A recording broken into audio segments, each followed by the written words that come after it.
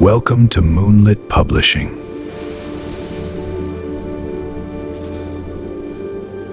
Chapter 1. The sun was high and bright overhead, the sound of birds, forest animals, and insects filling the air. Looking up at the crystal-clear blue sky, no clouds in sight, Izzorah wiped the small bead of perspiration from her brow and grinned. It was the perfect day, hot but not humid, a soft breeze just cool enough to mean she could keep going without becoming uncomfortable. She loved the summer. The heat, the feel of the sun against her skin, the clear days, and the abundance of nature and life. It was so bright and bountiful. Readjusting her backpack, she set off again, letting her feet find their own path. At ease and comfortable amongst the towering trees and rocky trails, she knew these woods like the back of her hand. They were her happy place, her escape, where she could run from the reality of her life, where she could dream and breathe without all the baggage she usually carried around, where she could just be Izzorah, free and alone. Not that she would ever complain about her life. She knew and was very aware that there were tons of people in the world who had it far worse than her, who didn't even have the few things she did. She did her best to always remember that, to be conscious and remember to be grateful for the life that she did have, no matter how much she might have hated it. That was part of why she wanted to go into law. She wanted to make a difference, to be able to help those like her and all those worse off. She wanted to stand up and give a voice to all those in the world who were too weak and too quiet to be heard, who were so easily forgotten and ignored, and were too insignificant to be helped. Huffing, she slowly made her way up a particularly steep and rocky incline as her mind wandered to her family. In reality, she lived a pretty normal life, in a pretty normal family. Normally perfect, in just how messed up, dysfunctional, and absolutely abnormal it actually was. In her 18 long years of wisdom and experience, the one thing Izzorah had come to believe with absolute conviction was that there was no such thing as perfection. No perfect ideal or normal existence. Life was messy, and no matter how shiny and pretty the packaging outside might be, beneath all those stiff smiles, hooded eyes, and pleasant demeanors was a muddled, untidy reality. Shaking her head, she glanced at her watch. She had already been out on the trails for over 3 hours. She wanted to keep going, work off more of her anxiety and energy, but she didn't really want to still be out when darkness fell. With a final longing look out at the wilderness and beauty around her, Izzorah reluctantly turned around. And then froze. Her head swung around wildly. Searching for anything that looked familiar, anything that she recognized. She had been following the trail she had hiked so many times she knew every tree and rock along its curving path. Looking around frantically, Izzorah realized she didn't recognize where she was. She couldn't even distinguish a single landmark she used as a marker. Trying to calm her panic and reassure herself, she straightened her shoulders. Taking a few deep breaths, she pointed herself in the direction she thought she had come from and set off, hoping that eventually she would run into the trail she had so absently wandered from. 5 hours later, Izzorah was exhausted and slowly becoming more terrified and panicked with every passing minute. Dusk had been quickly setting in, and she still had not found the trail. Wandering for hours meant she was now completely lost, and with the sun setting and clouds moving rapidly in to cover the night sky, she had no way to even orient herself. She was lost. Completely horribly lost, and no one knew she was out here. She was starving. The meager snacks she had packed were not nearly enough. Hunger gnawed at her gut as she berated herself for being so foolish as to leave her house without proper supplies, no food, no compass, no radio, nothing. She had been so stupid. As the sky darkened, panic and rising terror replaced any concern over food. She tried to pick up her pace, letting her fear push her as dusk dissolved and she was plunged into the darkness of true night. The wind was picking up. Trees and branches creaked and snapped around her from the howling winds. Pausing, Izzorah lifted her eyes to the sky above, where heavy, thick clouds completely obscured the night sky. She shivered, feeling the storm that was blowing in from the north. She hated storms, the violent unpredictability, the edge of danger, and the savage wildness they carried. When one blew in, she would run to her room, holding up with a book until the rain, the booming thunder, and winds had died down. Now, though, she had nowhere to hide. Looking up again at the heavy dark clouds as the winds picked up, Izzorah felt tears prick her eyes, her chest squeezing in panic. Her limbs were growing heavy and numb, her breathing shallow and rapid, her sight narrowing with black dots dancing along the edges. Her mouth was dry, and her stomach was a dropping pit in her abdomen. She tried to calm herself, pushing the anxiety and fear away, trying to clear and focus her mind and ignore the storm overhead. Desperately, she searched the forest surrounding her, looking for anything that could offer her even the illusion of safety and security. With her panic and anxiety becoming unbearable, she couldn't hold back anymore. The urge to flee overwhelmed her until she gave in. She took off, running blindly through the woods, heedless of the branches and twigs pulling at her. She ignored the fact that she didn't know where she was going or even what direction she was headed. She ignored the threat of rocks and stumps ready to trip her, to send her flying dangerously into the dark. She just ran, adrenaline and fear pushing her to go faster and faster. She ran until she couldn't anymore, until her lungs and legs burned. Her head was swimming, and sweat coated her in a thin film. Bending at the waist, she let herself lean against a tree as she tried to get her swirling mind and ragged breathing back under control. That was when she heard it. The sound of voices. Of footsteps. She could hear the rustle of clothing and deep, hearty laughter. In a flash, her exhaustion and fear were forgotten, replaced with all-consuming relief. Rallying the last dregs of her energy, she pushed forward, her hands swatting branches out of her way as she struggled to get closer to where she thought the voices were originating. Just as she was about to call out for help, something made her pause. Some instinct deep inside, one she didn't fully understand, urged her to freeze, to stay silent. Straining her hearing, Izzorah leaned forward, her breath coming out in short little puffs. Her heart raced and adrenaline flooded her limbs. Fear and dread pooled in her stomach, her hands were clammy, and her muscles tensed painfully. Peering between the trees, she stood transfixed, her eyes wide, watching the impossible unfold in front of her. She stopped breathing. Her mind was blank as she stared riveted, horror and awe mixing until they were indistinguishable. It wasn't possible. And yet here it was. In front of her eyes for her to see as plain as the trees standing beside her. How? As if a shock went through her, Izzorah's mind jumped into overdrive, the images crashing together and flashing in her head as she dragged down lungfuls of air. Panic and fear replaced disbelief and shock. Her muscles felt like jelly, but she forced her legs to move, to step back. Back and away from the figures she had stumbled upon. The thought paralyzed her mid-flight. The word ringing in her head as her mind leaped forward, connecting the images she had seen together in an awful string. Realization burned in her. She had just witnessed something from the world of legends, the very things that stalked nightmares. They were now standing only feet from her. She bit her tongue to stop from screaming. Her hands shook as she grabbed a branch that was hanging low and blocking her path. In her desperation to get away, she pulled too hard. The thin pine branch broke easily in her grip. The snap rang out clear and loud. Izzorah's heart plummeted. Tears blurred her vision as a chant of "Run, run, run" started in her head. She stared at the broken branch now hanging freely in her clenched fist, the sound of it breaking still echoing around her. There was a beat of silence, a single moment when she could allow herself to believe they hadn't heard, that she was still safe. A single moment of hope before she heard it, the sound that would haunt her for the rest of her life, a long, piercing wolf's howl. It shattered her thoughts. Anything rational and coherent scattered, pure fear and primal instinct taking over. The sound of paws behind her was so loud it was all she could hear, louder even than the pounding of her heartbeat.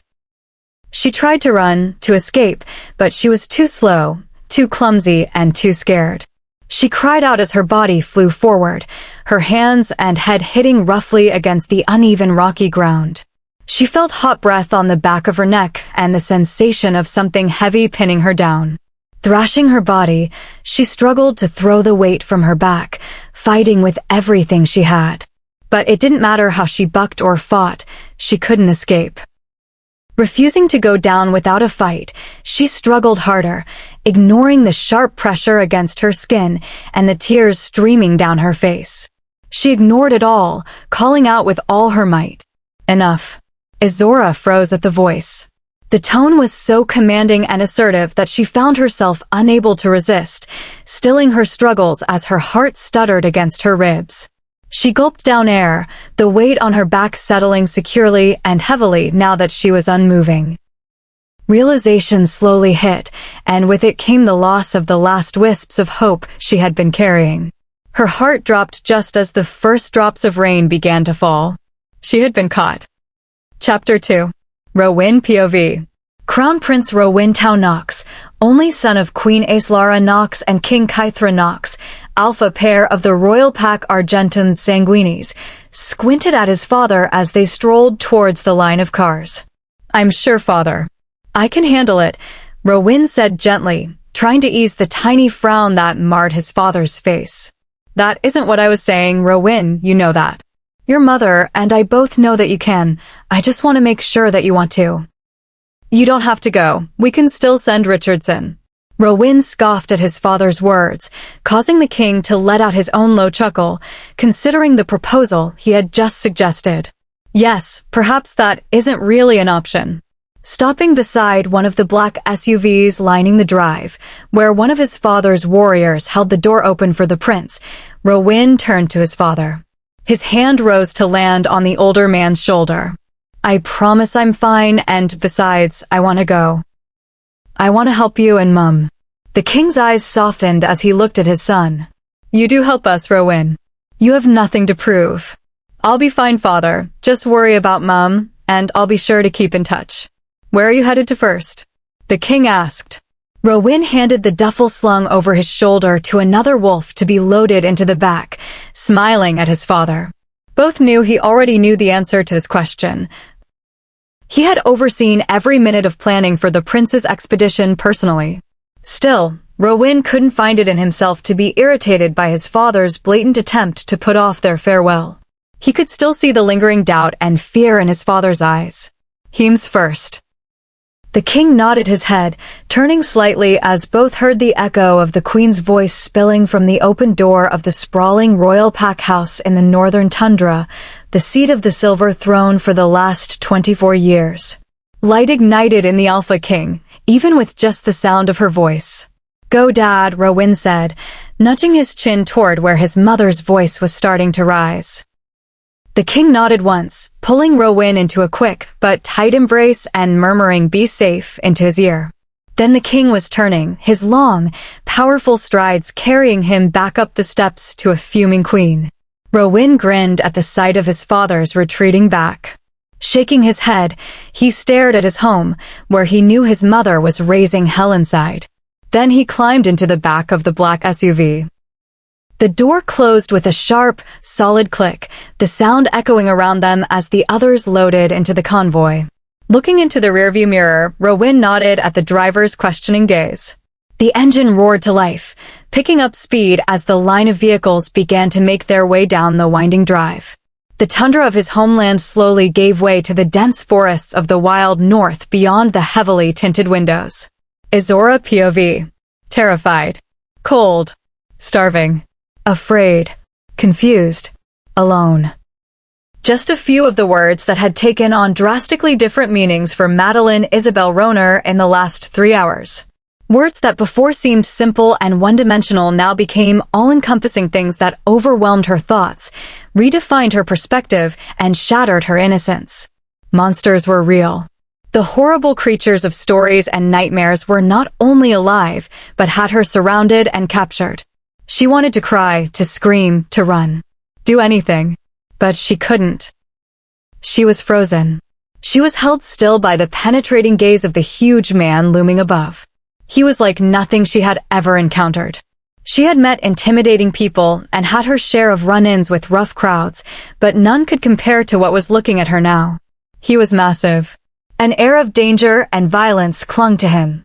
She could feel his strength like a physical force field, a humming current radiating from his skin. And she knew that if he wanted her dead, she would be, and there wasn't a thing she'd be able to do about it. His eyes were hard and cold, calculating and expressive, though the emotions they reflected made bile rise in her throat.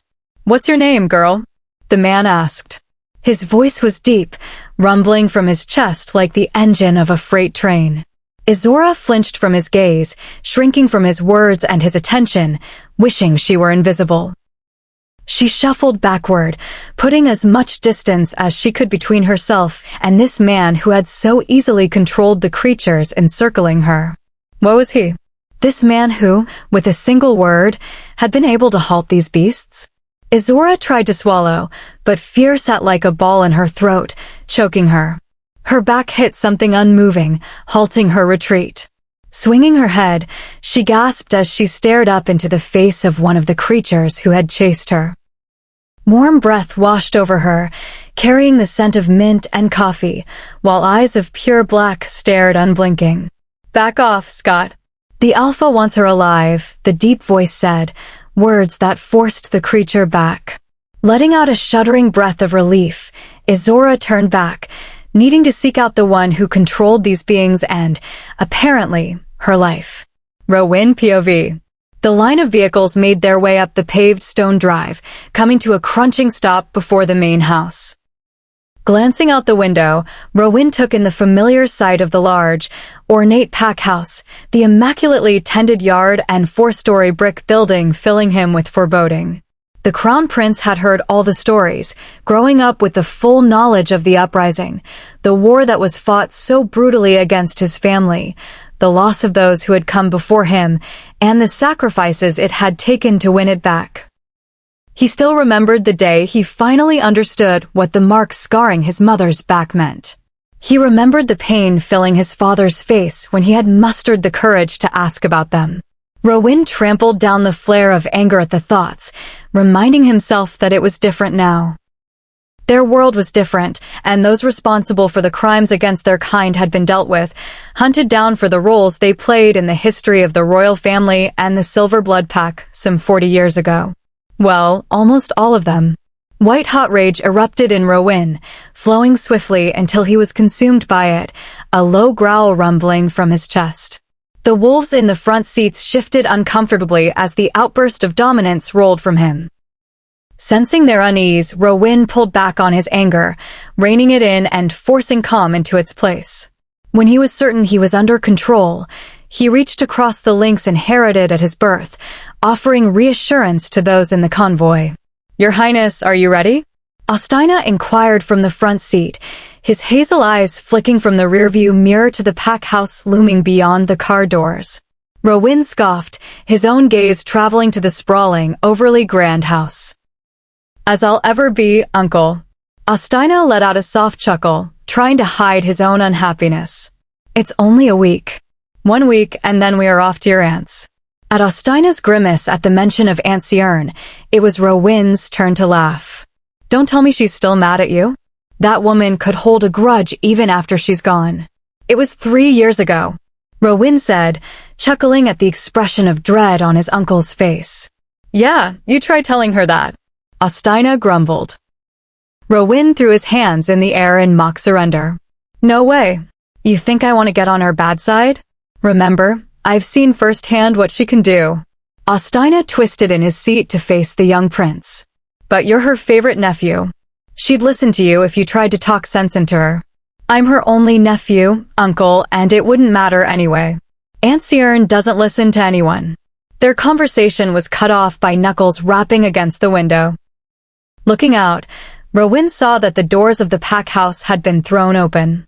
A crowd of wolves filled the stone stairs, some eager, some resentful. Letting out a small sigh, Rowan's gaze picked out the Alpha, Beta, Gamma, and other key members gathered to welcome the royal envoy. Reaching across the link, Rowan signaled to his guardian that he was ready to be presented. Rowan hated the ceremony of it all, but his father insisted. And when the king insisted, you followed. With a soft click, the door was opened. Humid air heavy with the sense of unknown wolves and forest flooded in. Rowan steeled his face and straightened his spine. He was no longer just a son or a nephew. He was the Crown Prince. May I present your Royal Highness, Crown Prince Rowan Knox of Pac Argentum Sanguinis. My prince, may I introduce you to Pac Heems, Pac of the Last Defender. Noach's voice was level and cool, though those who knew him could detect the hint of distaste hiding beneath his polite words. Izzorah POV. She had lost track of the days. In the beginning, she had tried to keep track, tried to remember whether it was day or night, what month it was. That was in the beginning. They weren't that terrible, for monsters, she supposed, looking around the concrete cell that had become her entire universe. She knew every crack of the walls and every ridge of the cold floor. She knew every stain on what passed for a bed in this hell. And she knew the door. She had spent days examining the lock, the hinges, and the bars. She had pulled and pounded until she collapsed. She hadn't even left a scratch. They fed her. She didn't understand why. They wouldn't talk to her, never answering her questions or demands. Twice a day, a tray of food was slid into her cell. She had lost count of how long ago she had given up. She had stopped banging on the door and stopped screaming at the figures who fed her. She gave up on trying to do anything but stare at the ceiling and remember everything that had been taken from her. She missed her family. Lying on the hard mattress, it was their faces that filled her mind. It was strange that now, facing this end, it was they who brought her peace. She missed the sun and the feel of a warm breeze. Turning on her side, she faced the cold gray of the cell wall, closing her eyes as she heard the tray slide into the room. Chapter 3. Rowan POV. His fingers rubbed his temples. The migraine had been growing all day, pressing harshly against the back of his eyes and beating on his skull. His efforts offered little relief from the pressure, and so with a sigh, his hands dropped to his sides. How much longer? He asked, not turning to face Izzorah to address him. Izzorah and Noach had been with Rowan long enough that the prince's sometimes gruff and abrupt manner didn't offend or affect them. Not only were the two wolves Rowan's personal guardians, but together they headed the contingent of royal guardians assigned to the crown prince. Trained by the head guardian himself since they were boys, they had officially taken over responsibility for the young prince's safety when they turned 16, and for more than a dozen years had watched his back. We leave for Silva in the morning, Izzorah answered. Rowan sighed heavily. Heems was supposed to be the most difficult, and yet here I am wanting to bash my head against a wall. Alpha Spesso merely wants to demonstrate her loyalty, Your Highness, Noach responded. His voice was level and calm, neither man ruffled by the political waltz happening around them. Yes, they are very loyal. I got that message when they fell to the ground reciting the oaths of the bond before the dust had settled around my car, Rowan muttered sarcastically. Normally, he wasn't so harsh and worked to be understanding of the ceremony his presence dictated, but the travel and political games were starting to wear on him. Alpha Elizabeth Spesso's over-enthusiastic measures grated on the prince's frayed nerves. Dinner had been so exhausting that Rowan had been forced to excuse himself before the main course arrived, the fear of losing his temper driving him to seek the solace of the quiet night air. Can you really blame them, Your Highness? Noach asked. You know their history with your parents. Their unhesitant loyalty the last 24 years is all that has kept them in their positions, Izzorah added. Of the two, he was the more talkative, often expanding on his brother's words. Our brother has never let them forget their past, and you being here is a very vivid reminder of the part they played against the Queen. I know you're right, it's just... Rowan trailed off, unable to think of the word apt enough to describe the show he had been forced to star in for the past 6 days. Arduous. Grueling. A spectacle. Ridiculous. Outlandish. Absurd. Ludicrous. A sham. You know I hate it when you two do that, Rowan said, squinting at his guardians. They stood like two nearly identical copies, the only differences being Isaac's slightly longer hair and the small crook that marred Noach's nose. Both twins' coloring matched their brother, the king, with dark hair, tanned complexions, and strong, angular jawlines, the only divergence being their piercing green eyes. But yes, all of that. It's only one more day, Izzorah offered. Fine, one more day. But next time my father comes to Lux, let him deal with all this insanity. Hell, I'd take the mess that heems over this nonsense any day. It's all his fault anyway, stupid overprotective alpha kings, Rowan mumbled under his breath, stiffening his spine in preparation to head back into the dining hall. The twins' laughter followed him the entire way. Izzorah POV. Life had become routine for Izzorah. Wake up, stare at the concrete ceiling. Breakfast, stare at the concrete wall. Dinner, stare at the concrete floor. Toss and turn on a lumpy mattress before falling asleep to dream of monsters. It was almost boring being a prisoner of them. If it wasn't for the constant state of fear her life had become, she might have thought it was all a really long dream. Who gets abducted by monsters anyway? Izzorah asked out loud.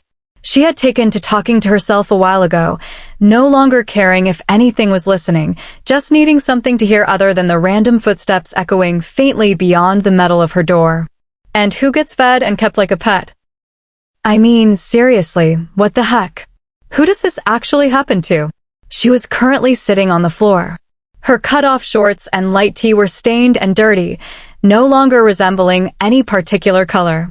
Ripped and torn, they offered next to no protection against the freezing temperatures of the cell. With the changes in the air lately, Izzorah had guessed that the seasons had changed around her. Autumn. Perfect, she mumbled, rolling her eyes. Her head was propped in her hand, and her back was resting against the cold door. She often sat like this when she wanted to talk, pretending someone sat on the other side. That means I've been here for at least 2 months. Well, shoot. Her hair was matted. Over the weeks of not bathing, it had become a mass of knots, oily and dirty. Wincing, she pushed tendrils from her face, hating the feel of them. Most of the time, she tried to block the feel of her body from her mind. The bone-numbing chill, the healing cuts, and the general filth, but every once in a while the reality snuck in, and she felt sick. Making me live in my own filth, she cursed, shuddering as she was hit by her own scent. If I ever escape this place, I swear to never take a shower or bath for granted ever again. You hear that, you mangy creatures? She shouted. A rare burst of emotion pushed forward. She hadn't addressed them in days, but without warning, she felt a deep anger. It raced through her, filling the numb hopelessness. She wasn't feeling fear or sadness, she was just plain furious. It's called a shower. Maybe like to roll around in the mud like beasts, but normal people actually like to be clean. By now, she was on her feet, fists pounding on the door. Her thoughts for once were not on death or escape, only the single memory of soap and the feeling of being clean. She was so consumed in her meltdown that at first she missed it. The sound, so unexpected and alien, nearly didn't register. Jumping from the door, her fists falling to her sides, she watched as the lock tumbled. The click, as it released, was like an explosion. Thoughts of soap flew out the window, replaced with flashes of the night she had been taken. Creatures with teeth ready to tear at her life, how their dark eyes had stared at her like prey. That door may have been keeping her captive, but it had also kept them out. And now it was opening. Rowan POV. The drive from Lux's pack house was silent, the car filled with tension. When they reached the border and crossed out of the pack land, there was a collective sigh of relief. Rowan's head fell back against the headrest. With the pack house disappearing quickly in the rear view, the prince could feel the irritation that had been building over the last week seep away. Onto Pac Silva, Ostina said from the driver's seat, his relieved tone conveying just how large a toll the stay with Pac Lux had taken on the beta as well. I'm sorry you had to go through all that, Uncle, Rowan said. Although Rowan was the official ambassador for the throne, it was actually Ostina and the other members of the royal contingent who did the heavy lifting of the negotiations and inspections. Ostina and Olivine had been sent by Rowyn's father to lead the diplomacies, and Pack Lux had tried both of their patience. Don't apologize, Row. Lux is always like that, Ostina commented with a dramatic shudder. They have never been that bad, Olivine chimed in through the link from the car in front. Ostina chuckled. Well, they've never had the honor of the presence of the Queen's only son and heir. Ostina sent back, sarcasm coating his tone. How far to Silva? Rowyn asked, eager to see Alpha Vancer, his parents' longtime friend who still led the Silva pack and was one of the Crown's most trusted allies. We should be there before nightfall, Ostina said. You know, I still remember making this trip with your mother all those years ago. His voice grew wistful. And you were just as immature then as you are now, Olivine quipped. Shut up, Liv. And quit eavesdropping. Ostina snapped. Laughter erupted over the link, flowing through the line of vehicles. Izzorah POV. The Alpha will see you now. The voice was cold and detached. The figure that came to fetch her was hidden among the shadows. Probably for the best anyway. Not like I need any more fuel for my nightmares, she thought, trying to focus on anything but what the words might mean. And now he decides he wants to see me? Only taken him 2 months. An angry retort was on the tip of her tongue, only the memory of her capture stopping the outburst. I'm going to die anyway, she thought. You don't hold someone who's seen what you are for 2 months, and then just let them go. Still, Izzorah found she wanted to put the experience off as long as possible. Why? She barely got the word out. Because he wants to. Now on your feet before I make you, the voice replied harshly. A curse flew from her mouth before she could stop it. The hand moved faster than she could see. The force threw her to the side, and her head bounced against the floor with a resounding crack. Pain exploded behind her eyes. You should watch your mouth. This time, she didn't even attempt to stop the words. You should go away. A kick flipped her body, driving the air from her lungs. You shouldn't talk like that. The Alpha doesn't take disrespect as well as I do. Well, that's a terrifying idea. She didn't know where the courage, or maybe stupidity, was coming from. Perhaps it was the knowledge that leaving this cell would mean her end that loosened her lips. It took effort to lift her head, but she did, refusing to wipe the blood from her mouth as she looked up. He had moved into the room, and he was huge. The most terrifying part was the grin on his face. Izzorah gulped, her sass suddenly replaced by pure terror. Oh girl, you have no idea. The figure's name was Kavina. He had told her after helping her to her feet by grabbing the scruff of her neck and wrenching her off the ground. Setting her on her feet, he wiped the blood from her chin and offered her his name. She had stared at him, her mind stuck on the idea of such a person having such a normal-sounding name. How many are out there? Are all the stories real? The polite thing to do when someone introduces themselves is to give them your name in return, Kavina said dryly, his eyes showing amusement. You're insane, she said in shock. The pain in her skull and ribs was a reminder of how serious this was. You want me to be polite after that? At his blank look, she let out a dry laugh. Like I said, go away. There was a beat of silence. Izzorah tensed in expectation of a blow, but instead, deep laughter erupted. Come on, girl. We've kept the Alpha waiting long enough, and he's going to love you. Chapter 4. Izzorah POV. Izzorah had one of those feelings, you know those your life is never going to be the same tingles that start in the bottom of your stomach before slowly worming their way up your spine, climbing until the hair on your neck is standing up. Of course, my life is never going to be the same, she thought glumly to herself as she took her first steps beyond the confines of her cell in 2 months. I'm scheduled to die. That tends to leave permanent and lasting effects on one's life. Kavina led her into a cement hall with metal doors like the one that had sealed her in for so many weeks. Izzorah shuddered at the sight, her eyes darting to the floor, unable to look at them without imagining others trapped behind them. Risking a glance at her escort, Izzorah found that Kavina barely paid the metal doors a second's notice. Even when muffled cries made their way out, he didn't seem interested. They really are monsters. The prison was smaller than Izzorah had expected, and before she knew it, Kavina was stopping before yet another heavy, thick door. The lock tumbled open with a hiss of air.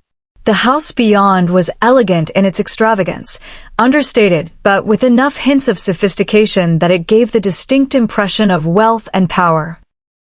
Of course, the row of cells underneath the floor took away from the splendor as Izzorah followed Kavina down the modern halls, past rooms with soaring ceilings and gleaming floors. The pure cleanliness and level of refinement left her head spinning. This was where they lived? Stopping before two enormous, darkly stained wooden doors, Izzorah felt a bead of perspiration break out on her upper lip. Without giving her time to adjust, Kavina's knuckles were rapping against the wooden surface. "Come in." The voice was deep, and it held an authority that even Izzorah could pick out. It felt like a physical force washing over her, itching at her muscles and urging her to obey. A man sat behind a large desk covered with stacks of papers, the only light illuminating his face coming from the dim blue glow of a laptop screen. "This is her." The man addressed Kavina, who pushed Izzorah into the center of the room. Stumbling, she caught herself just before falling onto the thick carpet. With a scowl, she tucked her hands into her sides, turning to glare at Kavina. He closed the doors behind them securely, stationing himself in front of them and cutting off her escape route. "Yes, Alpha." "She's barely older than a pup," the Alpha continued, his brown eyes scrutinizing her, taking in the layers of grime and filth. "How old are you?" he asked, finally addressing her directly. Izzorah considered not answering, but she didn't see how it would help her. 18. "I'm 18. The man's mouth tightened into a hard line. "What's your name?" His voice was softer this time. He sounded almost sad. Why would he be sad? Izzorah wondered. Maybe he's angry? Yeah, that makes more sense. "My name's Madeline. Madeline Roner." "Well, Madeline, I'm sorry to have to meet you under these circumstances." At her scoff, the man's lip twitched. "Yes, well, you see you leave us in a very difficult position here. You know our secret." She could have tried to deny it. She could have sworn she hadn't seen anything, but they all knew the truth. "Yeah, your secret," she muttered. "You mean the one where you turn into beasts?" "Yeah, I know that one." Risking a glance at Kavina behind her, she realized she felt strangely more comfortable with the older man in front of her.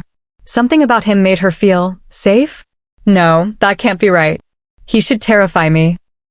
"We aren't monsters, but yes, you've witnessed our transformation, seen our pack house, and know our faces. You have to see why we can't simply let you go. Is this where I'm supposed to say it's okay that you kidnapped me?" This time, the man genuinely smiled, though his eyes were still troubled. "What's your name anyway? Unless it's actually Alpha? Because that's a bit much, even for the whole evil thing you've got going on." "You remind me of someone," the man commented absently. Then he waved off his own words. "My name is Vancer. I am Alpha here. This is Pac Silva." "Oh, okay," Izzorah said, though she had no idea what that meant. "So what now? We can't let you live knowing what you do, and you can't stay here. We can't risk that one day you might escape and share what you've seen. Law dictates the end of your life." He spoke as though it weren't personal, as if he were just an enforcer of rules he didn't create. "I am sorry, Madeline," he said, ignoring her snort of indignation. "And we aren't what you think we are. If there was any way, I would find it, but I merely enforce the laws." "So you have to do it? That's your excuse? Wow, some impressive leader you are." Vancer let out a sigh. "I'm sorry, Madeline. There's no other way. Your sentence is set for dawn."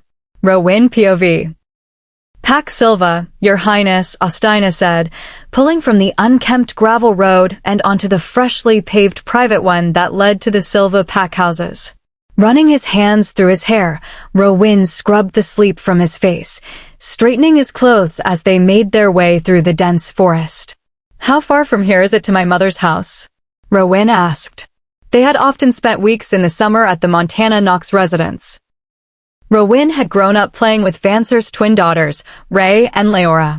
"About a 15-minute drive from the pack house gets you to the edge of your mother's land. I never really paid attention to it before. Now that I think about it, it's a bit strange, just a chunk in the middle of their territory that we claim," Rowin said, his eyes taking in the familiar sight of the pack house. Older and simpler than most he visited, it still had an air of history and weight. Yeah, that's an understatement. It was the spark that started the conflict that led to your mother reclaiming her throne, Ostina said with amusement. Izzorah POV. Awesome. Dawn. You know, I've always hoped for a morning departure. Very accommodating of you. But really, why wait? Why not just do it now? She was breathing heavily, her heart pounding in her ears. Madeline. Don't, she roared, taking a step toward Vancer and pointing at him, ignoring the growl from behind her. I'm sentenced anyway. What do I have to lose? You don't get to use my name. You don't get to tell me you're going to end my life in one breath and then use some calming voice in the next, okay? So just don't. Like a pin poking a balloon, she deflated. Her energy rushed out in a gush of hot air. Sinking down, she sagged to the ground, her legs buckling until she crumpled to the carpet. The only thought in her head was that it was all over. Rowan POV. Rowan. The prince grinned as Noache pulled the door open, letting the alpha's booming voice in. Vancer, it's good to see you, Rowan said, climbing down and embracing the man. Vancer was tall, but Rowan still had a couple of inches on him. Vancer's hand clapped him on the back before the grizzled alpha released him. It's good to see you too, boy. You're looking good. I hope the others haven't been giving you too much trouble. At Rowan's sigh, Vancer laughed. Come inside then. Let's see what we can do about that. Following him inside, Rowan paused to embrace the Pax Luna, Mindra, and shake hands with the other members he had gotten to know over the years. Moving into a well-appointed living room, Vancer gestured to a plush sofa. Hadron plopped down beside him, his long legs splayed out on the coffee table. Your mother would be appalled. Rowan sent the thought privately, imagining the swat to the head Hadron would receive if she were there. Oh, shut up. My mother has never been appalled by me a day in her life, Hadron sent back, even as his feet fell to the rug. You forget that I am the center of her world. Rowan suppressed his laughter. Man, you're delusional. She sees your feet on that table and she'd skin you alive. Noache and Izzorah moved around the sofa to stand behind him, their faces blank as they scanned the room. We talking about his mum? Vancer asked, pulling Mindra into his side. Scary woman, your mum, Vancer said warmly. I'm surprised you made it past those teenage years with your ears still attached. It was close there for a bit, sir. But I survived, Hadron laughed. So how's the rest of the family, Rowan? Vancer asked, steering the conversation back. They're well, sir. Mother and father send their regards. No reason to apologize. Plus, it's been too long since we saw you. What's it been, 5 years? Vancer asked. Yes, too long, Rowan said, making sure to hide his emotions. He must not have done a perfect job. He felt Noache and Izzorah stiffen behind him. Easy, back down. They don't know, he signaled through the link. How are the girls? Rowan asked, shifting the focus. A handful as always, growing too fast, but charming, Vancer said. I'm sure you're having fun now that they're approaching 18, Rowan joked. The room erupted in laughter as the alpha growled playfully. Vancer is a little touchy about the girls finding their partners. If it were up to him, he'd have them locked up until they were 30, Mindra said. Speak of the devils, Hadron piped up. Lara. Ray. Holy crap, what happened? Did a witch come and take all the ugly out of you? Rowan caught sight of the twin heirs bounding through the doorway. They looked like exact copies of their mother now, the years having changed them from gangly preteens into young women. Shut up, hey. They said in unison, jumping into his arms for a bear hug before launching themselves at everyone else in the room. The next few minutes were filled with high-pitched excitement. The twins even managed to tackle Noache and Izzorah to the ground, ignoring the Guardian's attempts to remain professional and serious. Oh, Madeline, there you are. Come in, come in. Vancer's voice pulled Rowan's attention from the squabbling on the floor to the figure hovering in the doorway. Chapter 5. Izzorah POV. The house had been in an uproar all morning. No one was stopping to explain it to her, but something or someone important was coming, and for 3 days everyone had been put to work, including her. She had vacuumed, dusted, swept, peeled, chopped, folded, washed, and cooked right alongside Ray and Leora under the watchful eye of their mother, Mindra, and a few other equally intimidating and eagle-eyed women. No one was exempt, including Alpha Vancer, whom, one afternoon, Izzorah was tasked to work beside to clean and organize his office, being sent back to the kitchens only after it passed Mindra's meticulous scrutiny. There she had picked up helping the two sisters to peel the barrels of apples they had been working on since breakfast, for the apparent truckload of pies they had been given the task to bake. It had been 10 days. 10 days waking up expecting the end, and 10 days surviving to go to bed at night. She didn't understand how or why, but 10 dawns had passed since she had met with Alpha Vancer and had been handed a death sentence, and yet here she was, still alive, still breathing. Each night, Izzorah fell into bed so tired and exhausted she would nearly forget that it could be her last, and dawn could finally be the end, nearly. But then each morning she would be roused from her queen-size bed in the room adjoined to the twins and set to work, with no mention of executions or sentences. Still, Izzorah shied away from the men in the house, shrinking under the steady gaze of Kavina and other towering forms that rushed from room to room, arms loaded with laundry or groceries, the Lunas barking orders trailing behind them. Only with Vancer did she manage any level of ease or comfort, and even then, it was unsteady and wary. The first couple of days, she had tried to shy away from Ray and Leora, ignoring their friendly pestering, but they were relentless. Their cheerfulness and laughter were unstoppable, and her scared mood was no match for the full weight of the Silva twins.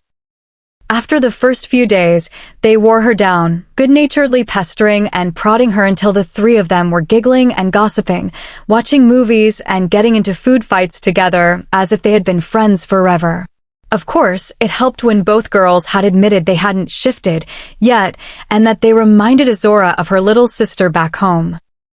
Now, though, Izzorah hovered in the doorway, awkwardly trying to decide whether to see what was happening inside the sitting room that had the twins in an uproar or whether to turn tail and hide in the sanctuary of her room until someone summoned her. Maybe they'd even forget about her while they were all distracted by whoever these new people were. "Madeline, there you are. Come in, come in." Vancer's voice shocked her out of her internal argument, her heart dropping in disappointment. Chiding herself for not making her escape when she still had the chance, she looked up to meet the Alpha's gentle eyes. It was still weird for her, even after the days living with him and his family, to see such tender and human emotions on his face. Taking a small, hesitant step forward, Izzorah felt her heart rate pick up as more and more eyes made their way to her. She felt small, weak, fragile human. "Oh, Madeline, you have to come meet everyone," Leora shouted, jumping up from where she had tackled some guy to the ground. Izzorah felt her head shaking, her foot stepping backwards, a pathetic attempt to escape and flee from the room, back to the safety and anonymity of the hall, away from all the questioning eyes. Rowan POV. Rowan watched the girl hesitate, could scent her fear and panic growing as they turned to take her in. "She's human," Rowan sent into Vancer's head, not needing the Alpha's answer to confirm what his senses were telling him, but demanding it anyway. "Yes, she is human," Vancer replied without further explanation, not at all surprised that the young prince was able to get into his head and around his mental barriers. "I want you to meet P." The word was cut off with a sharp thought sent his way from Rowan. "Rowan." "It's okay, come in, dear," Vancer said aloud. Rowan felt his guardians stiffening behind him, awareness and menace pouring from them as they regarded the human female. Only Rowan's command for them to remain calm and in place kept them still. He regarded the newcomer curiously, something about her that he didn't fully understand was catching his attention. "Rowan, I would like to introduce you to Madeline," Vancer said, rising from his seat and walking over to the nervous girl. The next words, directed at her, were whispered. With their heightened senses, the others in the room easily caught them. "No one is going to hurt you here, I promise." Stepping back, he gestured for the human to take a seat beside his mate. Rowan studied her, watching as she walked forward, her eyes refusing to raise from the carpet. "Why is there a human in your pack house?" Rowin heard the question Ostina sent toward Vancer, his own curiosity in the answer piquing as he took note of how the girl's scent was hidden under the heavy scents of Leora, Ray, and even the Luna and Alpha of Pac Silva themselves. Feeling the Alpha's reluctance, Rowin nudged at his thoughts, the weight and command of his blood and position creeping in. "It's a matter I had wanted to speak with you about in private, Your Highness," Vancer sent back, trying to hide his thoughts from the prince's intrusion. Catching a random glimpse, Rowin felt anger and rage spike, his back stiffening.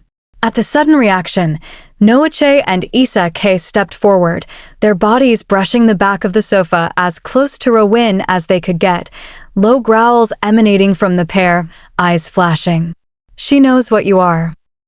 Ostina roared over the link, his fury intense and instant. Even the usually calm and easygoing Hadrian was suddenly quiet and tense, his face brooding as he stared at the human in their midst, mistrust and hate radiating from him. "I beg calm, Your Highness," Vancer said, his head bowing as he sent the thought. Rowin knew on the outside he looked nearly the same as he had only moments before, but any wolf in the vicinity would be suddenly very aware that an extremely powerful, very dangerous, and royally angry werewolf was in their midst. He consciously tried to rein in his emotions, pulling his power back into himself. Those around him relaxed minutely as he did. "Perhaps you should listen, Rowin," Olivine said gently, nudging the thought into his head. Rowin flicked his gaze back onto the human female, watching as Leora and Ray stood beside her, fear and dread on their faces as they glared openly at him. "Rowin," Leora started, cut off by Noach's growl. Noache, who normally was not fond of familiarity, was particularly touchy with the flippant use of the prince's given name in the unfolding situation. "It's treason, Rowin," Hadrian said, speaking out loud, his tone cold and hard. Rowin watched the girl flinch, shrinking into the cushions under the weight of his cousin's hatred. "She means no harm," Ray said, stepping closer to Madeline, ignoring the matching growls from the guardians. "I offered her protection under my roof," Vancer said, his voice steady and strong. "You what?" Hadrian shouted, springing to his feet, his normally bright and laughing eyes flashing with rage. "I granted her protection under my roof until P." Rowin, Vancer amended at a mental prod from Rowin, could hear her case personally. "Your Highness, please," Leora pleaded, stepping up beside her sister, her eyes imploring him to give in. Rowin worked to push his emotions down, his stare remaining on the human sitting across from him. Suddenly, she looked up from where her hands sat limply in her lap, snapping to meet his eyes. It felt like a bolt of lightning had struck through him. He stared into bright rings of jade green, expecting to see fear. He was taken aback to find a calm, steady strength looking out at him. "Enough," he barked to those now arguing around him. The room fell quiet at his command. "Alpha Vancer, please sit. And then you are going to share those thoughts you are trying to keep hidden from me," Rowin added over the mind link. 10 days ago, Alpha Vancer POV. "Don't. You don't get to use my name. You don't get to tell me you're going to kill me and then use some stupid calming voice like I'm a wild animal, okay?" The girl, Madeline, Vancer corrected himself, roared at him. Her eyes were bright and glowing in the dim light of the office, her body shaking slightly as she stared him down. "She has guts, that's for sure," Kavina sent to him over the mind link. The pair then watched as the girl's anger dissolved, her form folding in on itself as she crumpled to the floor. "She doesn't want to die," Kavina said, a gruff tone to his voice that had the Alpha looking at his friend's son critically. "You disagree with my decision?" Vancer asked. "Of course not," Kavina thought back instantly. However, Vancer could pick up the undercurrent to his thoughts, the guilt and the displeasure Kavina felt at the thought of putting the young human to death. "She cannot be spared. Law dictates that any human that learns of our existence must be dealt with.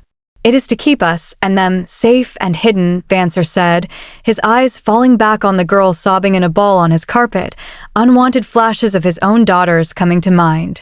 "She isn't much older than Leora and Ray," he said absently. "She didn't mean to discover us." She isn't a hunter. She doesn't even know how to protect herself, Kavina said, keeping his thoughts neutral. Vancer was an alpha known for his fairness, but he was still an alpha, and outright dissent from his pack was not tolerated. Vancer took note of the images Kavina was showing him, the girl flying across the room, unable to defend herself from his attacks. To prove she isn't a hunter. Really, Kavina? My apologies, Alpha, but I disagree with Beta Tucker. She isn't a threat. You should have seen her when she stumbled upon us. She was terrified and confused. I've seen hunters, and she isn't one. You're willing to put your reputation and all of our lives, my daughter's lives, on the line? In her hands, Vancer asked.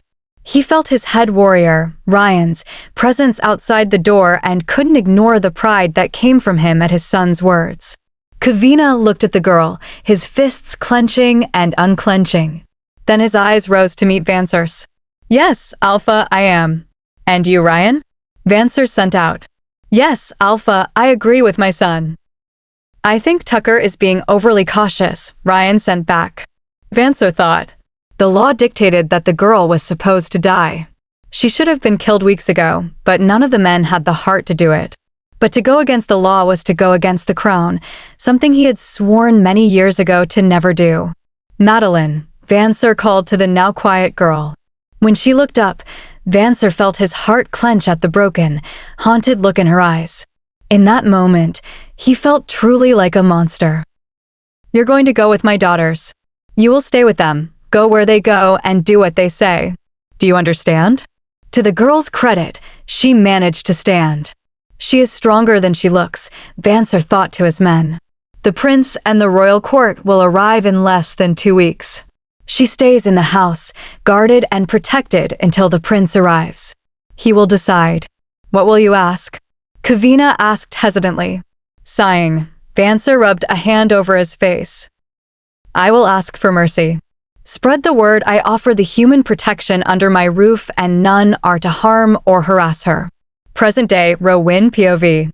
Rowan pulled from Vancer's thoughts, blinking away the lingering images. It is absurd, Rowan. Hadrian said, his face flushing. I don't care what she looks like, the law is there for a reason. Easy, cousin, Rowan said, his mind reaching to calm Hadrian's escalating emotions. Look at the girl, Rowan, Olivine said, ignoring Hadrian. Is she truly a threat? Of course she's a threat. Hadrian roared, spinning on Olivine. She's human. There is a reason we keep our existence from them. Of course I have not forgotten, Hadrian, but not every human is a threat. The girl does not have to die for crimes she did not commit.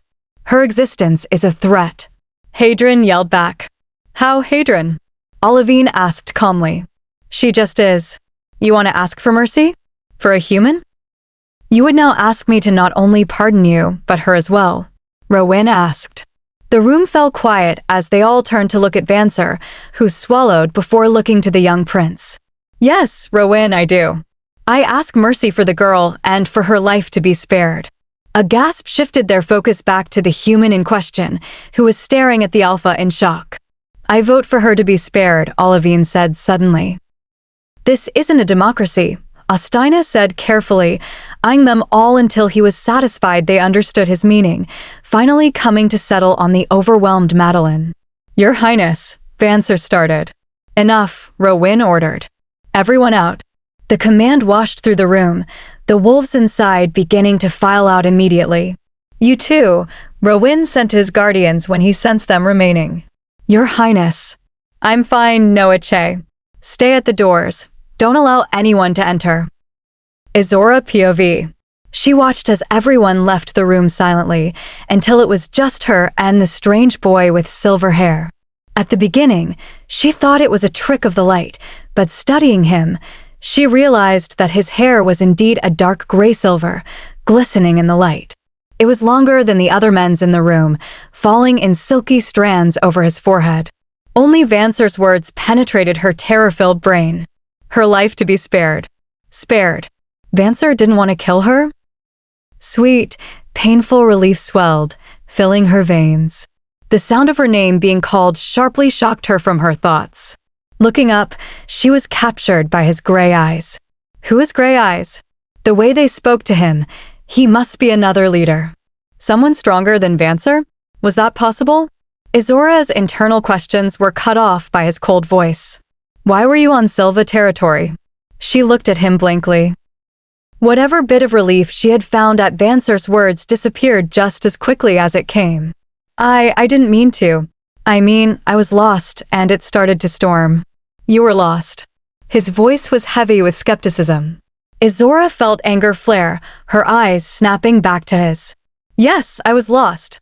I was hiking in the forest and got turned around, and then I was running, and I heard some people and made the horrible mistake of thinking they might actually help me. He was staring at her again. She felt her anger abating and regretted her heated words. She wasn't making a very good case for herself. You didn't have a compass? Izzorah sighed heavily. No, I didn't have a compass, or map, or radio, or anything. I wasn't thinking right and just went out. It was stupid and reckless, but I didn't mean to end up here. She finished, slumping back into the cushions, tears filling her eyes as she pictured her friends and family. I didn't mean for this to happen. Rowan POV. He stared at the girl, his mind a whirlwind. The confusion irritated him. He hated that he felt torn. The law was the law. As if sensing his thoughts, Olivine's words crept into his mind. It isn't always so cut and dry, Rowan. The law is there for a reason, but we are not beyond compassion and compromise. Even after everything. You know your parents and the court would support your decision. Izzorah POV. As the silence stretched on, she felt herself growing more uncomfortable. Are you ever going to say something? She asked at last, uncomfortableness outweighing her fear. He looked at her in shock, his brows knitting together. No one has ever rushed me to speak before, he said at last, reclining back comfortably. You can never go home. She didn't understand the sudden change in topic, but nodded anyway. I know. You're all right with that, he asked. She shrugged. It sucks, I guess, but I was leaving anyway, and what would I tell them that they'd believe? That creatures abducted me? They'd think I was insane. We aren't monsters, he said harshly, his body leaning forward and his eyes flashing. You turn into animals. I'm pretty sure that makes you monsters, she said, the words tumbling from her mouth before she could stop them. Instead of an angry outburst, Rowan leaned back again, the picture of relaxation. We are werewolves. We are not monsters, Madeline. Izzorah. What? My name. Call me Izzorah. Your name isn't Madeline, he asked curiously. No. Well, yes, I guess technically, but I prefer Izzorah over Madeline. I see, he said, falling quiet once more. Izzorah wiped her hands on her borrowed pair of Leora's khakis. The pink-collared blouse she despised suddenly felt stifling. Well, Izzorah, he said, pausing as he stared at her, her name still on his lips. Clearing his throat, he shook his head. You can never go home or back to your old life. You will forever be bound to this world. Are you willing to do that? To live with monsters? A sneer pulled his mouth on the last word, causing shame to fill her. Why am I ashamed? They are monsters. They threatened to kill me. But do I want to die? She looked at him again, her mind going to the last week with the twins, to the strong presence of Vancer and the loving attention of Mindra. She had never felt as welcome in her entire life. But they're monsters. Her mind screamed back, throwing up thoughts of her actual family. The pain, hurt, and manipulation, she shuddered at those. They were monsters, too. What choice do I have? I can do that, never go home. I don't want to die. And if that means staying here, then I will, she said, resolve filling her. She refused to lie down and die. It felt like his eyes searched her soul as he stared at her. She steeled herself from reacting. All right then, we have a deal.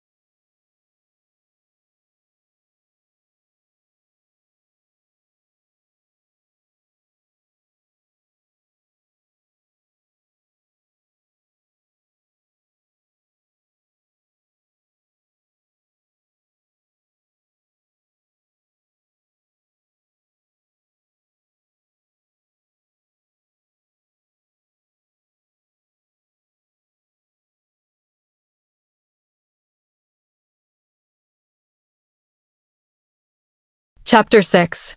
Izzorah POV. If you think I am, you might as well just end it now. You aren't going to be locked in a cell. I told you, we aren't monsters.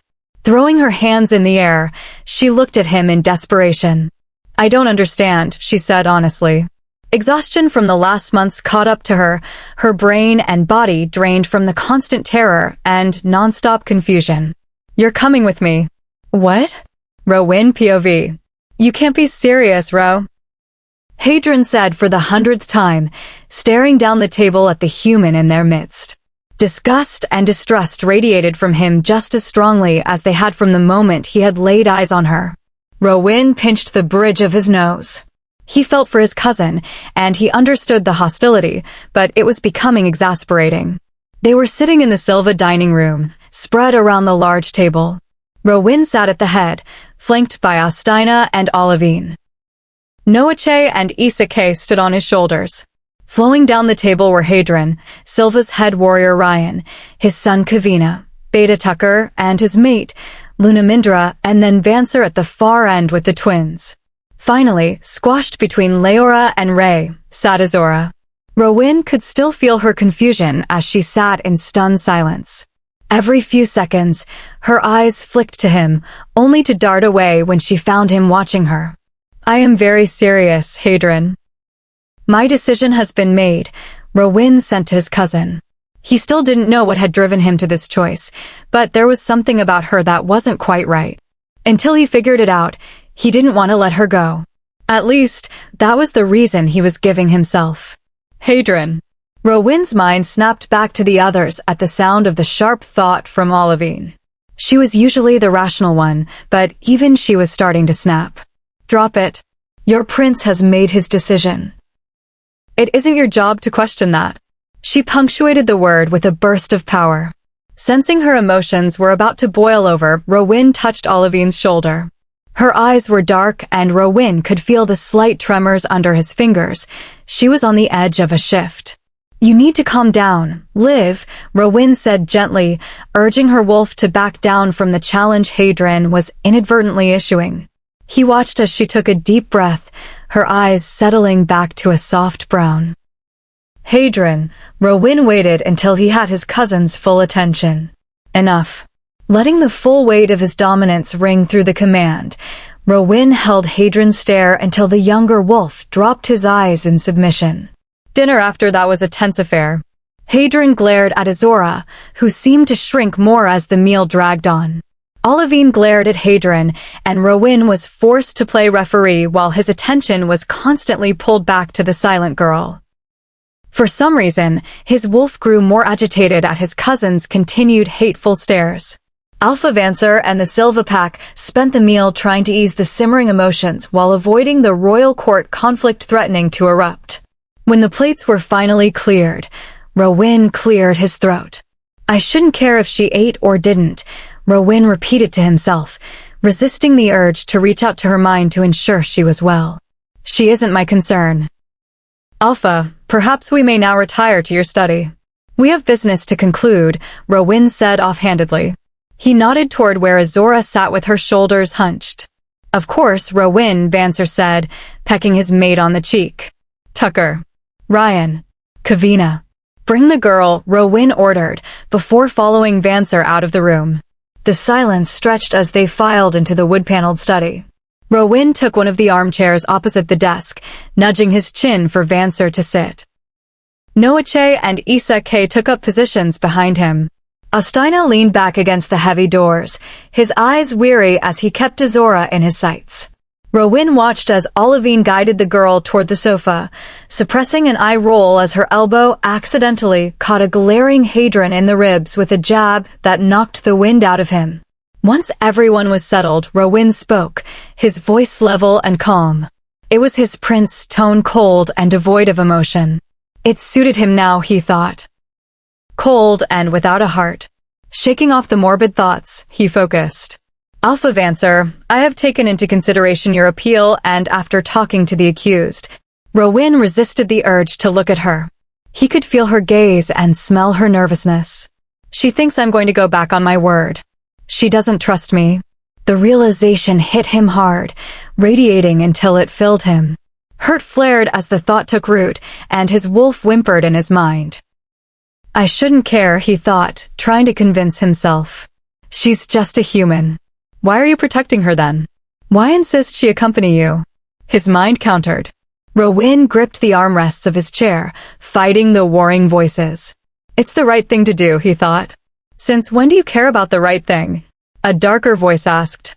Before he could control it, his head twisted, his eyes searching out her green ones. I won't let her die, he thought suddenly. The conviction took him by surprise, but it felt right. Vancer, clearing his throat, pulled him back. Rowan ripped his gaze away and turned back to the task. I have made my decision, Rowan said, his lingering irritation making the words harsher than intended.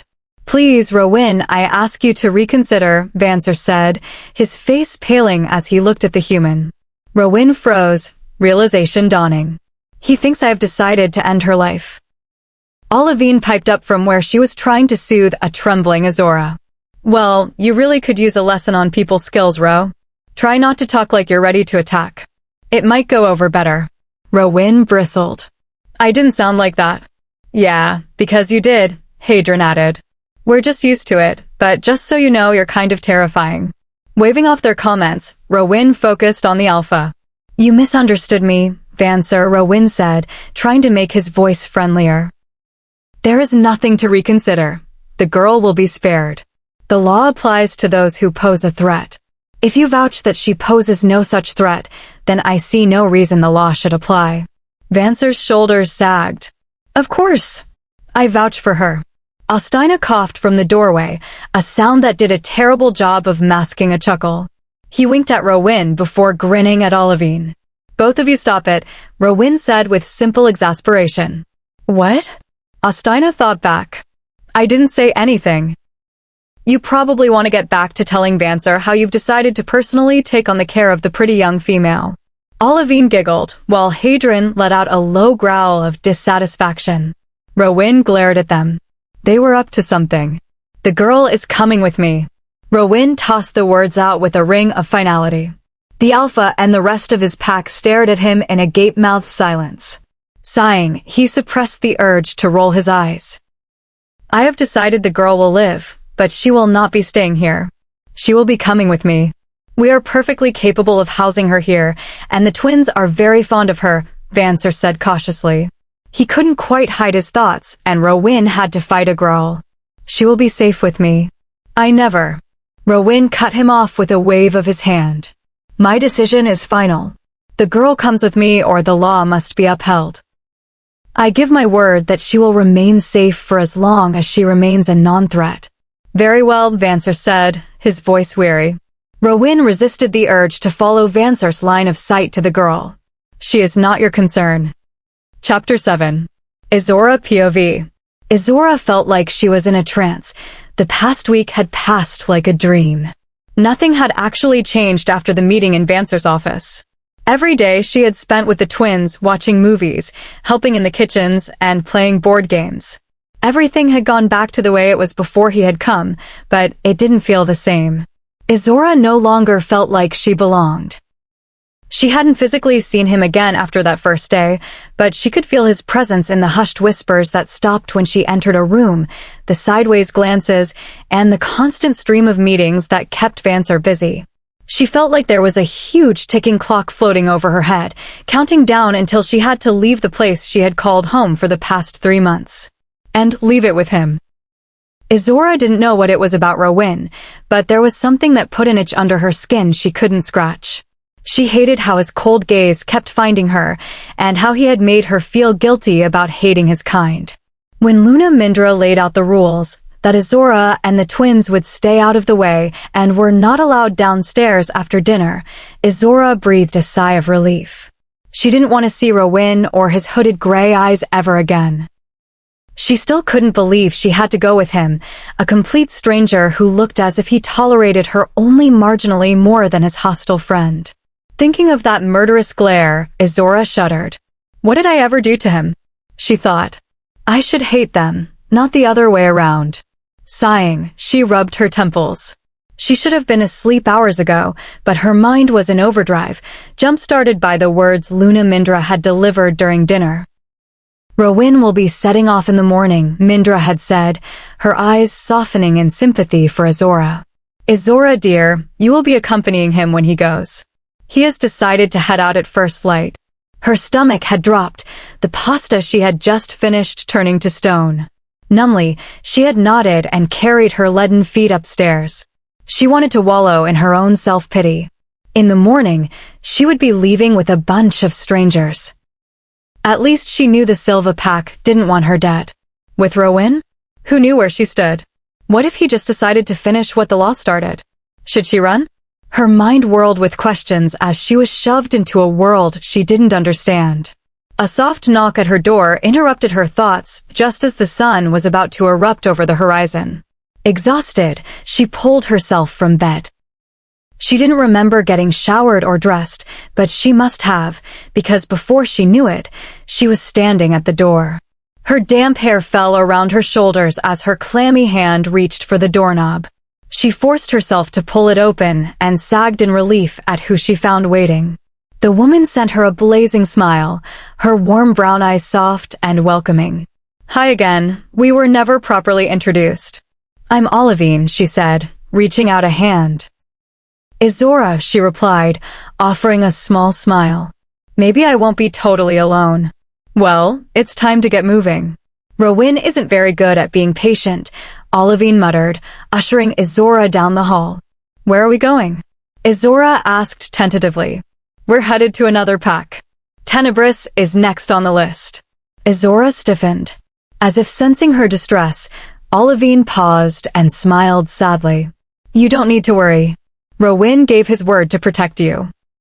Whatever else he might be, he doesn't break his word. Not lightly, at least. Why would he do that? And why does he want me to go with him? At that, Olivine's whole being changed. She grinned at Izzorah and winked. For that answer, you'll have to ask him. Rowan POV. Trampling down his bubbling irritation, he reached out with his mind for Olivine. What about first light did you not understand? He asked. He rubbed a hand over his face at the loud chuckles that were her only answer. Please hurry, Liv. I want to reach Tenebris before nightfall. We're coming, Ro. Try to remember, she's human, Olivine replied. She doesn't move as fast as we can. Then, she sent an unsolicited image of the girl standing in the doorway. Rowan tried to ignore the picture, but his mind ate up every detail. Her hair was damp from the shower, a darker golden red than the light strawberry blonde it had been the first time he had seen her. Her green eyes were pensive and weary, but Rowan caught the flash of relief that flickered in their depths as she took in Olivine's face. He felt himself prickle at the appearance of affection toward his father's lead runner. The deep purple rings under her eyes only added to his unhappiness. Was she not eating or sleeping? He thought, his hands curling into fists. He forced them to unfurl, reminding himself she wasn't his concern. The plan was for the girl to ride in the car ahead of Rowan with Olivine and Hadron. But that plan went out the window as Rowan watched the girl approach. He saw one of the guardians, a loyal wolf who had answered his mother's call for aid years ago, smile at her. The man was a competent guardian, which made Rowan's sudden urge to snap at him that much more unexpected. With more force than necessary, Rowan flung the car door open. His feet hit the ground with a thud loud enough to draw everyone's attention.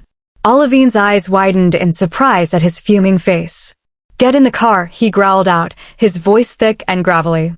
His eyes were pure silver as he stared down the confused guardian wolf.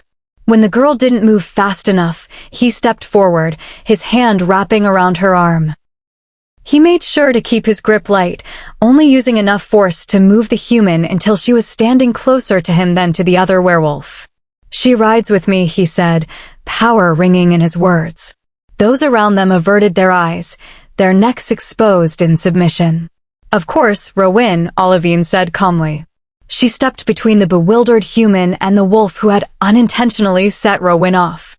Rowan took a deep breath, forcing his hand to release her arm. He watched as Olivine ushered Izzorah into the car.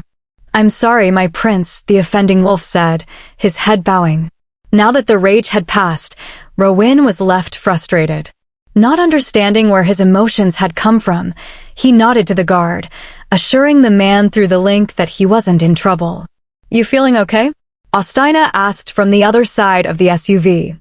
Rowan looked up at the man he considered his uncle and shook his head. No, I don't think I am.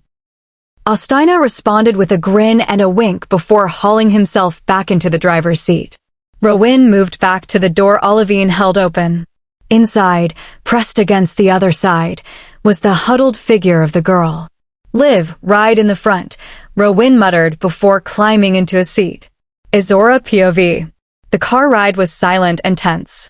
For the first couple of hours, Izzorah kept herself pressed to the door, her body folded up as small as possible. The incident that morning had confirmed her worst suspicions. He's a monster. A cruel, violent monster.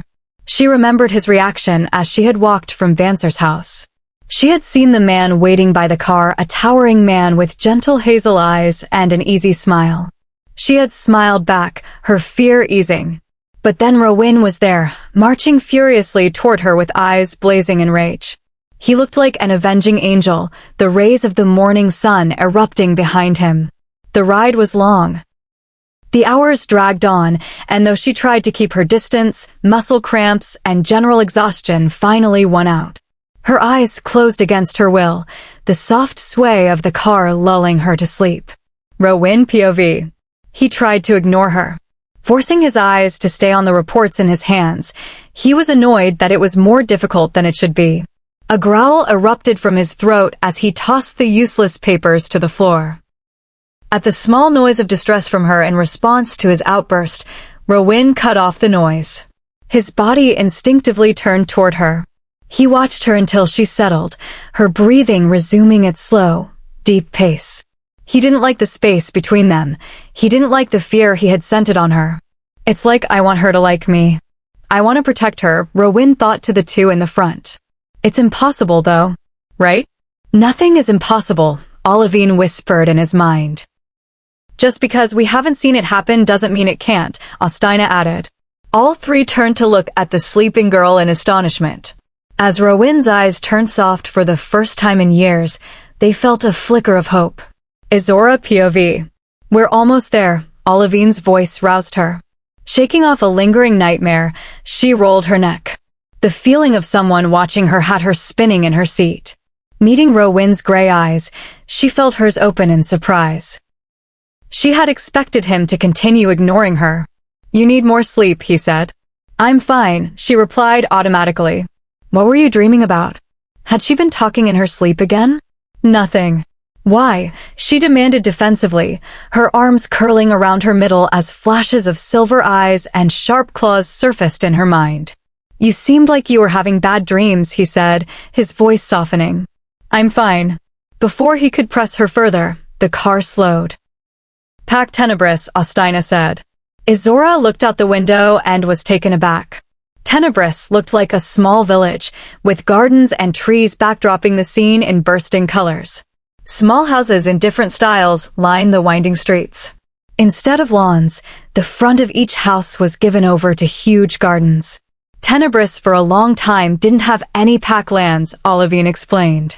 They got used to living off the land and becoming self-sufficient. When they settled here, they decided to keep it up.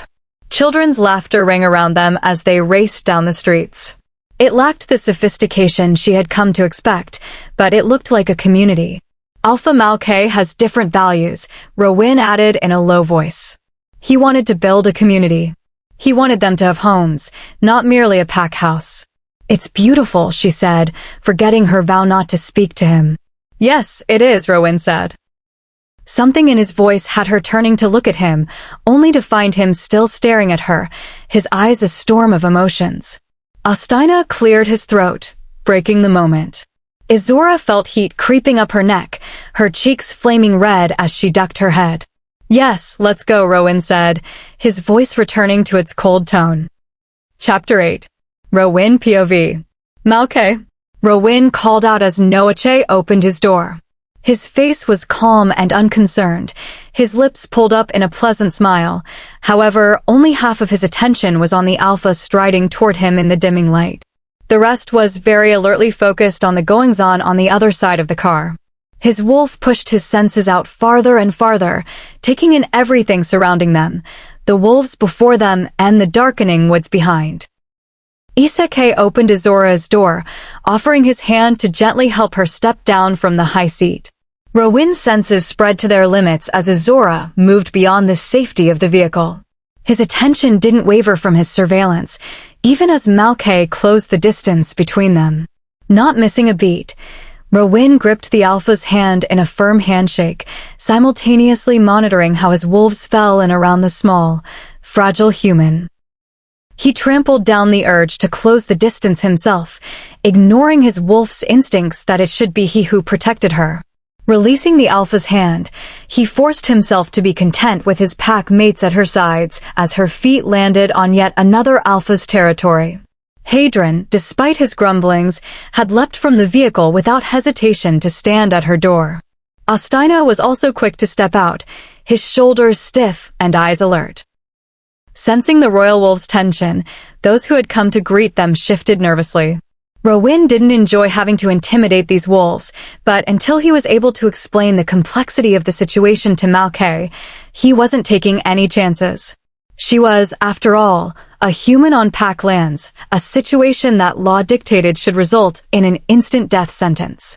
Alpha Malkay, thank you for your hospitality, Rowan said, his voice cold but steady. He worked to hide his influence, showcasing only enough to remind those around them that he could enforce whatever rules he saw fit. The pleasure is ours, your Malkay started before a sharp thought from Rowan cut him off. I mean Rowan. Tenebris is always welcome to the throne and the pack of the blood. Rowan nodded, clapping the much older wolf on the shoulder. It is good to see you still alive and kicking, Malkay. Feeling the tension ease, Malkay threw his head back with a deep laugh. The easy mood didn't last, however. Rowan had been waiting for it. His mind and wolf were alert as they made their way around the front of the car. Olivine was at Izzorah's side, a hand on the small of her back. Rowan didn't glance in their direction, but his approval radiated through the bond as he felt Hadron stay close to her other side, Izzorah and the other guardians falling in to surround her. Rowan could sense Izzorah's confusion. The scent of her fear riled his wolf, and he had to grind his teeth to keep from growling. Olivine was whispering low into the girl's ear, "Don't be afraid. Rowan will protect you. You're safe here with him." He frowned slightly, but his attention was pulled to more pressing issues. Malkay was not a stupid man. Rowan could feel the instant the alpha caught her scent. It was buried, but that wasn't enough to mask what she was from someone like Malkay. Rowan watched as the old alpha's eyes scanned their group, taking in the royal court guarding a human. A human? Malkay asked. Rowan nodded stiffly. Do you wish her escorted to the cells? The alpha was looking for a manageable explanation. Rowan waited a beat. He scented the girl's fear deepen. Olivine's silent growl shook the pack link. Rowan had to maintain control. They were on friendly territory, and he didn't feel like explaining to his parents why he had gotten into a bloody clash with a trusted ally. He felt them all waiting. His eyes picked up the movement of two tenebrous warriors making their way through the crowd toward them. Escorts. His mind snarled the word. They will not touch her. The command flooded the link, demanding absolute obedience. Satisfied with their answered vows, Rowan shook his head. The girl does not need an escort. The growl he had been trying to suppress ripped free. Tenebrous pack members lowered their heads in submission, some taking steps back.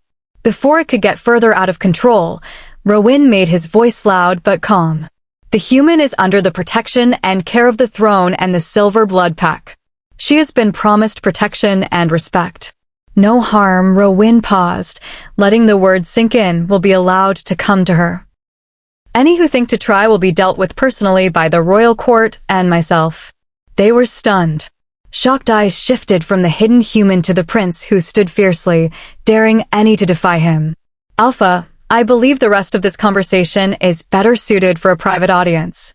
Malkay recovered quickly, nodding and ushering their party into the large house. Without turning, Rowan spoke. Olivine, take her up to our rooms. She needs sleep. Hadron and Ostina, go with her. She is not to be left unguarded. He was the crown prince, heir to the silver blood throne, and he wanted every wolf to know that he claimed the girl as part of his court.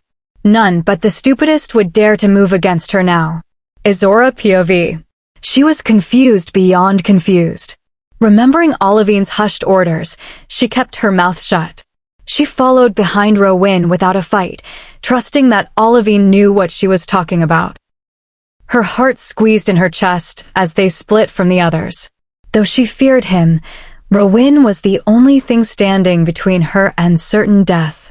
She had felt those looks before, the predatory gleams and the promised violence in the snarls staring at her. They wanted her dead. Was that how it was always going to be? Would they always want her dead without provocation? Was her survival tied to Rowan's mercy for the rest of her existence? And why did they hate her so much? Was it really just because she was human? This entrenched hatred was beyond anything Izzorah thought possible. She tried to remind herself that they were creatures of nightmares, after all. But that didn't answer the big question. Why had Rowan spared her? And why was he going against his own kind to protect her now? Once they were inside a large room at the back of the house, Olivine let her hand fall. Ostina closed the door behind them, letting out a breath of relief. Well, that went better than expected, though I wouldn't have minded a bit more of a struggle. That car ride was odious. AUS. Olivine snapped. Seriously, what is wrong with you? What? Ostina looked at her with complete innocence. You seriously wanted a fight to break out? With one of our most trusted allies, because the drive was boring. Hadron just snorted, flopping onto the large king-sized bed. Malkay wouldn't actually have fought Rowan. He's just being dramatic again. Dramatic? Olivine screeched, turning her fury on Hadron. Ostina grinned from behind her back, earning a wink from Hadron. Are you purposefully riling her up? Izzorah's voice was tentative. She still wasn't comfortable around the two males. She hadn't forgotten the weight of Hadron's hateful stare only days earlier. At her words, Olivine fell silent. Idiots, Olivine barked, dismissing the two. She turned to Izzorah. Ignore them. They think they're funny. Hey! Ostina shouted, straightening in indignation. Hadron sprang up to his elbows. We aren't funny. We're hilarious. Izzorah looked at them like they were insane. These are the people supposed to keep me safe? Maybe he wants me to die after all. Surround me with guards who are incompetent and then play innocent. What happened out there? Izzorah asked, her voice unsure. Olivine's voice pulled her gaze back. Rowan just needed to set some ground rules, establish the boundaries. It is unprecedented, Ostina murmured. It's ridiculous, Hadron added, not nearly as nicely. Izzorah didn't miss the contempt in his voice. So, he still hates me. Good to know. Hush. Both of you, Olivine chastised. Can they hear us? Izzorah asked, glancing nervously at the door. Her brain was screaming at her to run, but she knew her only chance was to run fast. Shoo! Olivine cooed. Don't be scared, you're safe here. Rowan will ensure it. They can't hear us, Ostina said. The bedroom walls and doors are soundproof. Be careful outside of here, though. Not that you need to worry. No wolf is stupid enough to come up those stairs that Rowan doesn't want to, Hadron added. But isn't this the other alpha's house? Izzorah asked. Even if the other man had listened to Rowan about not killing her, wasn't it still his house? He seemed so much older and stronger than Rowan. While Rowan is on these lands, it is his word that is law and his alone. If he wants these rooms, this floor, the whole house, it's his. No questions asked, Ostina explained. Izzorah digested the words. Just who the heck is Rowan? How did anyone have that type of power? No one will be allowed up here unless Rowan personally gives them permission. Then why do I need all of you here? Izzorah wondered aloud. Because he is an overprotective drama queen with a flair for the theatrical, Hadron huffed. Hadron, Ostina said, you should really stop talking about yourself in the third person. It's a bit over the top. A light twinkled in his eyes. Shut up, Hadrian flung back, moving to look out the window. We are just a precaution, Olivine answered softly. You really should rest. You look ready to collapse. Why do they hate me so much? Izzorah whispered, her eyes starting to Hadrian, whose back stiffened. Olivine sighed. They don't hate you, she glared at Hadrian when he snorted. You scare them. But I didn't do anything, she cried softly. I didn't mean to see anything. I can't even hurt you. You could kill me without trying. I don't understand. Sobs racked her body as she fell onto the bed, physically and emotionally spent. Olivine's hand rubbing soothing circles on her back eventually lulled her to sleep, but not before she caught Austina's words. She isn't one of them, Hadrian. It wasn't her fault. It's all their fault. The last words were delivered with such hate that Izzorah flinched even as she succumbed to sleep. Chapter 10. Izzorah POV. Despite Rowin's grumbles that they'd miss all the food, when Izzorah followed him into the spacious dining room, the piles of offerings were untouched and steaming. Throwing him a gloating smirk, which he ignored, Izzorah inhaled deeply. The air was filled with the sense of food and, better than that, coffee. Without thinking, Izzorah started forward, allowing the intoxicating aroma to guide her. Where do you think you're going? Rowin's voice was low. Out of the corner of her eye, she saw the 9 pairs of eyes at the table swing toward them, taking in the hand that held her forearm, holding her still. Coffee, she said by way of explanation, her mind shoving everything else out. Shaking off Rowin's grip, she took another step closer. Come sit down, Rowin growled in her ear, the heat of his body pressing into her back. She might have been terrified if she hadn't been so focused on the magical elixir just beyond her grasp. She hadn't had coffee in months. Luna Mindra hated the smell, so it was not allowed to even cross the threshold of the Silva house. Her mouth watered in anticipation. Coffee first. Sit later, Izzorah said, her voice distant and trance-like. It's just coffee, Rowin said, mild confusion coating his tone. That snapped her back. Spinning, her finger jabbed into his firm, broad chest. Blasphemy. That's it, you just lost your right to it. Just coffee. Huh. How about just air? Or just sun? Or just chocolate? Rowin seemed completely taken aback, his hands dropping from her in a show of surrender. Row, Austina called out tentatively, breaking the tension. Yeah, AUS? Rowin answered, not taking his eyes from her. I think you should let the girl get her coffee before she neuters you. Rowin flinched at the suggestion, his body automatically twisting to move his boys beyond her reach. Looking at her curiously, he nodded. Yeah, I think that might be a good idea. He gestured toward the sidebar. Izzorah nodded. Good boy. Ignoring the snickers around the room, she refocused on her mission. It was heaven. Holding the steaming cup to her nose, she sighed in bliss. She felt him watching her with a mix of bewilderment and amusement. You risked your life for that, and you aren't even going to drink it? Austina asked Rowin's left. Catching her glare, he threw his hands up.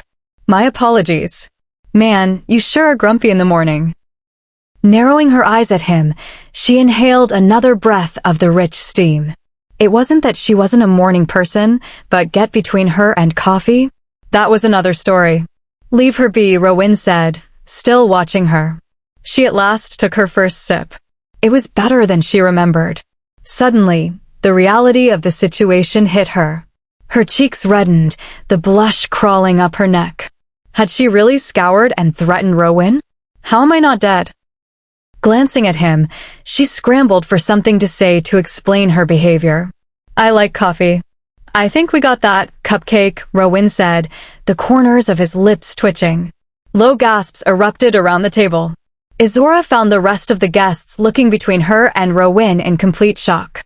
Only Olivine and Austina seemed unaffected, though they were looking at her with an intensity that made her squirm. You need to eat, Rowin's voice continued. He nodded to the plate of food before her. In a minute, coffee first, she mumbled. If they were surprised before, they were completely dumbfounded when Rowin laughed. Of course, he said, still chuckling as he picked up his fork. Those around the table shook themselves from their stupors and began to eat. So Izzorah, A guy she had yet to meet spoke from a few seats down, his voice tentative. "Where are you from?" "Around," she mumbled into her mug. She didn't like being the center of attention, and she didn't like how this guy was looking at her. "How'd you end up finding out about us?" the guy asked, growing more confident as Rowan remained quiet. "Wrong place, wrong time." The guy snorted at her evasiveness. Alpha Malkay muttered a warning from the end of the table, but the boy shook his head. "No, I want to know. We deserve to know if there's a spy sitting at our table." Izzorah jumped at the sound of his fist hitting the table. Coffee sloshed from her mug, pooling on the dark wood. Rowan has said, Malkay started again, but he was once more cut off. "He said nothing, grandfather. No explanation. Just orders. Orders that are expected to be followed," Ostina said casually, stretching his arms over his head. It was a vivid reminder of the strength he represented. "We deserve to know what happened. Why should we let the vermin live? Just because he says so?" The boy stood so quickly his chair tipped back, smashing against the floor. He had guts and anger, and the heat of it was bringing all the memories of claws and teeth back to Izzorah's mind. A small whimper escaped her when he turned back to her, his finger pointed in her direction. "She does not deserve to sit at this table. Her and all of her kind deserve to die," he spat, his eyes flashing black. "Sit down and shut up before I make you," Hadron said lazily, his posture still relaxed. Izzorah anxiously glanced at Rowan. Not only did he not seem bothered by the threats, but he wasn't even paying attention. So considerably for his promise. She grumbled. "A wolf is literally calling for my head, and he's stuffing his face with strawberries." As if reading her mind, Rowan glanced up. Taking note of her glare, he bared his fruit-coated teeth at her. It was a disturbing image. "You're gross," she snorted at him. "I've been called worse," he replied, shrugging before reaching down the table to grab her mug. She felt her anger spike as his hand encircled her coffee. With exaggerated slowness, he picked it up and brought the liquid to his lips. "Don't you dare," she growled. "Oh, but I do, Cupcake," he said before taking a huge mouthful. She choked on her fury. Swallowing, he returned her mug to its spot beside her plate. "Do I detect a hint of viciousness there, Cupcake?" "Don't pick a fight you can't win," Rowan commented. "I'll use a butter knife on you if you ever drink my coffee again," she snapped. "Look there. See how she dares to threaten him? It's a disgrace," the boy roared. Izzorah flinched. She had forgotten about the boy. Sneaking a look back at Rowan, she found him winking at her, still ignoring the fuming wolf. "I told you to shut up," Hadron said, his tone carrying a small taste of irritation. "I won't say it again." "You of all people should be against this, Hadron," the wolf yelled. Whatever he was talking about finally got a reaction. Shooting to his feet, Hadron's expression turned murderous.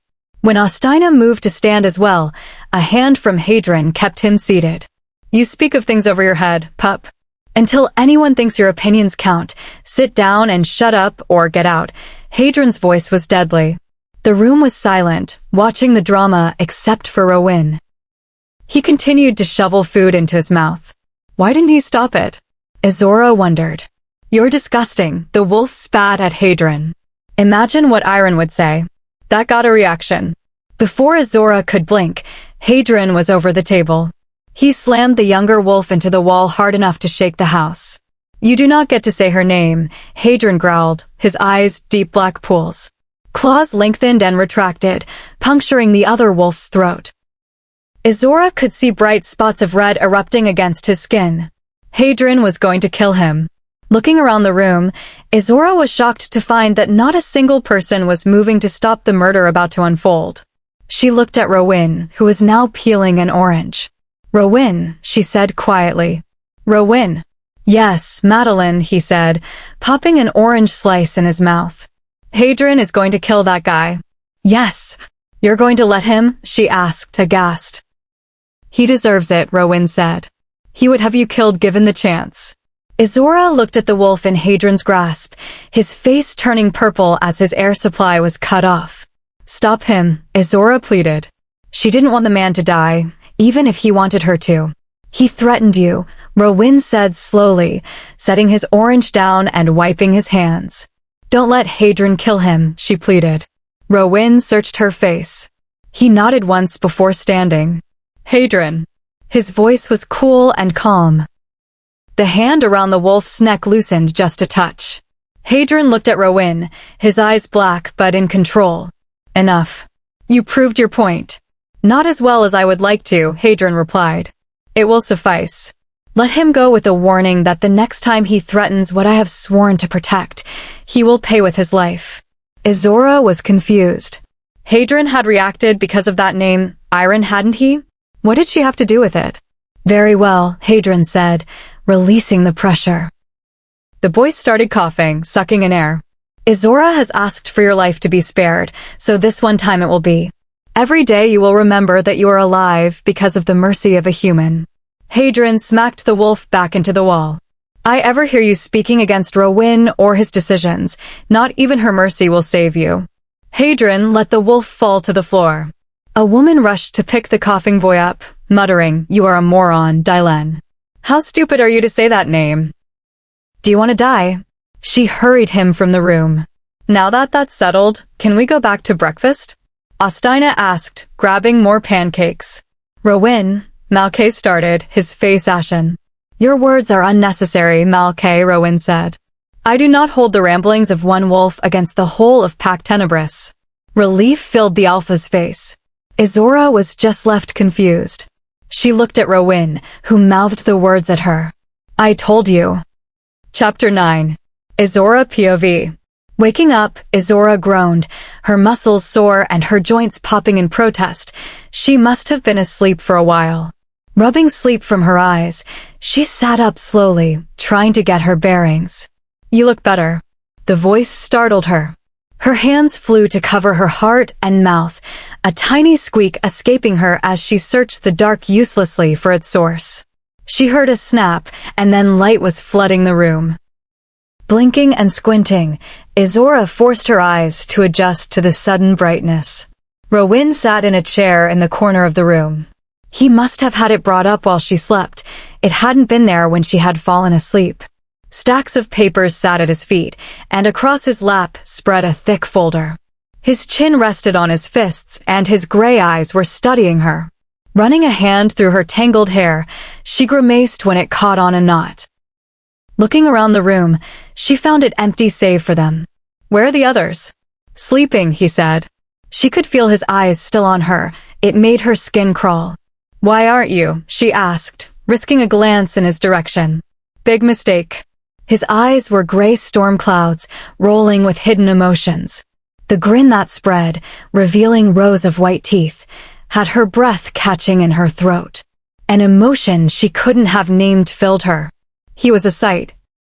Terrifying, brilliant, and captivating. Work.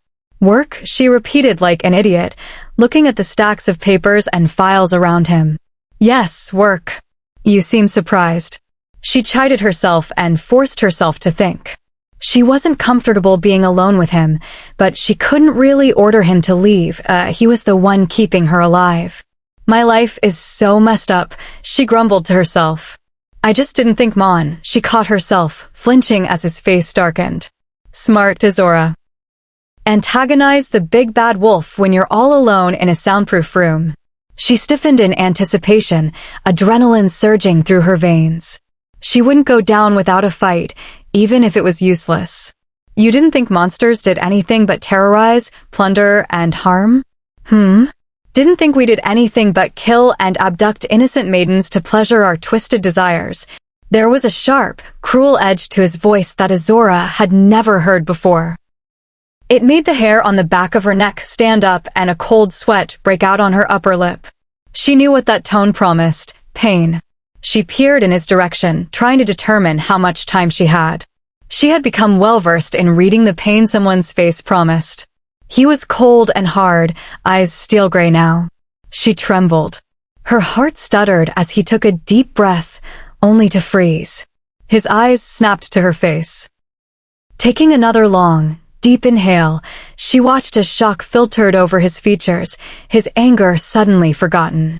He stood, his foot dropping to the floor as his papers fluttered to the ground. She trembled as she really took in just how big he was. "We aren't monsters," he said softly, taking a small step toward where she huddled on the bed. His lip twitched in displeasure as she recoiled. "We aren't monsters, Madeline." "It's Izzorah," she snapped without thinking, her hand slapping over her mouth. Blood pounded in her ears. Icy fear slid over her skin. She clenched her eyes shut. "Izzorah," he called, his voice soft but commanding. Reluctantly, she looked up. "We aren't monsters. I can smell your fear. I told you I'm not going to hurt you." Confusion mixed with her fear. "Why?" "Because I promised you I wouldn't. I keep my word." "Why are you so afraid?" "Because you're a monster," she snapped. Her mouth apparently had a mind of its own. Rowan frowned as he stared down at her, his hands on his hips. This time, he didn't seem angry. It was almost as if he was perplexed, trying to figure out a puzzle he couldn't quite grasp. "Fine, I will prove we aren't the monsters you believe us to be." "Good luck with that," Izzorah mumbled. "Oh, you just wait, Cupcake. Just you wait." Looking up, Izzorah gulped as she watched Rowan's face harden into absolute determination. The cocky, crooked smile he gave her was one of the most alarming things she had ever seen. Rowan POV. A knock at the door had him spinning away from the bed. Landing on the balls of his feet, he positioned himself between the human and the door. Logically, he knew no threat could make it past the layers of guards outside, but practically, he wasn't willing to take the risk.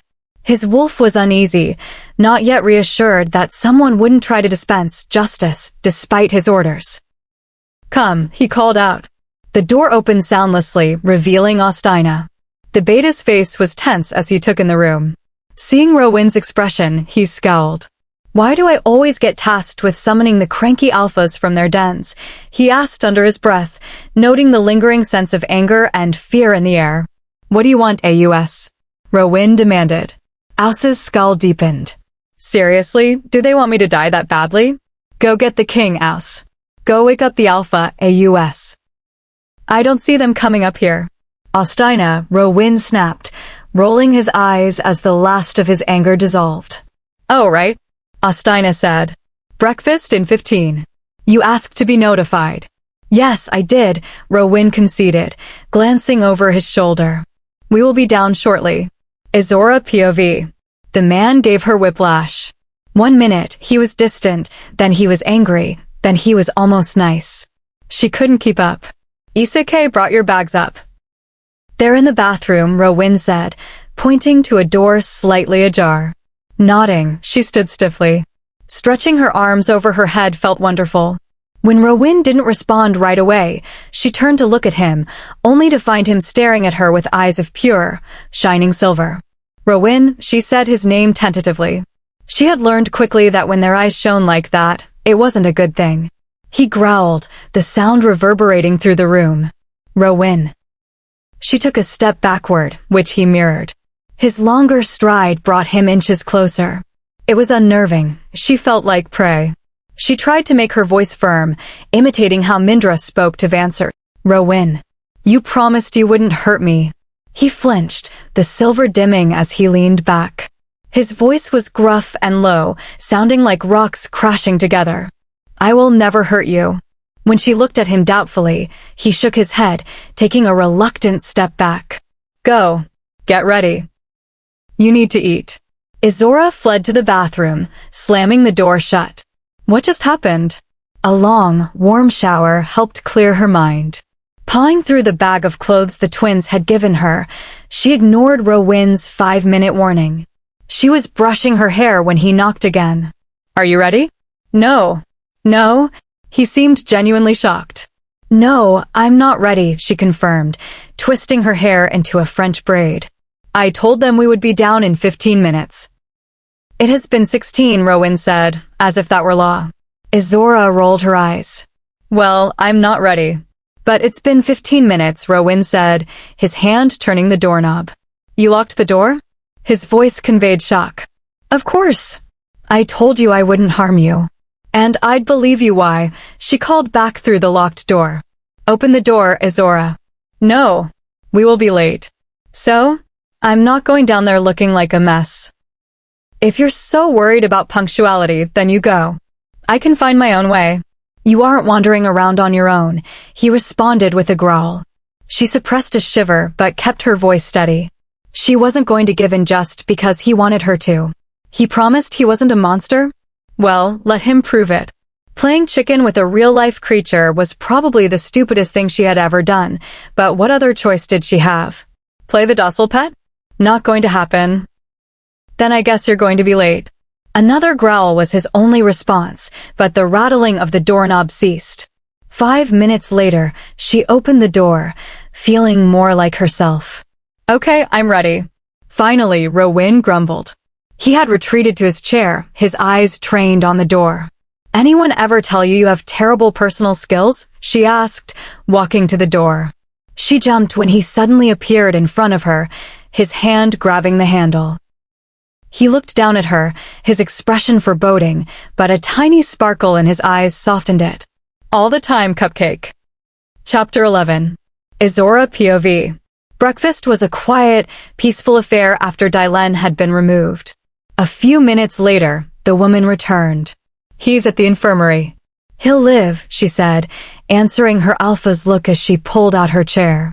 Izzorah thought she looked almost disappointed by the news. So Derek, do you agree with your brother's accusations?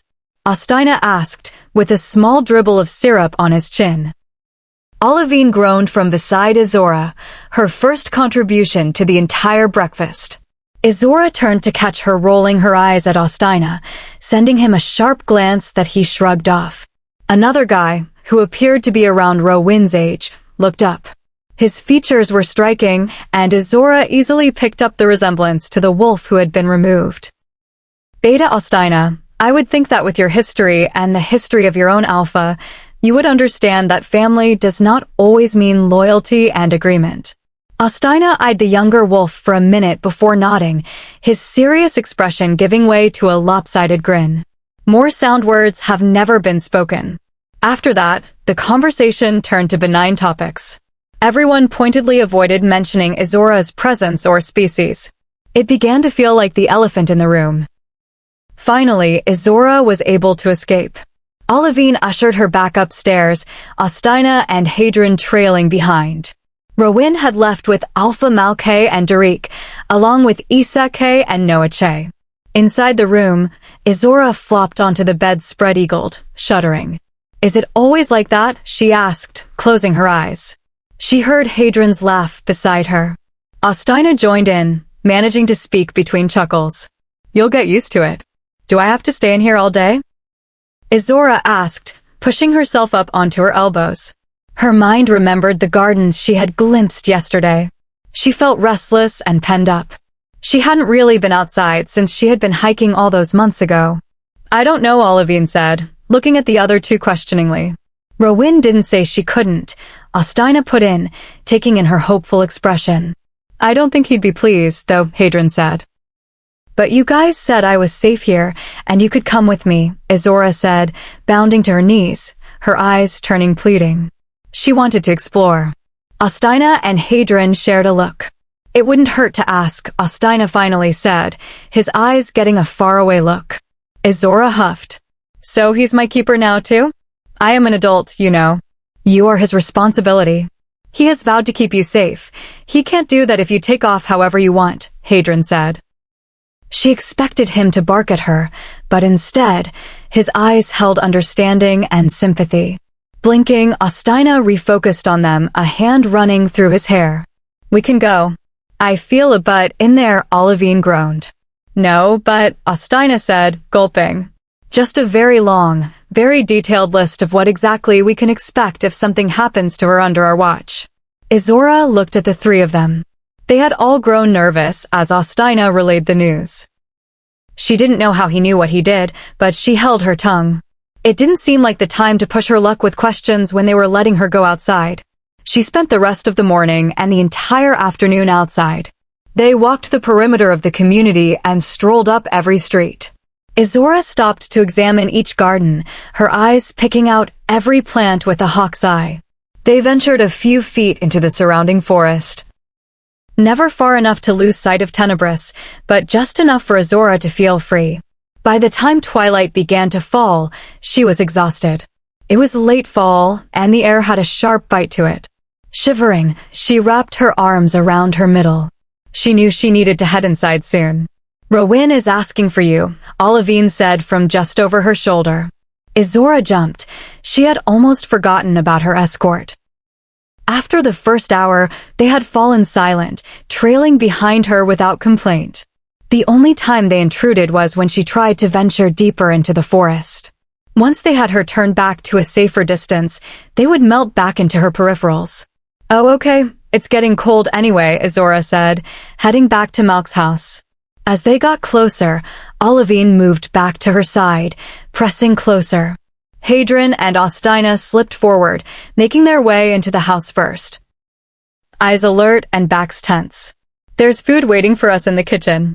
"The others already ate," Olivine said, ushering her down the hall. "Dylan is back in the house. Malke doesn't want to throw him out. Should have kicked him out years ago." "Insolent brat," Hadron grumbled. He walked into the kitchen first, stopping in the doorway and blocking her path as his eyes swept the interior. "You know it isn't about him, Hadron." Malke made oaths. He doesn't want to break them. "Can you really blame him for that?" Olivine said gently, nudging Hadron out of the way and guiding Izzorah toward the covered plates of food. "There are limits, Olivine," Hadron growled. "Don't growl at me," Olivine snapped, staring Hadron down until he fell quiet. "I know there are limits, but it isn't as simple as you want to make it out to be. Now drop it, Hadron. This isn't the place or time." Her eyes flicked toward the ceiling meaningfully. Hadron grumbled, but kept quiet while they ate. Stuffed, Izzorah pushed her plate away and stifled a yawn. "Go up. Rowan is waiting for you," Hadron said without looking at her, shoveling food into his mouth. He must have been starving. In fact, all of them were eating with gusto, already working on seconds. Izzorah noticed Ostina eyeing her unfinished plate and nudged it in his direction. He grinned around a forkful. "Are you sure it's safe?" she asked, looking nervously at the dark hallway. Hadron looked up, catching her eyes. "It is safe." For a moment, Izzorah questioned whether she should trust him. He had seemed to hate her, even if he had defended her that morning. Looking at Ostina and Olivine, she felt more reassured when neither seemed concerned. They would stop her if it was dangerous, right? Mustering what little courage she had, she left the kitchen and walked up the hallway. Her fingers ran along the wall so she didn't lose her way. The stairs creaked as she walked up, her heartbeat increasing with every squeak. Her mind pictured horrible beasts waiting silently at the top. Her foot landed on the top landing, and she let out a breath of relief when nothing jumped out. She flew toward the door that would lead her to Rowan. She froze. The thought held her in place. Rowan is not safe. He is not trustworthy. He is a monster. She shouted the words at herself, her mind rebelling. The handle turned without her moving, allowing light and warmth to spill out into the hallway. "I could feel you thinking out here," Rowan said casually, leaning against the doorframe. "Were you going to come in or just hide out there all night?" "I'm coming in," Izzorah managed to get out, sliding past him. "Did you have a good day?" he asked, picking up a pile of papers from the dresser. "Yeah, I guess," Izzorah muttered. Rowan hummed and moved toward the bed. Without looking up from the papers, he moved onto the mattress, leaning against the headboard with his legs stretched out. "What are you doing?" she demanded. "Working." "But why aren't you in your chair?" Rowan's brows pulled together. "It isn't comfortable. But I was going to go to bed. I can read in the dark." Of course he could, Izzorah thought, rolling her eyes. "Yes, but," she gestured to where he lay on one side of the king bed. Afraid of the big bad wolf?" Rowan asked teasingly, his eyes flashing with amusement. "I'm not sleeping with you." His eyebrows rose. Izzorah swore his lips twitched. He was laughing at her. "That's not what I meant." "You know what I mean," Izzorah sputtered. "Cupcake, I don't think you even know what you mean," Rowan said, his focus dropping back to the papers. "Sleep on the floor," she said. "You sleep on the floor," he countered. "Sleep somewhere else." Do you seriously wish to sleep in a house by yourself, with no protection, where there is a werewolf who wants to kill you? He countered. You said I was safe. I said I could keep you safe. I can't do that if I'm rooms away. That's stupid. Perhaps. So you're saying we have to stay in the same room forever? Tempted, Cupcake? Rowan asked, glancing up from under silver lashes. No, not even a little. He barked a laugh, then let out a breath. It's sleeping, that's it. I promised I'd keep you safe. The others can do that during the day, but at night, I am the only one who can guarantee you will come to no harm. Besides, Ostina snores, and I don't think you want the others to hear you. Izzorah turned scarlet. Damn it. I must have started babbling last night, and he heard me. What did you hear? Don't worry, Cupcake, I can keep your secrets. Just like I can keep you safe. She eyed him suspiciously. Olivine had told her to ask Rowan. Maybe this time she'd get an answer. Why? Why what? Why keep me safe? Why keep me alive at all? It seems to be causing you a lot of trouble. Don't think you're worth the trouble? Don't be so hard on yourself. Why, Rowan? Why are you doing it? She pressed, ignoring his deflection. The papers were placed on the bed. He sat up to face her directly, his eyes taking her in. The silence stretched. Cupcake, when I figure that out, you'll be the first to know, Rowan said at last, picking up his paperwork again. Get ready for bed. You're dead on your feet. Why do I get the feeling you're not telling me something? He looked up, surprise flashing in his gray eyes. Smart, too. Aren't you a terrifying little package? Then he smirked. I'm not telling you a lot of things. Why not? His shoulders shrugged. You're human. There is a lot you don't know. Our world, our history, our customs, even if I told you, what would you know to do with it? She felt her spine stiffen. How am I supposed to learn anything when no one will explain it to me? I'm not an idiot. Once again, Rowan's face showed a flicker of surprise. You want to learn about us? He asked curiously. I want to learn to survive.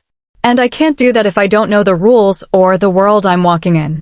Rowan studied her again. Very well, Cupcake. You'll learn all about the world you are so determined to hate. She flinched at his words. I don't want to hate you. That's just what you do to monsters, she whispered, before turning and fleeing into the bathroom. Chapter 12. Izzorah POV. She had been hiding for the last 20 minutes, sitting and weighing her options. She felt like too big a coward to open the door and face Rowan. A soft knock startled her. You going to stay in there all night? She had considered it. Sighing, she stood and moved to the door, mustering her courage. At least he didn't sound like he wanted to attack. I can smell your fear. How many times do I have to tell you, Izzorah, I'm not going to hurt you? You can say it 1,000,000 times. Doesn't mean I'm going to believe you, she shouted back. So mistrustful, Rowan said from the other side. Who broke you so badly, Cupcake? Want me to deal with them? There was a hint of teasing in his words, but Izzorah didn't catch it. Her heart caught, and her chest squeezed painfully. How did he know? But then her brain restarted, and she realized he was only teasing. He didn't know how true his words were. For a second, she considered telling him, but then she pushed the thought away. He's the enemy. A monster. It wasn't comforting that she had to keep reminding herself of that. Opening the door, she was met with Rowan's blank face, the only emotion shining from the swirling depths of gray and silver in his eyes. We should stop meeting like this, Rowan said, his tone flat. If Izzorah hadn't seen the amusement flickering in his eyes, she might have been scared. Instead, she grinned. The response was unexpected. Rowan's calm mask slipped, his lips twitching into a smile. You should smile more, she said before she could think. Rowan's face froze. The mask slid back into place, and his eyes returned to their usual clouded gray. I don't have much to smile about. His voice was void of anything. I'm sorry, she whispered. He turned toward the bed, brushing away her apology with a wave of his hand.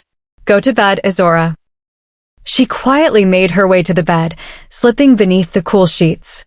Rowan clicked off the lights. She felt the dip of the bed as he sat beside her and heard the papers rustle as he picked them up.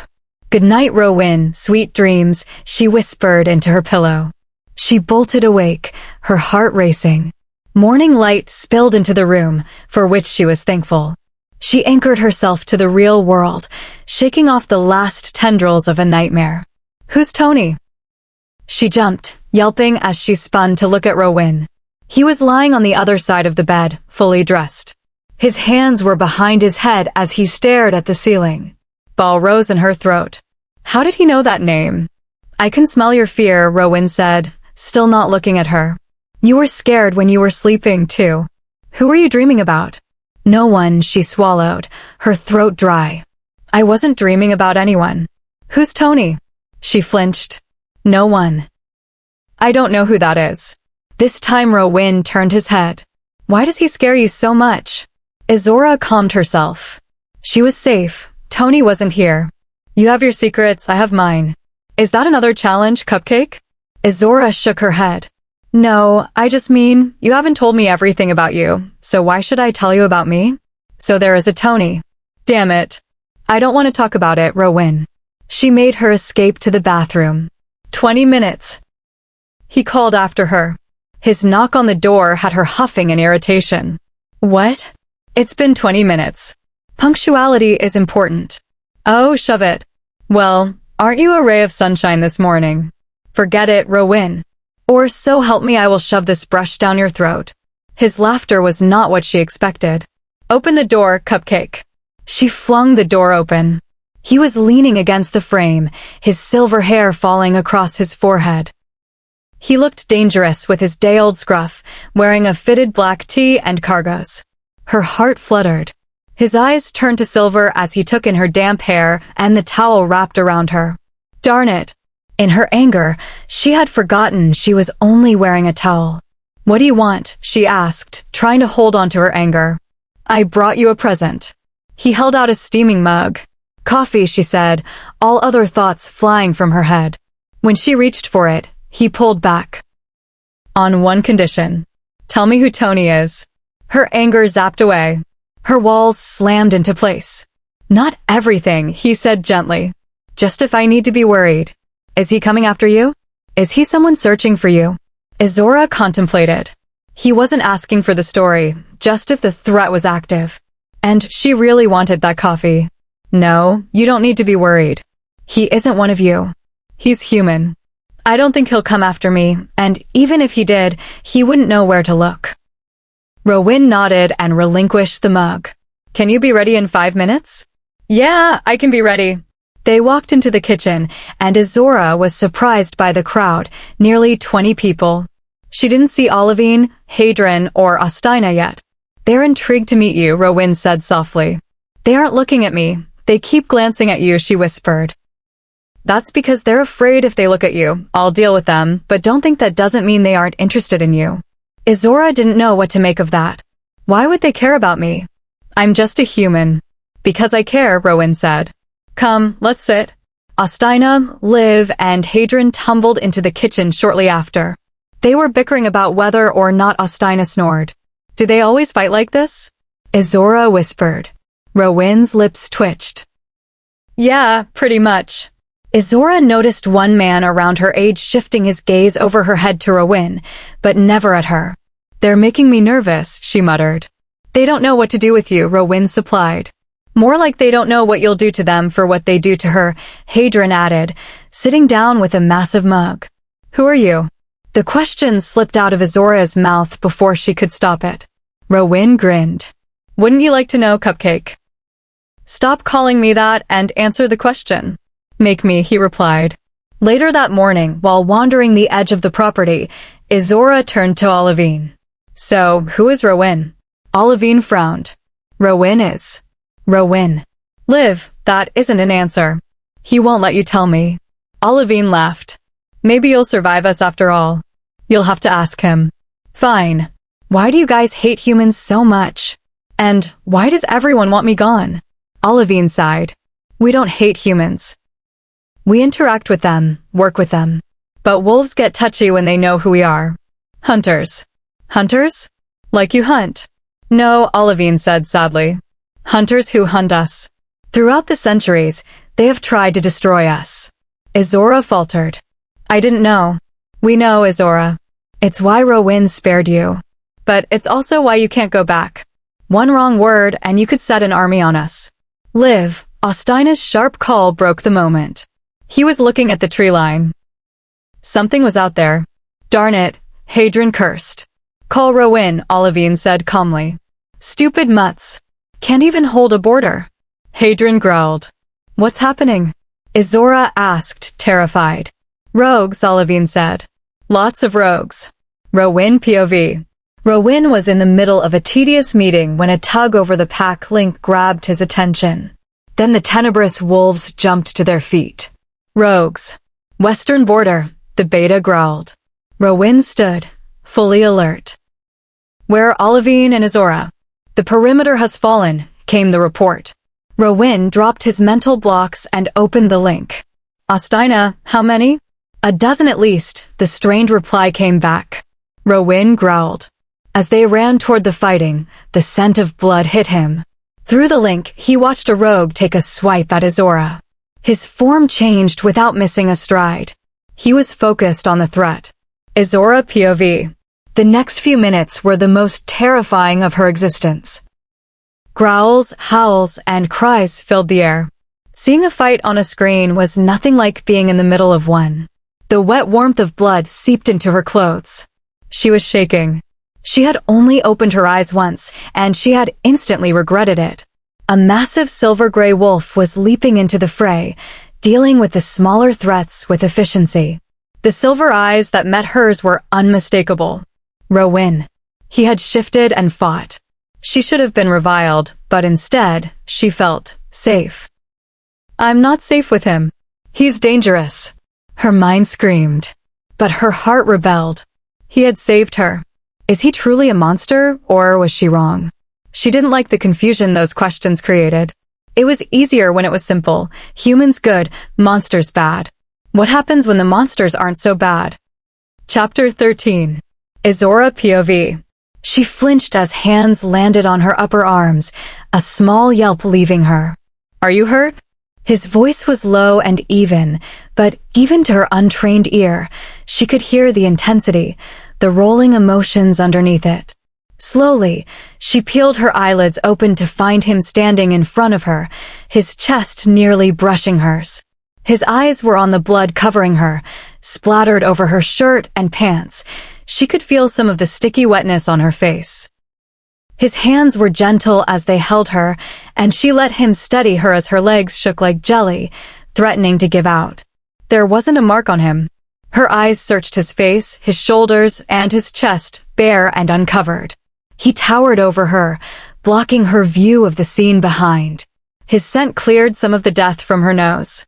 Masculine and clean, it mixed with the scent of rain and snow. She felt herself frown. How could she smell snow?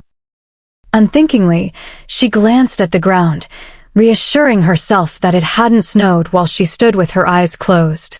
No snow. She didn't even know what snow smelled like, yet now it filled her, bringing up flashes of blistering winds, soft downy flakes, and icy mountains. She leaned closer, letting the crisp wintry scents clear the reek of dying bodies from her mind. Izzorah. The sharp tones snapped her back. Her eyes met his silver ones. Concern and worry deepened his frown into a tight line. Where are you hurt? She had to swallow before she could speak. I'm fine, she managed, her voice scratchy. He looked down at her skeptically. She cleared her throat, swallowing again. I'm okay, really. None of this is mine. Her hand gestured to the blood, and she gagged as she did so. She needed a shower. You aren't hurt, he demanded. Izzorah shook her head, not trusting herself to speak as her stomach turned. Did they touch you? She didn't understand why it would matter, but she wasn't up for questioning him. She shook her head. A sharp release of breath followed. Izzorah flinched as Rowan's hands tightened on her arms, yanking her closer to his body. Heat hit her chilled skin, easing the tremors. She felt his chest rumble with the power of a growl. Looking up in fear, she was relieved to find his angry stare pointed at someone behind her. Turning her head, she saw Ostina and Hadron standing a few feet away, heads bowed and eyes on the ground. Another growl ripped from Rowan. Her overwhelmed mind jumped tracks again, struck by the realization that she wasn't scared. She was standing covered in blood after a werewolf fight, being held by one of them who was growling and threatening his own friends, and she wasn't the least bit afraid. She was nervous for Hadron and Ostina, but not for herself. That was disconcerting. Why wasn't she scared of him? She should be. Another growl drew her back. Rowan, stop it. She was exhausted and wanted a shower. The growling cut off, and he looked down at her. Stop growling at them. They were supposed to be protecting you. I entrusted them with your safety, he snarled, the weight of his anger landing on her. And they did, she answered, unfazed. You were nearly killed. He growled, his hands pulling her the last little distance and crushing her to his chest. She was momentarily stunned. Heat seared her as she collided with the solid wall of his chest. Smooth skin and hard muscles met her hands and cheeks. She felt the slight tremors coursing under his skin. He was furious. Rowan. She forced her voice to be hard. What, Izzorah? His voice was gruff and thick. Stop growling at them. They were in danger, he argued back, committed to his anger. And they protected me. I'm not hurt.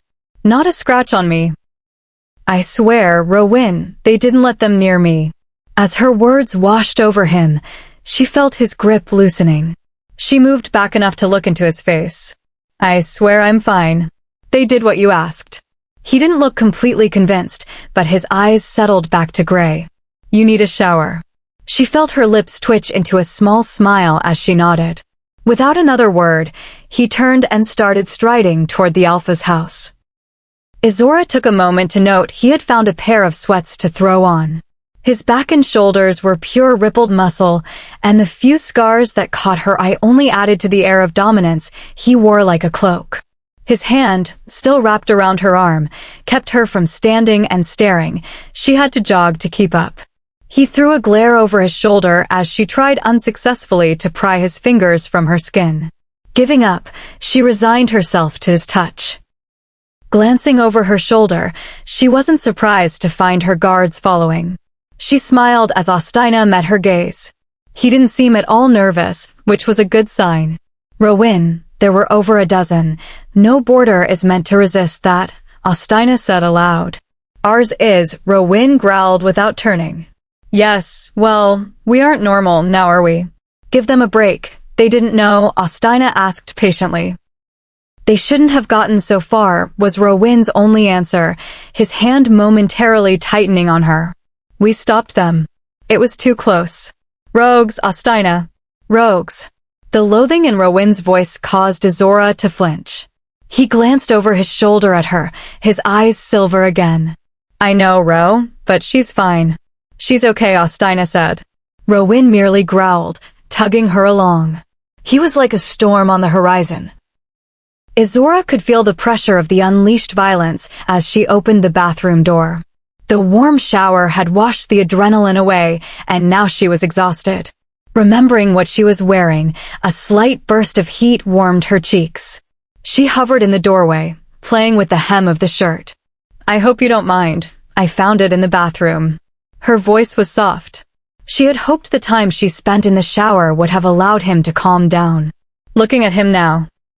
Sweats riding low on his hips, bare feet covered in dirt, and splatters of dried blood on his chest, she knew she was mistaken. Waves of rage poured from him. When he didn't immediately respond, she gestured to the shirt. The heather gray material was soft, and his scent clung to it, chasing the trace of blood away.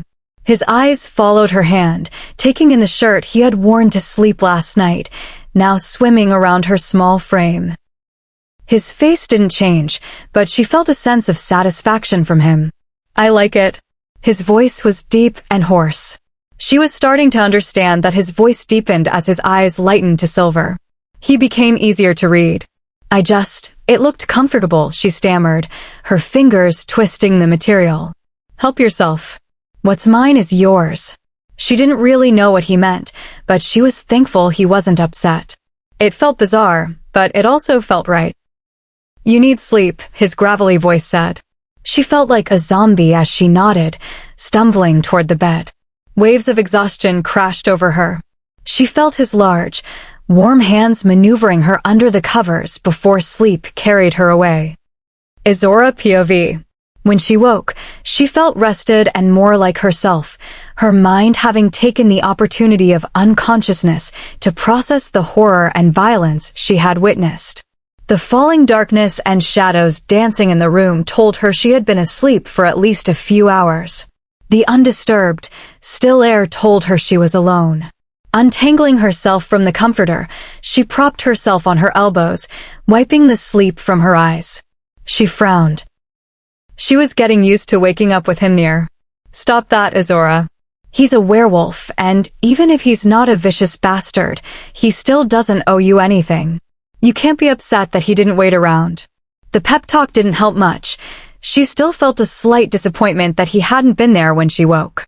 The scolding was enough to push her the rest of the way up, swinging her legs over the side of the bed. Hunger rumbled in her stomach. She was almost at the door when she remembered her clothes. Looking down, she considered swapping Rowin's shirt for one of Leora's or Ray's, but dismissed the idea. She was warm and comfortable, and the lingering scent of him was a bonus that sealed the deal. What's his is mine, I'm only taking him at his word, she thought as she pulled a discarded black sweatshirt off the chair and over her head. The material settled around her thighs. Cracking the door open, Izzorah peered out. Still air hit her. No noise, no scent of another presence. The house felt eerie. The kitchen, usually a bustling center of activity, was silent. A horrible thought sprang to her mind. Had they actually left her? Had they realized she wasn't worth the trouble? The possibility should have left her thrilled, but instead, it left her cold and lost. She sank into a sofa, tears dripping from her chin. She felt the shift in the air before she saw them. Audina stood in the doorway, his face filled with concern. Are you hurt? He walked toward her, crouching at eye level. He did not touch her. She shook her head. I'm fine, Audina. Rowin said you were shaken up, but okay. He kept eyeing her as she wiped her cheeks. Where's Rowin? She asked, trying to hide the pain in her voice. With the others, Audina replied, his head tilting as he read her tone. He sent me here to make sure you were okay. He said you were upset. How do you do that? She asked. Read each other's minds? It's the pact link. Like telepathy. Part of the benefit of the bonds Rowin is special. He makes it so we can talk to all the pacts. Who is he? She asked. Audina laughed softly. Nice try, kiddo. You want to know, you ask him. Now come, he wants to see you for himself. He won't trust it until he sees you. Then why didn't he come? It nearly came to a brawl to get him to leave your side. He didn't want to leave you with strangers while we dealt with what happened today. We had prisoners that needed to be interrogated. Rowin was not thrilled with the idea of having them in this house where you slept. Audina's tone made it clear that not thrilled was a massive understatement. So that's why it's empty? Yes. Rowin ordered everyone out. There is a 50-wolf guard around the perimeter. If he hadn't been in the middle of an interrogation, he would have come himself. I've got about 2 minutes to produce you, or he's storming over here and throwing you over his shoulder. Very gentlemanly of him. Darling, you have no idea, Audina said, ushering her out with a wink. Outside, shapes materialized from the darkness. Audina ordered 10 to follow and the rest to return to patrol. They walked to another building a few streets away, the pact's offices. Cells? Izzorah repeated, her voice cracking. Her mind pulled up memories of the basement at Silva. She had promised herself she would never experience those pits again. She'd die first. Will he let me stay up here with you? No, Audina said. After today, it will take a while before he's comfortable with you being separated from him. But he needs to be down there? Yes. Others could interrogate them, but Rowin is the best, and he isn't inclined to trust the task to anyone else right now. Izzorah let out a shuddering breath. Does he know I'm here? Yes, and he's waiting for your decision. He won't force you down there. If you can't go, he'll take you back to Malk's. I thought he needs to be here? He does. But he needs to be with you more. Izzorah looked at the imposing building. She didn't want to go in. Do I have to go in the room? I mean, the place where they are. No, you will not be in the cell. Rowan would not have you there. She shuddered. They'll torture them? We need information. This wasn't an accident. Audiobook was calm and unapologetic. Okay, I'll go in. The building smelled of unwashed bodies, blood, and pain. Through thick doors, she could hear soft whimpers. She shivered while burning her throat. She tucked her nose into the neck of Rowan's sweatshirt, inhaling his scent to wash away the horror. They reached the end of the hallway. Audiobook gestured to a room with a one-way glass window. You can stay in here. They won't be able to see you. Rowan will be in a few minutes. Izzorah's steps faltered. They wouldn't see her, but she would be able to see them. She would witness what Rowan did to them. She moved into the room, keeping her eyes down. You're safe here, Izzorah. She nodded and waited for the door to shut. When it did, her heart dropped, but the lock stayed open. After a minute, she finally looked at the window. It was a mistake. The contents of her stomach were expelled instantly. Shaking, she leaned against the cool concrete wall and retched. Hands caught her hair, pulling the strands away from her face. Another hand rubbed circles on her back as she dry-heaved. Are you all done? It was Rowan.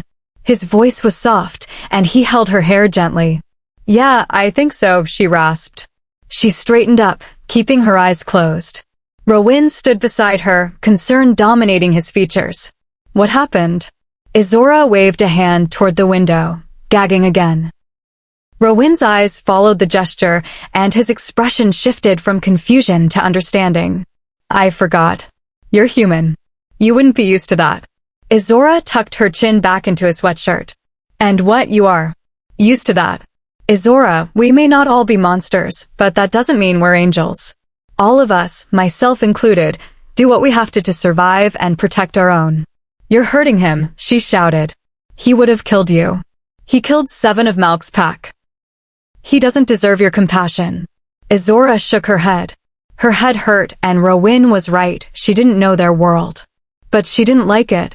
We're almost done. Are you okay for a few more minutes? Are you going to kill him? She asked, wanting him to admit it. He looked at her calmly. Yes, I am going to kill him. No remorse. Just cold indifference. See, he's a monster. So why aren't you terrified? And why is a part of you glad he's doing it? Izzorah nodded, wrapping her arms around her middle. Do I have to stay in here? Rowan's eyes softened with remorse. Yes, I need you to stay here until I'm done. I need to know you're safe. She moved to a corner and curled into a ball, pulling the hood of the sweatshirt over her head and shutting her eyes against the room. I'm sorry. She ignored him. She didn't think either of them knew what he was apologizing for anyway. Chapter 15. Izzorah POV. Izzorah got to 637. 637, before the sound of the door reopening cut off her mental counting. After unsuccessfully trying to stop the mental pictures of what was happening in the next room at Rowan's hands, she had given in to counting.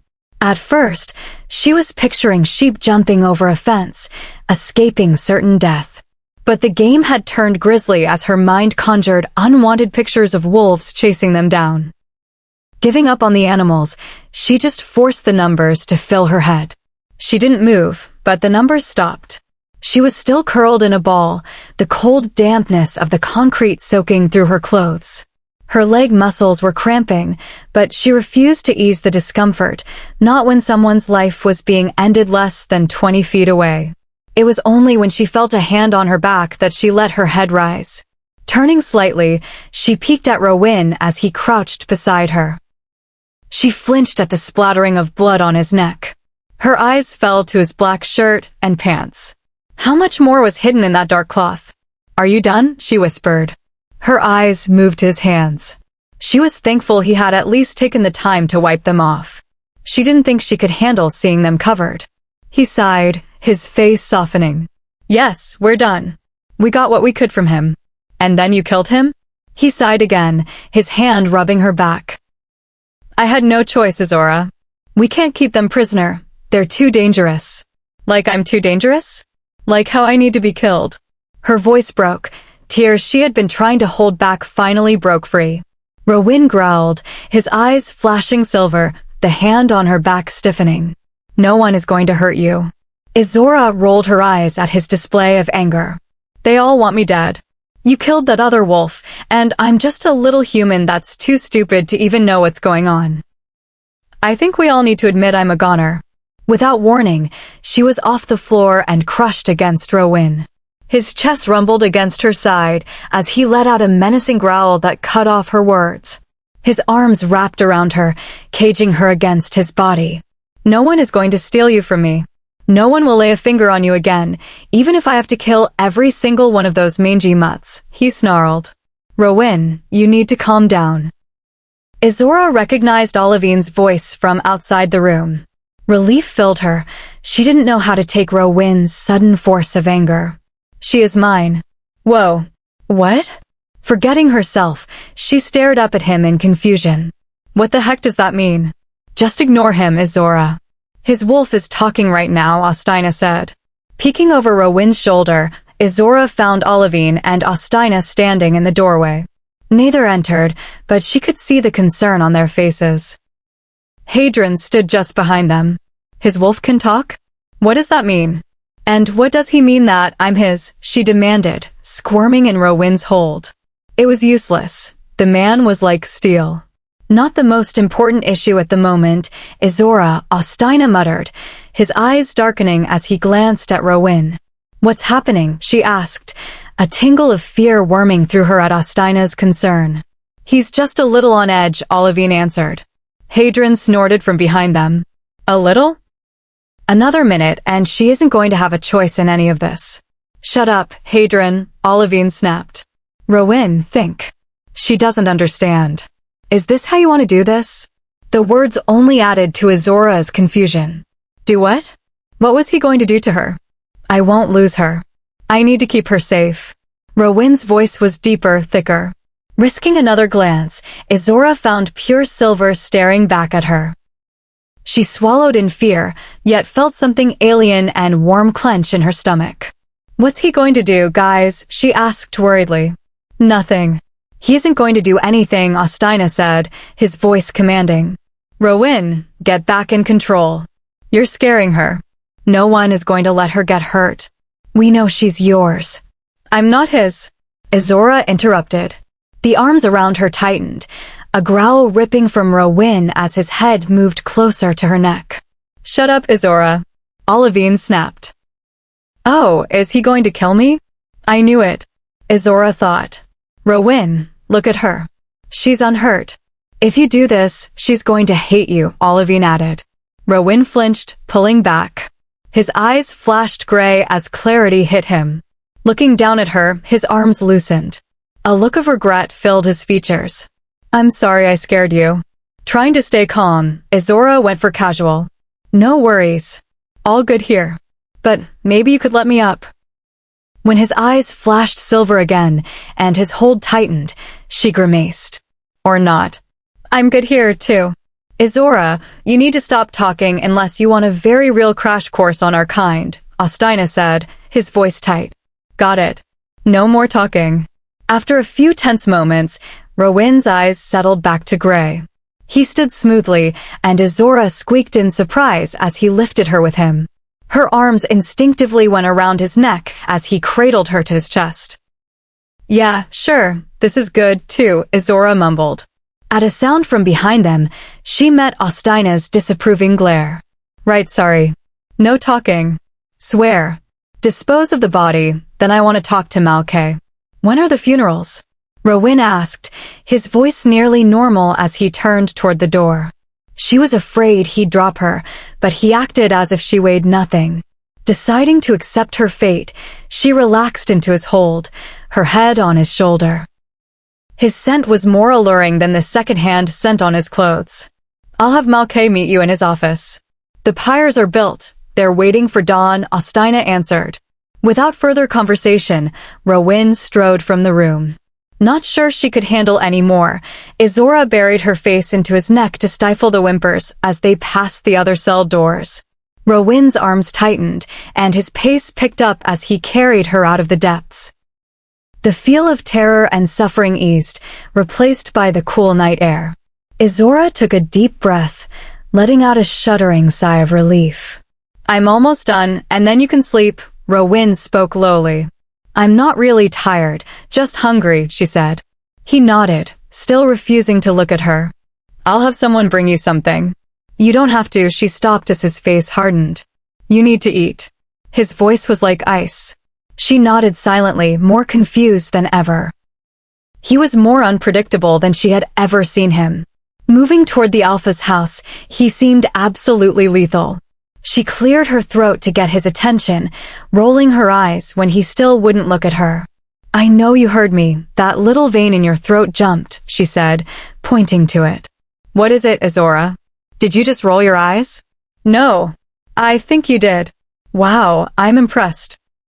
Just because I do not routinely employ such tactics doesn't mean I do not possess the skills. Are you offended? Interesting. What did you want, Izzorah? She saw the small twitch of his lips and felt his muscles relax. I saw that smile, too. I don't smile. Yeah, you can't lie either, she said, laughing as he proceeded to roll his eyes again. Why can't I walk? I can carry you. I'm afraid you'll drop me. He scoffed. I'll never drop you. Okay, still don't know why I can't walk. You are sick. Yes, but I'm not now. I can carry you. Okay, this is going nowhere. Then just accept it. You're infuriating. Stop arguing and you won't get frustrated. They were almost at the house. Fine. You win. I usually do. Oh, perfect, you're cocky too. Awesome. I prefer to think of it as confident. I prefer to think of it as annoying. I've been called worse. Izzorah snorted. Carry me around like an idiot if you want to. But since I'm allowing this, I want some answers. As they stepped through the front door, the people inside made themselves scarce. You're allowing me? Cupcake, if I wanted to carry you for the rest of your life, there isn't a thing you could do about it. Panic hit her. You're not going to do that, right? They entered the Alpha's office and the door closed. No, Rowan said. At least not yet. Whoa there. No. Izzorah shouted, struggling in his arms. You promise me right now that you will never even think about that. No. Okay, seriously, you need a lesson in compromise and basic communication. At last, he looked down at her. She saw the amusement on his face and renewed her struggle until she finally went limp. Would you like down? She growled at the laughter in his voice. I'll deal with him in his sleep. I can feel those thoughts, sunshine. You only need to use your words. It'd serve you right, she huffed as he finally let her legs drop to the floor. He kept an arm around her until he was sure she was steady. He barked out a laugh as he released her. If there was anyone that could accomplish that, it'd be you. What does that mean? She demanded. She grimaced as she got a better look at the blood on him in the office light. He slumped down onto the sofa. What did you want to ask me? She stared at him, weighing her options. All the strange words and confusing statements she'd heard pressed on her. Was it worth it? Something told her that once she asked this, nothing would ever be the same. Licking her lips, she squared her shoulders. What is a mate? Chapter 16. Rowan POV. The words settled around them.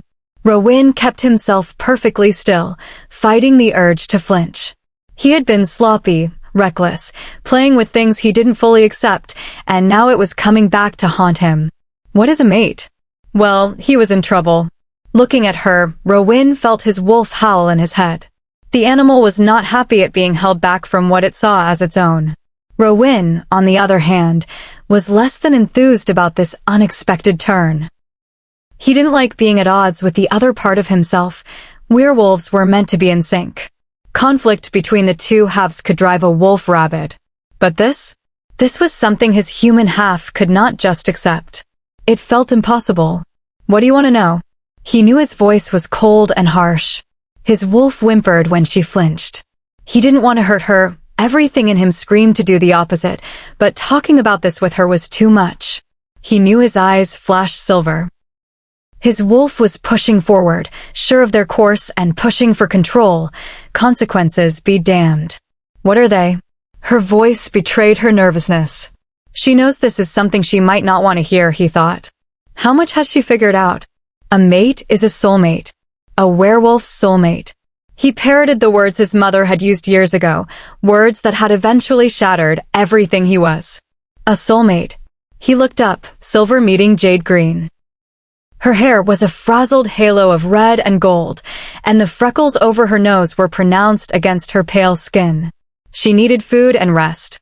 She chewed on her lower lip, mulling over his words. He could scent her confusion and her fear. The metallic scent of it burned his nose. He hated that he was the one causing it. Yes, a soulmate. Though your human version is a watered-down idea of what ours is. Ours is literal. In the world, there exists one. His voice cracked slightly, and he saw her eyebrows rise as she caught it, other soul for everyone. A person destined for them and only them, tying them in unbreakable bonds.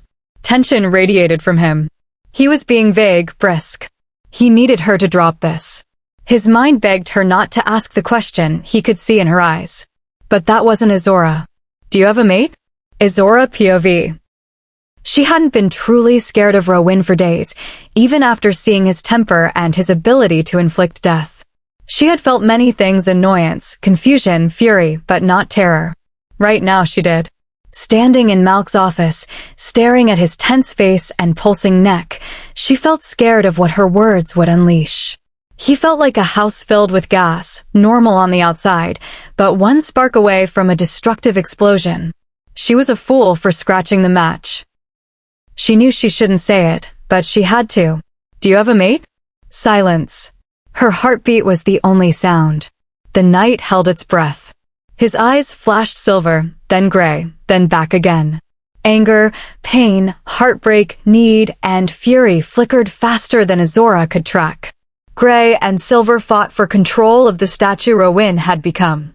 Rowan, she said tentatively, unsure if she even wanted to snap him out of it. His eyes found hers. Pure silver. Madeline. She swallowed the retort about her name.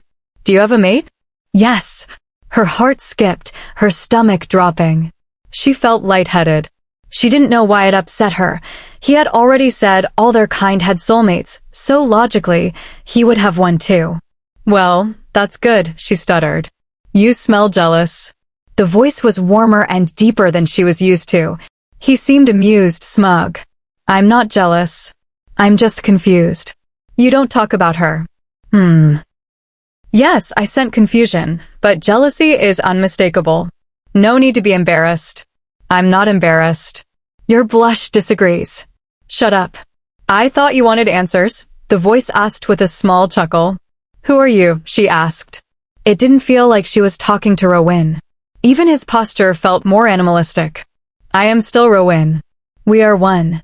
His human instincts are too overwhelmed by you to handle this, so he has reverted to his more primal side. You took over your human? Izzorah asked, horrified. Rowan laughed, a warm, rich sound.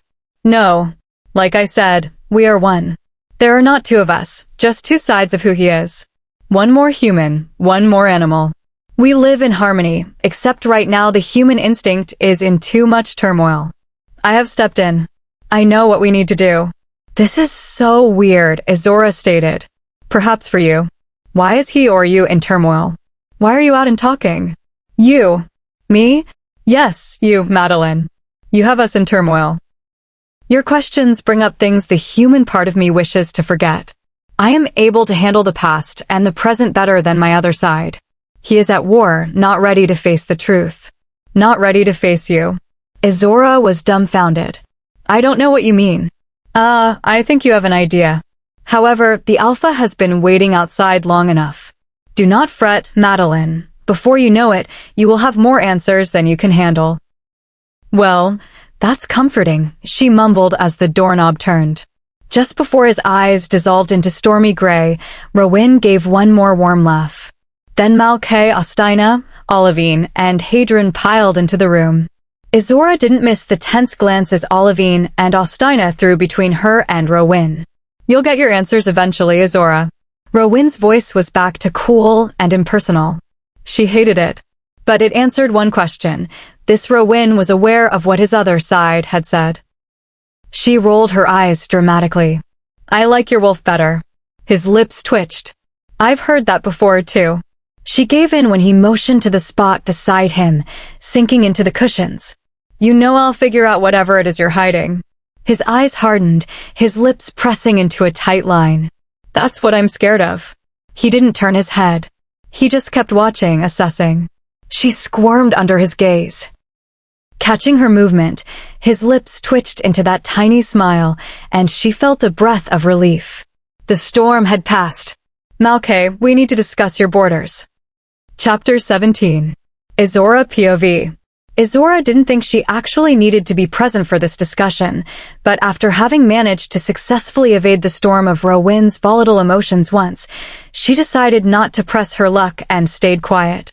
"Rowyn, I want to apologize about today. You know we take security seriously. We have never had problems with rogues like that before. I've ordered the borders to continue to be doubled, and we've beefed up patrols inside the territory as well." Izzorah felt her curiosity spike. She had heard the word a few times now, but still didn't know exactly what they were talking about. What's a rogue? Rowyn hadn't shifted his focus from her. His arm draped across the back of the couch, an ankle crossed over his knee. He looked the picture of ease and relaxation. Izzorah didn't buy it for a second. It was a tactic she noticed a number of Rowyn's group employ. Downplaying their size, minimizing their impressions, or downright faking disinterest. She wasn't fooled anymore. They were always alert, always ready, and always capable. She let out a small breath of relief when he didn't look annoyed or upset at her interruption. Rogues are werewolves that are not bound by oaths and bonds to the pacts and alphas. Without that stabilizing force to maintain balance between their two sides, they lose touch with their humanity. Our animal side, by virtue of what it is more dominant, and more often than not, it is stronger. Without the bonds of pack and the hierarchy to enforce balance and strengthen our humanity, the animal nature wins out and erodes it, though not all of it. Hate, anger, rage, and often other stronger emotions remain, mixing with the animal nature into a toxic, unnatural combination.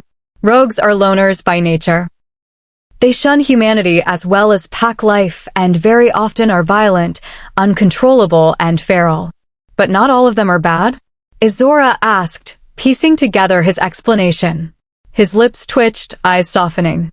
No, not all of them. Some are able to give in to their animal side without turning dangerous. They live more as true wolves than werewolves, choosing to remain in their fur and occasionally rejoining wild wolf packs. But those cases are extremely rare. Most can't accept the loss of the bonds. Their human side goes mad, allowing the stronger, more violent emotions to thrive alongside the dominant nature of our wolf. The worst are those who do not choose it. The break is much more violent and damaging in those cases. Some would choose that? Horror coated her voice. She couldn't imagine anyone choosing to go through that, to become what Rowyn was describing. There are always misguided people. Those who think there are easy paths to power and glory, people who believe they are the exception to the rule. Those who imagine themselves bigger than what life would have them be. And there will always be those who thirst for violence and conflict. In that sense, we are no different than humans. Rowyn fell quiet as she thought. When she didn't question him further, he offered another small smile. Malkay. His voice shifted back. She returned the small smile with a tiny one of her own. The rogues weren't your fault. In hindsight, I should have warned you, but we had been monitoring them and had believed they hadn't managed to discern where and when I was traveling. Izzorah jumped in surprise, her eyebrows pulling together. What do you mean? Malkay voiced the question on nearly half the room's tongues. You're going to need to explain at least some of it, Ro. Your mom will understand, Audina suggested from his place near the door. At his words, Rowyn's lips tightened ever so slightly. What's going on, Rowyn? Izzorah asked, watching as hatred settled in his eyes. Robert Doylan. The name meant nothing to Izzorah, but apparently it meant something to Malkay because he let out a string of curses. Who is that? She asked, looking at the others in confusion. Audina and Olivine were tense, their faces hard and angry. Malkay looked offended and disgusted. Hadron was watching Rowyn cautiously.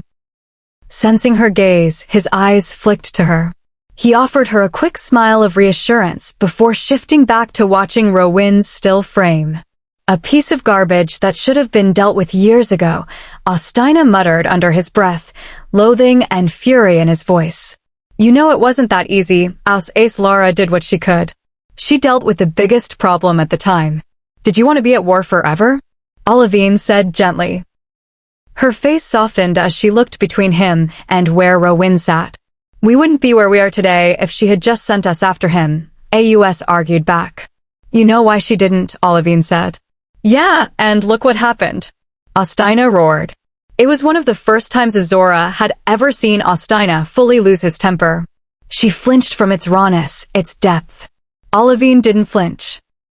Instead, her spine straightened, her eyes narrowing to dangerous slits as she swung her gaze back onto the beta. I'm sorry, are you implying that any of what has happened is Izzorah's fault? Her words were steel-edged, promising pain. Austina didn't back down. She should have killed him, Liv.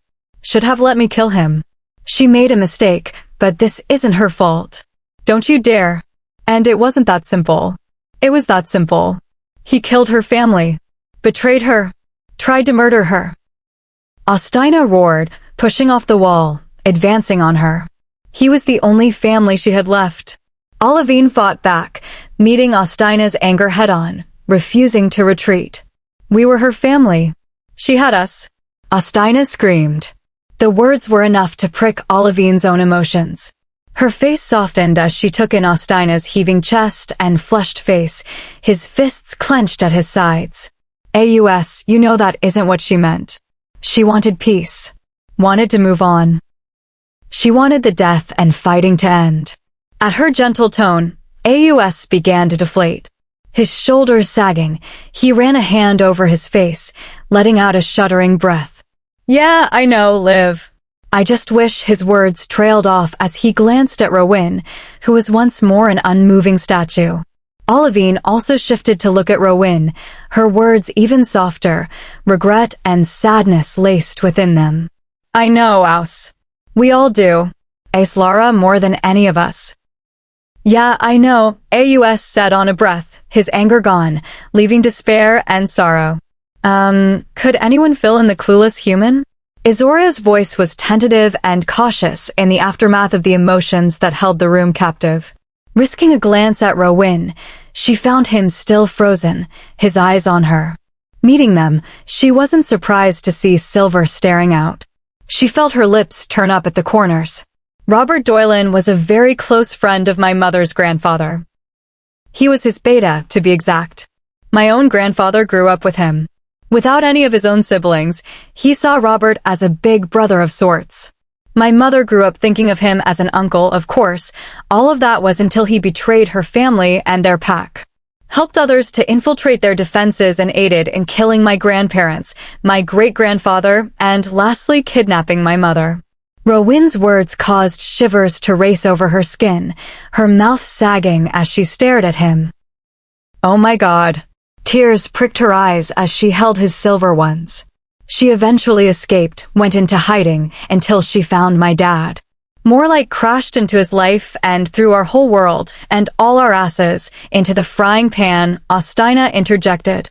Despite his harsh words, his voice spoke of her fondly, his eyes lighting up with adoration. Now he's after you? Izzorah asked. Now he's after power, Rowin answered. He set himself up as alpha of the rogues.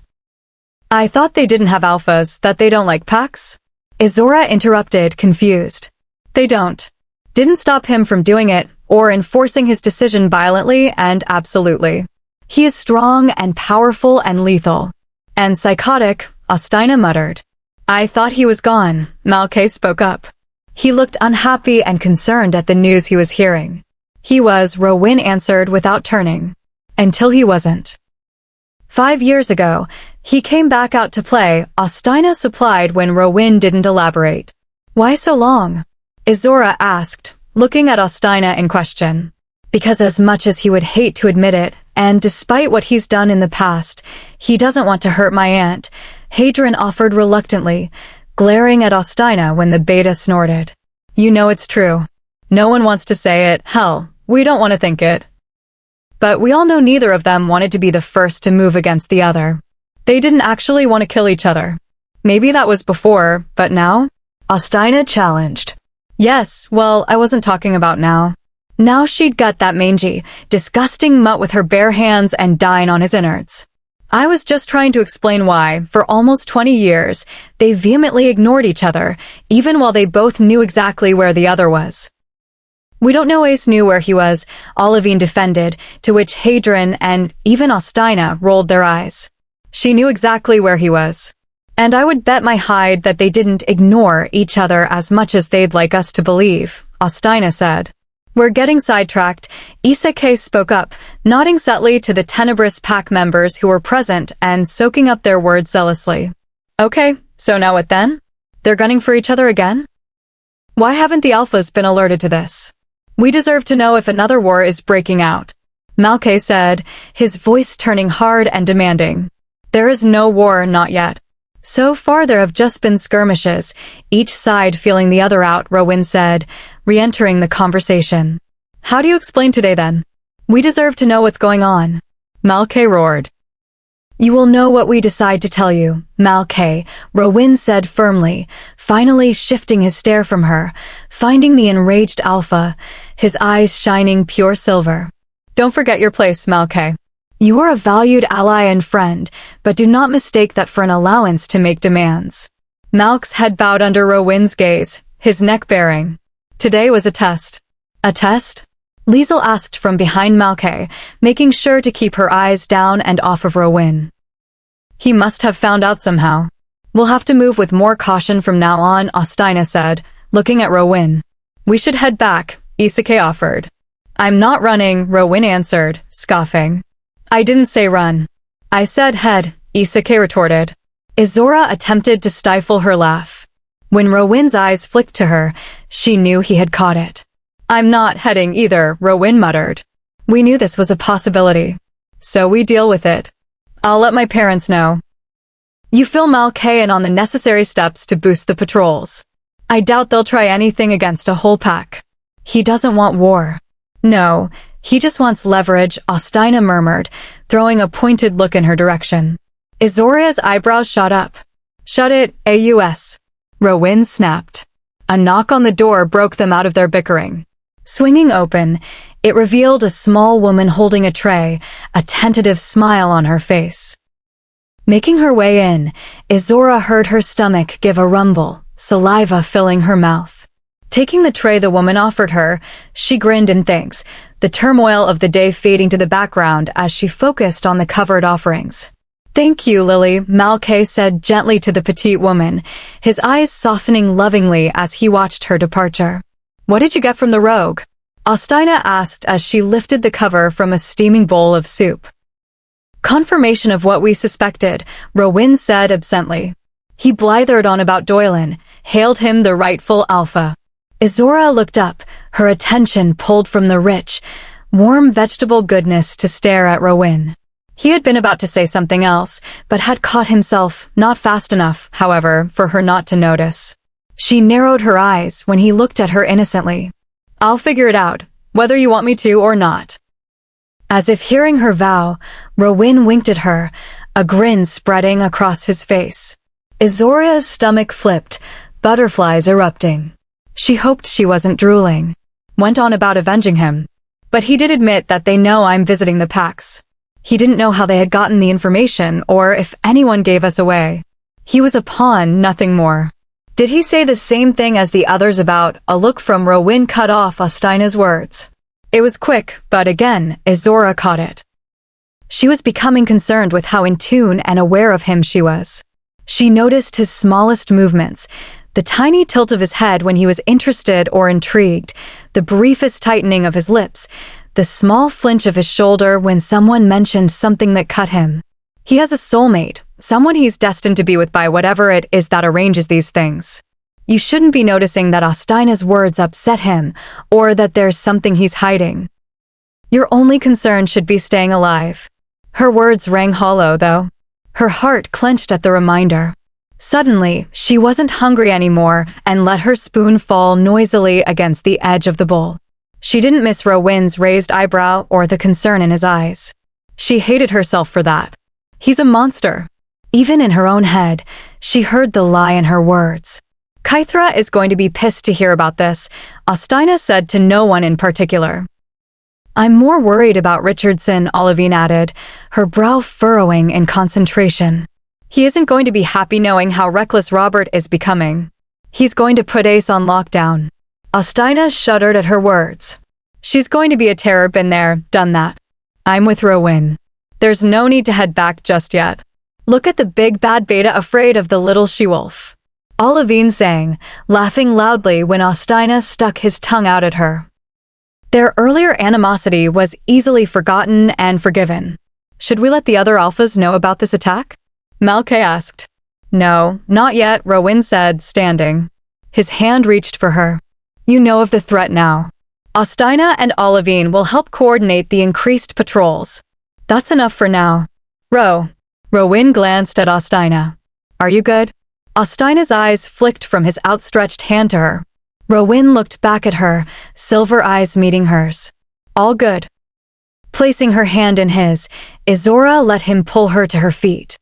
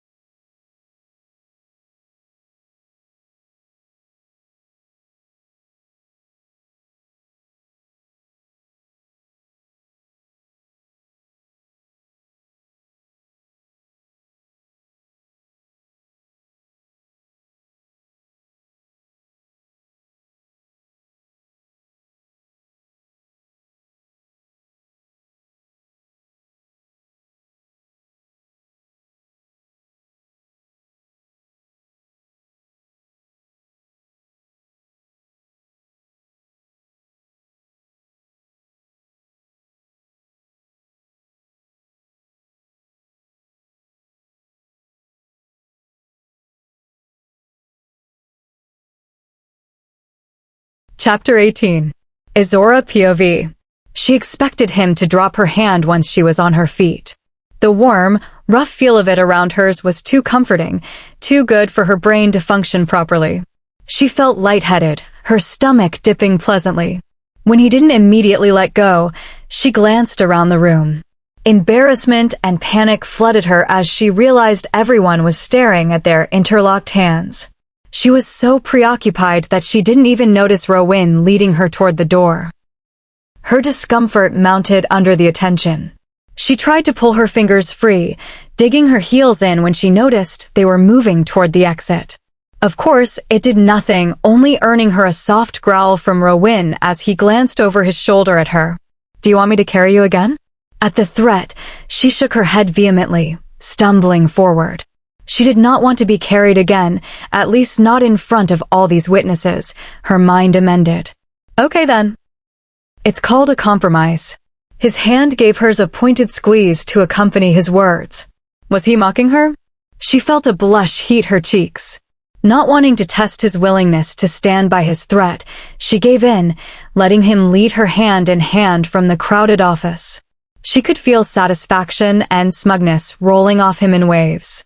Her mind turned violent, pictures of punching him thankfully replacing the thoughts of how that hand felt against her skin.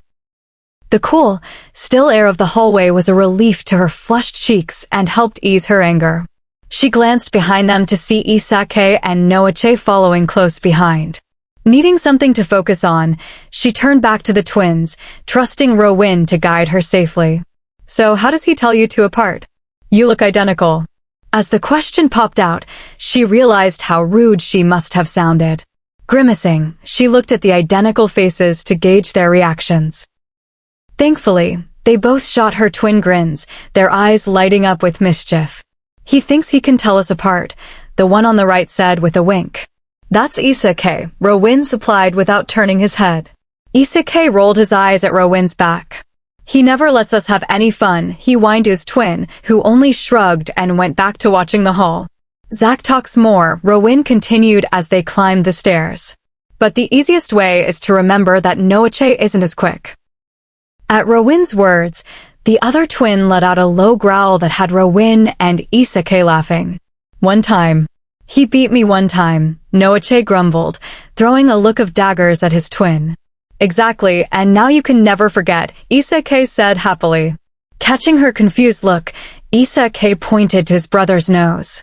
"We were sparring, and someone forgot to protect our beautiful faces and then was too slow to deflect my awesome jab. It was one time." 9 years ago, Noache said, rolling his eyes and rubbing at his nose self-consciously. "Yep, and I'm never going to let you forget it," Izzorah said. He and Rowan let out another round of laughter at Noach's grumbles and growls. "Idiot. Dumbass. Moron. Pup. Hey, 1 minute, Zach. 1 freaking minute. Exactly, so I'm older. By a freaking minute. Still older. You're ridiculous." "Your friends are weird," Izzorah said, still watching the twins argue. Rowan's hand tightened around hers as he guided her down the hall, pausing at their closed door. The twins fell silent. Their faces transformed into matching serious expressions, eyes hardening as all traces of softness and amusement evaporated. Izzorah thought it was Noache who stepped forward, his hand reaching for the handle, while Izzorah watched the hallway behind them. "What's wrong?" Izzorah whispered, tensing as she sensed their growing unease.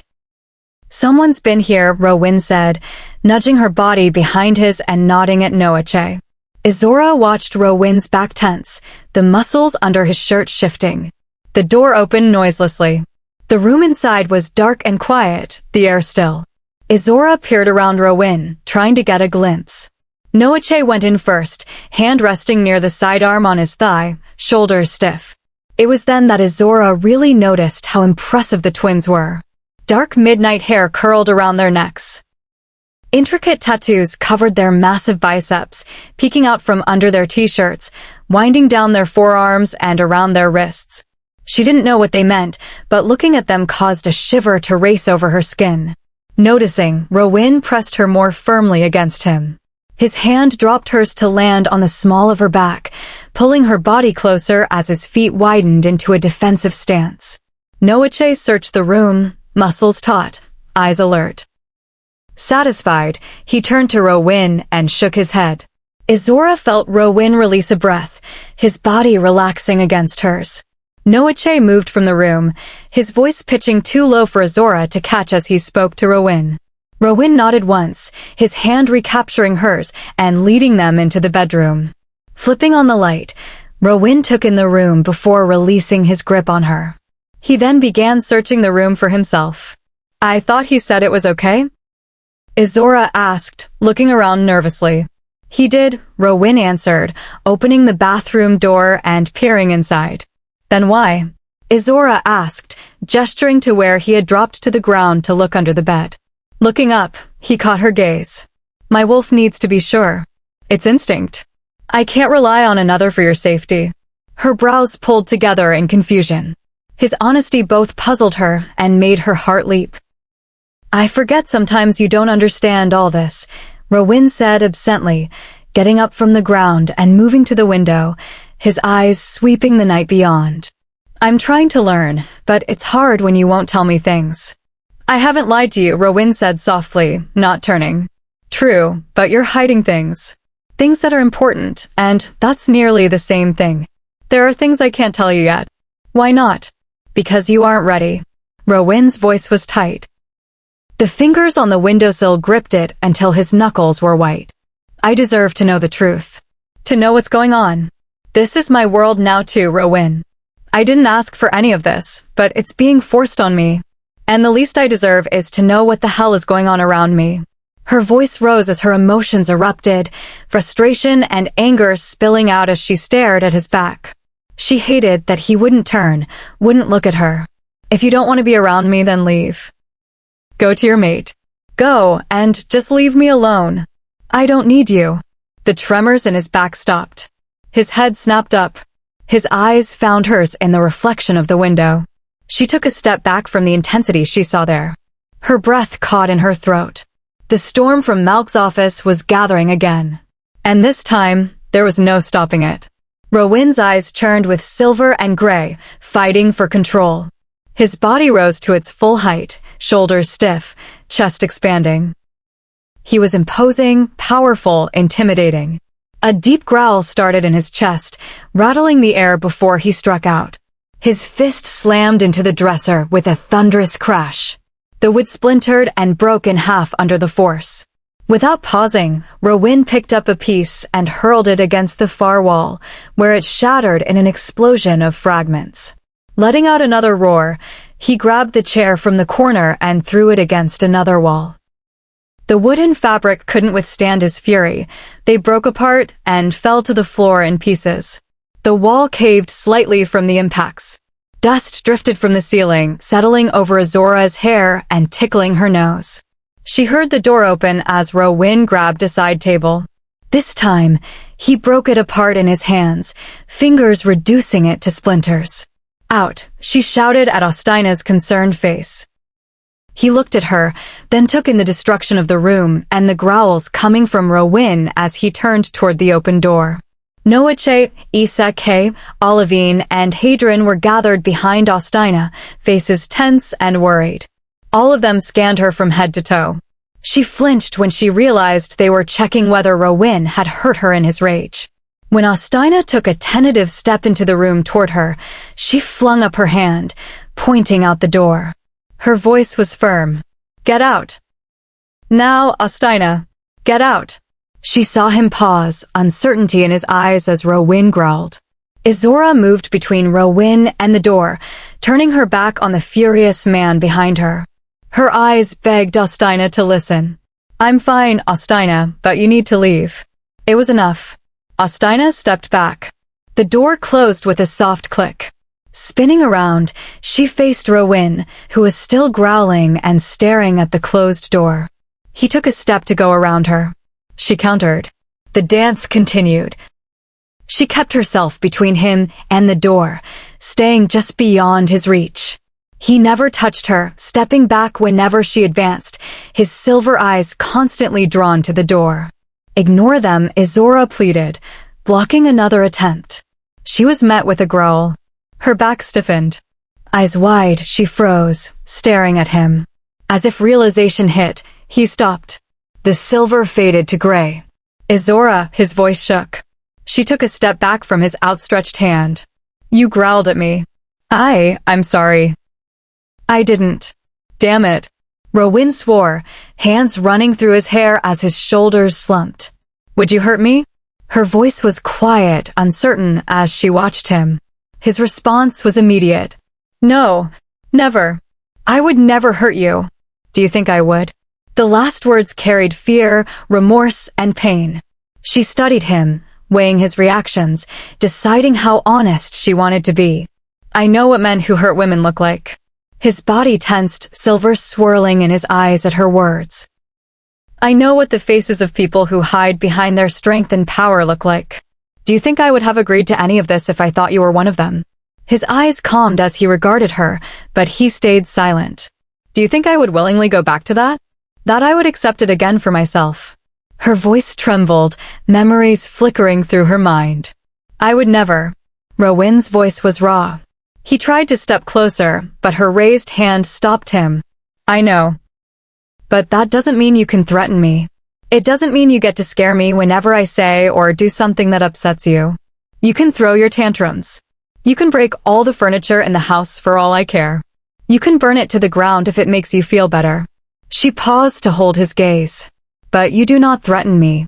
You do not take your anger out on Ostina, or Olivine, or the twins. You deal with your emotions, Rowan. And if you can't, then I'm gone. I won't tolerate a bully. I don't care how strong or important you are. His body sagged. The anger and rage drained from him as he stared at her. The silence settled, tension easing slowly into calm. Rowan finally spoke, his voice small but sincere. You're right. I'm sorry, Cupcake. Never again. I promise. Izzorah weighed his words. She had heard similar promises before. She could now tell truth from lies. Okay. Relief crossed his face. His lips twitched at the corners. Izzorah fought a grin. Idiot. I've been called worse. She rolled her eyes. At least you didn't destroy the bed. At her words, he turned to survey the room. It was the only piece of furniture still standing, though bits of wood, plaster, dust, and scattered clothes covered it. It was next on my list, Rowan admitted, winking at her. Well, I don't sleep on the floor, so I'm glad you didn't get that far. His face turned serious again. Stepping closer, his hand moved slowly. His eyes watched for any reaction as he reached for her, palm cupping her cheek, fingers gently threading into her hair. I'm sorry I scared you again. And I'm sorry I keep having to apologize. Izzorah swallowed, her mouth dry at the first touch of his hand against her skin. He has a mate, she reminded herself. Just don't do it again. He nodded, lips twitching. Leaning his face closer, Izzorah felt her pulse skip. Heat flooded her face. Rowan's eyes slid closed as he breathed in deeply. Her body trembled under his touch. Then, even more slowly than he had approached, he pulled back. His hand slipped from her face. She took a shaky breath. Well, if we're apologizing, I guess I owe you one too. At his confused look, she laughed bitterly. I set you off. I'm partly responsible for all this. She gestured at the destruction. I'm sorry for what I said. I shouldn't have pushed your buttons like that. His eyes turned stormy before he took a deep, calming breath and sent her a tight smile that didn't quite reach his eyes. It's okay, Cupcake. I forgive you. Then he gave her one of his real smiles, the crooked one that crinkled the corners of his eyes. Her stomach flipped. She growled playfully at him. I hate that name. Come on, Cupcake, you know you love it. He was grinning now. She bared her teeth at him. Careful, Cupcake, or I might take you up on that offer, he said languidly, his gaze sweeping over her. Heat flooded her cheeks as she crossed her arms over her chest defensively and took a step back. You wouldn't dare. He raised an eyebrow, his expression mischievous. Oh, you think so? Care to make a wager on it, Cupcake? She swallowed, backing up until her back hit the wall. You have a mate. He purred low in his throat, eyes dilating as silver surged forward. Yes, I do. He took another step closer. His hands landed on the wall over her shoulders, caging her in. His body towered over her, forcing her to tip her head back to meet his gaze. His breath was warm across her face. Warmth surrounded her, only a hair's breadth separated her chest from his. Her pulse raced, her knees weak. She had never reacted to anyone like this. Bending his head, Rowan brought his mouth near her neck, lips brushing her ear. "Do you still like me better?" The teasing tone helped clear her head. She sighed in relief as he pulled back slightly, giving her room to breathe. Regarding his wolf warily, she chose her words carefully. "I like your honesty." He barked a laugh.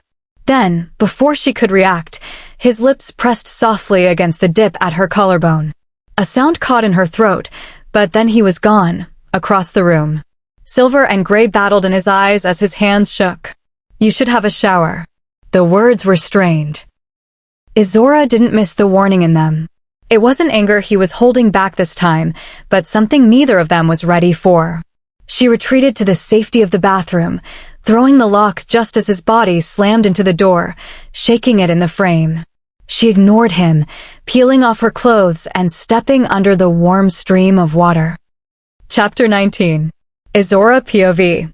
They were lying in the dark, her back to him, but even with his steady breathing, she knew he was awake. Rowan. The sigh that escaped was the barest release of breath. "Yes, Madeline." Rolling her eyes, she turned over, flipping around until she was staring at his profile. He was lying on his back on top of the covers, fingers laced behind his head, as he stared at the ceiling. "Why does this Robert guy want you?" In the soft pale moonlight, she could see his eyes dart to her. She knew he was considering not answering. "You should sleep. You're tired." She ignored his words, continuing to look at him expectantly. "He wants me so he can force my mother's hand." "Force her to do what?" "Concede." "Concede what?" "Her place." "Why you?" "I'm the only thing she would place before her pact. I am her single weakness in this entire world." Rowan's voice grew heavy with the words, his eyes filling with some unknown emotion. "Who are you, Rowan?" Her voice trembled in the night, soft and gentle as a mother's caress. It washed over him. She saw him flinch. "Go to sleep, Cupcake." That was his only answer. She wanted to argue, but sleep was too alluring. Before she could put up a decent struggle, she was falling into a deep, dreamless slumber. She woke only when the sounds of Rowan moving around the room roused her. The only light came from the fixture overhead. The scene outside the window was still bathed in darkness. Sitting up, she peered through half-open lids to find Rowan shaking debris from a deep charcoal gray button-up shirt. Looking up, he winked. "I think it's okay so long as I don't mind the possible chance of slivers. The funerals are set for this morning. I need to be there." Izzorah heard the implication. If he had to be there, she had to be there. "For some reason I get the impression these odds excite you? And how long do I have?" Her voice was still heavy with sleep. Her free hand ran through her frazzled hair. A yawn cracked her jaw. Grinning, Rowan laughed. Her belly clenched at the sound, a pleasant warmth sweeping over her as she looked at him. "What's life without a little risk, right, Cupcake? It's set for dawn. You have a little less than an hour. Perhaps you should abandon the pants." "That might be too much risk, even for you," she countered, watching as he pulled off the black tee he had slept in. The dark gray material slid up his arms and over his shoulders before he slowly buttoned the shirt over his chest. He laughed throatily again, the sound reverberating around them, warm and rich. "Smart thinking, Cupcake. I'm not ready to risk anything just yet." Heat flooded her cheeks at his words, earning another roaring chuckle from him as he searched through the mess for a pair of bottoms that had survived his tantrum. Trying to push away her thoughts, she cleared her throat. "I think you left a pair in the bathroom. They should be hazard-free. And is it really appropriate to be joking today of all days?" Izzorah kept her eyes on his back as he walked to the bathroom. When he re-emerged, pants in hand, she forced herself to look away. "I saw that." "You saw nothing," she argued, face turning scarlet. "Sure, Cupcake. Not that I mind. I mean, I totally understand," Rowan said smugly, gesturing to himself before pulling on the pair of black cargos he had scavenged. A choked sound caught in her throat, and she was convinced she'd burst into flames from the force of her embarrassment. We're paying tribute to their lives and deaths. It doesn't mean we aren't allowed to live. So feel free to look all you want. I am irresistible after all. Whipping the blankets off her, she tried to recover a bit of her dignity. Please. I don't know who you've been hanging around with lately, but obviously they've been overinflating your big head.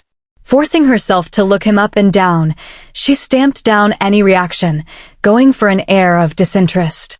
If you're done peacocking yourself around like a little boy who just got his first chest hair, I'm going to have a shower. Without waiting, Izzorah all but ran to the bathroom, slamming the door. Rowyn's laughter erupted behind her. The door didn't block out his words or her embarrassment. You noticed, Cupcake? That's so sweet. She felt like punching him, right in his perfect, chiseled, handsome, whoa. Wait a minute. Perfect? Chiseled? Handsome?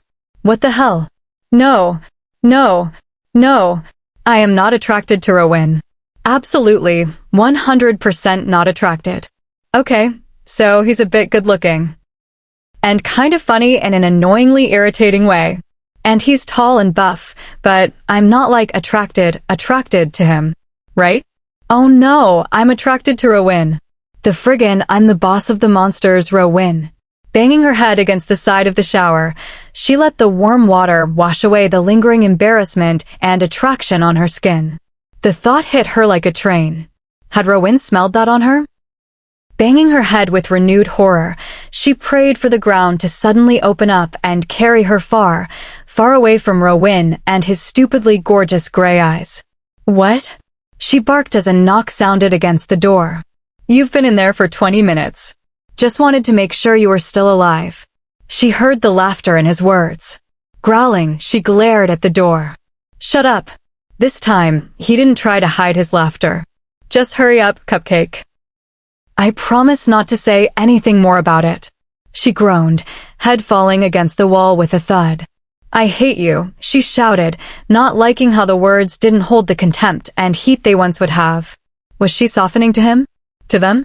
That thought did what the water couldn't, clearing the fog and all thoughts of Rowyn and his body from her head. I refuse to let them make me forget the truth.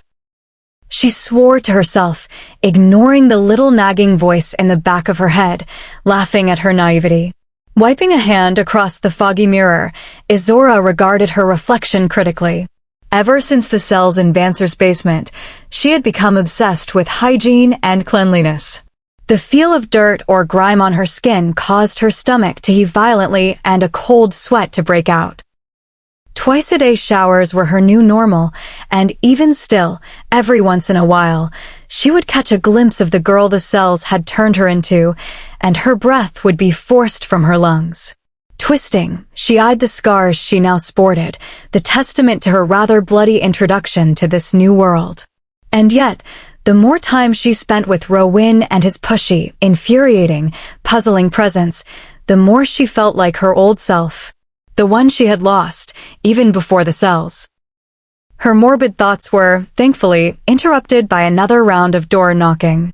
Rolling her eyes, she secretly thanked Rowyn for never questioning her obsessive bathroom routine. She didn't know what she would say if he ever tried to bring it up. I'm coming, she shouted, hurrying to dress and brush her hair. Opening the door, she came face to face with the beast himself. Leaning against the doorframe, he effectively blocked her in. Looking him over, her eyes lingered on his chest. Any blood yet? He chuckled lowly. Not yet, but it's still early. Here's to hoping. His hand covered his heart dramatically. This time, she was laughing as he stuck his bottom lip out in a pout. Ouch, Cupcake. Hoping I get attacked by splinters. I could get an infection. Tetanus. Poisoned, for all you know. And here I thought we were moving past all that petty animosity between us. Izzorah rolled her eyes. Firstly, it would serve you right for your tantrum last night. And secondly, I'm pretty positive that a big bad werewolf like you isn't going to be taken down by a little wood sliver, as much as I would like you to. The pout was instantly replaced with a smug smile. Big bad werewolf, huh? I like the sound of that, Cupcake. Oh, shut up. Your ego is big enough already. That's not the only thing.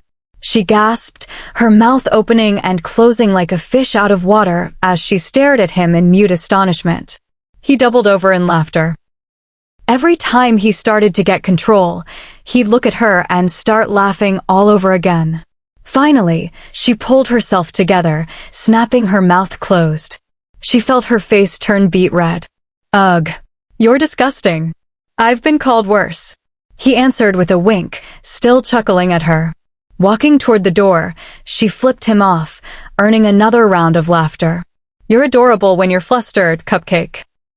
Flinging the door open, she growled, causing Izzorah and Noche to straighten, their eyes searching for any sign of threat behind her, but only finding Rowin's laughing, glee-filled face. Izzorah narrowed her eyes at the twins. Your friend's an ass. Both their mouths fell open, eyes darting to Rowin, who was staring at Izzorah, hands in his pockets, grinning like a fool. Izzorah said, for once, at a loss for words. Izzorah looked between them, throwing a glare over her shoulder at Rowin, who rocked back on his heels, still grinning. Throwing her hands in the air, she whirled around, stomping down the hall and growled, "Men," under her breath. Izzorah's righteous fury stuttered as she entered the kitchen. Faltering, she froze as over 30 pairs of eyes swung to land on her. Whatever had held their gazes away from her yesterday was gone. Innocent curiosity to downright animosity stared at her without inhibition. She felt herself withering under the attention, the feel of the room pressing in on her, crumbling whatever confidence and armor she had worn when it had been just her and Rowin. The urge to flee pulsed in her muscles. Her shoulders sagged in the hope that if she was smaller, weaker, they would go back to ignoring her. And then she could breathe again. As his body brushed against her back, his hand landing on her hip, easing the tension from her muscles. Peeking out at the crowd, she watched as his presence washed over the room. His thumb rubbed soothing circles against her hip as he looked out at the crowd. His face was hard and commanding, his eyes a balanced mix of gray and silver. Those stupid enough to not shift their gaze from her the second they sensed him were gifted with a menacing growl, his chest rumbling against her back. As the eyes fell from her and Rowin stayed pressed to her back, Izzorah's shoulders unbent. The roar of fear and panic eased from her eardrums. Satisfied, Rowin dropped his attention from the gathered crowd. Izzorah and Noche took the opportunity to step in front of them, shielding her. "Sure, you're okay," Rowin whispered, bending his head until his mouth pressed to her ear. Taking another breath, she let the scent and feel of him ease the last of her emotions, relaxing into his body. "That's it. Just relax. I'm right here." His words were soft. His breath sent pleasant shivers racing down her spine. Once she had calmed, he straightened. His hand remained resting on her hip as he turned toward the coffee. She smiled weakly up at him. His grip tightened once on her hip in comfort. Turning her back on so many wolves after the day before was difficult, even for coffee. But Rowin stayed close, keeping his body between her and those around the dining room, easily picking up on her continued unease and tension. The feel of his hard, lean body brushing against hers was reassuring, a constant reminder of his presence and protection. Steaming bowl of coffee in hand, luckily, she had been able to knuckle the location of the massive mugs out of Hadron before everything had gone to hell the day before. She allowed Rowin to guide her to the table.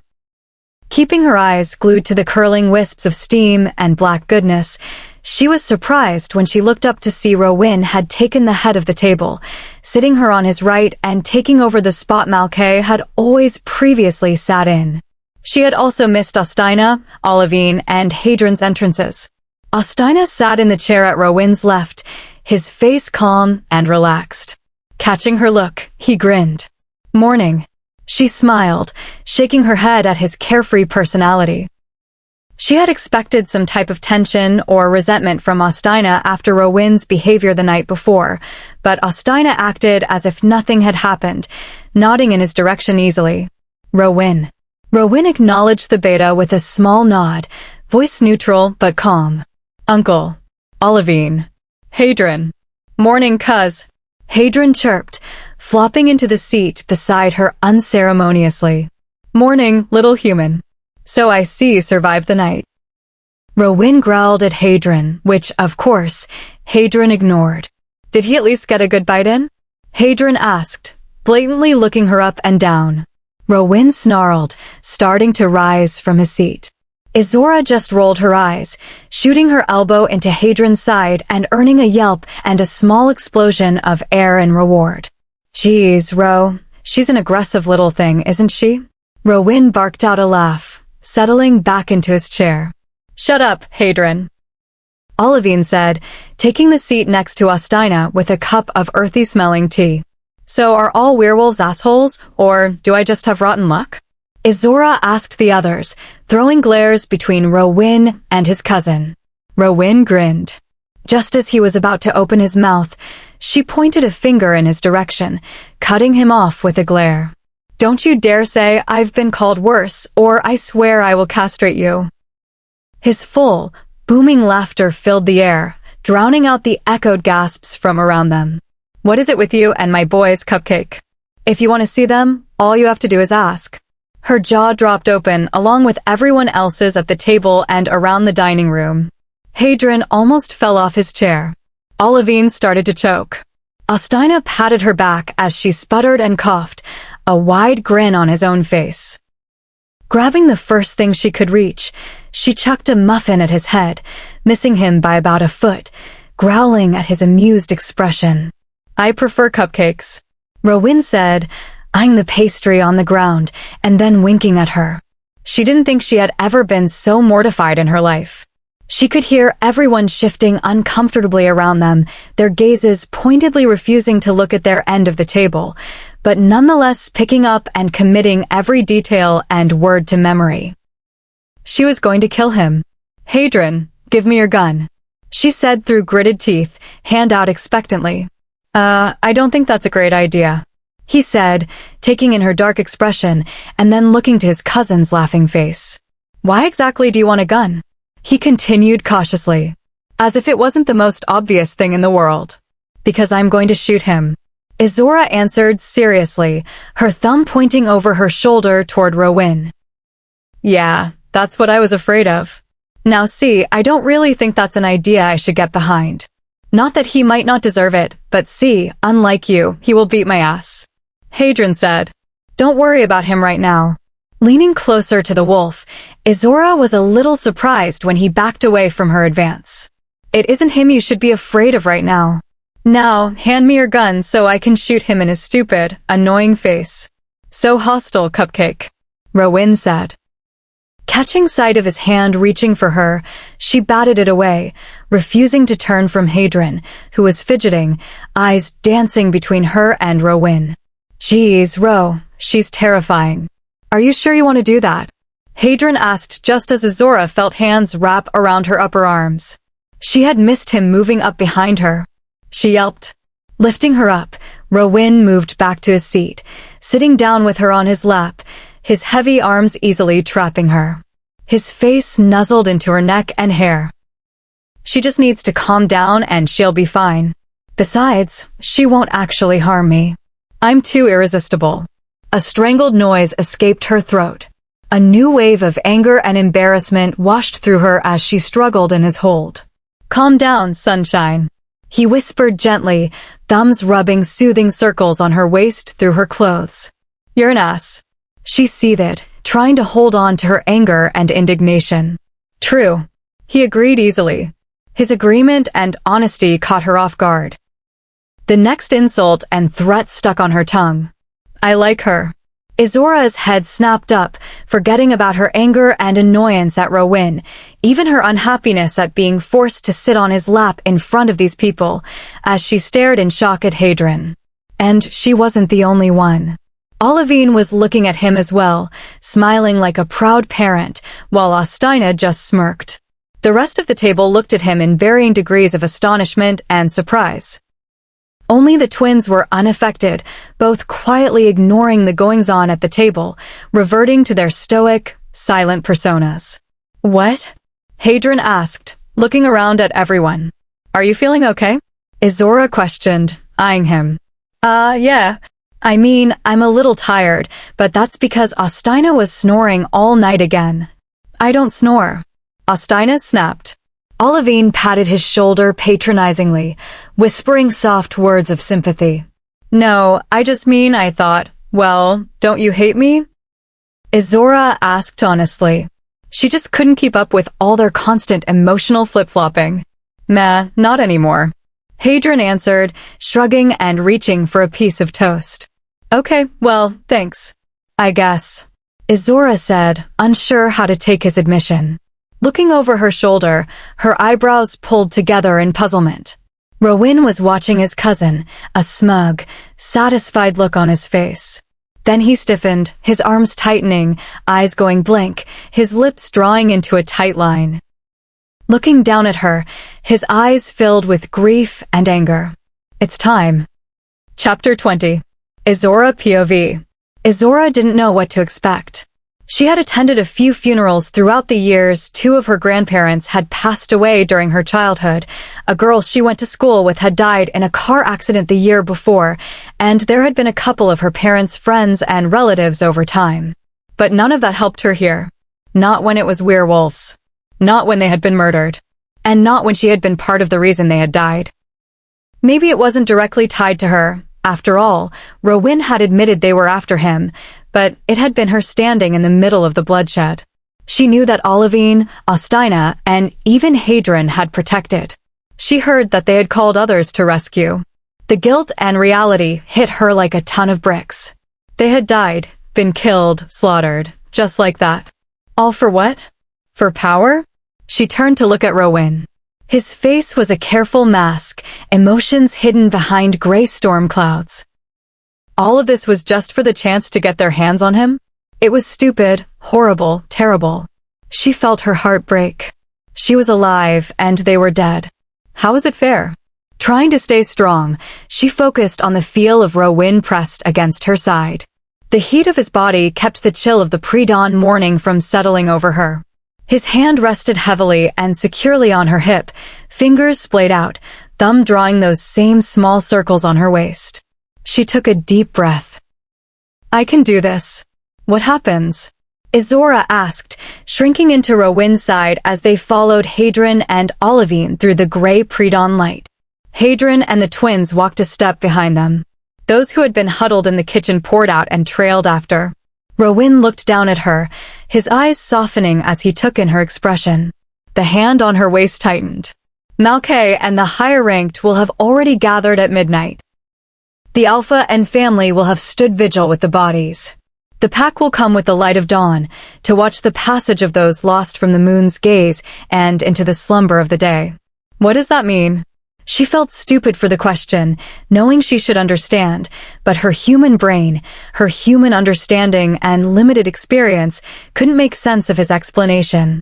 Every pack member, save those on patrol, will make their way to the pyres where the Alpha and family wait.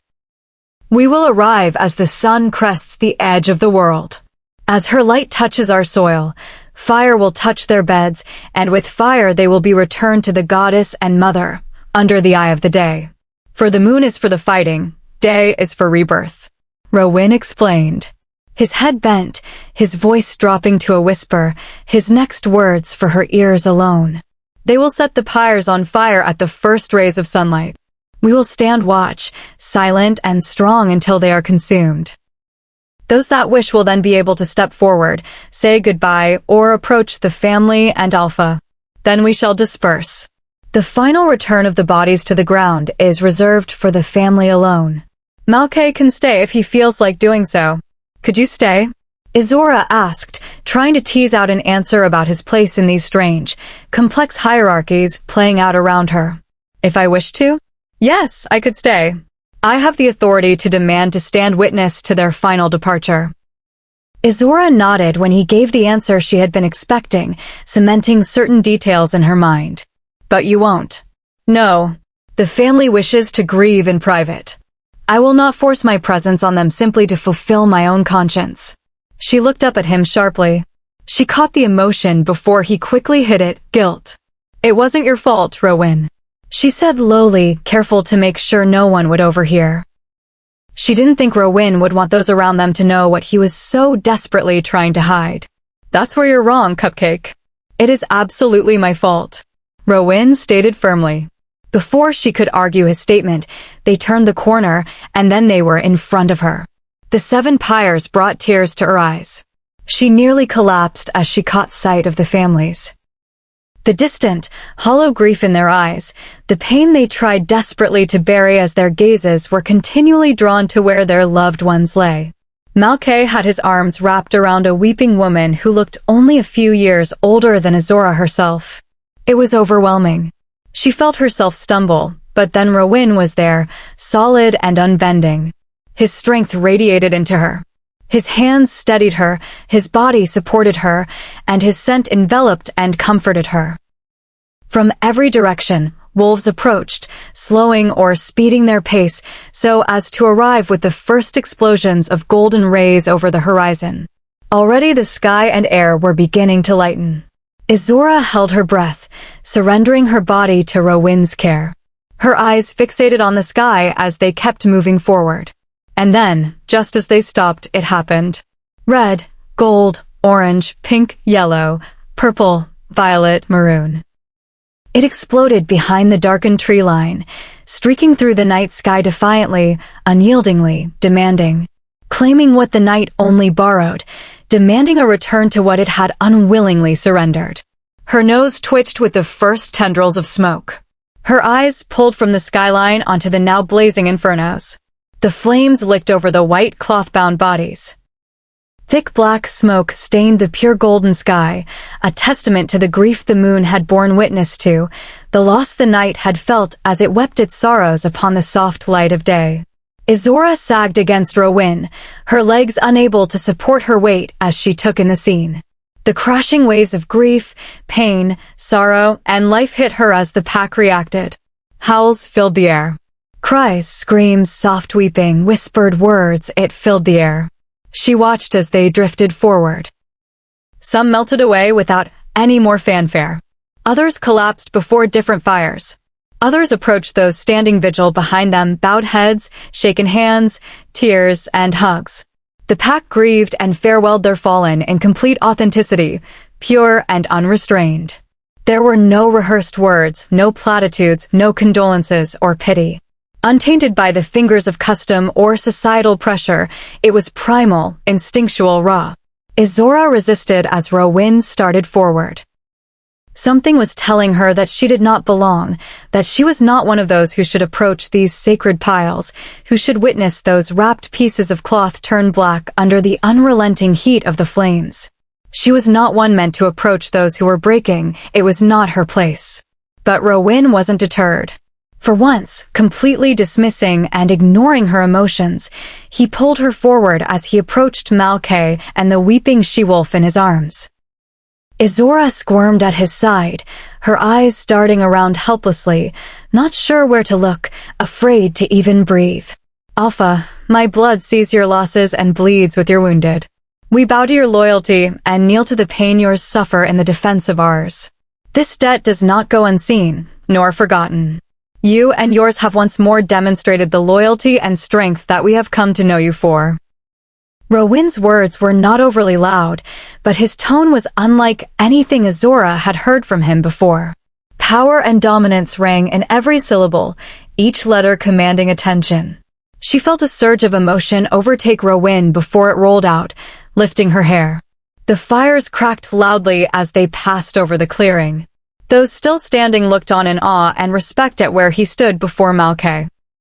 The woman's tears had dried as she stared at Rowan, her mouth falling slightly open as Rowan bent his head. Invenar pax vestrosine fine. Even Izzorah knew this for what it was, what it meant, what it represented. The ultimate show of respect, gratitude, and empathy submission. Izzorah felt her own head drop as the truth hit her. In that moment, before the fires of his fallen pack mates, in the face of their grief and pain, Rowan bowed and submitted to the Alpha of Tenebris. Ostina and Olivine, having flanked Rowan, dropped to their knees without prompting. The twins in synchronization crossed an arm over their chest, fist landing on their heart, heads bowing a touch deeper than Rowyn's. Hadron followed Austina and Olivine to a bent knee only a moment later. Izzorah wouldn't know it for many years, but that moment was the first and only time Rowyn and the royal court would submit to any alpha other than King Kythra himself ever. And the story of Rowyn.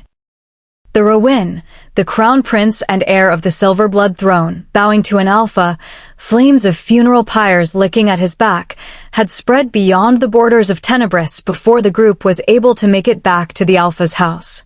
The whispers would bring with them hope and joy, a promise that the Prince of Ice they had come to know was perhaps melting.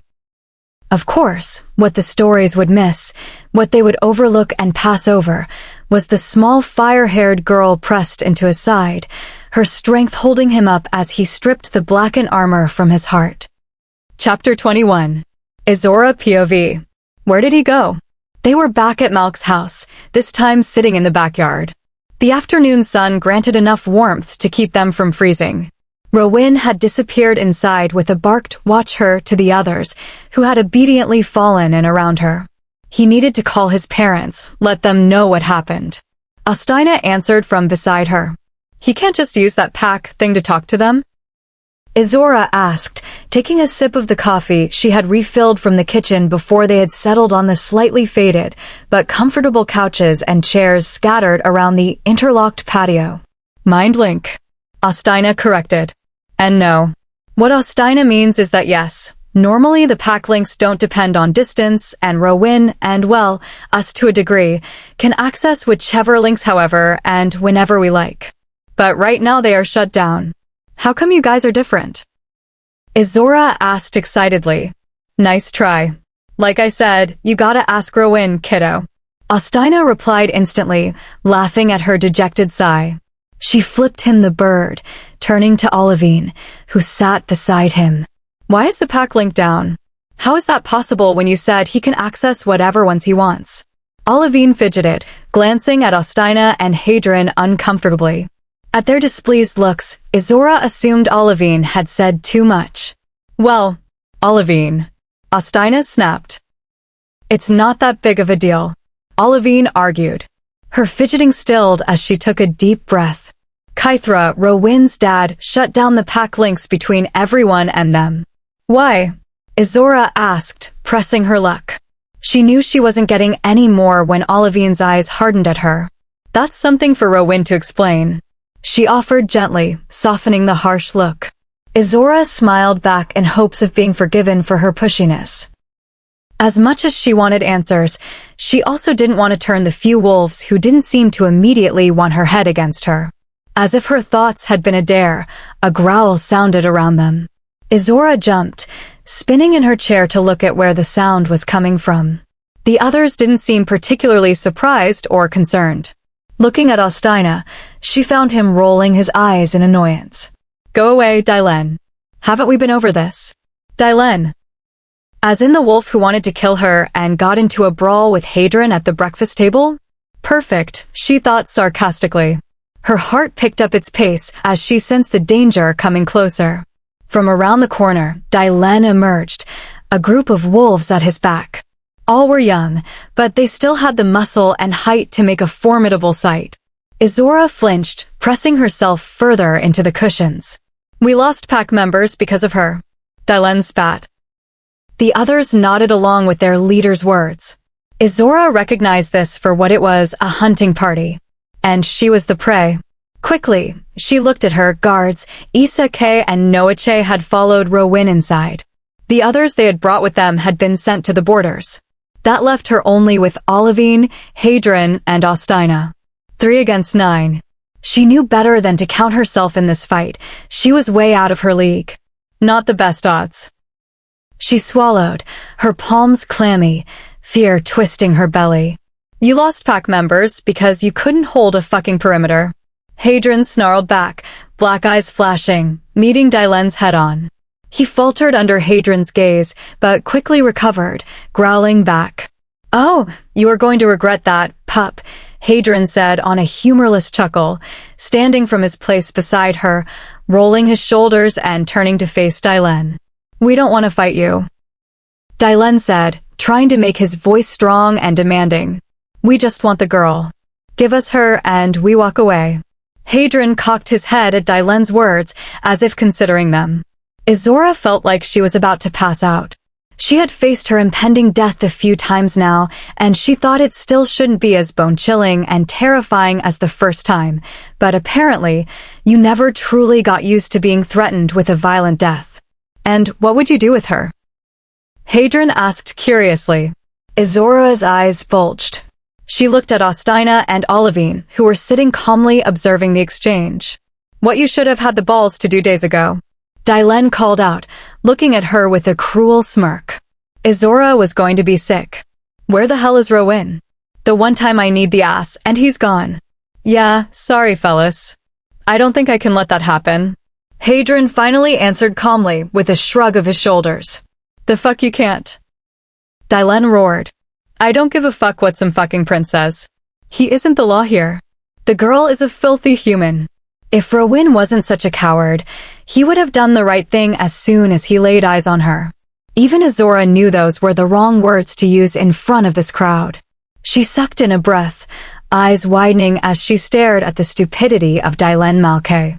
Olivine and Austina were on their feet, shoulder to shoulder with Hadron, eyes black and furious. "I'm sorry, what was that?" Austina asked quietly. His voice is deadly. "You heard me. Your fucking crown prince is a goddamn coward. Locking himself away for years, and now what? He thinks he can come tell us how to run our own goddamn pack?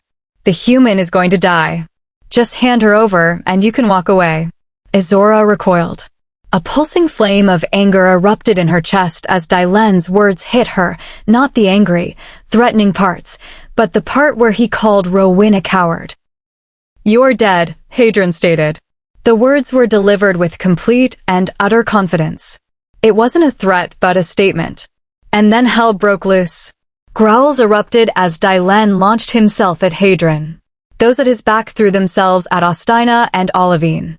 Izzorah had been right, even 9-3, it wasn't a fair fight. Within a few seconds, it was easy to see that the tenebrous wolves were massively outmuscled and outskilled. Hadron and Austina had taken out 6 between them without breaking a sweat. Before they had a chance to turn and help, Olivine had taken the last 2 out in quick succession. Groans and whimpers filled the air from the injured, but still alive wolves. Blood and pain hung in the crisp air. The 3 took in the carnage, eyes looking for any indication that the 8 on the ground posed any further threat. Satisfied, they turned as a single unit to look at her. And they were pissed. Beyond pissed. The 3 sets of eyes flashed black in sync. Angry growls ripped out as their lips curled back into snarls, exposing their growing canines.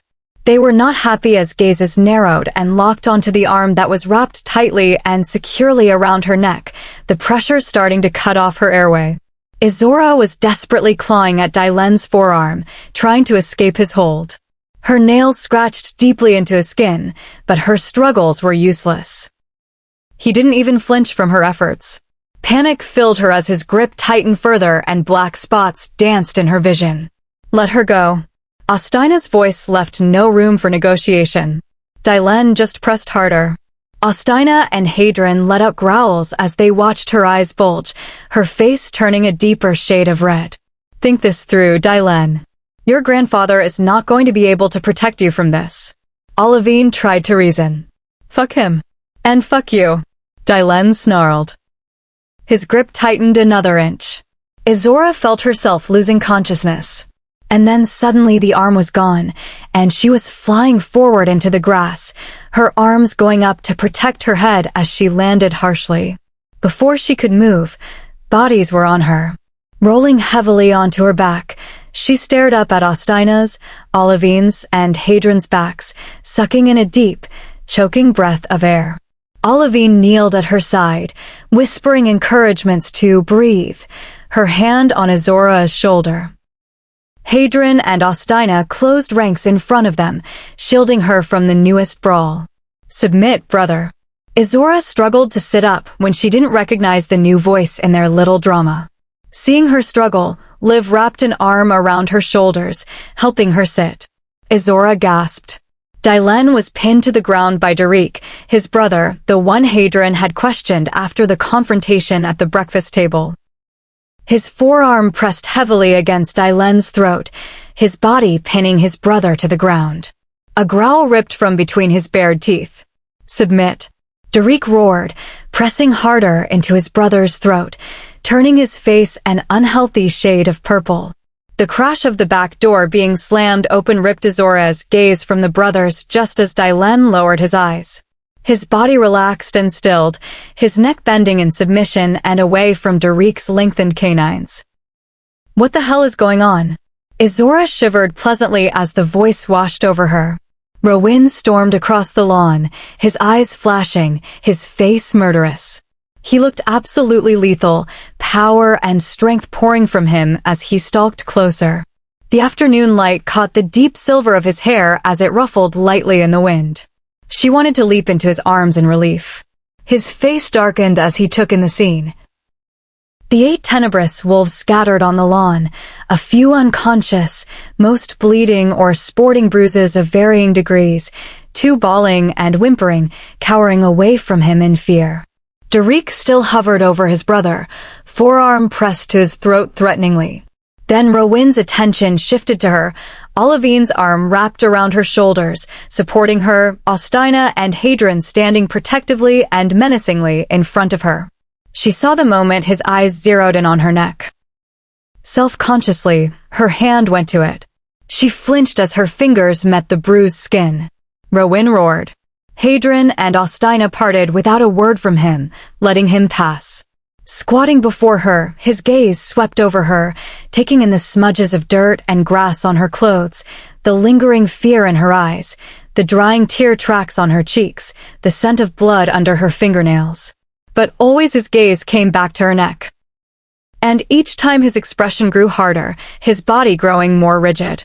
Who did this? Izzorah flinched as his fingers prodded her neck gently, but then the pain gave way to relief.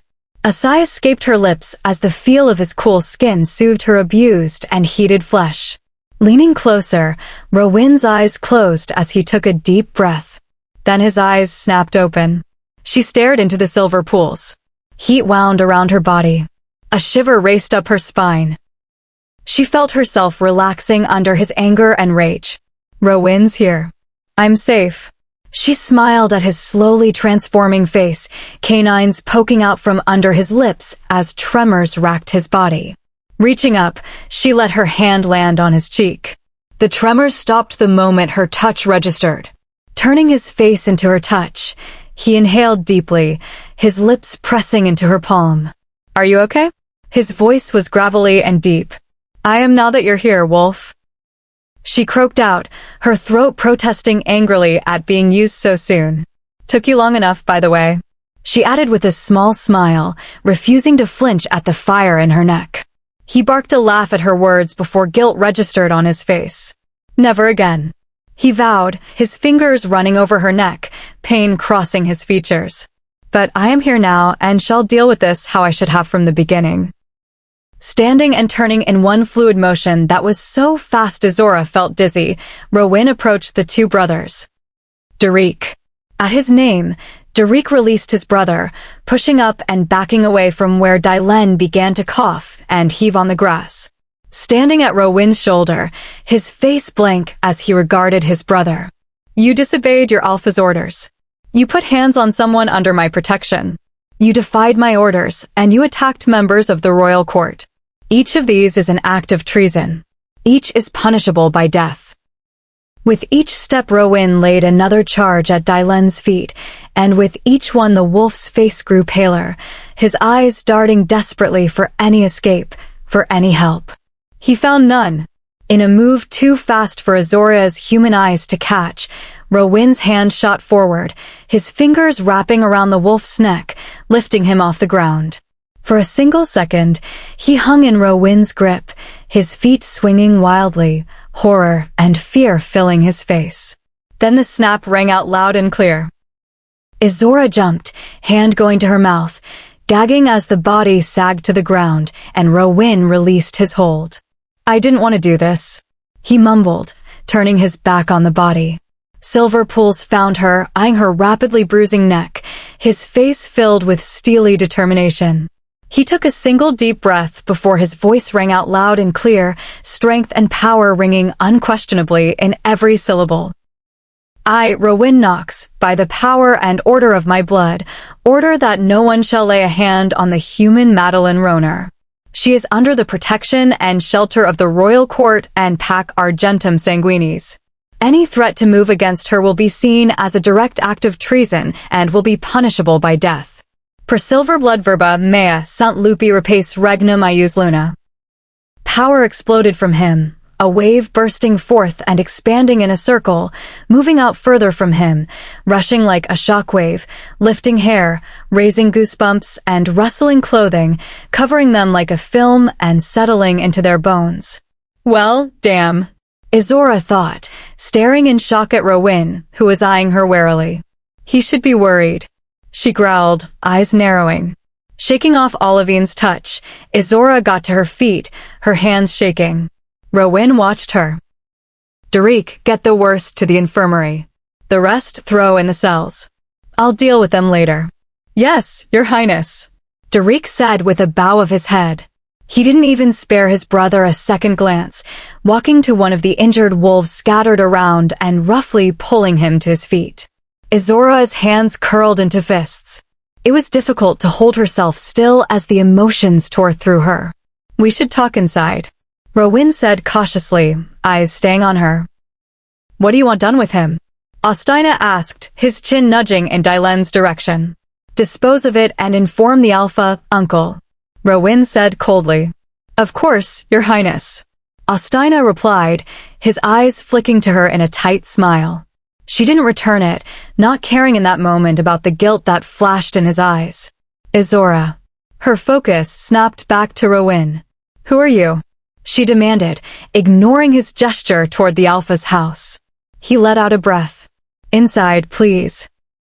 When she didn't move, he tried again. Inside. I will answer you inside. I need you where I know it is safe. With a snort, she gave a tight nod, whirling and stomping her way into the house. As soon as the bedroom door shut, she turned on him. Who are you? She ignored the searing pain in her throat. It wasn't important at the moment. Did he hurt you anywhere else? Izzorah knocked Rowyn's searching hands away, ignoring his concern. Izzorah, let me look at your neck, see if you need the pact doctor. Rowyn scolded her as she evaded his attempts once more, brushing off his concern. I'm fine. He growled in disagreement. All I need right now is a fucking answer from you. Who are you, Rowyn? I am the firstborn son of Thea Mare Svensson, otherwise known as Izzorah Knox, Queen of the Wolves. There, happy? Now let me see your neck. He growled out unhappily. Queen. The word cracked from her throat. Horror, disbelief, and awe washed through her. It was worse than she had thought possible. He didn't meet her eyes, choosing to stare blankly at the wall over her head, shoulders sagging in defeat. I am the heir and crown prince to the silver throne of the werewolves, and alpha-to-be of pact Argentum Sanguinis. Prince Rowyn Knox. You're a prince? Her brain was rebelling, praying that it was some weird twisted joke, that everything she had witnessed on the lawn had been an oxygen-lacking, induced hallucination. There was no way she had been sleeping next to, threatening, joking, and flirting with a prince. This time, his eyes found hers. And you're a human. Neither of us did anything to deserve those labels, and yet there are truths. Her heart plummeted, her stomach rolling. She turned from him, a hand covering her mouth. Where are you going? She couldn't look at him. The bathroom, Your Majesty. She spat the words out like they were acid. When he didn't deny it yet again, her eyes pricked. She heard him sigh, his hand loosening on her shoulder. It doesn't change anything, Izzorah. All it means is you can trust me when I say I can protect you. Why didn't you tell me? In the beginning? We weren't convinced you weren't a hunter. If I am valuable to Doylin, I am even more valuable to the hunters. Take me out? You threaten the entire werewolf hierarchy, chaos, civil war, it would be a bloodbath. My existence, my mother's existence, the very idea of a royal line, all of it has been hidden from the sight of hunters since the beginning of our time. Lives beyond your comprehension have been lost to keep our very existence from their records. And later? When you knew I wasn't one of them. Madeline, she could hear the regret in his voice. She hated the guilt she felt at it. He doesn't deserve it. He deserves nothing from you. He's no different from all the others. Lying, manipulating, twisting my feelings to get whatever he wanted. If something had happened, if Doylan had gotten his hands on you, or you had run, let word slip about who I was, where I was, we couldn't risk it. You didn't trust me? Even when I had to trust you every goddamn day with my life. I'm still the same person, Izzorah. Nothing has changed. Pulling herself together, she shrugged his hand off. He let it fall limply. Her voice was steady, not betraying her broken heart. That's where you're wrong. This changes everything. Izzorah, wait. I need to use the washroom, Your Highness. This time, she couldn't hide the small tremor, the slight crack in her armor as she made her way to the safety of the bathroom. Don't. Izzorah, don't do that. This doesn't change anything.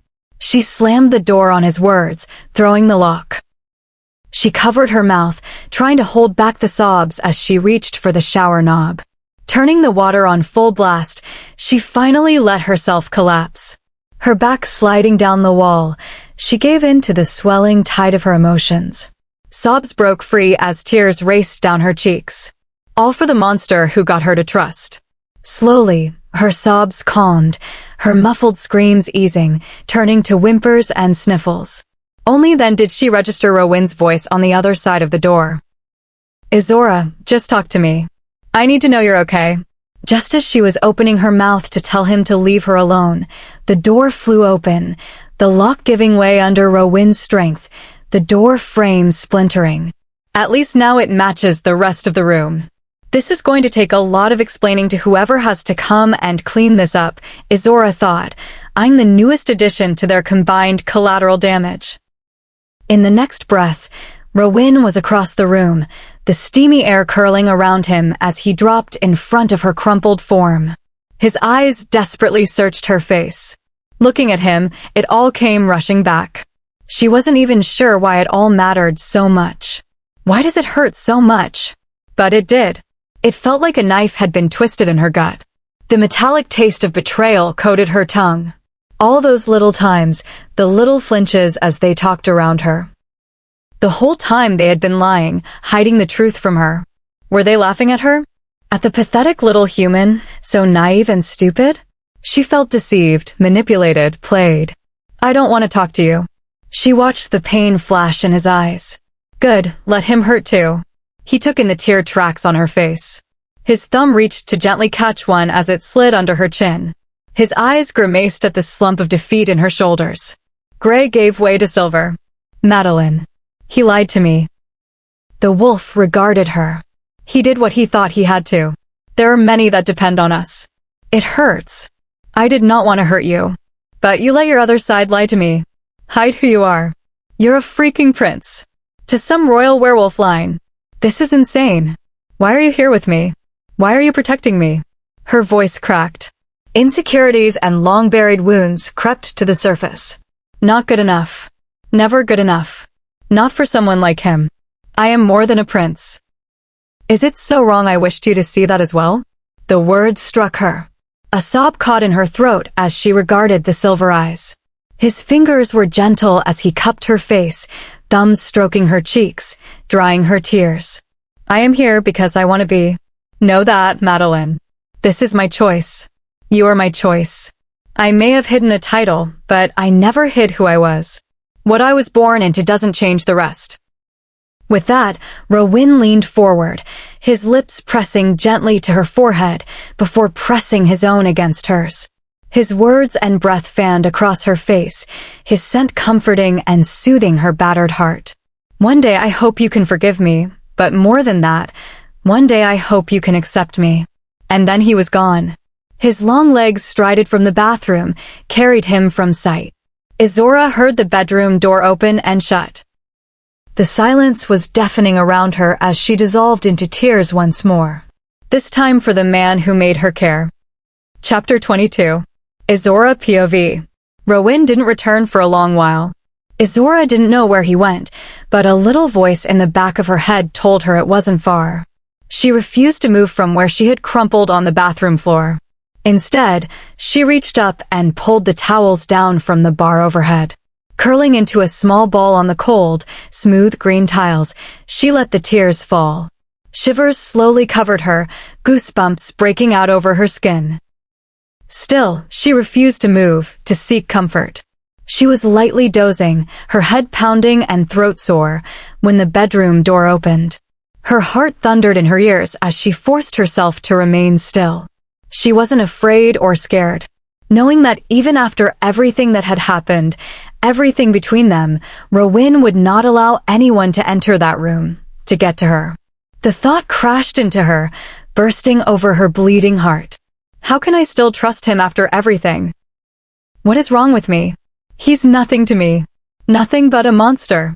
New tears pricked her eyes behind her closed lids as she listened to her own lies over and over. It felt like her whole life was a lie. She heard him sigh from the bedroom, eyes taking in the empty bed she refused to lie in. His feet whispered across the floor, walking toward the bathroom. A low string of curses came from under his breath as he took in where she lay curled in a tight ball. Back pressed tightly to the porcelain of the tub, the few thin towels tucked around her offering only minimal protection and comfort. Even with her eyes closed, Izzorah could picture his fingers running through his silver hair, how it would catch in the soft light of the moon, how his lips would tighten in frustration and distress. She couldn't help jumping as the blanket settled over her, her eyes flying open. His face was hidden in shadows, so she couldn't make out his expression as his hands gently pulled the thick duvet over her. But his voice was soft and deep. Just sleep. I'm not going anywhere. Her eyelids felt gritty from exhaustion and the hours of crying. She didn't think she could speak, so she just nodded her head, letting her body relax. This time, she didn't react as his strong hands lifted her head, replacing the scratchy, folded towel with a soft pillow. She sighed in contentment. Satisfaction and relief radiated from him as he cocooned her in the warm, thick blankets, checking and double-checking to make sure no more of her exposed skin was pressed to the icy coldness of the floor or left uncovered to the chilled air. Feather-light fingers ran over her cheeks, her hair, urging her to succumb to the tiredness in her body as he whispered, "I'm yours, Madeline, and I'm never leaving you again." Waking up, she was disoriented before the day before came racing back. Pain lanced through her heart, although now, instead of a fresh wound, it was the dull, throbbing pain of a festering sore. With a sigh, she lifted her head, taking in the evidence of their battles the previous night. Her fingers probed her throat, wincing as she irritated the sore, tender spots. Looking around the mess of the bathroom, her hand flew to her mouth. Fresh tears filled her eyes as she stared. Her mind went blank, and then something as small and fragile as it was tender and warm flickered to life in her chest. A small sob escaped her as her eyes took in where, at the door of the bathroom, lying across the threshold, a physical barrier to the space where she slept lay a wolf. Her eyes ran over his fur, silver and gray, shining in the morning light spilling from the picture window beyond. He was massive, solid, and strong. His head rested on his front paws, ears twitching slightly as he listened to sounds she could only guess at. His silver eyes were open and watching her. "You didn't have to stay." Her voice was rough and thick. The wolf snorted at her words, slowly standing from his spot, shaking out his fur, his body stretching to its full height. It was an impressive and intimidating sight. Cautiously, he approached her, his head low, ears dropping slightly, everything about him screaming that he wasn't a threat to her. Izzorah laughed, the sound strange coming from her bruised throat. Sitting up, she crossed her legs, cocking her head as she watched his approach. "I'm mad at you, Rowan. Actually, I'm pissed at you," she corrected herself. "But I'm not scared, you dumbass." The sight of the huge, powerful wolf rolling his eyes was weird, and she couldn't help but laugh at it. Her words were enough, though. Rowan closed the distance between them, his snout moving from her face to her neck. Gently, He bumped against the deep, dark blue and purple bruises, a low whimper coming from him. "I'm fine, you oaf," she scolded as he pressed closer, threatening to tip her over. His wolf was so big that, sitting, her head only reached his mid-chest. Ignoring her, Rowan's tongue began lapping at her injuries, pushing his body more firmly against hers, forcing Izzorah to grab onto his thick, glossy fur to stay upright.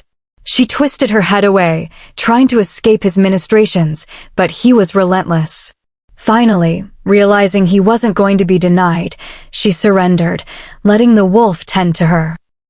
Spreading out her fingers, Izzorah buried her hands deeper into Rowan's gray and silver fur, earning a wolfish purr from him that made her laugh.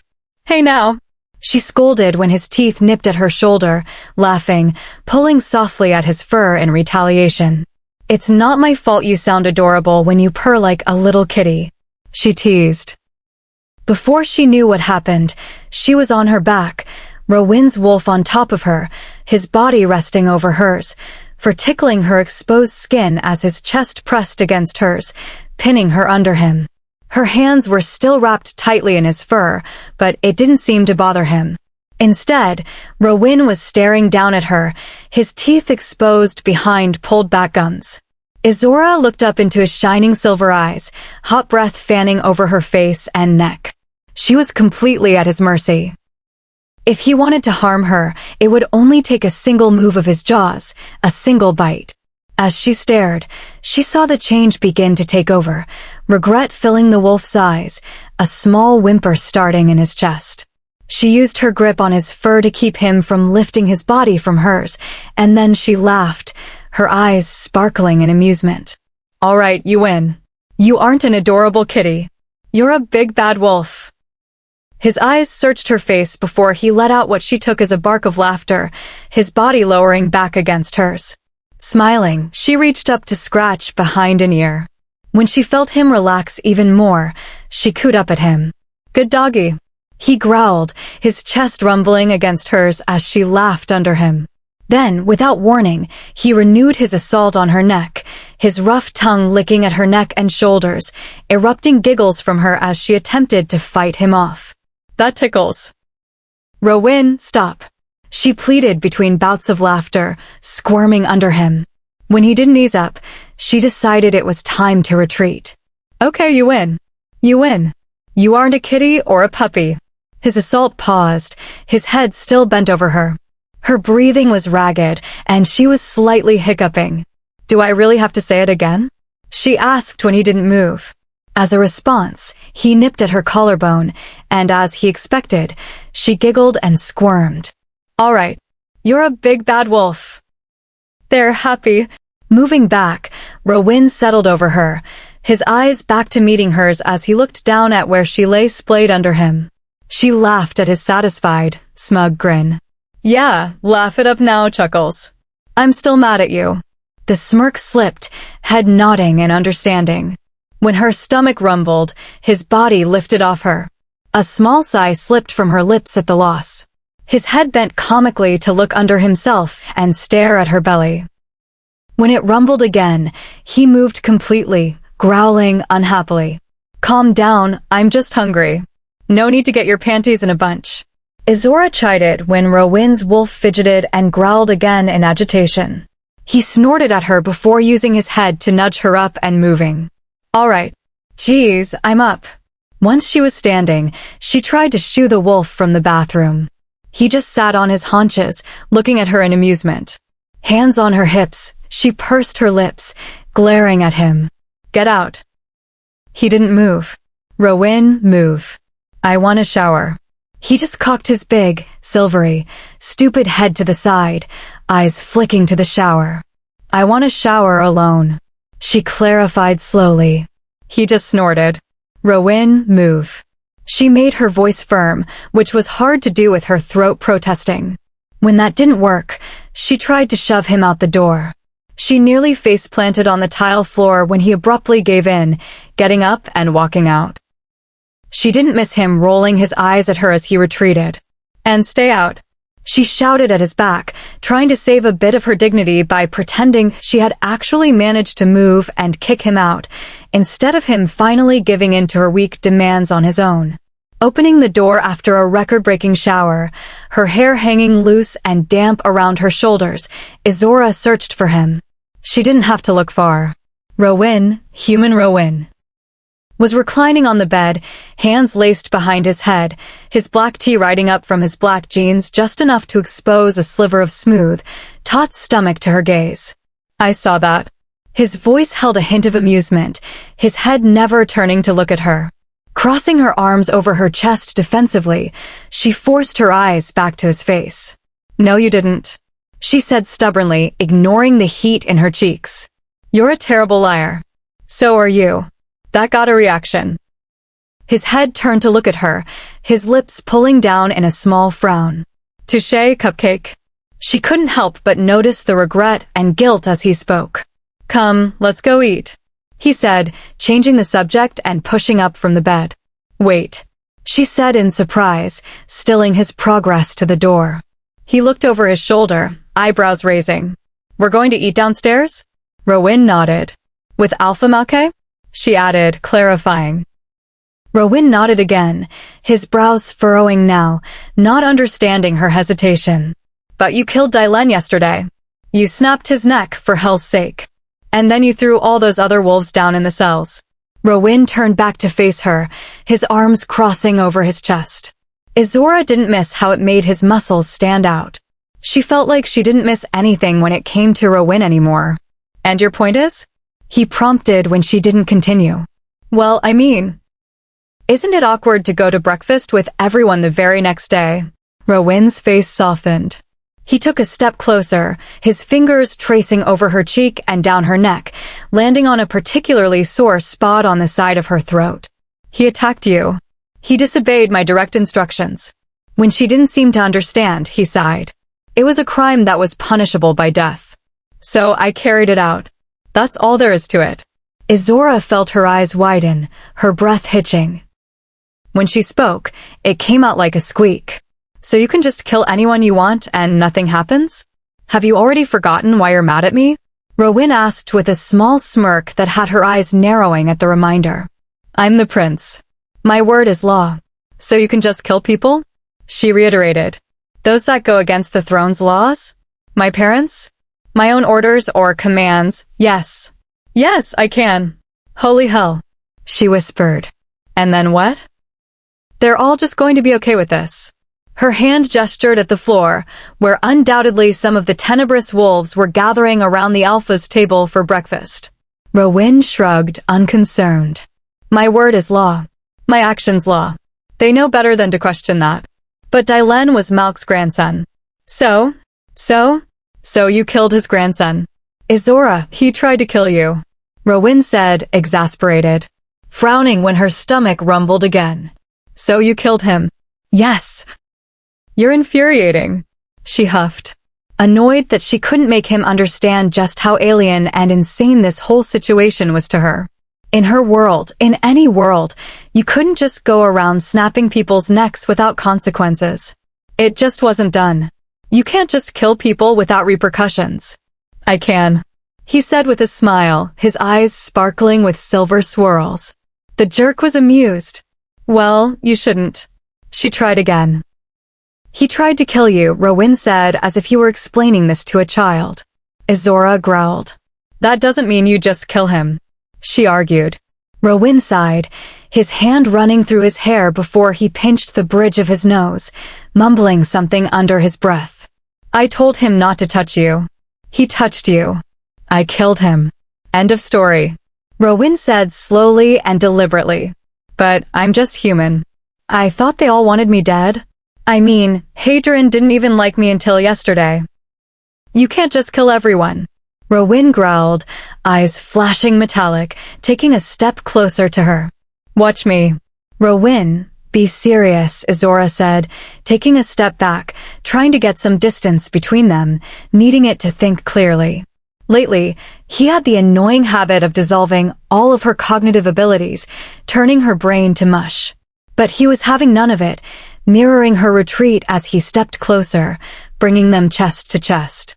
I am deadly serious, Cupcake. Anyone lays a hand on you, and I'll rip their throats out. Izzorah rolled her eyes at him. That's stupid. I don't matter that much. Rowan stiffened, frowning as he stared down at her. Who told you that? Izzorah waved it off. Hadrian wants me dead, and he's your cousin. You can't kill him. This time, Rowan rolled his eyes, snorting. Hadrian won't touch you. And he doesn't hate you. Izzorah looked at him, unconvinced. Man, you're stubborn, Cupcake. Can you just be a good little maiden and swoon in the arms of your prince? The prince, I might add, that is vowing to protect you so valiantly and bravely. You're an idiot. And first off, I do not swoon. And second, you aren't my prince. And third, before she could finish listing all the things wrong with his ridiculous statement, she was on the bed. On her back, Rowan hovered over her, his silver eyes staring down at her hungrily. Oh, that's where you're mistaken, Cupcake. I am absolutely your prince. And then, before she could react, his lips were crashing over hers. She had been kissed before. And some of it had been okay. A bit had been good even, but Rowan kissing her, his lips crushing against hers, soft, tender, and hungry all at once, blew all of it away. It was earth-shattering. Mind-blowing. And for the absolute first time in her life, she felt like she was exactly where she was always meant to be. Too soon, Rowan was pulling back, drawing a small whimper from her. He laughed softly, pressing his lips to the hollow of her throat. He stayed hovering over her, propped on his forearms, eyes studying her as she tried to collect herself. Peeling her lids open, she stared up into silver. Wow. Surprise crossed his features before he laughed, his face cracking into a huge grin. That good, Cupcake? His gaze was drawn to her lips as she licked them. Trying to regain some control over the situation, she grasped for an air of disinterest. I mean, it wasn't bad, but I've had better. Lie. Total, complete, freaking lie. Any better and I'd be dead. Rowan stiffened over her, his eyes narrowing as he searched her face, taking a deep breath as his hands clenched into fists beside her head. Then suddenly he was relaxing, his head dipping so he could press another kiss to her neck before moving up to whisper in her ear. Have I told you you're a terrible liar? It's a good thing too, or else I'd have to go track them down and kill them. Her pulse jumped. And she had to swallow, suddenly aware of just how intimately they were intertwined, Rowan resting securely between her legs, his body trapping hers under him. You can't kill everyone, Rowan. Murder isn't the solution to every problem. She scolded, trying to rein in her out-of-control hormones. Is that a bet? He growled against her skin. Now come, Cupcake. Tell your prince who he needs to kill next. She laughed at him, rolling her eyes, which he couldn't see. He growled again, the sound vibrating through her chest. Don't refer to yourself in the third person. It's weird and creepy. Don't evade my questions. He shot back. All right, you made your point. Now get off me, you oaf. She said, shoving at his chest, which of course did nothing. He was like a brick wall, a solid, muscled, delicious brick wall. I thought I was the big bad wolf? He asked innocently as he pulled back enough to look her in the eyes. She shook her head at him. Nope, you're an oaf. Now get up.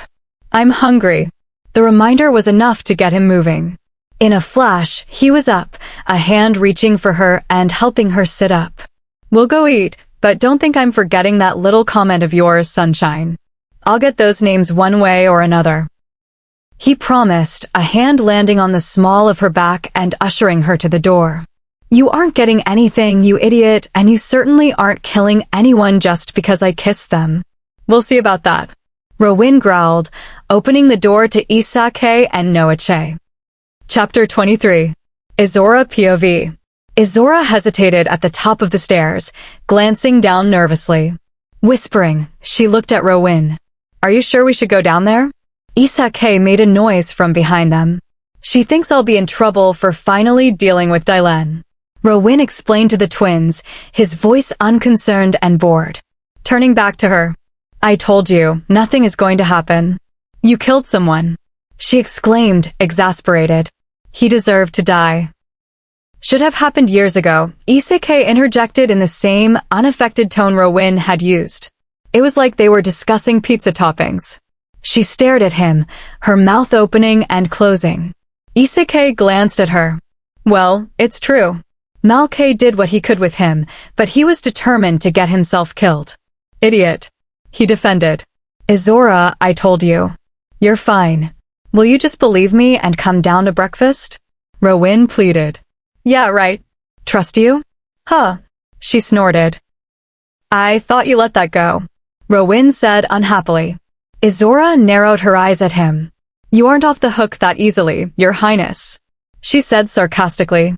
And don't think I don't know you aren't still hiding things from me. She accused, her finger poking him in the chest. Turning back to the stairs, she grumbled. Fine, let's get this over with.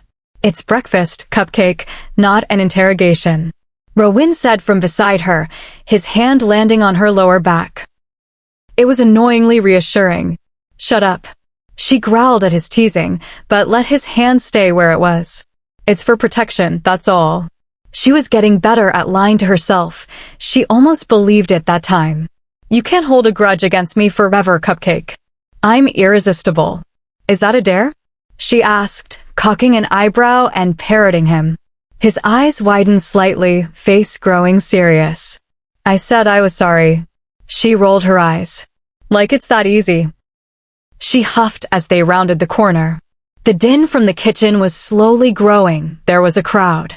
Izzorah straightened her spine, refusing to let them intimidate her. She stole a glance at Rowan beside her, needing to reassure her shaky self-confidence that he was still there, even though she could literally feel him brushing against her side. What do I have to do? He inquired seriously, his face scrunched up in concentration. I'm not telling you that. She muttered. How's that fair? Figure it out. You're a prince. Surely you can figure out how to apologize for being an ass. I did apologize. He argued, pushing open the kitchen door, allowing voices and sounds to rush out at them. Izzorah snorted behind them. Izzorah threw a glare at the twins, wiping away their matching grins. You all hid this from me too.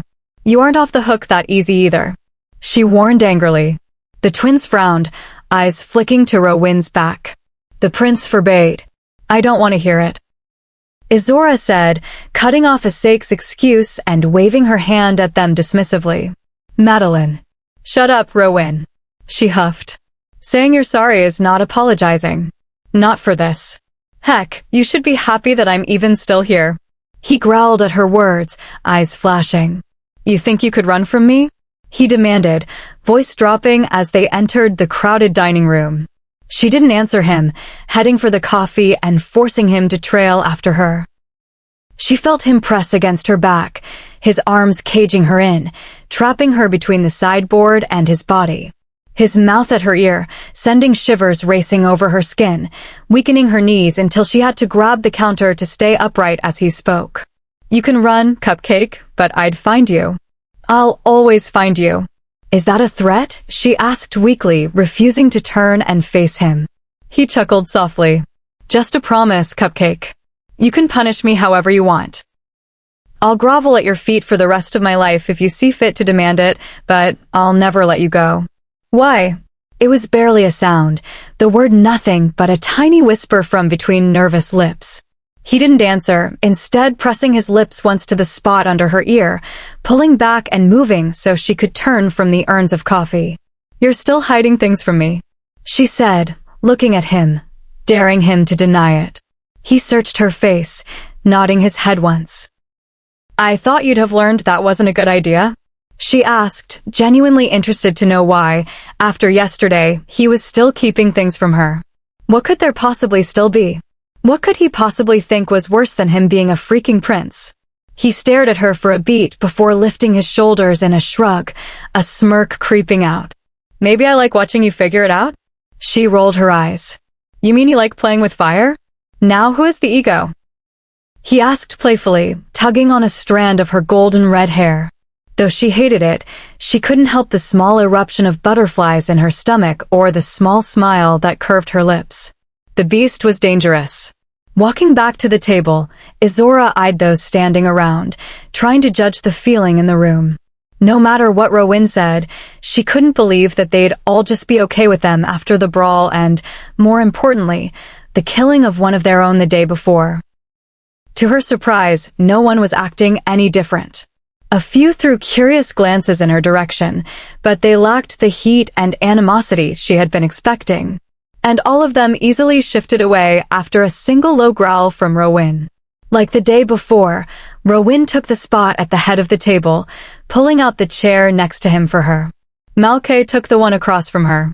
She avoided looking at him, or Derek, who sat to his left.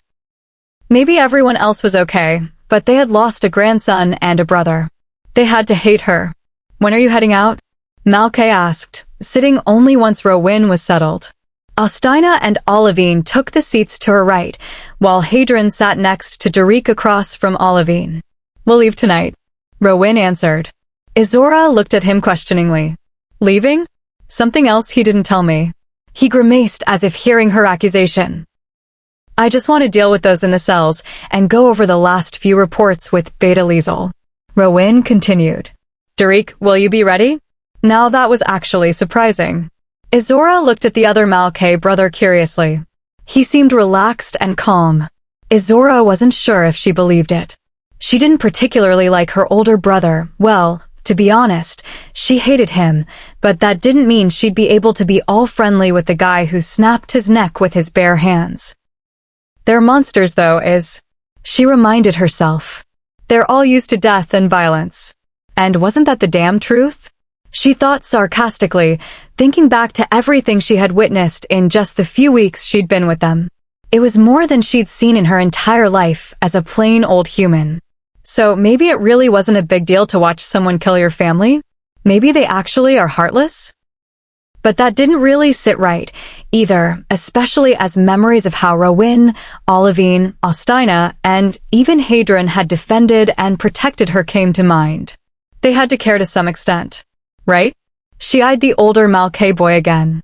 So why didn't he care that his only brother was killed? Sensing her stare, Derek turned from Rowan, meeting her gaze head-on. She knew he could see her skepticism, her confusion. All she got from him was sympathy and regret. Why is he coming with us? The question popped out before she could help it. Rowan looked at her, dropping whatever he and Malkay had been discussing. Derek is traveling with us up to my parents'. Malkay has asked my father to finish his alpha training. It's why Hadron's with us as well. Rowan winked at his cousin. Brokering allegiances and loyalty among the next generation. Yeah, loyalty, Hadron said, rolling his eyes. More like my parents want the house to themselves. He added, gagging dramatically. Olivine smiled. You do manage to ruin all their good times. Austina replied, chuckling at Hadron's mounting discomfort. Disgusting. Don't talk about it, and besides they're old. They should be knitting or something, not running around like teenagers. He huffed, crossing his arms and shuddering. Even Izzorah laughed at him. Oh, Hadron. Wait till I tell your mum you called her old. Olivine said, laughing as Hadron's eyes widened in terror. I didn't. Shit. It was a joke, Liv. Hadron pleaded. Olivine just laughed, winking conspiratorially at Izzorah.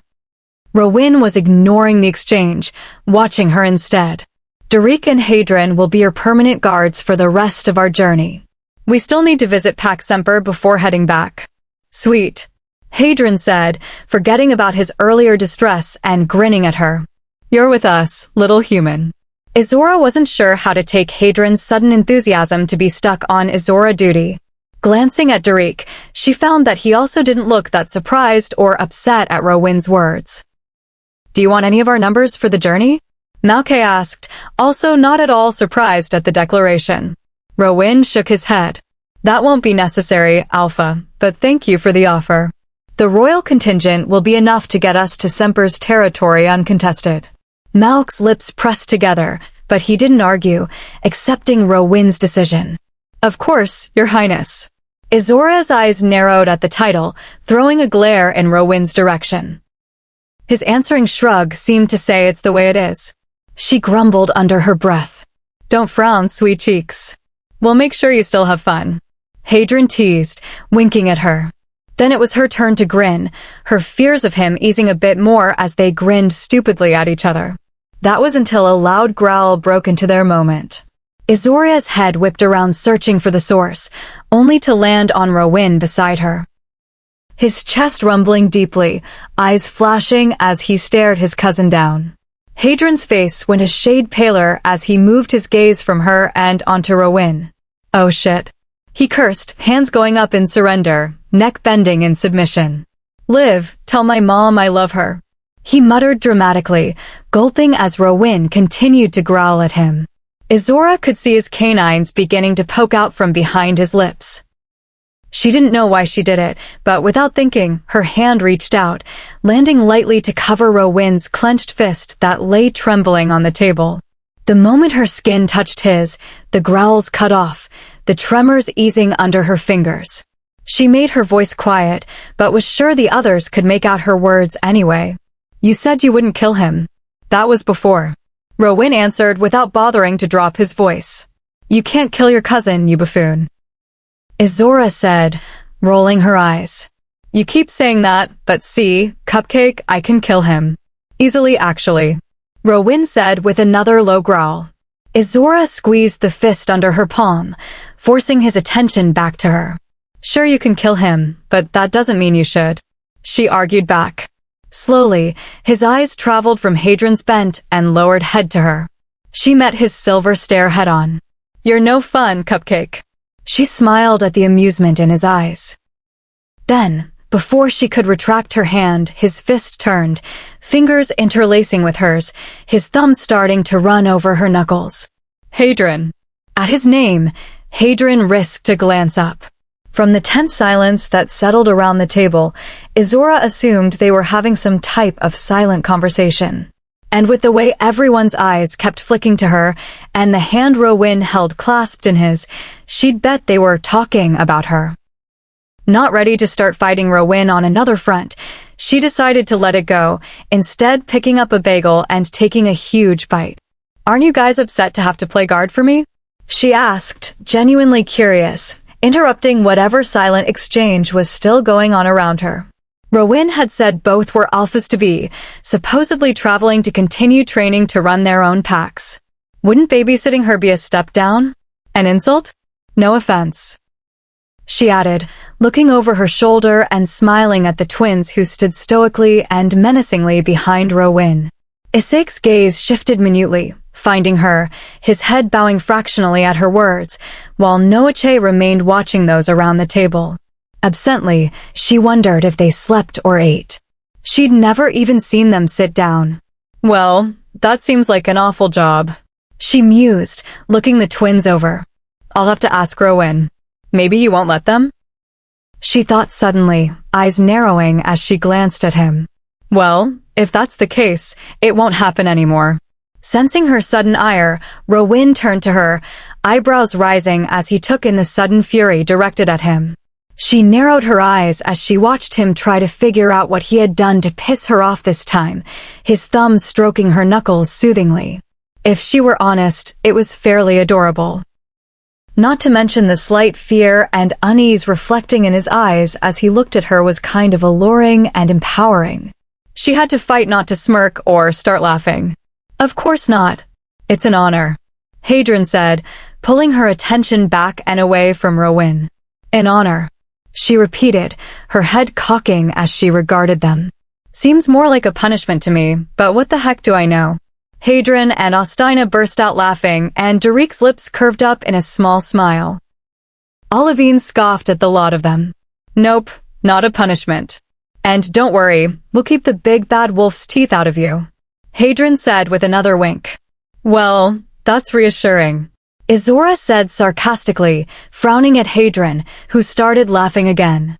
Rowan's hand applied a bit of pressure to her fingers, pulling her attention to him. Are you done? He asked, looking at the crumbs left on her plate. She nodded, her stomach satisfied for the moment, as she picked up her mug, taking a glorious sip. The wolves from yesterday first? Ostina asked, his eyes flicking to the floor beneath their feet. Izzorah shuddered at the reminder, her hand going to her throat, covering the deep bruises that circled it. She felt eyes from around the table land on her, staring at the blue and purple marks. Her cheeks heated under the scrutiny. Picking up on her emotions, Rowyn's thumb rubbed over her knuckles. She leaned her body closer to where he sat, needing to feel his presence to wash away the feel of Dylan's arms on her. "Yes, we'll deal with them and get it out of the way," Rowyn said. "Are you going to kill them?" Rowyn looked at her, his eyes softening. Glancing at the hand still at her throat, he frowned. "I haven't decided yet," he answered. "You can't, Rowyn." His eyes widened in surprise. There were a few gasps around the table that she ignored. "You can't kill them." "You keep underestimating me, Cupcake." "It's starting to hurt," Rowyn joked. She frowned, pulling her hand from his. Pain crossed his face. She ignored that too. "Be serious." "I am, Cupcake," he answered, his voice less amused now. "You can't just kill 8 people. Rowyn let out a sigh, searching her face before pinching the bridge of his nose. "I will consider not killing them. But that's all I can give you." Izzorah took a moment to consider his words. Could she demand anything more? He said he hadn't decided, but that he would consider not killing them. Maybe it's enough. Maybe I can convince him that he doesn't need to kill them. She eyed him before nodding once, accepting. "Ostina, round up some of the guards and bring them up." Ostina pushed from the table, nodding at Rowyn and heading out of the room. A few of the tenebrous wolves fell in behind him. "Bringing them up?" Izzorah asked, watching as Ostina disappeared. "Come, Cupcake." Rowyn held his hand out to her. Reaching out, she let him pull her to her feet.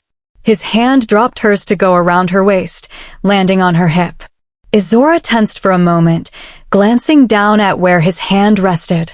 Forcing her body to relax, she let him guide her from the kitchen. "It's just a hand, Izzorah. Pull it together, woman. He's a werewolf. And has a mate. And is a goddamn prince, for crap's sake."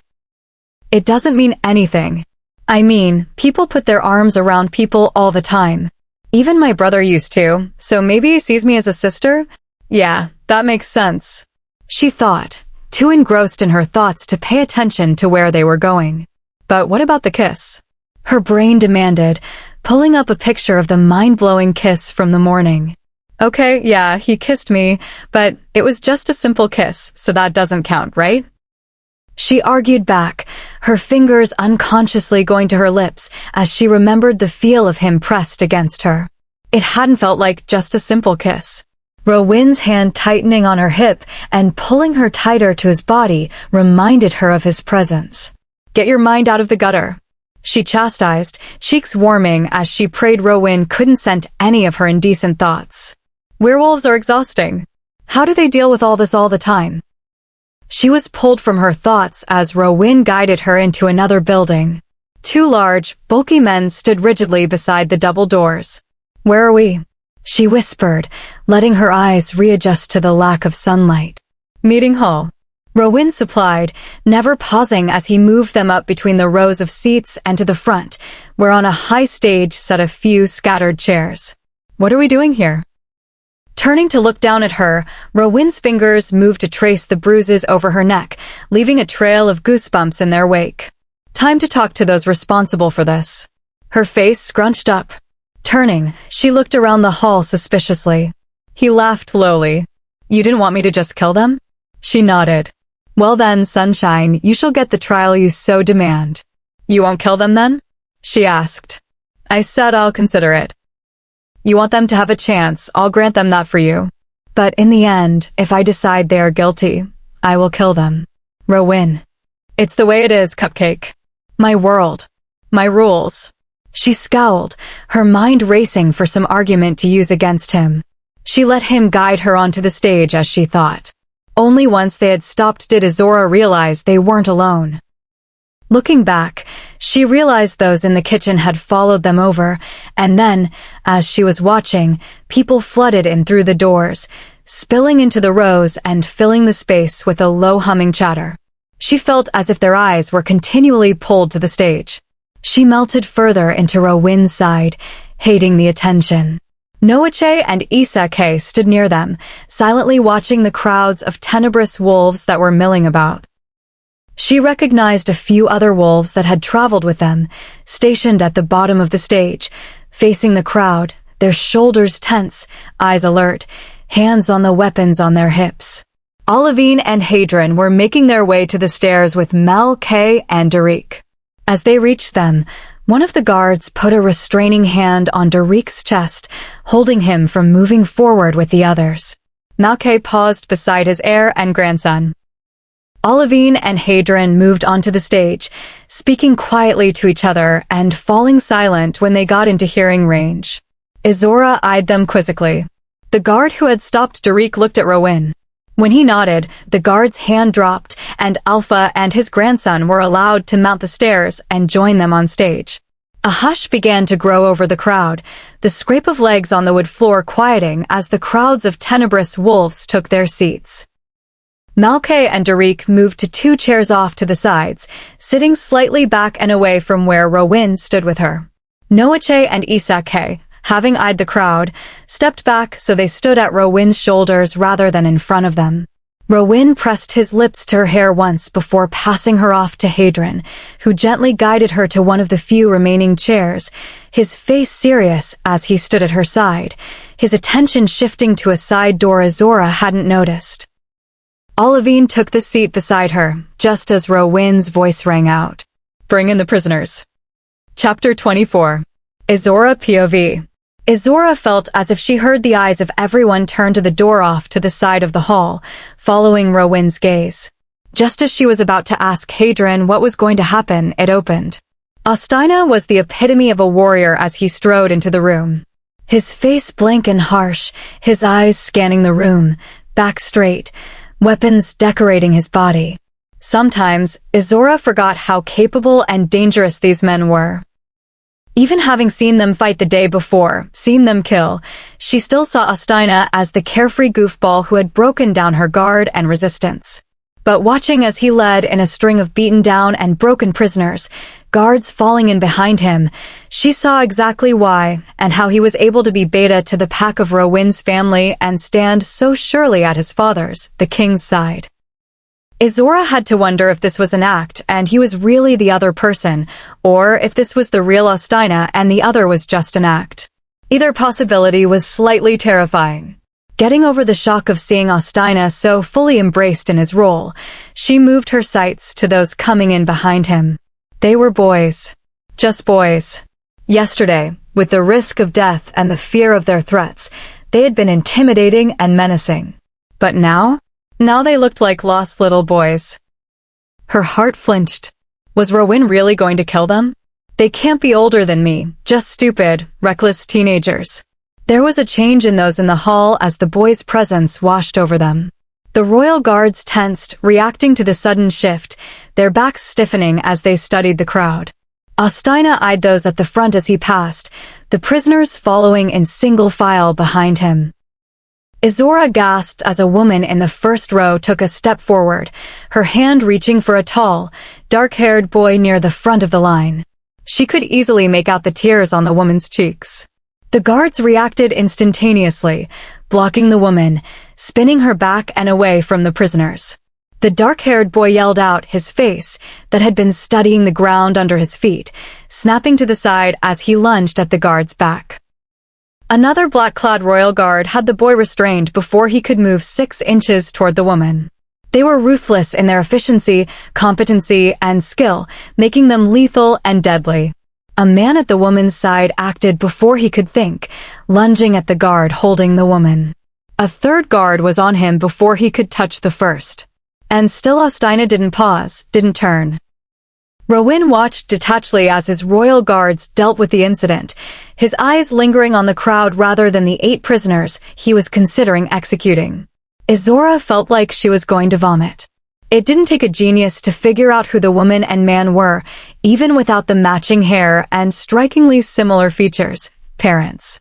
This boy's parents gathered here to watch and listen to whether their son would be condemned to death by their prince. Rowan looked different to her, older, untouchable. Gone was the ego and flirtiness she had become accustomed to. Instead, he felt cold and distant, harsh even. The man standing before her was someone she could see ordering the death of 8 young men who had disobeyed him. This was a man who assumed no, who expected his orders and wishes to be complied with, without question or hesitation.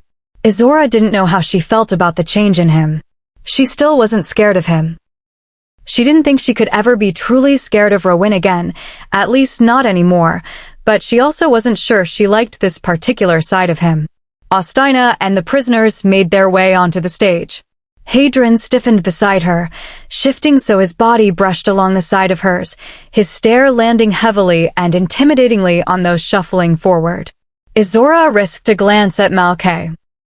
His face was carefully composed, eyes blank as he watched his pack members nudged into a line before Rowan. Derek, however, was not so neutral in his appraisal. His eyes were angry, his lips pressed together, a hint of disappointment in the set of his shoulders as he watched the proceedings. If there was any doubt where Derek's anger lay, it was erased in that moment.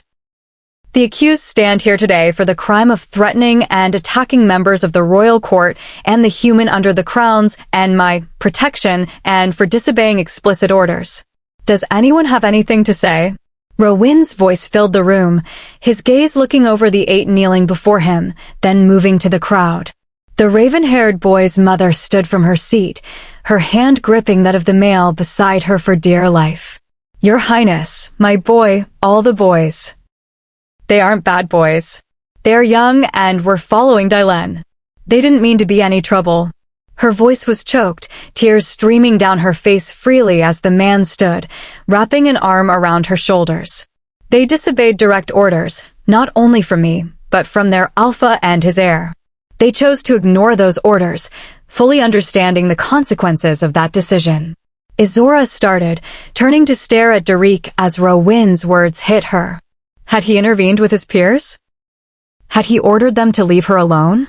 She saw the tenebrous air in a new light, the realization shaking her already cracked and flimsy conceptions of these people she found herself entwined with.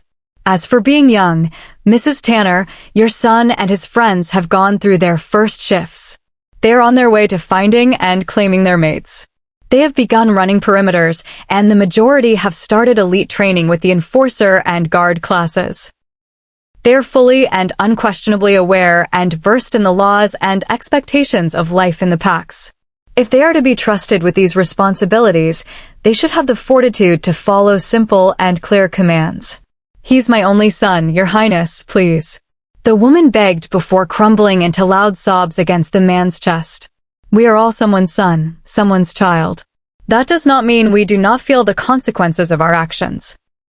Rowan said calmly, his face neutral as he watched the man attempt to quiet the woman.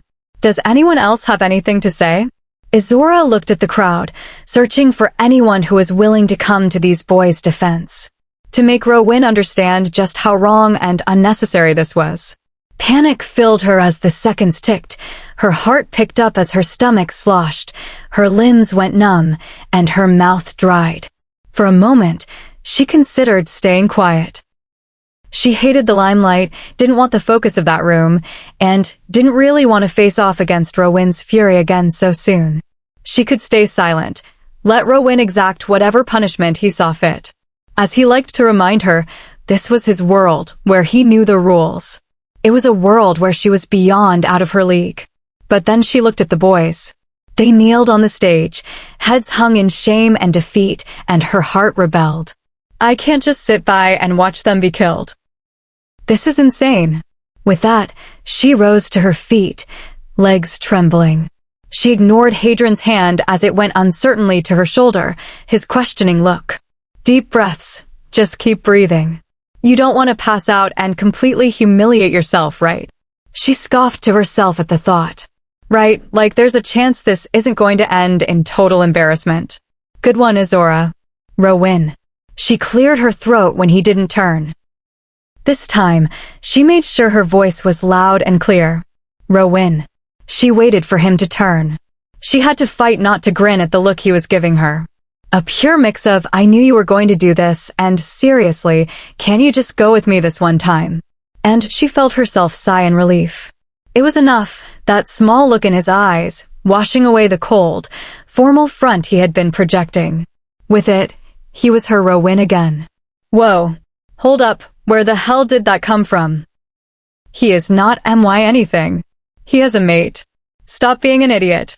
We're friends, well, kind of friends. At least when he isn't trying to kill me, that is, but that's it. Yes, Madeline. His voice brought her back from her inner argument. She narrowed her eyes at the sound of her given name. The sparkle in his eye told her he had done it on purpose. Oh, you will pay for that. He must have read the threat on her face, because his lips twitched up at the corners in a phantom smile. The jerk had the nerve to wink at her. You can't kill them, she said, irritation and anger winning out over nervousness and fear. He took her in, a sharp glare having Hadrian's hand falling from her shoulder, then his gaze landed on her neck and the bruises that circled it.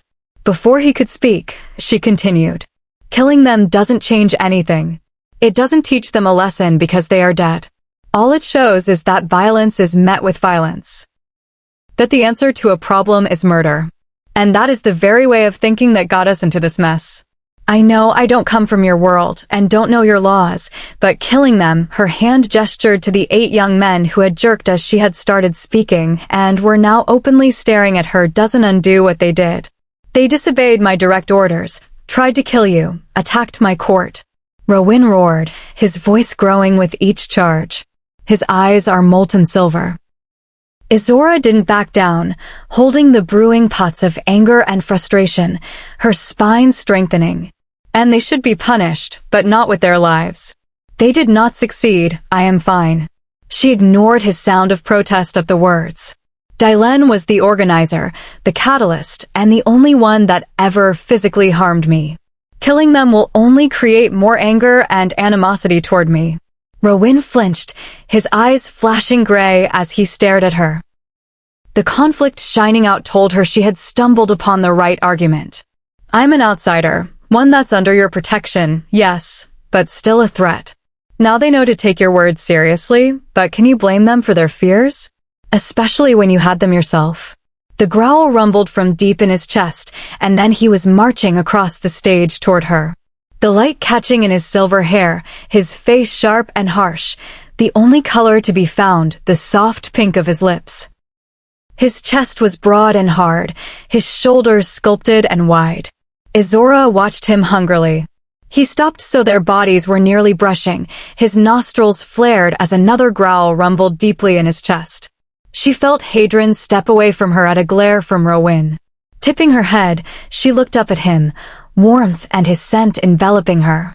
She could breathe properly again, inhaling the smells of snow and pine, mixed with the husky scent of pure male. You are mine to protect, he growled. And you did. I'm here. His fingers raised to her neck, running softly over the bruises. You were hurt. Dylan hurt me, and he paid with his life. Those 8 never laid a finger on me, or on Liv, or the others. They were seriously outclassed. They don't deserve to die for being hot-headed idiots. I disagree, Cupcake. You owe me. Surprise filled his eyes as he looked down at her. You want me to spare them that much? He asked incredulously. She nodded without hesitation. Enough to forgive me for deceiving you? He pressed, his face showing his skepticism. Well, maybe not completely, she said teasingly. But yes, I want you to spare them. Rowan stared down at her, his body going still as he fell into deep thought. The whole hall was silent, no one wanting to interrupt whatever magic had managed to still Rowan's vengeance for the moment. Izzorah felt herself relaxing as the time ticked by, panic and unease trickling out of her body, replaced by calm certainty. She didn't know why or how, but she knew that Rowan would give in. He would agree and spare the 8 boys' lives. Her hand raised to land on his bicep, his muscles jumping under her touch. Teach them mercy and forgiveness. He looked down at her seriously, a frown pulling at his lips. I am neither merciful nor forgiving. And Izzorah knew it was the truth. If it had been up to Rowan alone, the boys would have already been dead. Most likely, he would have killed them the day before, as they lay on the lawn, wounded and hurt. But I am. She smiled at the surprise her words caused him, watching as his face slowly gave way to a grin, his hand moving from his side to cup her cheek. She ignored the butterflies his touch erupted in her belly, focusing on the gray storm clouds in his eyes. Yes, you are. Closing her eyes, she let herself lean just a bit into his hand. Rowan let out a satisfied noise in response, his fingers brushing against her skin. Don't kill them. The whoosh of his breath stirred her hair, tickling her face. Opening her eyes, she met his, grinning as he rolled them at her. Fine, Cupcake. You win. They live. She had the sudden urge to leap at him, to throw her arms around his neck and press herself into his body, to mold her lips to his. Thankfully, Ostina took that opportunity to cough, breaking them out of the bubble they had created. Izzorah felt her cheeks flare as she remembered the crowded auditorium, the rows of wolves, the prisoners on the stage, and Malkay and Derek sitting right next to them. Looking past Rowan's shoulder in mortification, she let out a sigh of relief to see that Hadron, Noah Che, and Issa K had moved to stand, blocking them from most of the crowd. Not that anything had really happened, but Izzorah still didn't want everyone to have seen her and Rowan's interaction. Not that they hadn't seen worse from him, but still. Shifting back to Rowan, she shifted uncomfortably, super aware of his hand still lying along the side of her face. Rowan. Yes, sunshine. He asked, his eyes having taken on that faraway look that said he was talking to someone. You're still touching me. She stated softly, fingers twisting together as anxiety stirred in her, her gaze shifting back to the crowd that was tensely watching and waiting for the verdict. Yes. And your point, Cupcake? He asked, eyes still clouded and not fully present. She attempted to step back and away from him, but a small growl in his chest stopped her. His hands slid from her face to curl around the back of her neck, his free hand landing on her hip to hold her in place. Without thinking, she smacked his chest as hard as she could with her open palm. The sound reverberated through the room. Izzorah was too annoyed to pay attention to the responses around them. Rowan's eyes snapped into focus as the stinging smack registered. Ouch, Cupcake. What was that for? I told you not to growl at me, you dickhead. She snarled, crossing her arms over her chest in anger. They still stood so close together that it meant she brushed along the taut muscles of his stomach, which, to her horror, caused her heart rate to spike. Damn him and his stupid muscles. You tried to move away, he said defensively, his face turning sheepish. His thumb rubbed soothingly over her pulse on her neck, the move small but intimate. Izzorah's eyes narrowed. Because I don't want you touching me, she snapped. Rowan's eyes widened a fraction at her words, the soothing circles on her skin stopping. Before a smirk tugged his mouth. Leaning closer, he whispered the next words in her ear. Your body says differently. That's it. He's gonna die. Before he could see it coming, Izzorah brought her knee up into a very vulnerable and very painful area.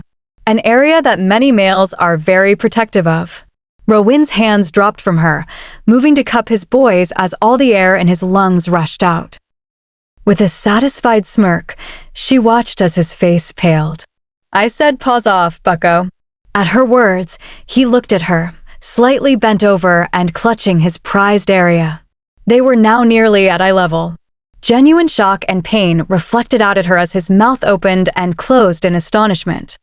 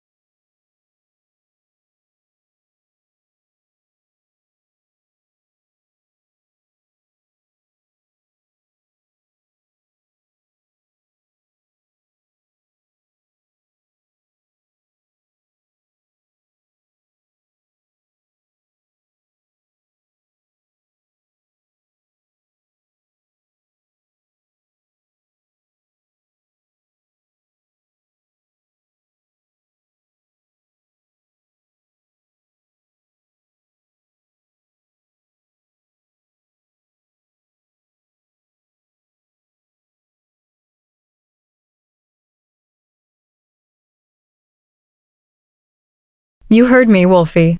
When I say hands off, I mean hands off. Arms still crossed, she took a deliberate step back and away from him. Now, buck up, go to your job, and tell those kids you aren't a disgusting murderer who is going to kill them for no reason but your ego. With that, she turned from him and plopped back into her seat next to Olivine. She was grumbling under her breath about grabby mangy mutts and their stupid perfect lips when she finally took note of the shaking beside her. Nervous, she whirled to look at Olivine. Only, instead of the angry, out-of-control wolf she had expected, she was met by tears streaming down Olivine's face while a hand was pressed to her mouth in a failed attempt to stifle her laughter. Glee and twisted delight shine in her brown eyes. You okay? Izzorah asked nervously, not sure what was wrong with her. Olivine tried to speak, but before she could get out a word, the laughter she had been trying to contain erupted. And then she wasn't the only one. As if setting off a chain reaction, Hadron, then Derek, followed by Malkay and even the twins, burst into fits of booming laughter. Izzorah looked at them in confusion. A few chuckles from the royal guards on the ground even added in, and Izzorah could clearly pick out Ostina's gleeful chuckles from the mix. The crowd was staring at the stage in bewilderment, alternating between staring at her and then the hysterical wolves. Olivine recovered first. You are amazing, she said between hiccups. Izzorah's eyebrows pulled together. I just need your boss guy in the junk. Shouldn't you be mad at me or something? Olivine's composure broke again, dissolving into another round of laughter. We've been wanting to do that forever, but we'd never get away with it. Hadron supplied, still snickering at her side. Izzorah risked a glance at Rowan, who was standing where she had left him. Only now he was back to standing upright, hands on his hips as he stared at her like she was a problem he couldn't quite understand. She squirmed in her chair. Well, he should learn some manners. She huffed indignantly. If he thought she was apologizing, he had another thing coming. Stupid oaf. She accompanied the thought with a sharp glare in his direction that had his eyebrows shooting into his hairline. When he stayed frozen, she rolled her eyes, before looking pointedly to the front of the stage where the 8 prisoners still kneeled waiting out their punishment. Clearing his throat, Rowan pivoted and moved around Noache and Isake, walking to the row of boys. Good boy, Izzorah thought smugly. As if hearing her thoughts, he frowned over his shoulder at her. Winking at his sulking, she nudged her chin forward again, exaggeratedly. Rowan rolled his eyes, giving in and turning. Rowan took in the crowd of tenebrous wolves, the tension in the room ramping up as he finally shifted his attention to those on the stage. His heavy stare landed on each one. Izzorah felt as the room held its breath in anticipation, soft sobs starting in the first few rows of gathered wolves. A plea has been made on behalf of the guilty. Rowan started, his voice sounding unmoved and cold. Izzorah felt the other's apprehension, but she remained calm and unruffled. The victim, the human Madeline, at that, she did frown. She hated each of those names. Has pleaded her case to the crown. Cries and sobs increased, cutting off only when Rowan raised his hand. I have decided to heed her wishes in the execution of those responsible for the attack on herself and my court. As for disobeying my orders, I will leave it to Alpha Malkay to decide. Silence. Izzorah felt like laughing as Rowan stared out expectantly. Because she knew what they had agreed, she understood Rowan's cryptic wording. Of course, everyone else was left puzzled. When the seconds ticked by, she threw her hands in the air, jumping to her feet. For crap's sake, Rowan, learn to talk to people so they understand what the hell you're saying. Turning, he cocked his head to the side.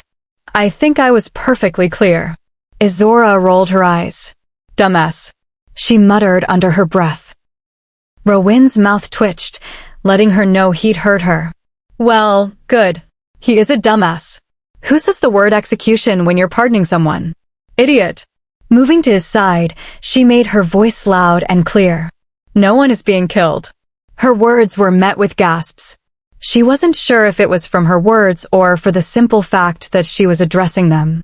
Rowan isn't killing anyone. I am alive and unhurt. She shushed Rowan's growl of disagreement. And he has agreed with me that death is too harsh a punishment and would only lead to more violence. Therefore, in an act of mercy and forgiveness, the 8 of you are being surrendered into Malk's care, where you will face a punishment that is fair and just." Her speech done, she turned. In hindsight, it was easy to see where she misjudged those around her, failed to anticipate the reaction to her words and the anger and hate that people let rule and blind them. "I don't want your mercy or your forgiveness, bitch." The scream froze her blood, terror filling her at the amount of menace carried within. She stumbled, spinning to watch as the dark-haired boy near the front of the line pushed up from the floor, leaping through the air. At her. She didn't even have time to scream before the boy was jerked backwards, a few feet still between them. Rowyn's face was murderous. There were no words this time, and Izzorah knew there wasn't anything her or anyone could do to stop what was about to happen. Rowyn yanked the boy around, shoving at his chest and sending him sprawling to the ground. The boy landed heavily, limbs sprawling as first shock, and then fear overtook him. A scream pulled her attention. The man and woman from the front row had started fighting and struggling with 3 black-clad royal guards. Nervousness exploded in her gut as she realized how vulnerable she was in that moment. Shooting a look at the 7 other boys on stage, relief washed over her as she took note that they had all remained in place, displaying nothing but disappointment and fear as they stared at their cowering friend on the floor. A few of the other royal guards had leapt onto the stage with the outburst, hovering threateningly over the rest of the line. Noache and Iseke were on her just as quickly, hands pushing her behind them. Hadron and Olivine flanking them, boxing her between their bodies. A shuddering roar pulled her back to Rowyn. She watched in rapt awe as he launched himself through the air, his clothing giving way as he shifted midair. Dark silver fur erupts to replace skin, muscle, and bone, breaking, reforming, and melding to give shape to his second form. It was over before his paws landed. A fully transformed and pissed-off wolf stares down at the boy trapped under him, a vicious snarl ripping from between exposed and gleaming white canines. The boy started to fight, dark fur erupting over his arms as he struggled to shift into his own wolf. He's going to try to fight Rowyn, she thought, fear clogging her throat. But before the boy could even finish shifting, Rowyn darted his big head forward, his larger body and weight easily holding the smaller wolf pinned. Izzorah's horrified gasp was the last sound before Rowyn ripped back his clamped jaws ruthlessly. The sound of flesh tearing, the cry of pain, the weird gurgle of blood spraying made her gag. She stared as the boy went limp, body stilling under Rowyn, black dots swimming in her vision. Slowly, Rowyn turned from the body, spitting the mouthful of tissue and muscles from between his teeth. Izzorah gagged, a fist pressing to her mouth, watching anxiously as he stepped toward the line of kneeling teens. The royal guards backed away as he approached. Hadron's heavy hand on her shoulder kept her in place when she tried to take a step forward. Rowyn walked along the line, jaw stained red with blood, some still dripping from his exposed canines, fur bristling over bunching muscles as low, fierce growls rumbled from his chest. He looked violent and feral, ruthless and cruel. As he walked, each boy bent his neck, eyes planted to the ground, their submission and surrender utterly blatant. Not one made even the smallest show of trying to challenge him. Even Izzorah understood that it would have meant an instant and certain death. Satisfied with the boys, the massive wolf turned to the crowd, a deafening growl thundering as he stared at them. Heads lowered, necks exposed to the side as each and every member of Tenebris bowed and surrendered to Rowyn. They stayed transfixed, the entire hall frozen in place as he took them in. The spell broke when Rowyn turned with a huff of breath, shaking out his fur. The growls and snarls cut off as he stalked from the stage. Izzorah could feel the tension leave them on a whoosh of air. What the actual? Her thoughts were interrupted by Hadron. Come on, little human. Let's go find your big bad wolf. Meeting his soft gaze, she struggled to return his tight smile. Chapter 25. Izzorah POV. The shower had been running when Hadron dropped her off at their room with a nudge and a wink. Sitting on the end of the bed, her mind was a chaotic mess, thoughts tumbling over each other. The sound of the bathroom door opening broke her out of her troubled thoughts. She had been so engrossed that she missed the water turning off. Glancing up from where her hands lay limply in her lap, she was met with the sight of Rowan's bare chest. She frowned when the sight of his perfectly chiseled and still damp flesh did nothing for her. Even as her eyes traveled up, taking in his shoulders, strong jaw, soft lips, damp hair curling around his ears, there was no reaction. No flutters, skipped heartbeats, flushes of color, nothing. Her frown deepened. A pair of black jeans hung low around his hips, his feet bare as he ran a towel over his head. Izzorah cocked her head to the side, trying to read his mood. He seemed restless. Agitated. We'll be leaving in a few hours. I just need to go over a few things with Malkay. Rowan, I want you to stay in here. I'll have Hadron and Derek and Liv stay with you until we depart. Rowan, even with them here, I don't want you leaving the room. Just stay here and stay out of trouble. Rowan. She tried again, this time letting her voice rise, demanding his attention. What, Madeline? The exasperation in his tone made her roll her eyes. Her fists clenched to stop herself from trying to pummel him. We need to talk about what happened, she said, her mind filling with thoughts of the stage, the wolf charging for her, Rowan ripping out his throat. No, we don't. His voice was cold and flat. She flinched. He did not talk to her like that. Others? Yeah, but not since Vancer's office had he spoken like that with her. Pain flared in her chest, and she had to bite back the sting of tears in her throat. I will not cry. I will not break down in front of him, not again. Yes, we do. I think you've done enough talking, Madeline. I may have indulged you before, but don't let that make you think that you have a right to dictate what I do, or who I am. You are alive only because I decide it. Any words she had dried up as his sank in. She felt like he had slapped her. She'd rather he had hit her. The words, his words, the cold, emotionless tone, bit deeper than any punch or claw ever could. She felt the tears gathering on her lashes. Only pure willpower kept them from raining down her cheeks. She stared at his tense back, refusing to even breathe, her entire being hoping that he would spin around, face breaking into the lopsided grin that made her stomach flip, and tell her it was all a joke. Her mind rebelled as he took a stiff step away from her, his hand shaking as it pulled open the door. He didn't turn to fling the last daggers against her heart. You're human, Madeline, and this isn't your world. After the door slammed behind him, she gave in to the numbness pulling at her. Letting it ease her into oblivion, her body sank sideways until she was curled on the end of the bed, eyes open and unseeing, mind quiet. The only thoughts were the words he had said, playing over and over. Even when the others cautiously entered, she stayed still, ignoring their attempts to penetrate the numb haze she willingly surrendered to. The numbness was the only thing keeping her heart from flying apart into a million pieces. Chapter 26. Izzorah POV. I'm going to kill him. Hadron. Don't, Hadron me Olivine. Look at her. I see her, Hadron. Olivine's gentle tone contrasted sharply against Hadron's agitated one, finally doing what nothing else had, penetrating the numb fuzz that had consumed her.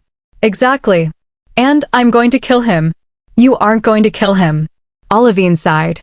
Izzorah kept herself from flinching as the feel of fingers running through her hair registered. Stretching out her senses further, she forced her mind to focus on her surroundings, shuddering as a stray thought of Rowan struck her fragile heart. Olivine cooed from near her, her thighs lying against Izzorah's back as her fingers continued to run through her tangled hair. You're upsetting her, Hadron. She chided softly. I'm upsetting her, he retorted mockingly. I'm not the one who rendered her nearly catatonic and then just left her. He was nearly shouting now, anger shaking his words. He's doing the best he can. Izzorah had been wondering when Ostina would jump into their little argument. Well, it's a pretty fucking shitty job if you ask me. Hadron spat. She heard his shuffling and could picture him pacing, angry energy forcing him to move, stalking back and forth like a caged animal. "No one asked you." Olivine mumbled softly. Hadrian growled. "Look at her live. Look what he's fucking doing. After everything, and now he gets her, and this is what he does? This is how he treats her. I'd give anything." "I know, hey." "No you don't. You don't live, but he does. And this is how he's fucking acting. It's disgusting. He doesn't deserve her." Hadrian spat out the last words angrily. His breath came out in angry little pants. Izzorah stiffened at the words. Olivine's fingers stilled as she and Ostina let out a collective gasp. "Hadrian, you can't mean that." Olivine demanded, her voice holding an edge of pleading. Desperation. It was silent, tension holding them before Hadrian huffed, clothing rustling as he let out another long breath. Izzorah risked peeling her lids apart just a crack. Hadrian's shoulders had sagged, his hands gripping his hair, his face pained, his eyes far away. "I know, it's all so fucking messed up. And it shouldn't be like this," he finally said sadly, hand gesturing to where she lay curled in a tight ball. Izzorah held still, waiting for the conversation to continue around her, silently hoping to learn more about these people, more about him, but to her disappointment, they fell silent after Hadrian's confession. As the seconds stretched on, Olivine's fingers started up once more, running gently through her hair soothingly. Focusing on the feel of the gentle touch that was so foreign to her, Izzorah relaxed back into oblivion, her mind too exhausted and overwhelmed to hold on to consciousness any longer. She woke to a hand shaking her shoulder, her name being called softly. Blinking, she cleared the lingering cobwebs of sleep from her eyes. The figure came into focus. Olivine. Her heart fell disappointedly. It must have shown, because Olivine let out a little sigh. "Just give him time." Her eyes narrowed at the words, anger replacing disappointment. "Come on, we need to get going. It's time to leave." Izzorah sat up reluctantly, not wanting to go anywhere with any of them, but also knowing that she didn't actually have much of a choice. The car was tense and silent. Izzorah kept glancing around, trying to be inconspicuous as she took them in. Izzorah drove. Olivine had climbed into the passenger seat. Ostina had peeled away from their group as they headed from Malk's house toward the 5 big black and shiny SUVs, climbing into the passenger seat of the next one in line behind the one they headed for without a word. Hadrian and Derek had stayed at her sides, eyes watching the few tenebrous wolves that had stopped to take in the royal departure. Izzorah curiously searched for Malkay or the others she had come to recognize, but could find none of them present. Derek held the door open for her, a hand lightly on her lower back as Hadrian moved to the other side of the vehicle, getting into the back. Pulling herself up, she shuffled into the middle seat. Derek followed her in last and slammed the door. As soon as their seatbelts clicked, the engines were turning over and they were rolling forward. Rowan is in the other car. He's ignoring me. He doesn't want to be with me. I'm so stupid. The thoughts sank in as Pact Tenebris flew past the darkly tinted windows. The tension continued as they drove. Back at Malk's right after her weird non-fight with Rowan, she had craved the silence, blocking out the world and giving in to numbness in a desperate attempt to protect herself from the pain of his rejection. But that had gotten old fast. Even if Olivine had not roused her, Izzorah didn't think it would have taken much longer for her to pull herself from her self-pity and denial. As much as it feels better to pretend it isn't happening, it doesn't mean it isn't. So buck up, Izzorah, and start figuring this shit out. Moping around like a child isn't going to fix anything. Doesn't he think you belong in this world? Doesn't think you can handle it? Well, prove him wrong. Show him you can survive this world, and you are more than a burden he has to protect. With new determination, she took in her traveling companions. The realization hit her, Rowan wasn't around. He was in the other car. It was a rare opportunity where she might be able to get some more information out of them without risking Rowan stumbling in on them. Clearing her throat, she wrung her hands together, mustering her courage. Well, here goes nothing. So, Hadrian, She waited until he turned slightly in her direction, his face friendly if not slightly guarded at her address after so long remaining quiet. She offered him a small smile of reassurance, noticing the concern and suspicion flickering in his eyes. "You never did tell me why you hated me so much when we first met?" It was obvious from his reaction that that was not what he had been expecting her to ask. Recovering quickly, his lips pulled down in a frown. "I didn't hate you," he answered dismissively, turning back to the window. Izzorah snorted loudly, her arms crossing over her chest as she turned so she was more fully toward him, her eyebrow arching in complete disbelief. Glancing at her from the corner of his eye, Hadron sighed. "Okay, fine. Maybe I hated you, just a little. But that was before I knew you were a little fluffball," he admitted, the corners of his lips twitching up this time. A fluffball. The word caught her attention and derailed her intention to press him further. This time, he turned back to her, his eyes lighting up in laughter and mirth, and she felt herself reddening under his scrutiny. "Yeah, you know, you're all tiny and soft and fluffy on the outside, but then sometimes you get all angry and fluff out like a little angry fluffy kitten, so you're just kind of fluffballish.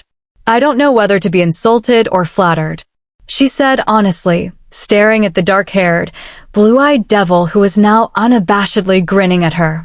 "Insulted," came Olivine's instant reply from the front seat, followed a beat later by Derek's flattered on her other side.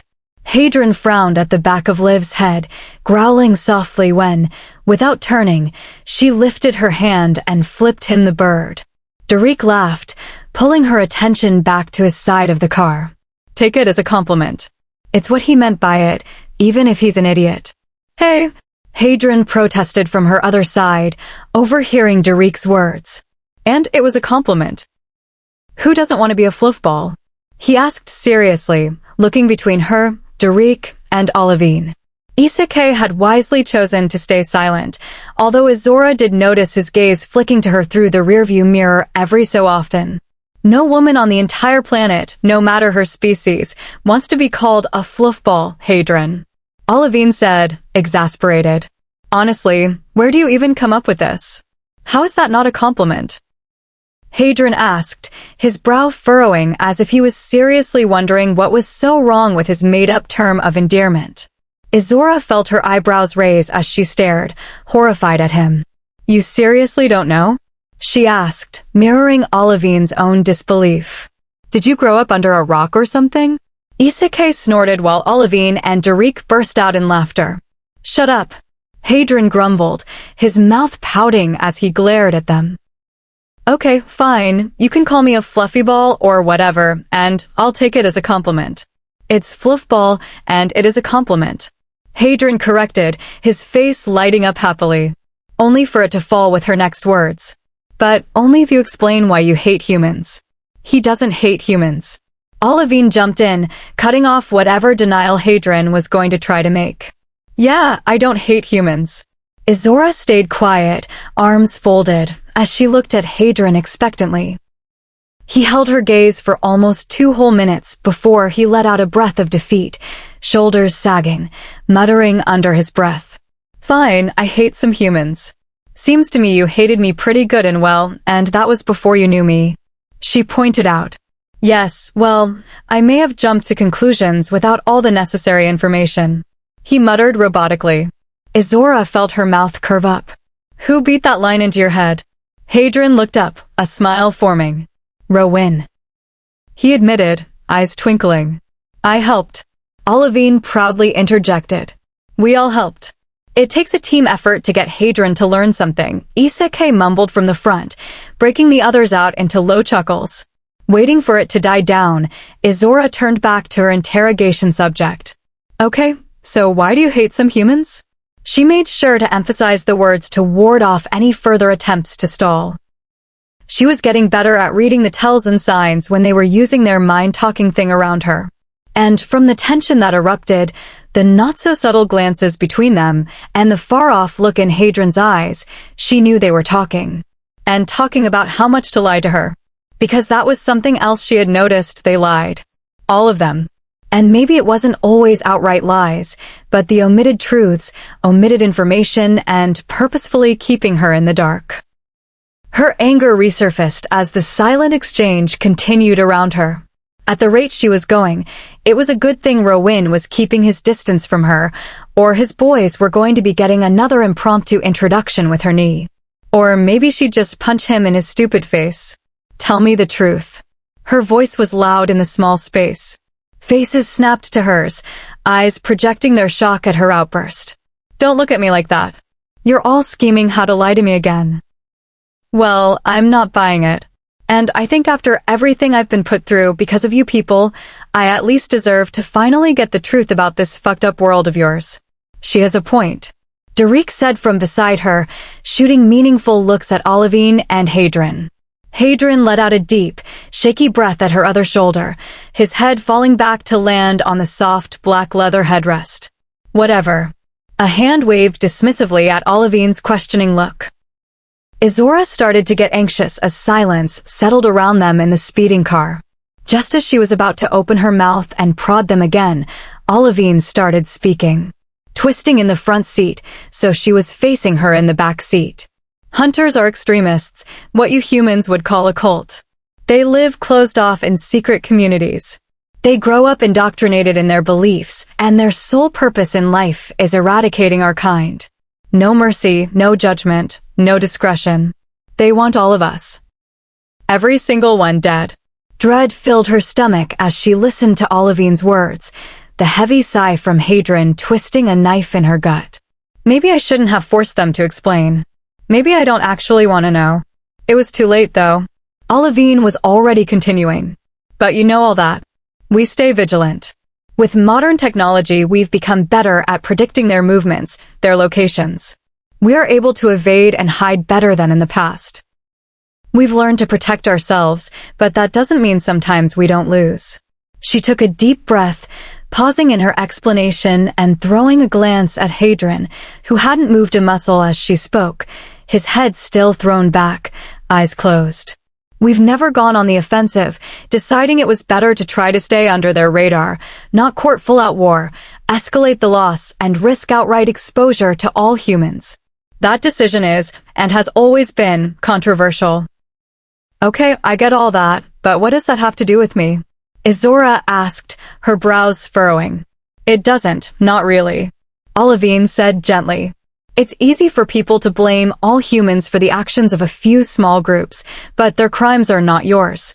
What happened? She asked softly, risking another look at Hadron, feeling him stiffen beside her. We can begin to find our mates during our teenage years as we approach our first shifting. Olivine said, suddenly switching the topic and confusing her even more. Some of the more powerful werewolves can sense their mates earlier, especially if their wolves are strong. Alpha wolves even more so. Females usually shift later than males, and most times even that is only triggered after we find our mates. But we can sense our other halves.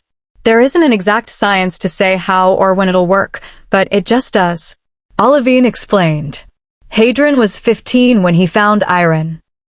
She paused, taking a steadying breath, pain filling her voice and eyes. It was nearly 8 years ago now. I hadn't shifted yet. Hadron's voice was soft, wistful. Izzorah turned to him. His eyes were still closed, head resting back, but a tiny smile curved his lips. My dad tried to convince me that I couldn't know, that there was no way I could be sure yet. It was too early. But I knew. I knew who she was, what she was. Your mate. Izzorah whispered, staring at him. His smile grew at her words. Yes, she was mine. My Iron. Hunters. Izzorah asked tentatively, trying to put the pieces together. It was Olivine who answered as they all watched the grief and pain cross over Hadron's features, the memories assaulting him. Hadron hadn't shifted yet, and Iron was only 13 at the time. His father had wanted to send guards, but I was young and stupid. Proud. I was the next alpha. Hadron said humorlessly, his voice turning dark and bitter. I thought I knew best. It wasn't your fault, Hadron. Olivine said forcefully. Hadron flinched at her words, but stayed silent. They went into the city to see a movie. We don't know how the hunters knew who they were or how they found them. Hadrian's dad had sent some guards into the city anyway, but it took them a few minutes to respond to his call for help, Izzorah said stonily from the driver's seat, picking up when Olivine fell silent. If they hadn't been there, Hadrian wouldn't have survived the attack. There was nothing they could do for Irene, he said sadly. She was too young, her wolf weak. She was just an omega. Hadrian said the words broken. But she was mine. And I was supposed to protect her. You did your best, Olivine said forcefully. It wasn't enough, came Hadrian's broken response. Losing the next Luna of one of our largest and strongest packs, who was but a child. Coupled with having the next Alpha attacked in the open and nearly killed himself, one that was so popular and promised to continue his parents' legacy so strongly, shook our world. Olivine said, turning back to Izzorah. Irene's death took a lot of wolves' suspicion and mistrust of some humans and fueled it into all-out hate of all of them. Oh, it wasn't a great response, but it was the only thing she could come up with. Her mind reeled as their words played over and over. Her eyes moved back to Hadrian beside her, letting out a small gasp to find him staring at her. She swallowed. I'm so sorry, Hadrian. His eyes moved over her face, and she watched as the pain that clouded his features was slowly pushed away. It was like she could physically see him pushing it from his thoughts, burying it in the back of his mind. The smile he shot her wasn't his normal goofy, light-hearted one, but she gratefully returned it. Thanks. And don't worry, little human. Your fluffballish has officially taken over your humanness, so you're safe from me. I kinda like you actually.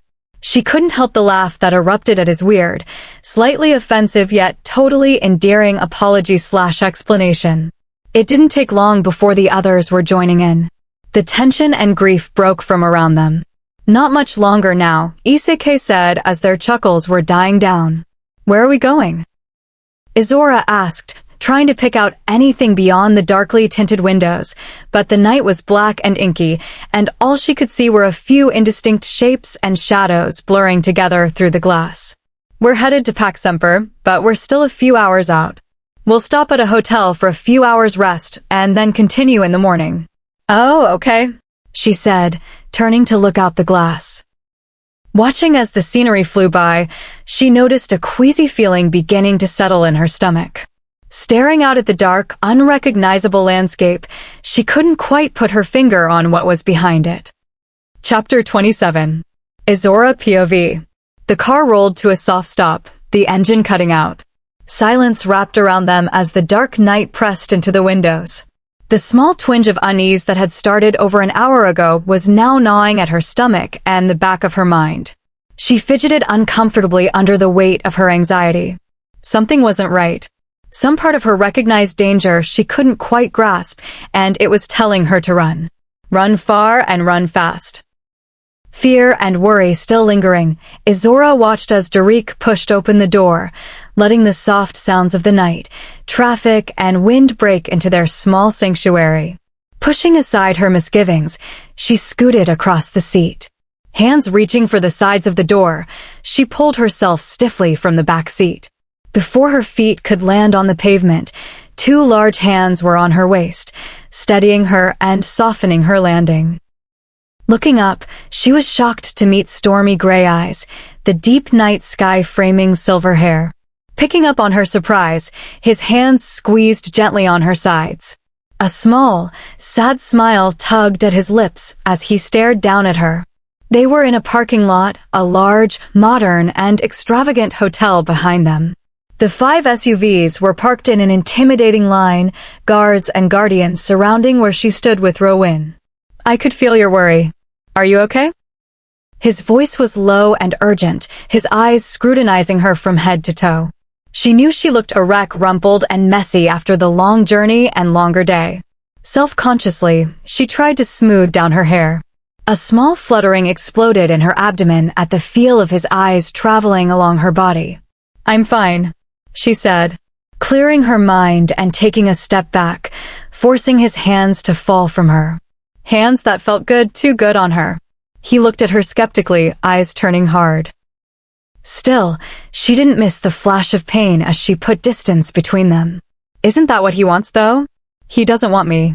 He made that perfectly clear. I'm nothing but a burden, a pathetic, fragile human. Did you see something? Should we not stop here? He asked seriously, no hint of mocking or skepticism in his voice. The same feelings were still humming in her, but it was easier to ignore them with Rowan in front of her. Looking up into his eyes, the slight scruff dusting his face, eyebrows pulled together in concern, she felt herself relax just a bit. The anxiety coiled around her belly eased as his presence and strength washed over her. What is it about him that he can make me feel this? I mean, Ostina and Hadron, even Derek, are just as big, well, maybe not as big and intimidating, but they are big and capable. So why don't I feel this way with them? Why do I feel at ease, safe, and like I'm where I belong with him? Don't even go there, Izzorah. She scolded herself, cutting off the line of questions that were leading into dangerous territory. He is a prince, a werewolf prince, prince of the monsters that kidnapped, hurt, and threatened to kill you. Plus, he has a mate. Some other werewolf out there made for him by destiny itself. How are you supposed to compete with some fate-made werewolf princess? I mean, not that I want to compete, because I definitely do not want Rowan. Thankfully, he interrupted her runaway thoughts. Madeline. Her eyes narrowed. Yes, Your Highness? He sighed, a hand going to his hip as the other ran through his hair. Is there a reason we shouldn't stay here? No, Your Highness. Everything is just peachy.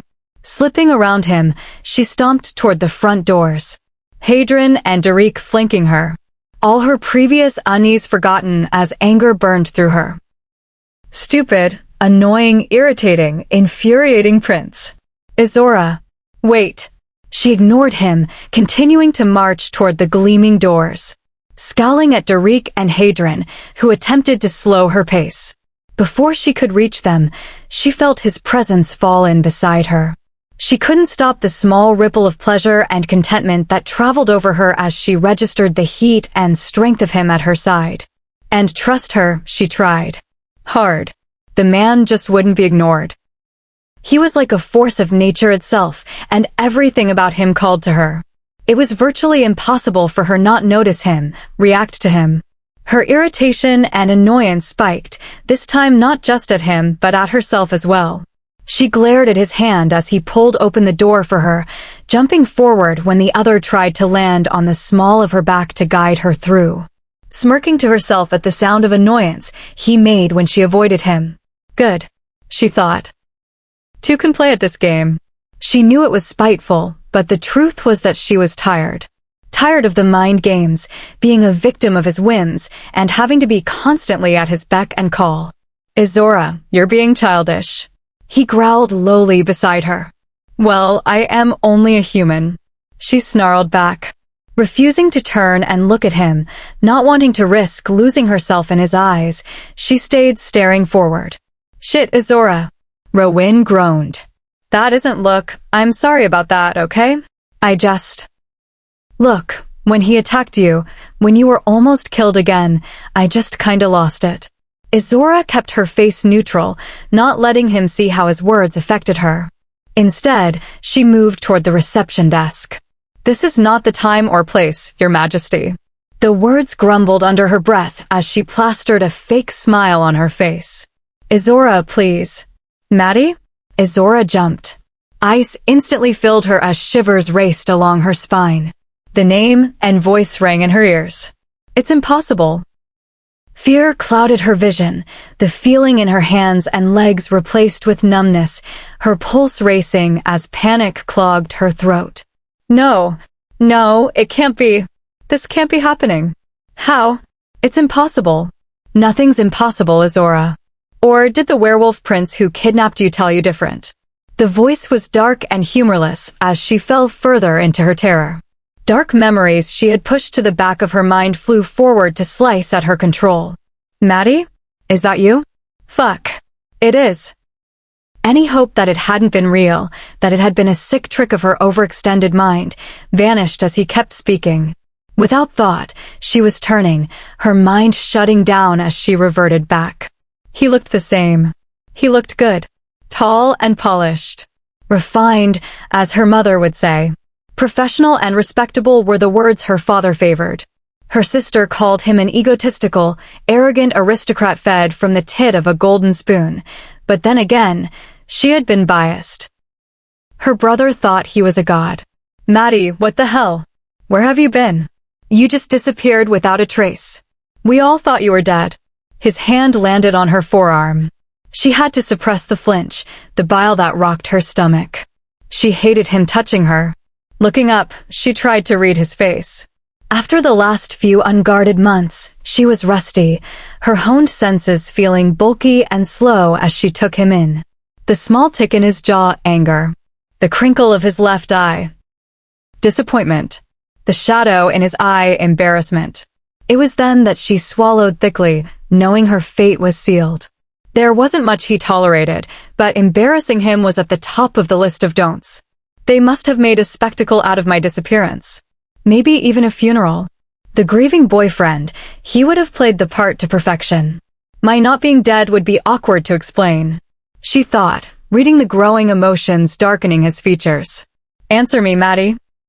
Where the hell have you been? This time, some of the rage bubbled out. Past his perfect control, breaking his clean, public appearance. His fingers gripped her skin tighter, slightly shaking her when she didn't immediately answer. She was about to brace for the incoming blow she knew was coming when a growl thundered from behind her. Rowan, get your hands off her. There was no room for negotiation in his command. Who the hell do you think you are? I said take your hands off her. Listen, buddy, this is my fiancé, and we have some things to discuss, so just mind your own goddamn business. Izzorah blanched at the words, her heart hammering in her chest. Fearfully, she turned, seeking him out, needing to explain, to make him believe he couldn't leave her. Her eyes landed on his face, and she let out a breath of relief.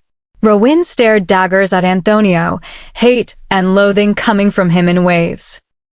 But there was no hurt or anger directed her way, no move to go on his way and leave her behind. I don't care who you are. You're going to take your hands off of her.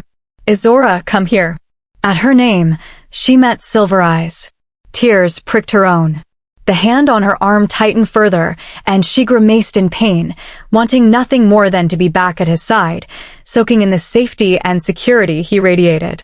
Catching the grimace, Rowan took a step forward. His hand reached for her. And then his face shifted. Moving forward, he ignored the hand on her arm, pressing his body into hers. A hand landed on her hip, steadying her. Izzorah felt herself relax into him, easily and happily turning the situation over and into his hands. Over his shoulder, she could see the others standing around them, watching the lobby and the unfolding scene. Olivine was at the check-in desk talking to the receptionist. I'm sorry, it seems we've gotten off on the wrong foot. My name is Rowan Knox. Rowan said, his voice professional and polished, a hand extending toward Antonio. Izzorah watched him react to recognition and then shock, and a touch of fear passing over his eyes. Rowan Knox, as in Knox Industries? Rowan let out a forced chuckle, his hand moving her slightly closer to him and away from Antonio. One and the same. And you are. Izzorah watched the transformation in disgust, taking in the spectacle that was Antonio Douglas. In the blink of an eye, the chinks in his public image were patched, and standing before her was the perfect, charming, respectable lawyer once more. Antonio Douglas, with O'Hare, Douglas, and Schultz LLC. Rowan quirked an eyebrow at Antonio, taking him in before his eyes flicked to her and understanding snapped. Tony, he said under his breath. Concern and worry creased his brow as he looked at her. To her shock, she was able to give him a genuine smile, her fear replaced with assurance. It's actually great that I've run into you. Our offices have been meaning to get in touch with you to discuss some of the work on your latest merger. Maddie, you never told me you knew Mr. Knox. Tony said with a meaningful look at her that had her leaning further into Rowan, distancing herself from the malicious intent she could read in those eyes. Actually, we met only a few months ago. Rowan said offhandedly, his hand still splayed possessively over her hip. his body subtly angling her further from Antonio. I'm sorry, which firm did you say you were with? Distracted by the sudden interest, Antonio shifted his attention off of her, his shoulders straightening in smug pride. O'Hare, Douglas, and Schultz. You must be Basil's boy, Rowan said. Izzorah felt her brows pull together. How did Rowan know who Tony was, or, well, his father? Antonio, for his part, puffed his chest out further under the recognition. There were a few things he liked more than when the power of his family and name were addressed. His whole identity revolved around it, not even caring that Rowan was at least a handful of years younger than him, just caring that someone else knew who he was, who his father was. Izzorah rolled her eyes. It was that stupid name that had gotten her in trouble in the first place. Yes, I'm sure you know my father, Basil Douglas, very well. If I'm not mistaken, he handled the libel case against you a few years ago. Antonio said, arrogance and pride dripping from the words. Izzorah needed a shower. That's right. I nearly forgot. Good work. Well, it was a pleasure, but we should be retiring. What room are you staying in? I'll have an associate drop by to pick up a card. Rowan continued without missing a beat. His voice and relaxed stance gave away nothing. Only the pressure of his grip on her gave away that anything was amiss. Right, of course, it's late. I'm staying in room 1802. Maddie, why don't you come up with me and we can catch up? I'd be interested to hear where you've been for the past few months. I'm sure it's an interesting story. She stiffened, heart rate picking up behind her ribs. There was no way she was going upstairs with him. No way she was walking back into that. Sensing her sudden panic and distress, Rowan's thumb rubbed over her hip, comforting. Izzorah will be staying with me. If she wishes, perhaps we can all grab breakfast before we head out, and you two can catch up while you fill me in on your thoughts on the deal. Rowan said, his voice hard and final.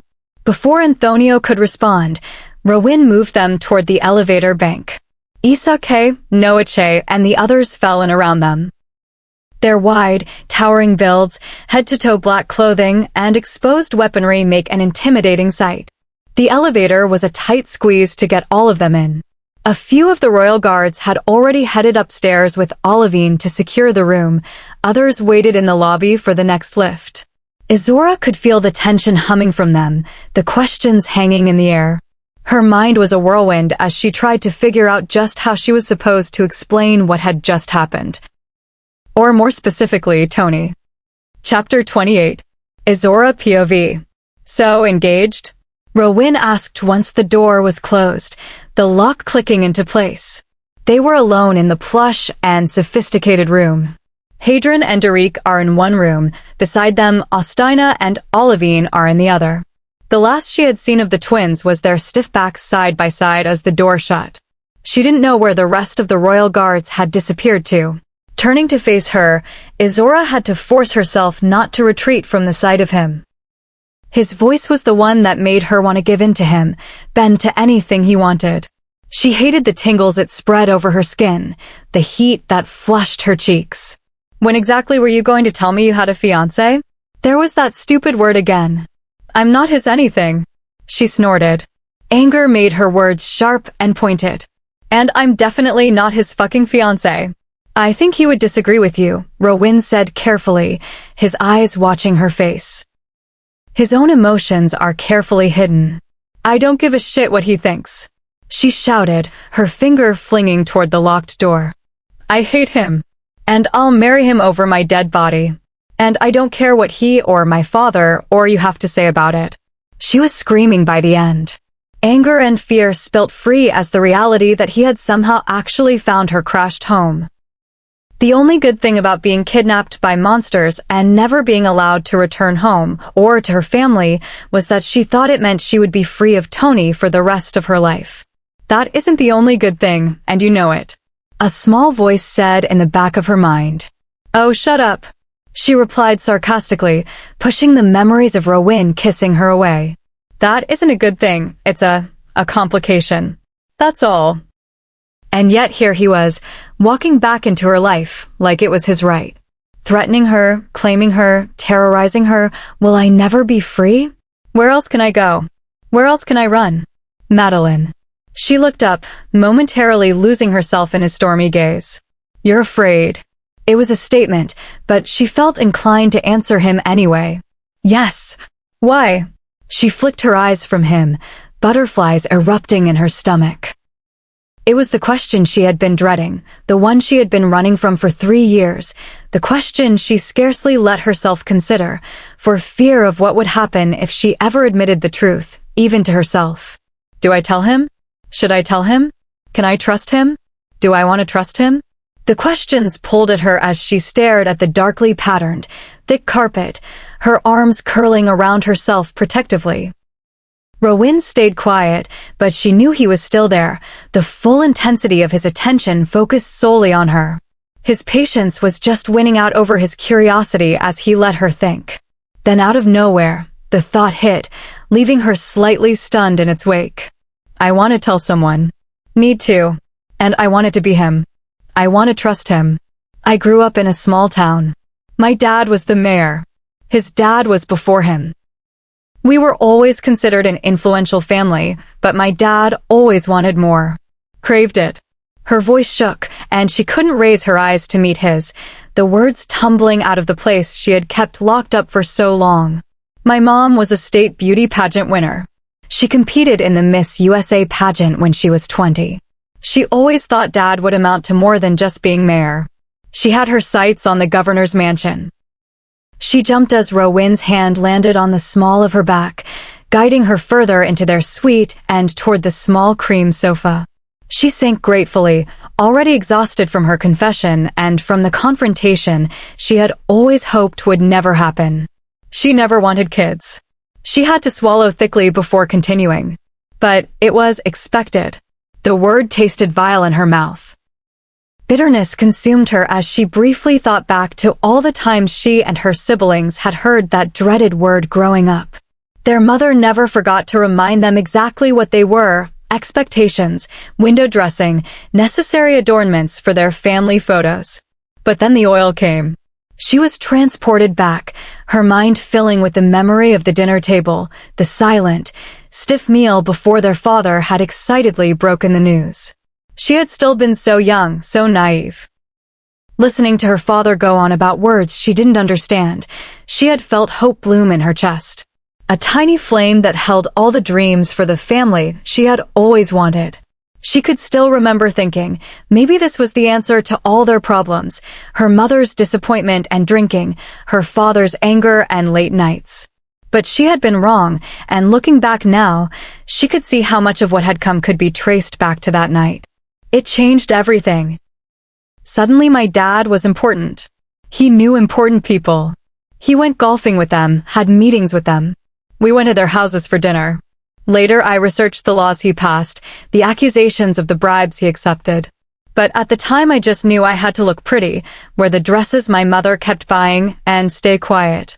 Tears filled her eyes, but she fought them back. Always stay quiet. Laughing bitterly, she shook her head, trying to dispel the memory of her father's harsh words. The command is given over and over. How she had held her little sister as she shook in fear under his harsh, liquor-fueled tirades. And then he met Mr. Douglas. He was the lead attorney for one of the fracking companies. They became close business partners and, well, I guess you could call them friends. In the most sinister and twisted sense. Glancing at the dark window, she steeled herself for the next part, the part that could and had destroyed her. All they cared about was influence and power and money. Always more money. There was never enough. They started companies, invested heavily in the oil fields. It still wasn't enough.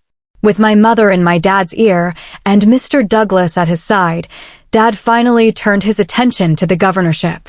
Almost through, just keep going. You're almost done. Just get it out, and then he can hate you, and you can move on. The thought made her nauseous, new tears gathering on her lashes as shame washed over her. My dad knew he needed to keep Douglas' support. With his success in the oil industry, he had turned his firm to casinos and lobbying efforts, expanding his reach and connections into Vegas, New York, and more importantly, Washington. Brushing the tears from her cheeks, she berated herself for letting them fall. She hated that she was shedding more for her sad excuse of a life. Goddess knew she had given it enough over the years. She was tired of pitying herself, of feeling sad for the cards she had been dealt. They came up with an arrangement, one that both of them thought was equally profitable for their names and influence. My dad would increase his political ties and alliances, and Douglas would have the ear of a very wealthy and very powerful governor. They both won. The next words stuck in her throat. You and Antonio. At the sound of his voice, she finally looked at him, meeting his purely silver eyes. Holding them, she felt the tears run freely now as she slowly nodded.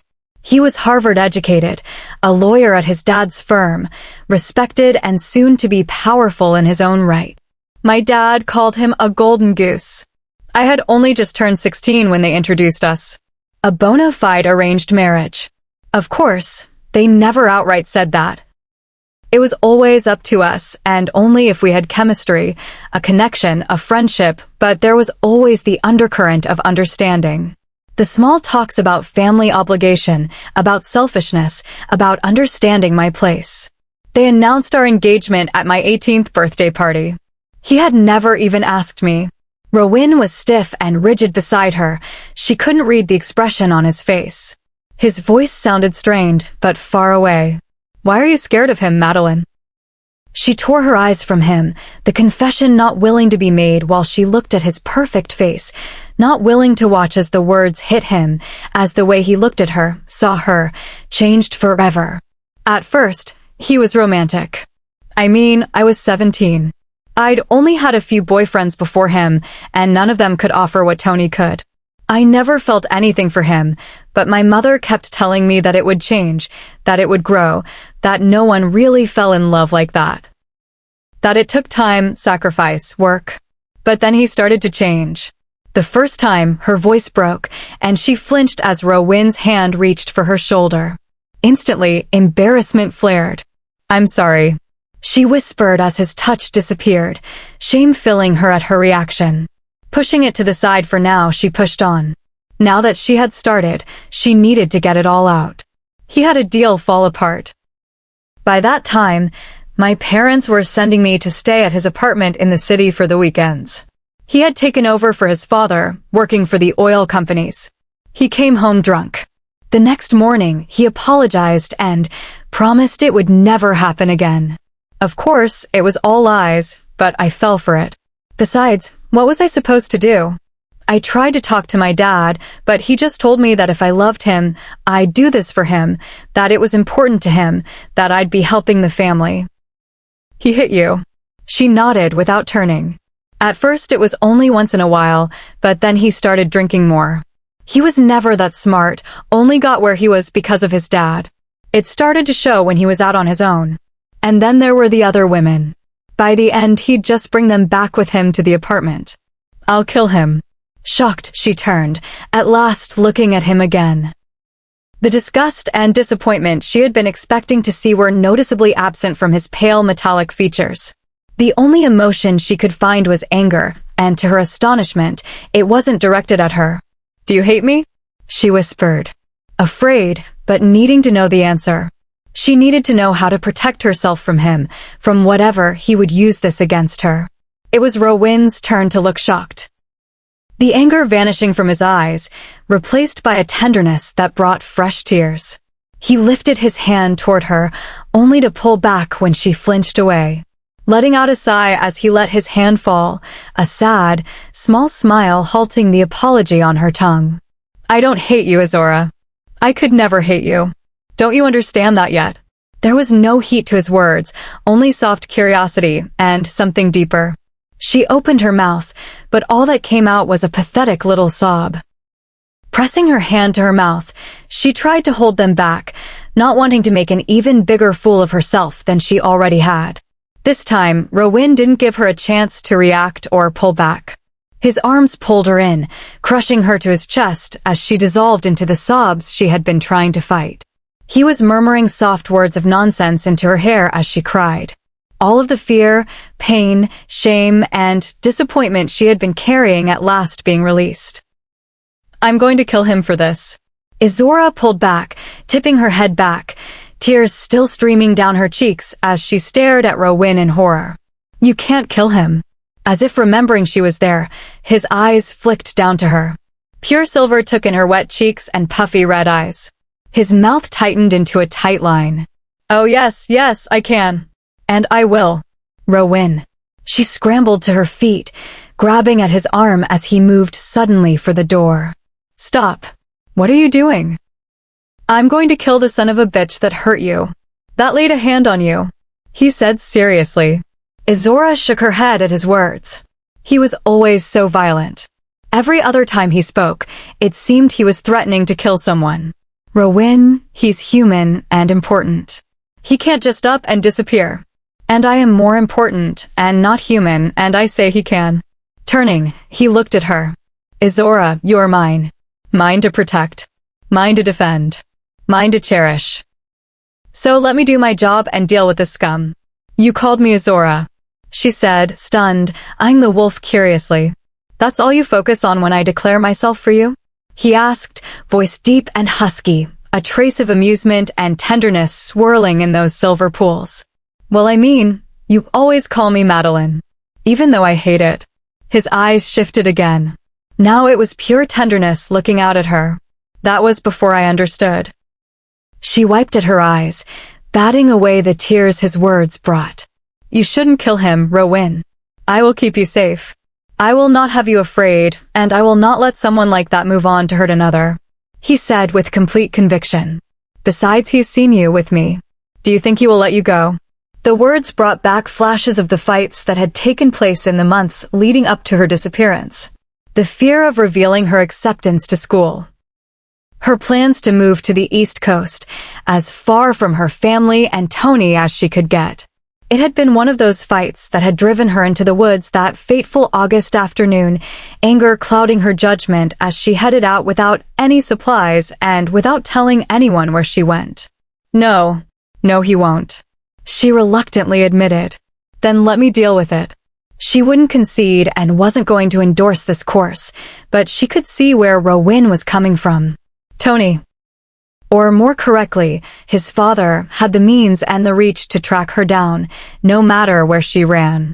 Tony could probably be bought off, but he'd use this knowledge against Rowan. He was not above blackmail. Izzorah knew that all too well, too. So she simply remained silent. Just as he turned the doorknob, his earlier words came rushing back. Wait. He paused, turning and looking over his shoulder at her. Yeah, Cupcake. What the fuck did you mean when you said I was yours? He sighed, a frown tugging at his mouth. I shouldn't have said that.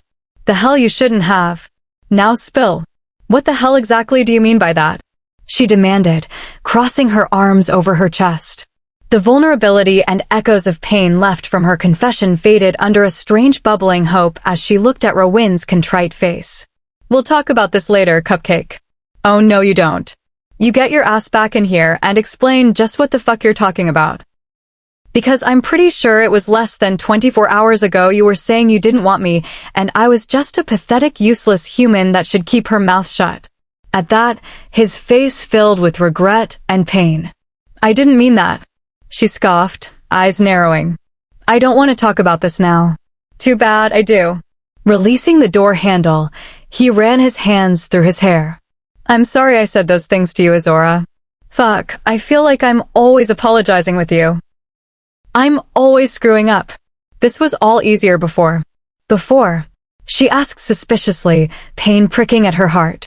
He exhaled a long breath, his eyes closing. With my first mate.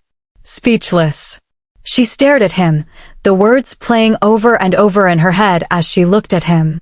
She opened her mouth at least a dozen times, but no words came out. You're going to need to expand on that. She finally managed to get out, though it sounded strangled and muffled. Emotions clog her throat. I was 16. She was a year younger. As soon as I scented her, I knew. It was instant. She became my world. Izzorah's heart shriveled at his words, at the obvious love and devotion they held. His face had taken on a faraway look. Not like when he was speaking to the others, now she knew he was remembering. falling into the memories of the woman he loved and cherished. She was killed. Rowan. She was cut off before she could finish any attempt at an apology or condolences for the grief she watched play over his face. It's okay. It was years ago now. Somehow, she knew it was a lie. The wound this unknown woman left was still very real and very deep if the stiffness in his shoulders and the tightness of his voice were any indication. Okay, well, what does this have to do with me? She asked, not willing to let her mind make any connections or leaps in case she had read everything up until that point very wrong. His own confession filled in some of the blanks she had been missing and confirmed her suspicions, but she still wasn't ready to voice the rest of her theory. Wasn't ready to risk the rejection. I mean, it's crazy, he's a prince. A god. And I'm just me. Just Izzorah. His eyes snapped open. The unrestrained force of the hope and awe within them had her step back. Her breath catches. You're my second chance. Chapter 29. Izzorah POV. She didn't know how much more she could take. She was still reeling from Tony showing up, confused over Rowan pushing her away, her heart tired from all the questions and uncertainty. These latest words were just too much to process. She stared at him stupidly, her mind blank. He gave her one of those crooked smiles, one of the real ones where the corners of his eyes crinkled. It's the truth, Iz. I didn't want to admit it, or even believe it at first. It hurt too much, and it felt like I was betraying her. But I can't deny it anymore. The pull I have toward you, my wolf has chosen you. He took a deep breath, a hand running through his hair as he looked at her nervously. Then the words rushed out. You are my second chance, mate. Beat. Beat. Beat. Izzorah listened to her heart hammer in her chest as she just continued to stare. The words hung in the air between them as the seconds ticked by. Is that even possible? She finally managed to get out, her brain scrambling to make sense of what he was trying to tell her. I've heard about it before. Always hoped it was more than just a rumor, but I've never seen it happen before you. And I mean, I never thought I deserved it. I know I don't deserve you, but I can't pretend I don't feel it. Pain and guilt laced his voice before it became strong and forceful, complete conviction ringing in his next words. You are my life now, Izzorah. Izzorah easily picked up his uncertainty in his next words, however. Well, that is if you'll have me. She felt like she was falling. The air rushed past her ears, her stomach tumbling and rolling, making it difficult to think. Adrenaline tingled in her veins as her heart leapt. It was overwhelming: dread, lust, want, desire, affection, fear, nervousness, anxiety, denial, joy, all of it pulled at her, battling for space as she tried to make sense of what this meant. I can't be yours. I'm just a human and I just can't. The words tumbled out, her thoughts a mess. Insecurities and doubts are consuming her.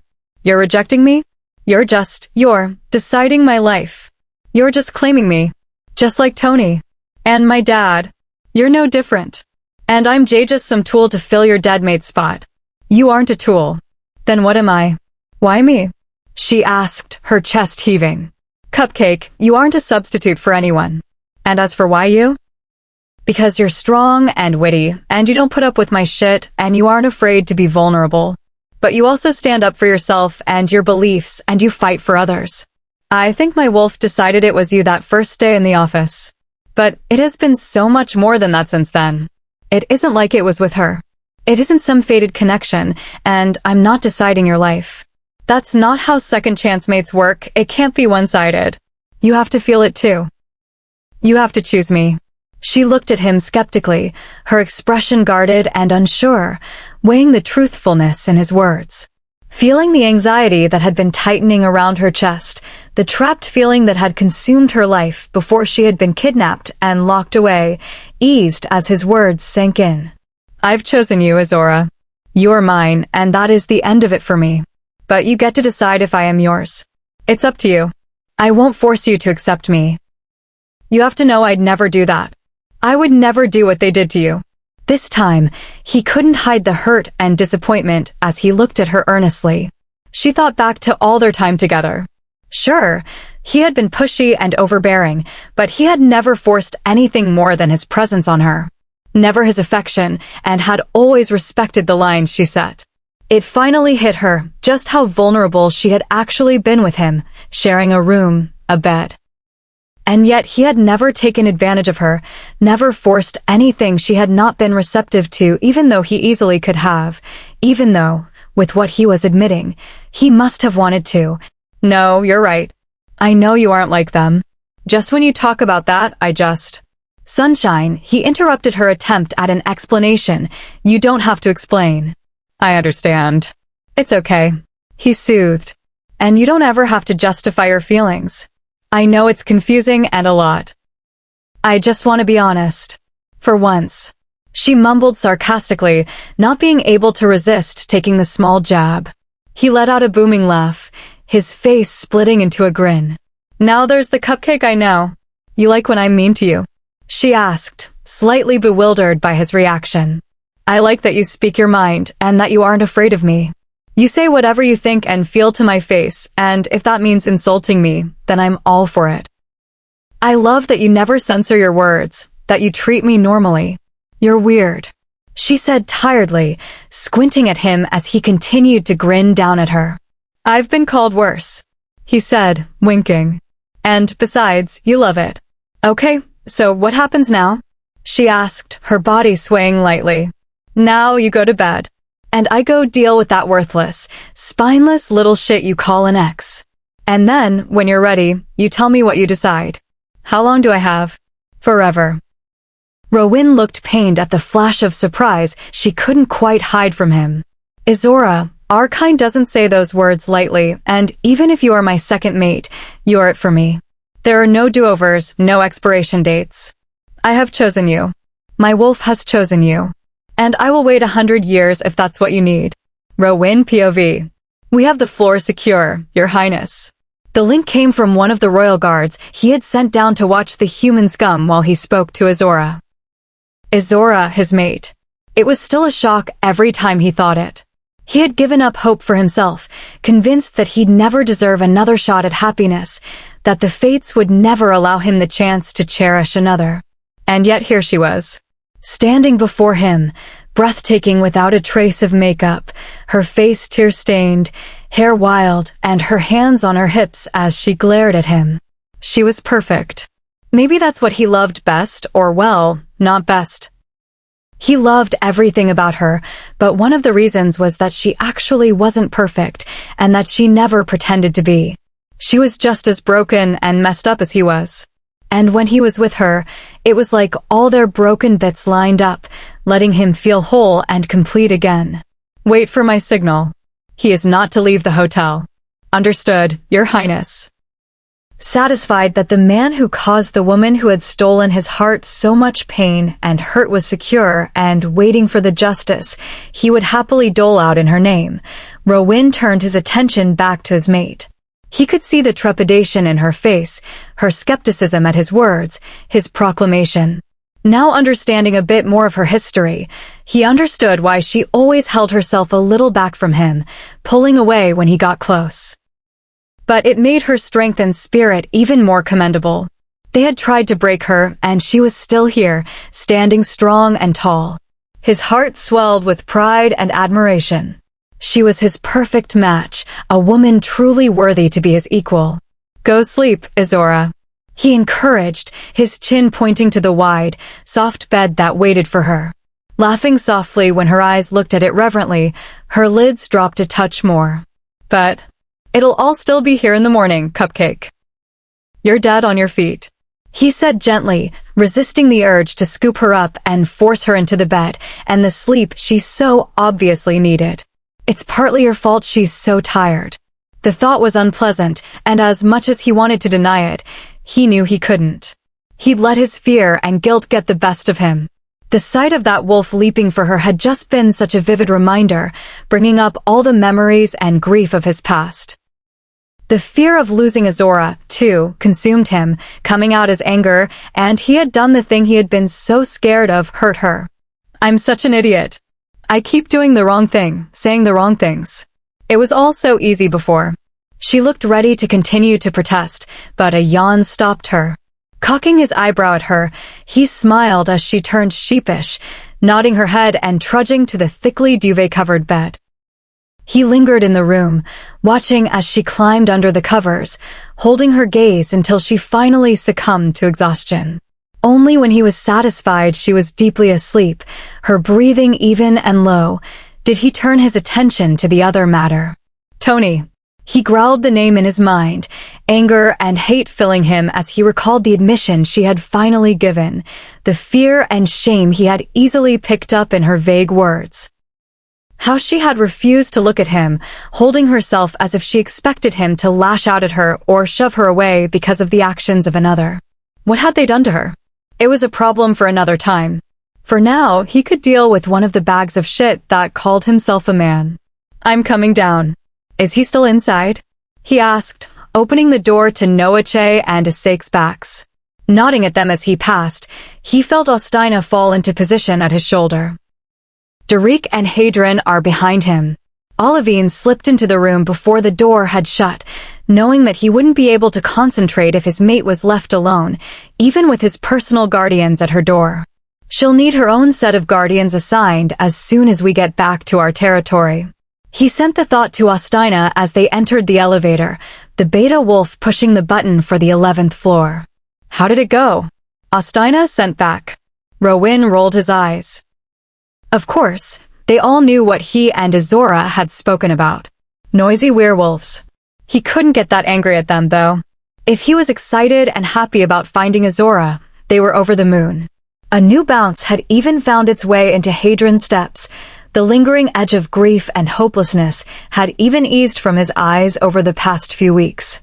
It felt like Rowan finally had his cousin back. Not that Izzorah was a substitute for either of their lost mates.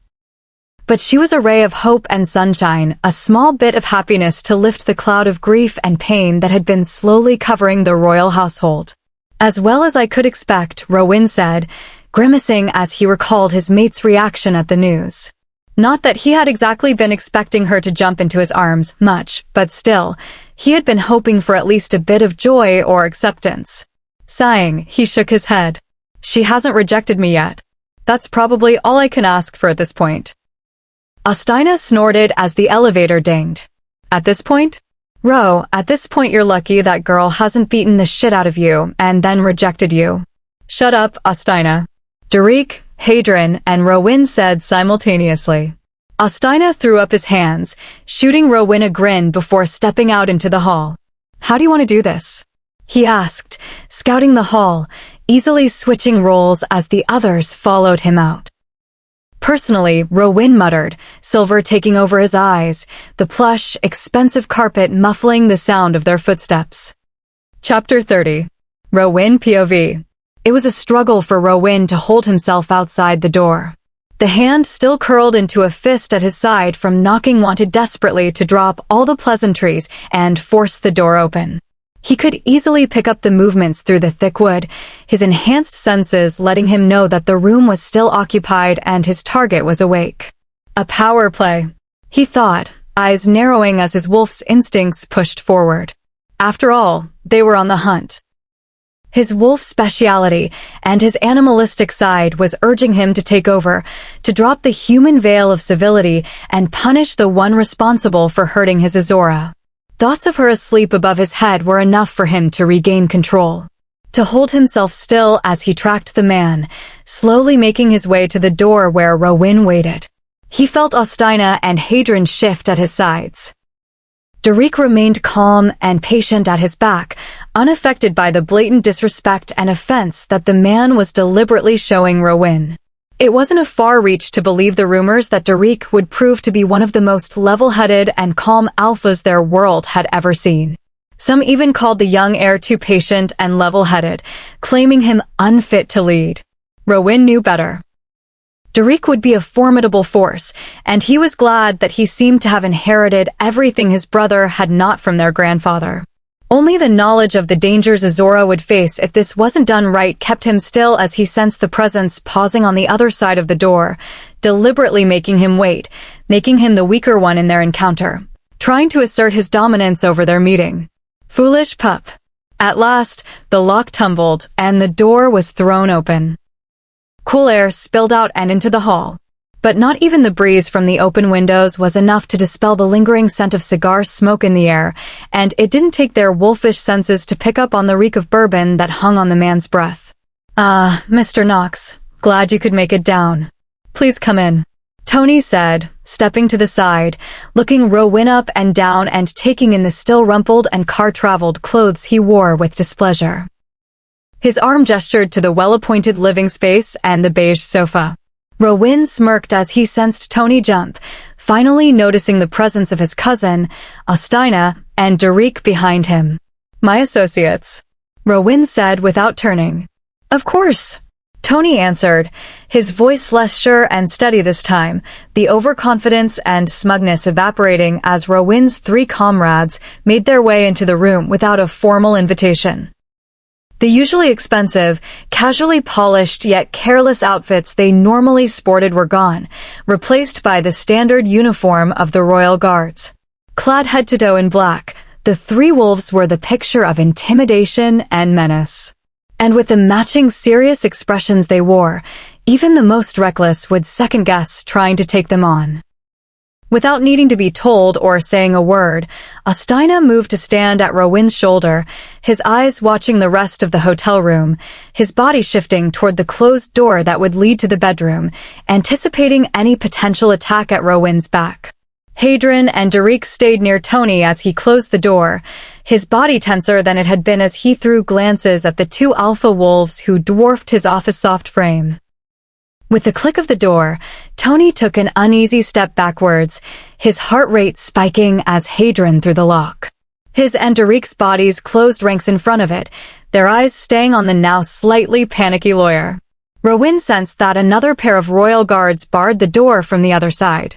Two more pairs positioned themselves on either end of the hall, covering every means of exit or entrance to the floor. The others they had traveled with were spread between the floor where his mate slept and the lobby and parking lot stationed to cover all the entrances and exits to the building. For many years, while he was growing up, Rowan had chafed under the overbearing and chafing weight of his guard. Because of his bloodline, he was one of the strongest wolves on the planet, and in his youthful arrogance, he had resented the implication that he needed to be tended and protected, that he needed guards and warriors to fight for him, to keep him safe. After what happened 5 years ago, he had let the guards increase without a word, never questioning his parents' insistence that he travel less and less, that he move with larger and larger contingents of warriors and royal guardians. Even his mother had accepted her own increase in guards and protection without a spectacle. Now with his mate sleeping over his head, and remembering the scent of her fear prickling his nose, he could only feel relief and gratitude for the army of wolves ready to protect and defend them. Their presence was no longer a responsibility for him to bear, but a gift that he was thankful to accept. "So you know Izzorah?" Rowan said, dropping any pretense for his visit. Already feeling the desire to return to her side, beginning to gnaw at him, he wanted to get this done and return to their room. Tony started at the question, his gaze ripping from Hadrian and Derek and onto the lounging prince on the sofa. Well, yeah. I mean, Izzorah and I have been engaged for the last year. Our families are extremely close. We grew up together. Quite a boring story, really. What I wanted to talk to you about was... See, now she tells a different story there, Tony, Rowan said, cutting off Tony's attempt to steer the conversation to other topics. Pulling an ankle across his knee, Rowan let his arms stretch across the back of the sofa, the picture of ease. He could see the wheels start to turn in the man's head. The alcohol was making him a bit sluggish, but Rowan had dealt with enough businessmen and lawyers in his career in his father's booming financial empire that he knew the signs of someone who knew what he was doing. "You know women," Tony said, throwing a conspiratorial grin at Rowan and a wink for extra show. They were brothers in the same game and dance, partners in crime, the victims of the dramatics of the cruel female. Booming laughter accompanied his own joke as he tried to regain the confidence and swagger that had swindled so many into believing his lies. He stuttered a bit as the four others remained stonily silent, but plowed ahead, confident he could charm his way through whatever mess this was, like always. I tried to put my foot down about the wedding budget, but she just wasn't having it. Gotta keep the missus happy. Guess it's going to be the grand ballroom after all. He recovered, playing the part perfectly. If Rowan wasn't ready to tear into him for how he spoke of Izzorah, he'd actually be impressed with the man's performance. He could see how a young, hopeful girl, sheltered and starved for affection, could have been swindled into believing such a silver tongue. Did you know she has nightmares about you? Rowan asked, his voice staying friendly and conversational, light. Cries out your name in terror, pleading and begging you to stop, for someone to save her. He felt Hadron and Ostina start at his revelation, not having heard Izzorah's admission or her constant night terrors. This was news to them, and he could feel their own anger spiking as they put the pieces together. I don't know what you're talking about. Maddie is young and childish. She's probably still afraid of the dark and monsters under the bed. Tony said, hiding the glimmer of fear in his eyes by turning toward the tray of alcohol on the bar and pouring a stiff drink in one of the crystal rock glasses. Gesturing toward it, he shrugged when Rowan shook his head, belting back his drink in one gulp. Izzorah afraid of monsters under the bed? Ostina sent through the link, chuckling. I don't know if we're talking about the same girl here, Ro. I mean, Izzorah threatened to castrate you. Over coffee. I don't think she's afraid of a monster under her bed. The joke was enough to soothe Rowan's hackles, just as Ostina knew it would. Settling himself once more, he stayed silent, just watching the man who had terrorized his Izzorah. He had often found that silence was a far more effective tool than any words could be. Words were the window dressing of lies. The flash and splash were designed to distract, blind, and confuse. Silence left little room for but the truth. He let himself open up to his friends a bit more, still shielding all that Izzorah had shared, but letting them see the parts of her confession that they needed to understand what needed to be done. Not that they required a reason, they would follow Rowan with or without one. But they had come to care for his mate, too, in the last weeks, and they deserved to know. Hadron let out a low growl as he watched Izzorah flinch from Rowan's touch, as her words tumbled out coated in shame. Ostina cursed lowly. Derek's eyes flashed to black quickly before they resettled to honey brown. Rowan felt as Olivine's eyes welled as she sat beside the sleeping girl, her fingers combing through her hair. Ostina was instantly reaching across the link to comfort her from the onslaught of her own memories at the hands of the worst the world had to offer. Rowan retreated from the mind link, trusting Ostina to make sure Olivine was okay, refocusing on Tony, who had begun to babble in an attempt to fill the silence. This time, there was an edge that had crept into his voice, his words slurring just the slightest as the warm liquid worked its way through his body. Wrong foot. Maddie and me have our problems, but now that we've had this time to work on ourselves, we'll be stronger together. The firm was taking so much of my time, but now that we've brought on more partners, I'll be able to focus on my most important clients, and of course have more time to spend on Maddie. Perhaps the three of us can grab some drinks and discuss the merger the rumors are hinting at. Izzorah won't be anywhere around you ever again. Rowan interrupted, the idea that he would ever let such a person anywhere near her making his blood run hot. Tony's jaw twitched, and Rowan noted as his scent changed from unease and slight fear to anger. Now you need to watch yourself. That's my fiancé you're talking about. You don't get to talk to me about her. Rowan knew his eyes had shifted to silver when Tony stumbled back a step, his back hitting the edge of the bar as he tried to put more space between them. Rowan felt his control slipping at the assumptions that such a weak, spineless, despicable being could dare to call Izzorah his. What the hell is wrong with you? Tony shouted, the crystal glass slipping from his fingers as Rowan slowly stood, knowing his face had begun to transform, growing more rugged and animalistic as his wolf surged forward. He was done playing. What is wrong with me? Rowan asked with a soft laugh. The mask of civility and refinement cultivated in the halls of the royal court since his birth fell away to reveal the predator and protector who had been honed for just as long in the endless wilds of the north. What are you doing? Tony asked, his heartbeat climbing as his gaze switched uneasily between Rowan and the others. Rowan rolled his shoulders, his hands slack at his sides as he stepped forward and into Tony's personal space. He had a few inches on the man, but it felt like 3 feet as the stink of fear and terror burned Rowan's nose. He was weak and beneath Rowan's efforts. His instincts were screaming that he wasn't worth considering a threat. But then his mind pulled up the picture of Izzorah in the lobby, and as she finally confessed what had her crying out and shaking in her sleep night after night, it was easy to convince the animal side that the weakling before him was definitely worth the time and effort. "What I'm doing, Tony," Rowan said casually, the man's name twisting between Rowan's teeth, the taste of it vile and poisonous like the man himself, "is making sure you can never hurt another innocent person again." "I don't know what you're talking about." "I didn't." "You are a terrible liar," Rowan said, his head tilting to the side as he eyed his prey. "I won't do it again. I swear. You can have her." Tony screamed as Rowan closed the last few inches between them. That was it. That was the final straw. That he would have the audacity to offer Izzorah, someone he was supposed to love, who was supposed to have been his wife, up like a bargaining chip. Ready to simply hand her over like a possession to barter for his own pathetic life. It was the final nail, as the saying went. One day, Rowan hoped that Izzorah would be his.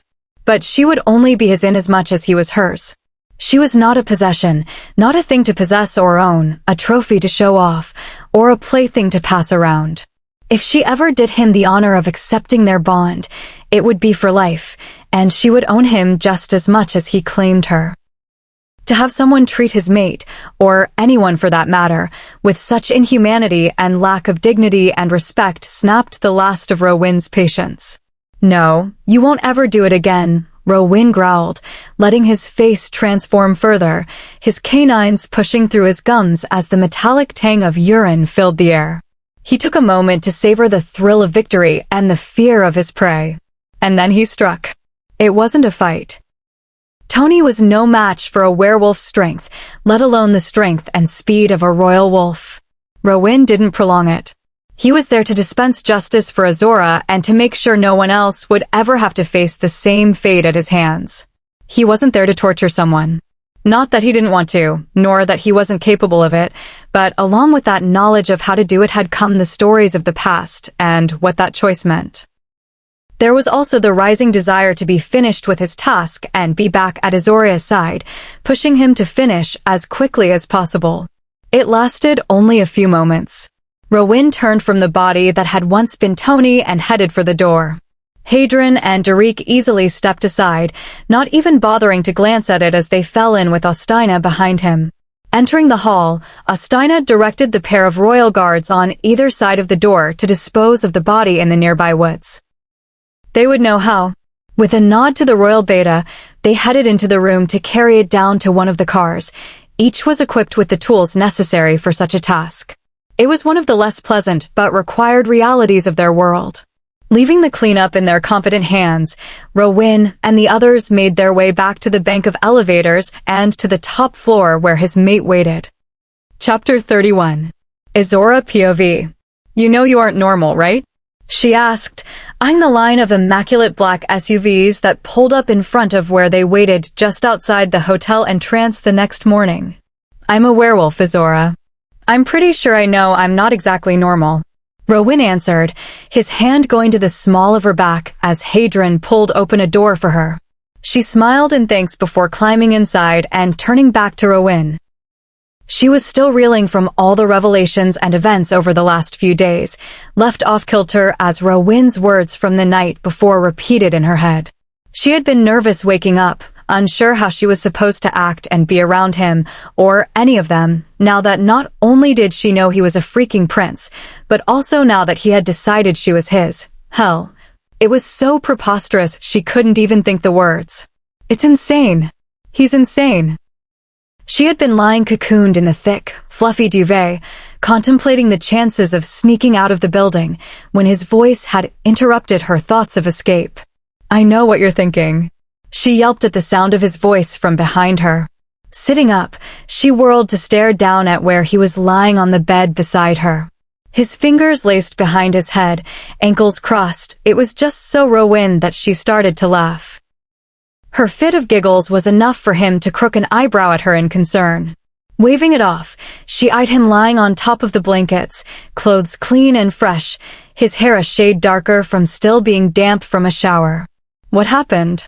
And you do not know what I was thinking," she said indignantly, feeling her nose scrunch up in offense at his arrogance. "Yes, I do, Cupcake, and you can run all you want, but you can't hide." She felt her cheeks heat at his words and stuck out her tongue at him defiantly. "Keep doing that, and you'll give me ideas," he said, eyes flicking down to her mouth, amusement and something darker shining out at her from his gray eyes. She felt something tighten in her lower stomach as she pulled the blankets closer to her chest, her cheeks heating further as she shifted her eyes off him, awkwardly unsure where to look or what to say. She was so unsure of herself around him now. She felt clumsy and exposed, something she didn't like one bit. It had all been so easy before. Now, it's all just confusing. He let out a low breath, obviously sensing her unease, the tension and distress radiating from her. Turning his head, he went back to staring at the ceiling, his muscles relaxing with obvious effort. "Nothing's changed, Izzorah," he said, voice calm but sure. She snorted, letting herself smile a bit when she caught his lips twitching at the sound. Clearing her throat, she tried to hide her amusement. This wasn't a joke for her. "Everything's changed," she replied seriously. He sighed again. "Just give it time." "Give me time, I'm the same person, No, you're not the same person. You're some goddamn prince who decided that I'm you. She stuttered, trailing off as her hands waved uselessly at the space between them, her mind faltering on the words. "Mates," Rowan supplied without turning. "Shut up," she snapped, grabbing a pillow from behind her and chucking it at his face when he grinned. Catching it easily as it flew through the air, Izzorah cursed his stupidly fast wolf reflexes, pouting out her bottom lip and crossing her arms over her chest as he propped himself up on one elbow, facing her. Real mature, Izzorah, she thought to herself, but was unable to help it, too overwhelmed to keep her emotions in check. She knew she was being irrational, but she just couldn't help it. "Cupcake," Rowan said tenderly, drawing her attention as his eyes searched her face. "I know it's a lot, but please just give me time. No more secrets." She felt her eyebrows raise in disbelief. "I swear, no more lies, no more evasion. You want to know something? I'll tell you. All of it. Only the truth from now on. I swear." "What did you do to Tony?" Her voice cracked on his name, her body flinching from even the thought of him anywhere near Rowan. She knew logically that Tony was no match for him, but the fear and terror of the man was so ingrained that it didn't matter about logic. It wanted her and those she cared about nowhere near him. "Whoa, I don't care about Rowan. He's a complete pain in the ass. And arrogant. And smug. And a jerk and an..." Thankfully, he interrupted her weak attempts to convince herself of whatever the hell she was trying to convince herself of. Rowan didn't hesitate, not even a moment of indecision, before he spoke. "I killed him. And I had his body disposed of in the woods behind the hotel." Izzorah's eyes widened in shock. Not in shock that Rowan had killed someone, especially someone like Tony. She could have guessed that particular tidbit on her own, and she had seen him kill before, so she knew he was perfectly capable of it. "My life is so messed up," she thought as the realization dawned that hearing that he had killed someone wasn't the shocking part of his confession. No, it was that he gave it up so easily. No evasion, no hiding, no shielding her. Her eyes narrowed as she looked at him, weighing the words, letting the knowledge that Tony would never again be able to hurt her, or anyone else, ever again register. Not to mention that it had been Rowan's hands that had made it happen.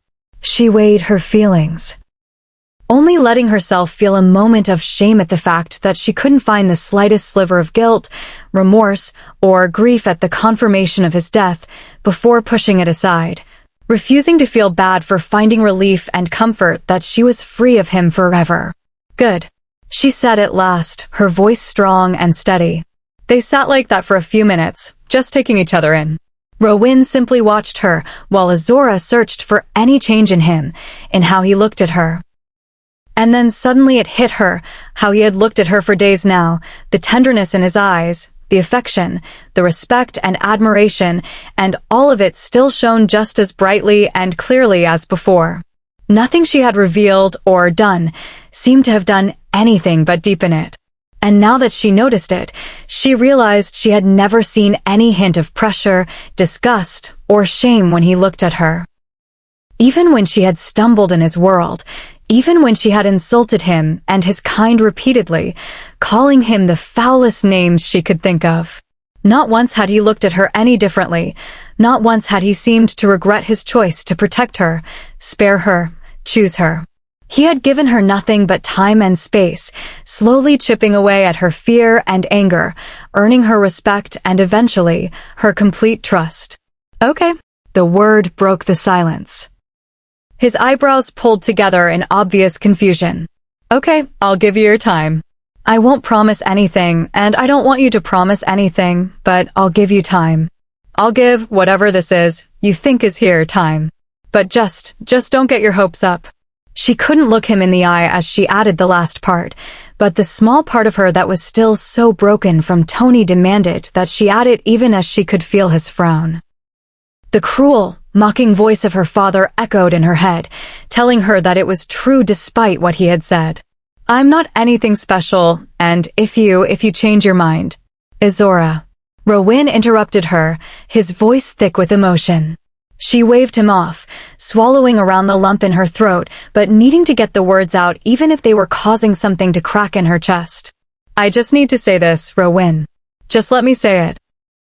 I just want you to know that if you decide you made a mistake, I'll understand, and I don't expect anything. But I'll give you your time for as long as you want me to. Rowan made a sound in his throat as she lost the battle, and a tear rolled down her cheek. She let out a tiny squeak as suddenly his strong arms were pulling her across the ocean of bed between them, crushing her to his chest, the duvet tangling around her legs as he wrapped his arms around her, his face pressing into her hair. You aren't a mistake, Izzorah. Never. But thank you, Izzorah, thank you. I'll show you. I'll prove it to you, what you mean to me. How special you are. Just give me the chance, and I'll show you. Okay, she said, the word mumbled into his chest. The protests that she wasn't good enough, wasn't what he should want, crumbling under the feel of him holding her. Relaxing into him, she let her eyes close as his breath fanned over her neck, and in that moment, she let all her fears and hesitation go, and let herself believe for just a moment she was exactly where she was supposed to be. Pulling herself from the memories, she focused on the present as the doors slammed shut around her, encasing her in the luxurious silence of the SUV. The engines are roaring to life beneath them. No, besides that. All this, it isn't normal, she said, gesturing around to the SUVs, the plush, expensive interiors, the line of identical vehicles stretching ahead of them. Rowan, she said, exasperation creeping in at his bemused look. People don't just drive around in a convoy of $100,000 vehicles with a battalion of guards, it's just weird. Letting out a little laugh, he shrugged his shoulders. I'm who and what I am. And I'm not going to hide it from you anymore. Rolling her eyes, she rested back as they started forward, the line of cars rolling out of the parking lot. Well, I guess I can't complain about that. It's just I don't fit in here. Now it was his turn to roll his eyes. You belong with me, he said with a tone of finality, as if that's all there was to it. Rowan, you're a prince. I am very well aware of that, Isabel, as you so helpfully already pointed out. Could you be serious for a minute? Could you not be serious for a minute? He argued back, grinning at her. Stop worrying about it all, and just look at your feelings. I'm not demanding or asking you to be anything that you don't want. You need a princess, someone well, I don't actually know what the hell it is you do. And see, that's the problem. Did I ever ask you to? Rowan asked softly, his brow arching. She thought back to the few times they had spoken about them. Well, no buts, Izzorah. I asked you to decide if you chose me. You are my mate. That's all I'm asking from you. If you don't want to lead, or take over the pack, or deal with the politics of my world, then you won't. But how? It's your job. So I leave it. He said matter-of-factly, cutting off her next argument and catching her off guard. She stared at him for a beat, the words settling around them. What? She demanded when she regained the ability to speak. Izzorah, if you don't want to be a princess, or queen, or Luna, or whatever, then you won't, I won't. Do you think I'd put a title, a job above you? You'd walk away? He didn't even hesitate. For you? Of course, he said with a small shrug of his shoulder, as if his words were the most obvious and natural thing in the world. As if he shouldn't even have to say them. Wow. He just shook his head, a small smile on his lips as the car rocked under them. She glanced at Noache and Izzorah in the front seats. Meeting Noach's gaze in the rearview mirror, she was stunned to see that there was no alarm shining back at her at what he had so obviously overheard. Could he actually mean it? Had he given it up for me? It went against everything she thought she understood about the world, against all the evidence she had ever seen, against everything that argued that people would put power and greed above and beyond anything else, everyone else. It was what had driven her to want to pursue law, unlike what she had told her family when she had told them about her scholarships, the lie about wanting to increase her value to her family's name, to Antonio's. She had really wanted to be able to fight for all those without a voice. To be able to fight for others who were suffering at the hands of powerful men like her father, for no other reason than they didn't have the means to fight back. Wow. She repeated, a spark of something she didn't recognize igniting in her heart as she stared at the silver-haired prince across from her. Chapter 32. Izzorah POV. They traveled only a few more hours before turning off the interstate and making their way down less-traveled side roads. Finally, just as the sun crested the sky and began its descent, the convoy turned down a well-maintained private road, roaring past the signs and warnings posted by heavy metal gates. Following the curved road, Izzorah stared through the darkly tinted glass as they passed a second pair of towering gates, this time open, before a sprawling estate. The main building was an old colonial house, its wide wraparound porch filled with wicker chairs. There was even a porch swing hanging in one of the corners, overlooking the lush garden that made up most of the front yard. Scattered behind the large main house were smaller single-dwelling houses in various styles, built later and at different times as the pack had grown and evolved. Welcome to Pack Semper, Izzorah said, glancing at her through the rearview mirror before returning his attention to the sinking sun. He followed closely behind the vehicles, slowly making their way ahead of them over the hard-packed, pocketed earth, clouds of dust billowing in their wake. They seem on edge, Izzorah said quietly, glancing sideways at Rowan before peeking back at the twins. Rowan looked up from the papers he was reading to the two guardians in the front. Their backs were stiff, faces dark. Izzorah kept his gaze on the road and the convoy ahead, while Noache scanned out the windows and over the surrounding landscape. They have trust issues, Rowan replied. Izzorah snorted quietly, while Noache predictably stayed silent. Taking them in, Izzorah felt her own anxiety and nerves rise in response. Her body shifted closer to Rowan over the plush upholstery, out of some newfound instinct, seeking the reassurance of his presence as she noted the twins' response to their new surroundings. Without realizing it, or not consciously, she had come to trust and depend on the twins and Rowan, and even the others, for cues to this new world. Now she unquestioningly followed their lead, taking her cues from their responses. If they were calm and assured, she no longer worried about her safety. Her fear and stress abated. But like now, when she could sense their wariness increasing the closer they came to this new pack's lands, Izzorah found her own emotions rising in response. Rowan had returned to shuffling through his papers, but then suddenly halted, turning to her. His eyebrows pulled together as he looked at her.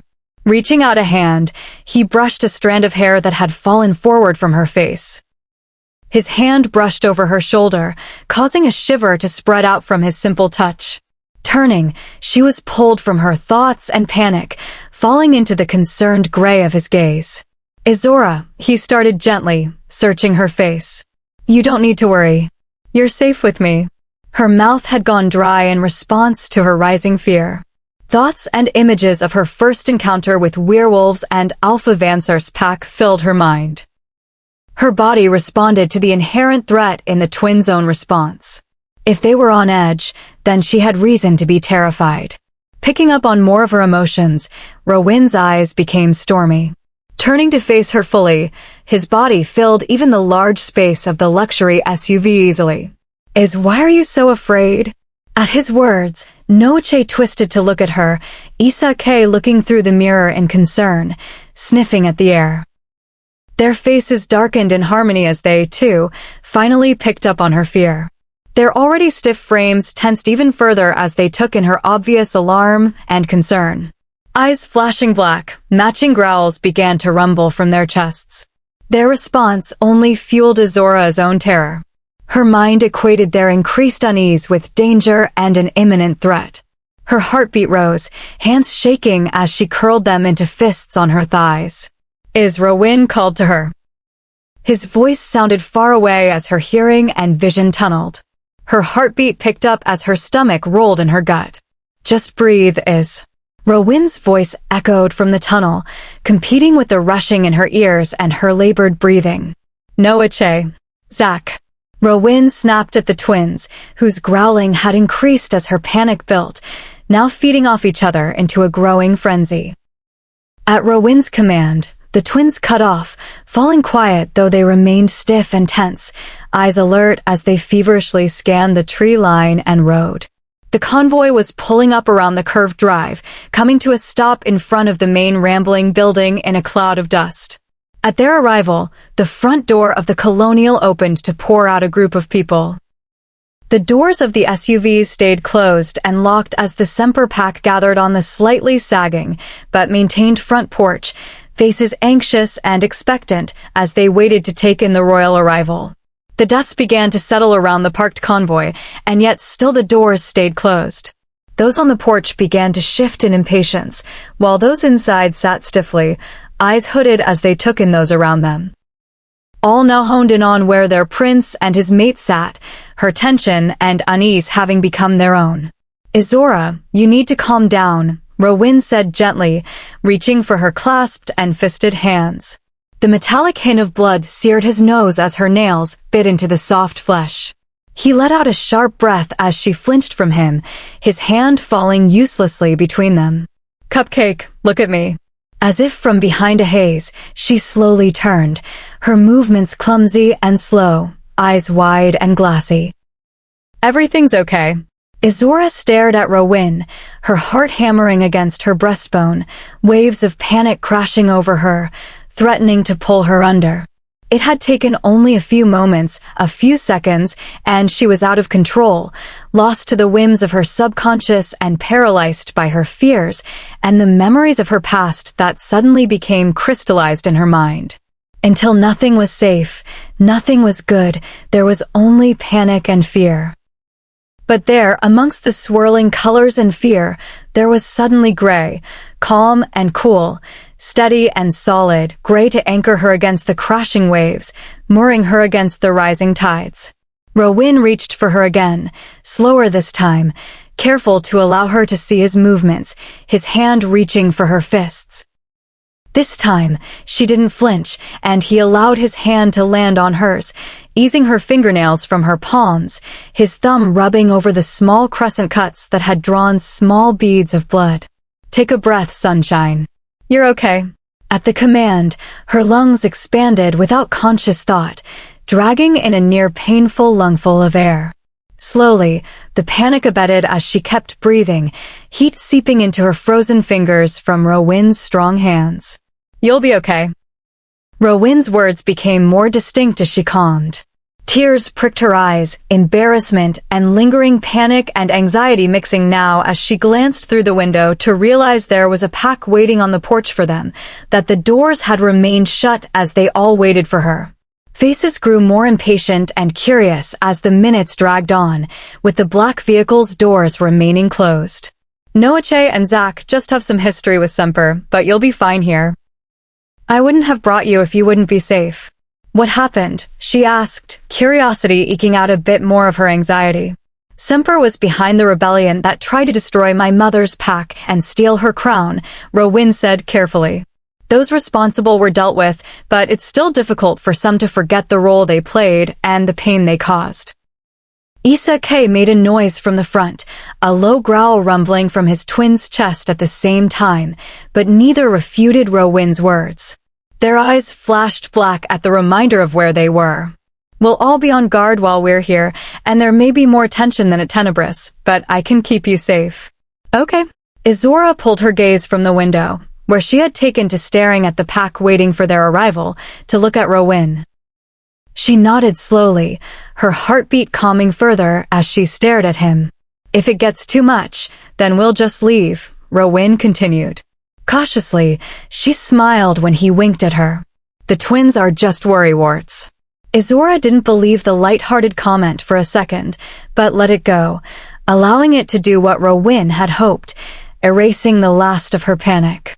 Ready? He asked gently, watching her carefully. She nodded more confidently this time. Her hands were still held in his strong grasp. Let's get this over with. Then it's home. Izzorah's heart thudded, panic refilling her veins as his words hit her. Home. At Rowyn's laughter, Izzorah reached out and punched his arm, ignoring the pain in her knuckles as she connected with pure muscle. You're too easy, Issa K said from the front, chuckling lightly as she growled at the three men's looks of amusement at her obvious panic at the thought of having to travel to Rowyn's home. You got almost as scared as you were about the wolves that want to eat you here.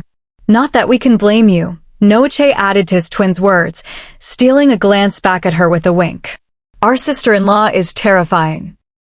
Izzorah felt her eyes narrow as she glared at the twins, her arms folding over her chest, dropping Rowyn's hand from hers, ignoring his sound of displeasure at the loss. Ignore them, Rowyn said, turning toward the door, his hand reaching for the handle. She'll love you. Or destroy you, Issa K sang, swinging his door open and leaping from the front seat. At the same time, the doors of the two vehicles ahead and behind opened, spilling out black-clad royal guardians. Those on the porch, who had begun to murmur lowly in agitation and anticipation, fell silent, stilling. Their annoyance was easily forgotten as they focused on the royal convoy. Rowyn's hand stayed still on the handle. The door closed as Isake and Noche climbed down, their previous amusement and friendliness gone and hidden behind menacing masks. Olivine and Ostina were in the car ahead of them. Derek and Hadron climbed out of the car behind, a conversation still raging between them as they rounded the car to stand just beside Rowyn's door.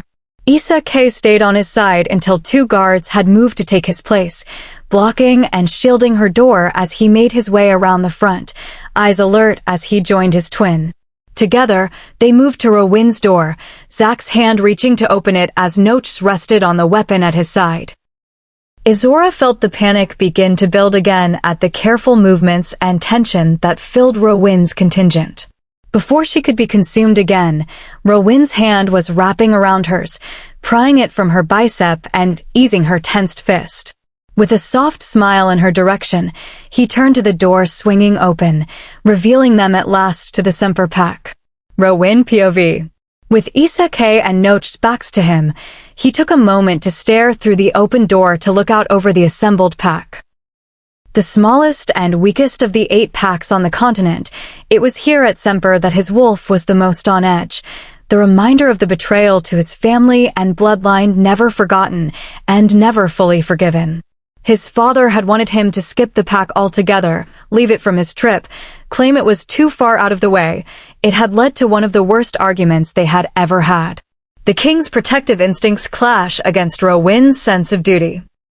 They both understood that Semper, and indeed the other packs as well, would see it as a slight, no matter what excuse they gave, and that it would be viewed as an insult and offense. The king had been willing to risk it, Rowyn was not. Not when it could potentially put his family in more danger. He'd willingly risk himself to stop that. It was his job, his role, his obligation. Of course, that was before Izzorah. Before he had his second chance, before his life had meaning and light again. When he didn't have a chance at love and happiness, and all he had been able to offer his pack and family was a noble death. If he had known that he would find her, would he have let his father convince him not to come? Should he turn away now?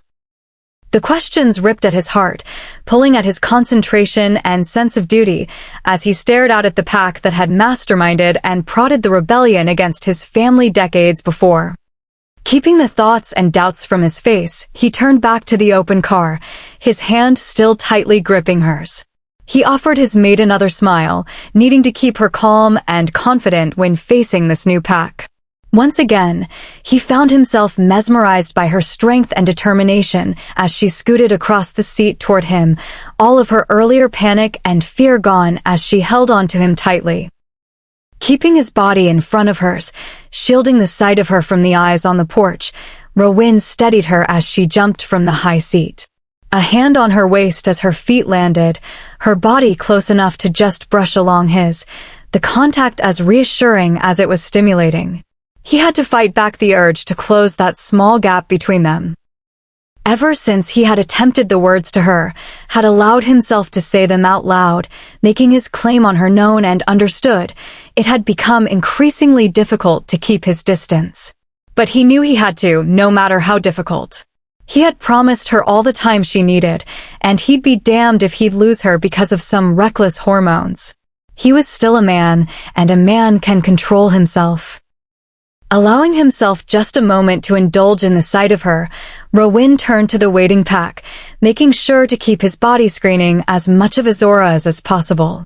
Dropping her hand, he kept his other resting on her hip, ensuring her body was close to his and his claim obvious. His Royal Highness Prince Rowan Knox of Pac Argentum Sanguinis. Your Majesty, Pac Semper Numquam Obliviscar. Prince Rowan, welcome. Came a deep voice as a man who appeared to be only in his mid-30s maneuvered through the crowd and to the front. His dark skin caught beautifully in the last rays of sunlight from the late autumn sunset.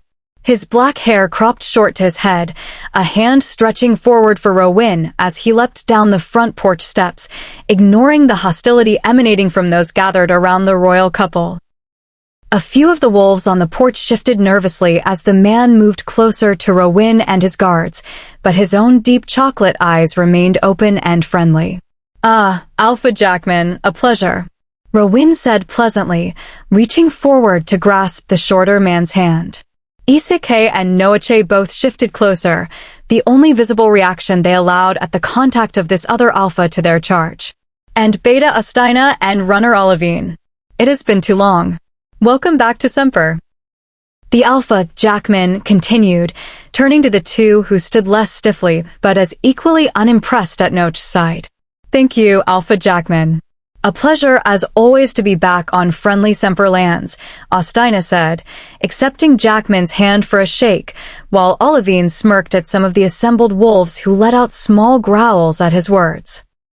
Her eyes flashed at the few who made the mistake of trying to glare at her in open challenge, her smirk growing when they fell away after only a few seconds.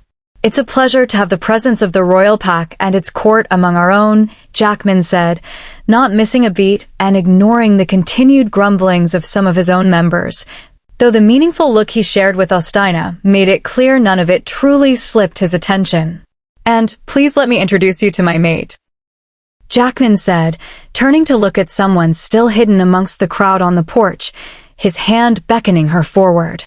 She found me just last year, thank the goddess. Rowan shifted his weight, his foot sliding out so he was blocking more of Izzorah, and was between her and the approaching she-wolf. She was taller than Izzorah, only a couple of inches shorter than her mate, her skin a rich, deep, flawless brown, her face beautiful with sharply cut cheekbones and fierce eyebrows.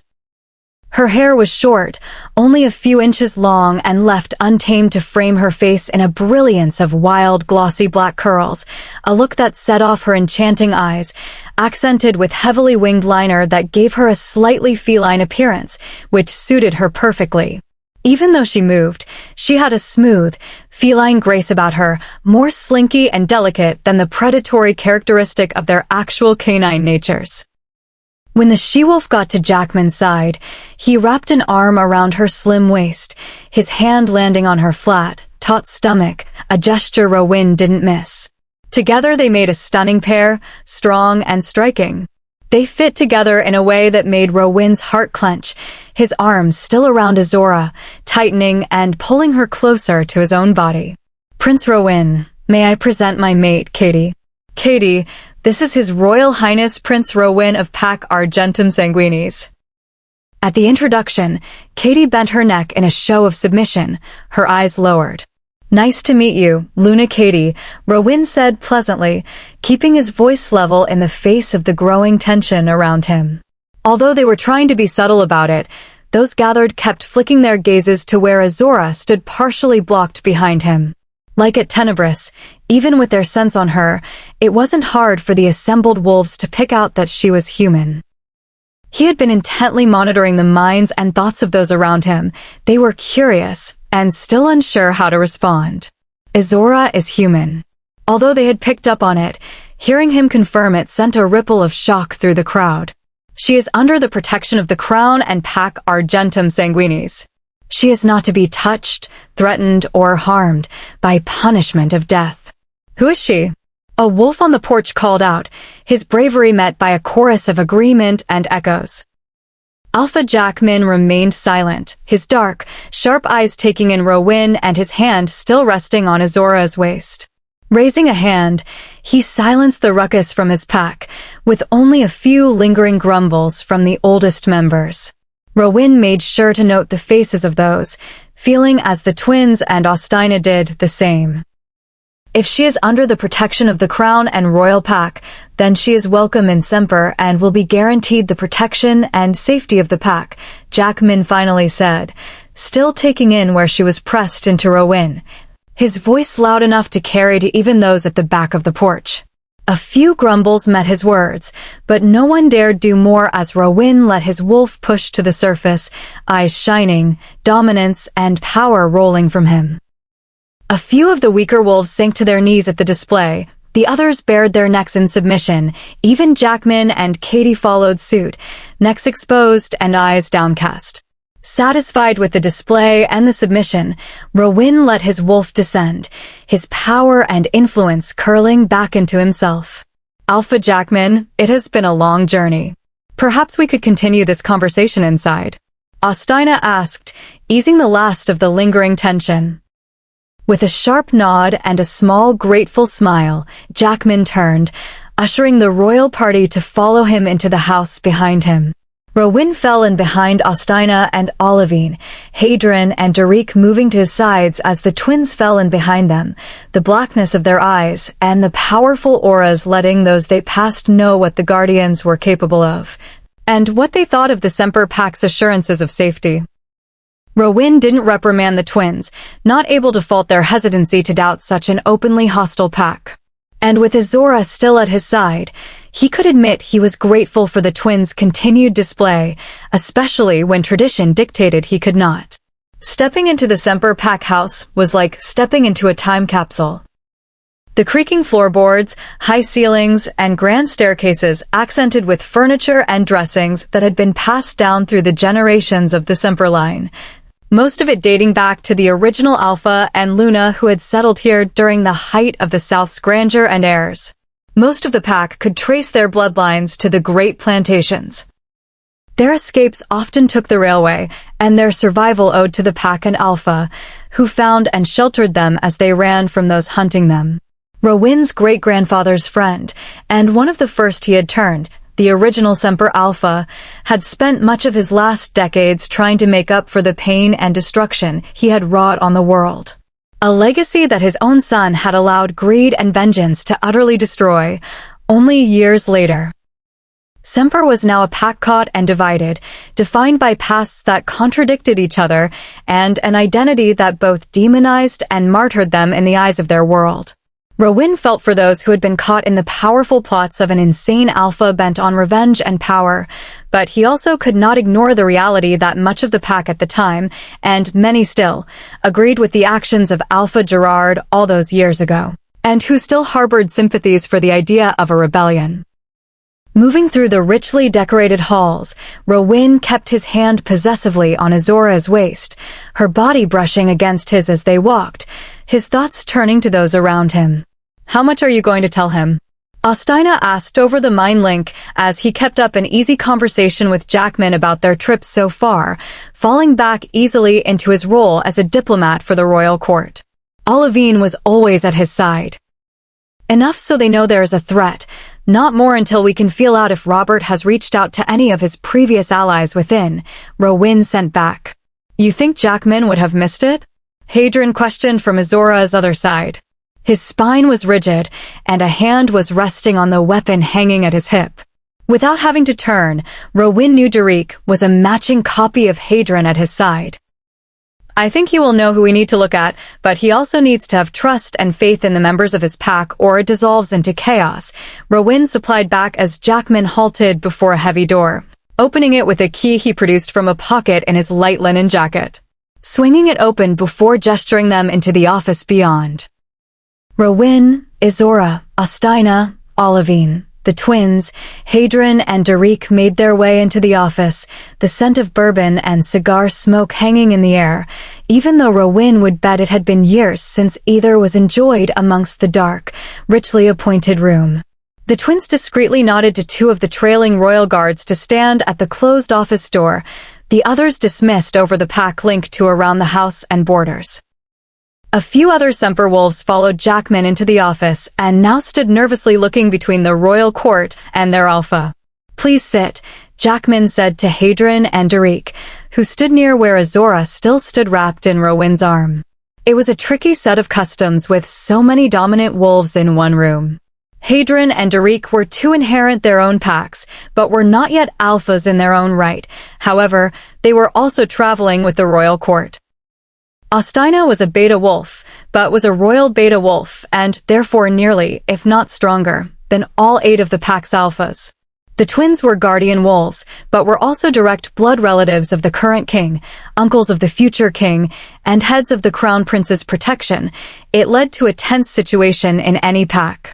Add in the undercurrents of distrust and resentment that permeated Semper, and you had a potentially explosive situation.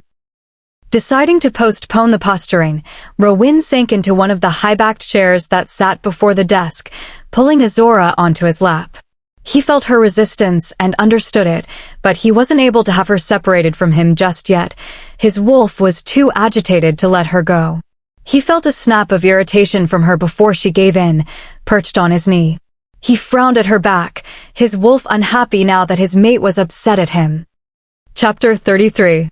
Izzorah POV. Izzorah didn't know exactly how these whole bond things worked, and she decided to add it to the growing list of answers she was going to beat out of Rowan the next time she got him alone. But she hoped it allowed him to know exactly what she thought of their little sitting arrangement. While his arm around her had felt nice, and had even been reassuring as they faced a new, unknown pack, one with such a complicated history with Rowan's family. She was not amused when he simply assumed she would sit on his lap like a child. Or like some sort of pet. It was infuriating. Sure, he had done the same thing a few times before, but that didn't give him the right to just force her to sit wherever he wanted. And on his lap, no less.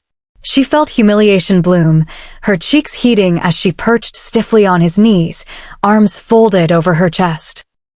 She stared daggers at Hadrian and Audina, daring them to say anything as they pulled out 2 other chairs and took seats. Thankfully for their own sakes, they kept their faces blank, no amusement at her current position in front of these strangers. They were acting almost as if it was expected that she would sit where she was. The thought hit her, and her eyes narrowed instantly. She knew they sensed it when their gazes flicked to her, both men jerking slightly at the fury that met their curious looks. Her irritation was sidetracked when Rowan spoke, interrupting and derailing her internal rant for the moment. Will she be safe here? The bluntness and directness seemed to throw the Semper wolves, who now glanced between her and Rowan. Jackman took it in stride. Whatever resistance still exists doesn't have enough support to risk acting openly. Mostly they like to meet in backrooms to daydream about the old days and plot to kill me. They haven't become strident enough to actually try it yet, though. We'll keep a guard around her, Rowan said, glancing at Hadron and Derek meaningfully. The two nodded back in understanding. Izzorah felt herself bristling again. Not that she disagreed that she needed a guard, not even that she really minded having Hadron and Derek around. They were actually growing on her. But she was cranky and tired and annoyed at always being talked over and about but never included. We have rooms set up for you, Prince Rowan and the court. Did you need another? Rowan cut Alpha Jackman off. She'll stay with me. Izzorah made a strangled sound in her throat, annoyance and embarrassment roaring back to life at his words. It was stupid, she knew. She was actually grateful for the protection, and she actually liked sharing a room, or more correctly, a bed, with Rowan. But still, she didn't really know why she was annoyed. More than she knew she should be. That she should be putting up more of a fight, rebelling against his assumptions that he could make all these decisions without her. In the end, she would probably agree to them, but it was the principle of the thing, and she was still allowed a say in her life. Well, not really, she amended in her head, thinking back to the promises she had made in Malk's office and the fact that she was a fragile human surrounded by werewolves. But still, there was a principle to it. Finishing the thought with a pointed elbow to Rowan's midsection, she cut off his next sentence with a small puff of air from him. Like I was saying, Rowan picked up, giving her side a small squeeze of warning that she couldn't help smirking at. Your borders will need to be increased. Ostina will be taking over while we are here. Our borders are strong. We've implemented all the suggestions the Crown's advisors have offered, Jackman said, a slight defensive edge creeping into his voice at the implied criticism. Of course, Ostina said, jumping into the conversation just as Izzorah felt Rowan tense beneath her. Turning, she found Jackman staring at Rowan, the brown of his irises slowly giving way to the black of his pupils. Izzorah felt a stronger tremor run through Rowan. Knowing the situation could escalate quickly with Rowan's notorious temper and the tension already humming in the room, she did the only thing she could think of. Letting go of her previous ire, she leaned back into Rowan's stiff frame, scooting until she was properly sitting on his lap, her feet dangling off the floor. She cursed her small stature as she felt like a child. Turning, she leaned into his chest, her head ducking under his chin, arms wrapping around his sides to land on the small of his back. She pressed herself into the hard lines of his body, letting herself relax and indulge in the feel of him, the scent of him, the safety and security he so easily surrounded her with. For a moment, she thought it wouldn't work, the tremors still shook under her. But then she felt his arms come up, ever so gently, to wrap around her. His head ducked to press his lips to the crown of her head. She felt him inhale, a shudder going through him before he relaxed beneath her, his muscles uncurling as his arms wrapped more securely around her, holding her in place. In thanks, she squeezed his middle, turning her head to press a kiss to his chest, knowing that even through the layers of clothes, he'd feel it and know what it meant. His Majesty meant no criticism and is impressed with how well Semper has integrated our suggestions. It is only that with his presence, security concerns have increased, and we want your pact to be ready and secure to face them, Ostina continued, his voice calm and soothing as the tension eased between the two dominant wolves. When Izzorah turned back from Rowan's chest, letting her head rest against it, Ostina gave her a wink and a small smile, letting her know he knew what she had done and approved. Glancing at the others, she was met with further looks of approval and gratitude. It seemed they also didn't like to see Rowan's temper get the best of him, or having to watch him fight wolves left, right, and center. What security concerns? Jackman's beta asked, the potential confrontation forgotten. Ostina looked to Rowan, who gave a small nod, arms still wrapped around her, chin resting on the top of her head.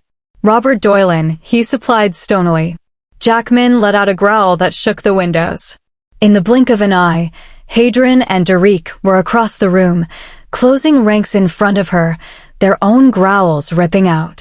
Isake and Noache were only a step behind them, their eyes flashing black as they watched the now raging Alpha.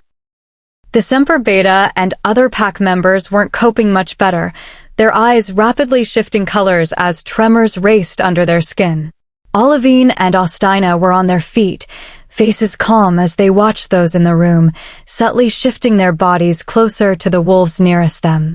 The concentration on their faces let Izzorah know they were all talking over that mind link they shared. Izzorah had jumped at the first sound, her body tensing in response to the threatening noises, but then Rowyn's hands began to rub soothing circles over her back, easing her back into him, tucking her head back under his chin.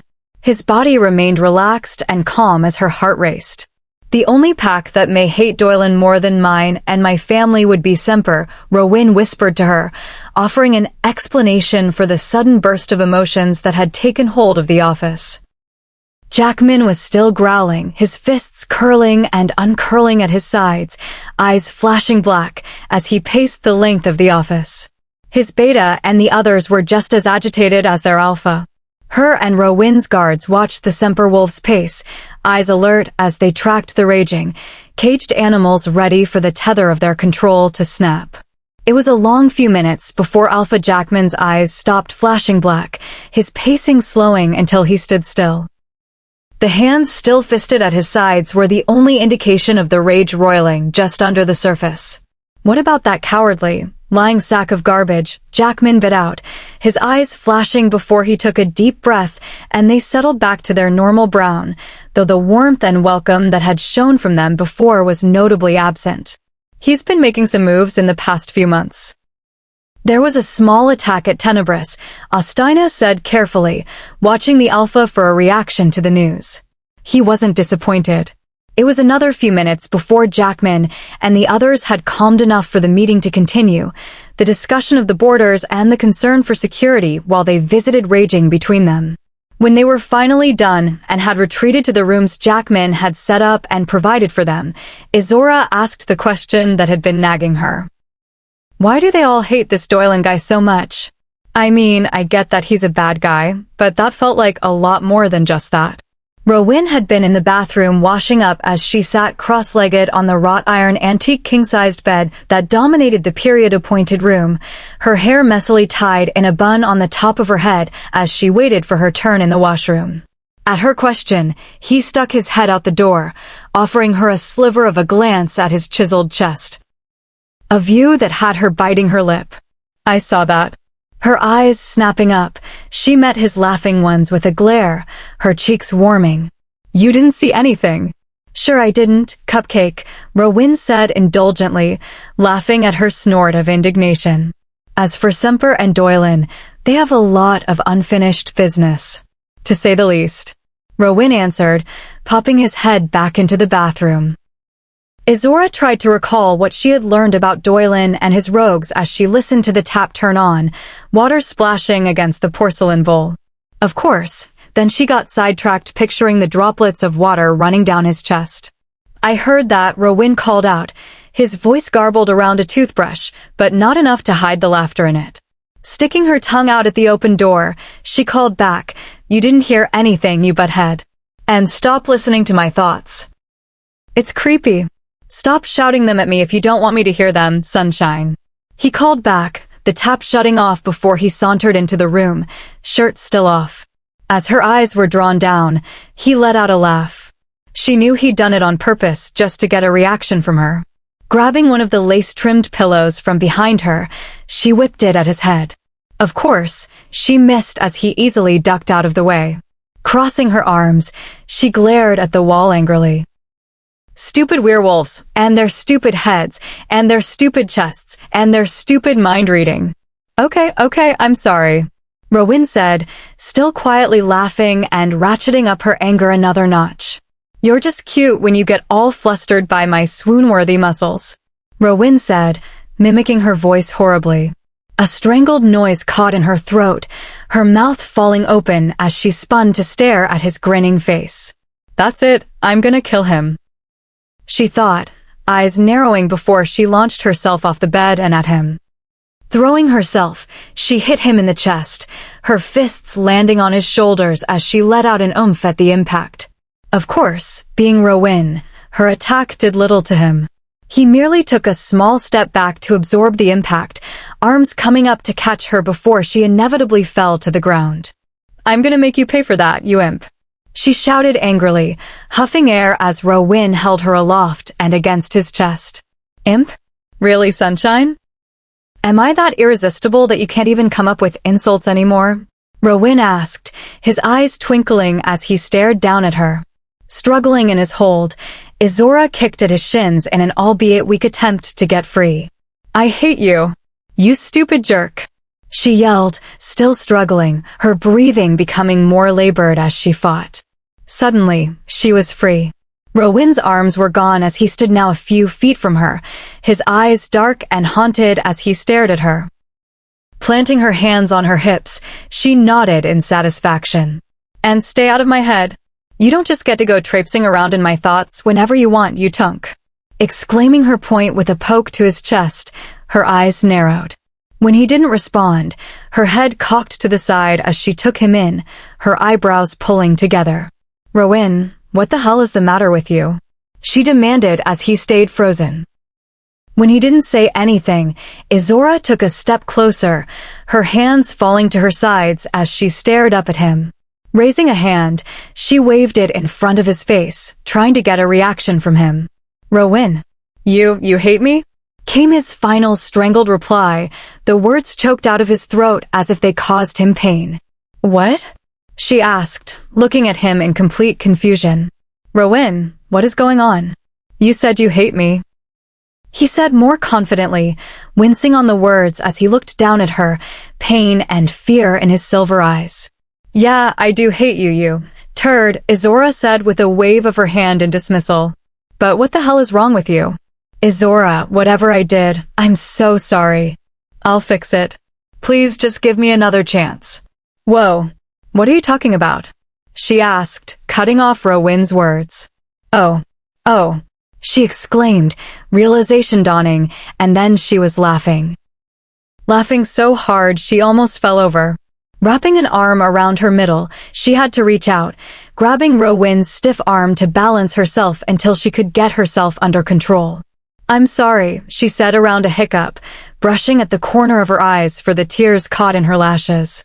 "This is not funny," Rowan said seriously as he watched her. "Tell me what I must do." "Oh, I disagree there, buddy. This is hilarious," Izzorah said with more laughter. I'm sorry," she said, taking deep breaths. "I'm okay now. It's just finally you're the one who doesn't get what's going on, and I'm the one being all stable. It's freaking awesome," Izzorah said happily, laughing at Rowan's look of complete confusion. Feeling a little bad for indulging in his obvious misery and confusion, she worked to control her happiness. It was difficult, though. It was the first time she had to explain what was going on to him. It felt kind of good to not be the one overreacting for once. "I said I hate you, Rowan." He flinched as if she had physically hit him, his lips pressed together in a tight line. "But not like I hate you, silly," she said, emphasizing the word. "Just that your stupid ability to read my thoughts when I don't know yours is infuriating. Not to mention how you just announced that I'm sharing a room with you without asking, or how you make me sit on your lap like a dog, and that doesn't even get into the hole." "You don't want to share a room with me?" he asked, interrupting her list of grievances. "Of course I do, but that's not the point," she said. He looked at her like she had two heads, and she blew out a breath, trying to think of a way to explain it. "Just because I want something, and you know I want something, doesn't mean you don't have to ask me." That just seemed to confuse him more as he stared at her, his hands on his hips, silver eyebrows pulled together. "Do you want a different room? My wolf won't like it, and you won't be as safe. I could try having you stay with Aus and Olivine."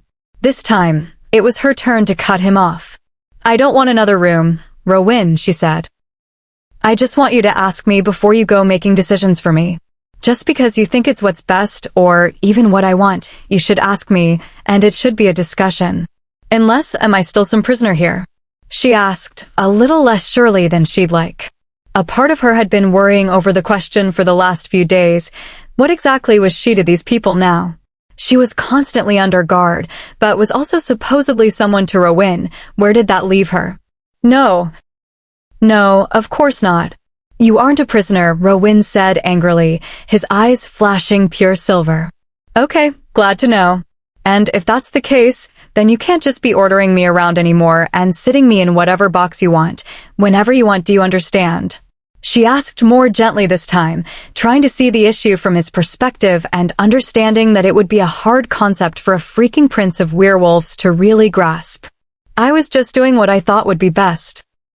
I need you near me and safe, and you're mine. You belong with me, Rowan said, trying his best to explain himself, which she appreciated. I know, and I'll try to keep that in mind as well. It's why if you had asked, I would have agreed to this arrangement. But I'm human, Rowan, and I don't feel all the same things you do, so I need you to talk to me and not just announce to a room of people that I'm gonna be sleeping with you. Sleeping with me, huh? Rowan asked, his serious facade cracking slightly. Izzorah rolled her eyes at him. You know what I meant, dumbass. I've been called worse. And one day, Cupcake, he said, smirking. Yeah, only if you stop being a jerk. The laughter dropped from his face as he turned serious again, nodding at her words. You really don't like sitting on my lap? You're missing the point. I'm not a possession, Rowan. I'm a person. Treat me like one. Or else decide I'm a prisoner again, and then you can do whatever you want with me. Throw me to the wolves, sit me on your knee, or wear me as a scarf. Rowan let out a small growl at her words, obviously not liking her suggestions. The sound cut off with a sharp look from her. Understood, Cupcake, he said with a small smile. Rolling her eyes, she said, I freaking hate you. At his narrowed eyes, she threw up her hands in surrender.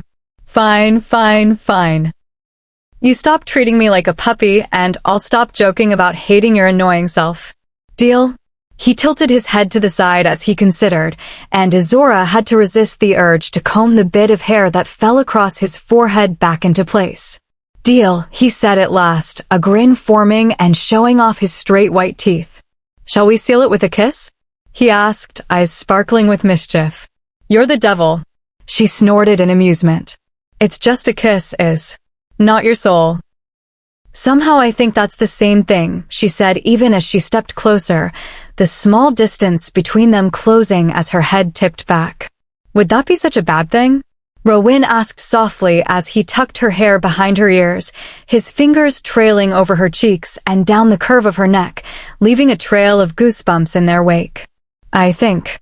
Her words were cut off as his lips captured hers, his fingers tangling into her hair as he tipped her head to deepen the kiss. She let out a sigh against his mouth as her eyes closed, her body melting into his as every thought and fear disappeared under his touch. Her hands gripped his biceps, clinging to him as she pressed herself into his frame. His tongue swiped over her bottom lip in a soothing motion, and without hesitation, she started to open for him, wanting to see where this next step would lead. But before they could discover, he was taking a small step back. A sound of displeasure left her as her eyes fluttered open to find him staring down at her. She licked her lips as she blinked, trying to right the world he had just tilted. His thumb stroked her cheeks, hands still tangled in her hair. Leaning forward, he pressed his lips to her forehead gently, inhaling as he did.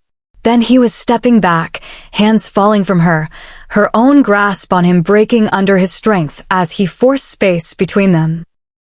The bathroom's all yours, he said, his voice a little huskier than it had been only a few minutes before. She looked at him blankly. His lip twitched up into a half smirk, his chin nodding to the open bathroom door behind her as he ran a hand through his hair. Snapping herself out of whatever trance had been holding her frozen, she whipped around, fleeing for safety. His laughter trailed behind her. Chapter 34. Izzorah POV. They had been at Pax Semper for the last few days, and had fallen into a routine, if not a tense and slightly uncomfortable one. Rowan, Ostina, and Olivine spent the days and most of the nights involved in pack business, hounding out treaties, resolving conflicts, and generally going through what seemed to Izzorah like every minute of the pack's history since the last royal visit 10 years ago. Since that first night, she and Rowan had barely had the chance to speak. He was up and gone before dawn every morning and usually only flopped onto the mattress next to her, bouncing her awake every night around midnight. She would wake enough to ask how his day had been, only to be met with an irritated growl before he'd reach across the expanse of blankets, snagging an arm around her waist to pull her into his chest. He tucked her against his body, caging her there before soft snores started up. They shared breakfast and dinner together along with the rest of the royal court and top members of Pax Semper, but unlike at Tenebris, the meals were consumed with more talk of pack business, rules and regulations the royal pack was deciding to enforce, and the resistance of the older members. Dinners usually ended in near fistfights between Jackman and his own packmates, or Ostina and the others in them. What wasn't consumed in growling, shouting matches was stiff with formality and enough decorum and spectacle that it made her neck itch. Thankfully, she had an excuse to stay away from it all. Instead, she spent her days with Hadron, Derek, and a few other guards exploring the expansive ranch that surrounded the pack and provided their main source of income. It was quite the surprise for Izzorah to learn that Pax Semper was actually one of the top horse breeders in the country, and that their horses were champions around the world. "What's back in that barn?" Izzorah asked their Semper guide, a wolf just out of his teens and only a year or two older than herself. He had been showing them around and catching Izzorah up on Semper history since Rowyn had left her that first morning. Not left her, she reminded herself, hating how silly she felt for missing him when they literally shared a bed every night. He's working. It's different. He doesn't have a choice. And besides, you wanted space and time to figure out how you felt anyway. That was part of the problem, though. Without him around to bug and annoy her, all she was left with was the emptiness in her chest that she hadn't realized he had begun to fill, and the memories of the kisses they had shared. Not exactly the fodder for a healthy and rational decision. It was an old cattle barn, but after the war Alpha Jackman decided we needed to diversify. He argued we had to get away from traditional ranching. Said it wasn't sustainable. Thonas laughed at this before expanding on his words at their curious looks. I wasn't around, but my dad told me it wasn't an idea that went over well. The old-timers don't like change. Tend to think they've gotten everything perfect and us new pups are coming in to undo their hard work. They don't seem to understand that's how progress works. You move on from the old as you learn more. So, what does it do now? Izzorah asked, her curiosity piqued. She wasn't very enthusiastic about the whole horse breeding thing, although she loved the horses and was hoping to convince someone to let her ride one. But something progressive? Now, that she could get excited about. Well, the barn was actually converted into a distillery, if you can believe it, Thonas said, grinning in pride, dark brown eyes shining with excitement. Nice, Hadron said. Impressive, Derek said thoughtfully, his brows tugging together in concentration. Izzorah could picture the wheels spinning in his head as he considered possibilities for his own pack one day. That's not even the best part, Thonas said eagerly. That was just a joke. Jackman had to put the barn to some use, and this just worked out as it happened to also tick off all the old prudes who were grumbling about the changes. Double nice, Hadron said, reaching out to bump his fist against Thonas's in approval. We had nearly 1,000 acres of prime ranching land. Jackman turned it into a wind farm. Sent a bunch of the pack to school to learn about the technology, the equipment, and then invested nearly all the pack's coffers into a startup company out of California in a joint partnership. Wow, Izzorah said, truly impressed. And then, as Thonas led them around the barn and the grain towers and aging, abandoned tanks, they saw it. Acres and acres of rolling land gave root to row after row of massive spinning turbines. They were utterly beautiful in their alienness. The streamlined, sleek monsters stood like flowers against the wildness of the southern plains and desert. It was captivating, the truest picture of mankind's future if one could ever be drawn. Harmony with ingenuity, survival with progress, creativity, and all that is human with understanding and respect. By the end of the day, Izzorah had toured the distillery, picnicked on the hill overlooking the wind fields, and wrangled a promise for a ride on one of the champion studs the following day from Thonas. Exhausted but happy, Izzorah and the others trudged back to the pack house as the sun grazed the horizon, stomachs growling. The dining room was nearly full by the time they made their way in, Hadron and Derek at her sides, the others trailing behind. She felt his gaze before she saw him, the weight of it landing on her the moment she stepped past the doorway. As the days went on, she found herself ever more aware of him, his moods and thoughts, his presence and the feel of him near her. It was as mesmerizing as it was terrifying.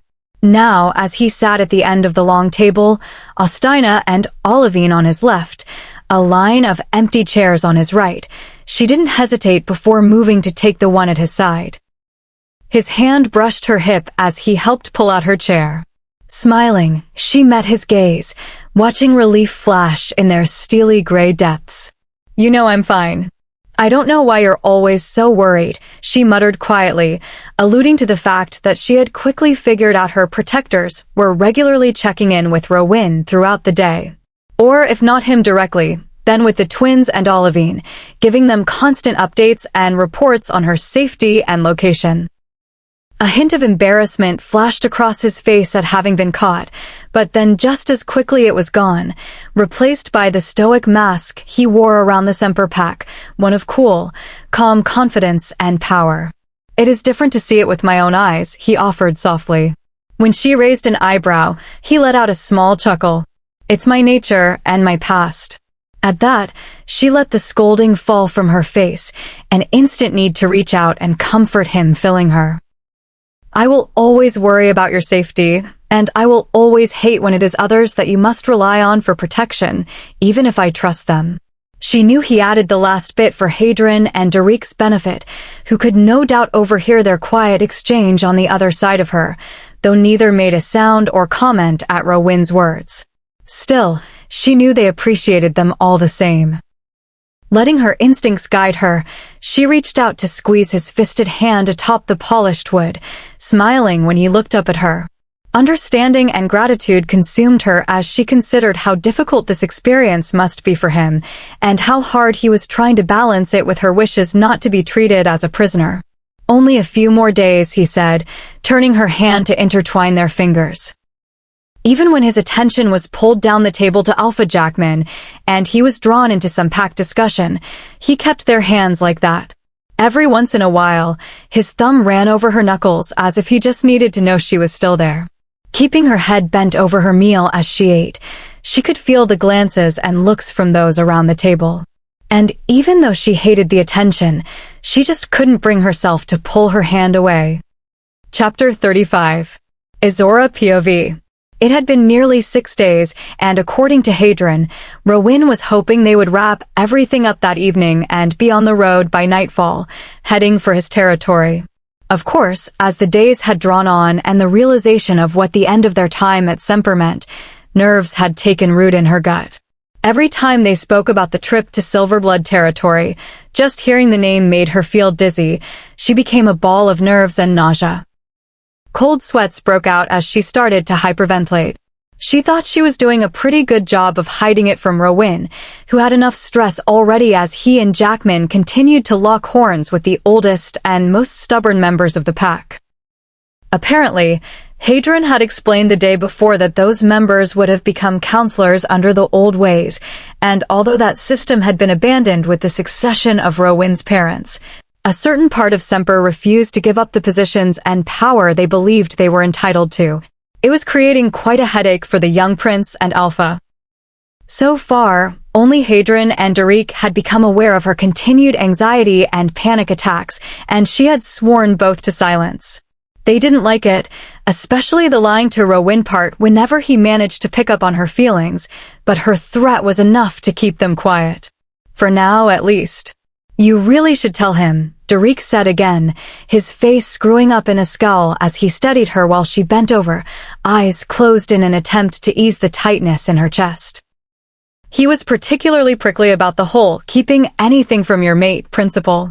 "I told you, Derek, he has enough going on without me adding to it," Izzorah said between deep, slow breaths. "You're his mate. It's different." "He'd want to know," Derek added, rubbing her back soothingly even though displeasure coated his tone. It hadn't taken Izzorah long to warm up to the wolf. Like Ostina, his bark was worse than his bite, at least for her.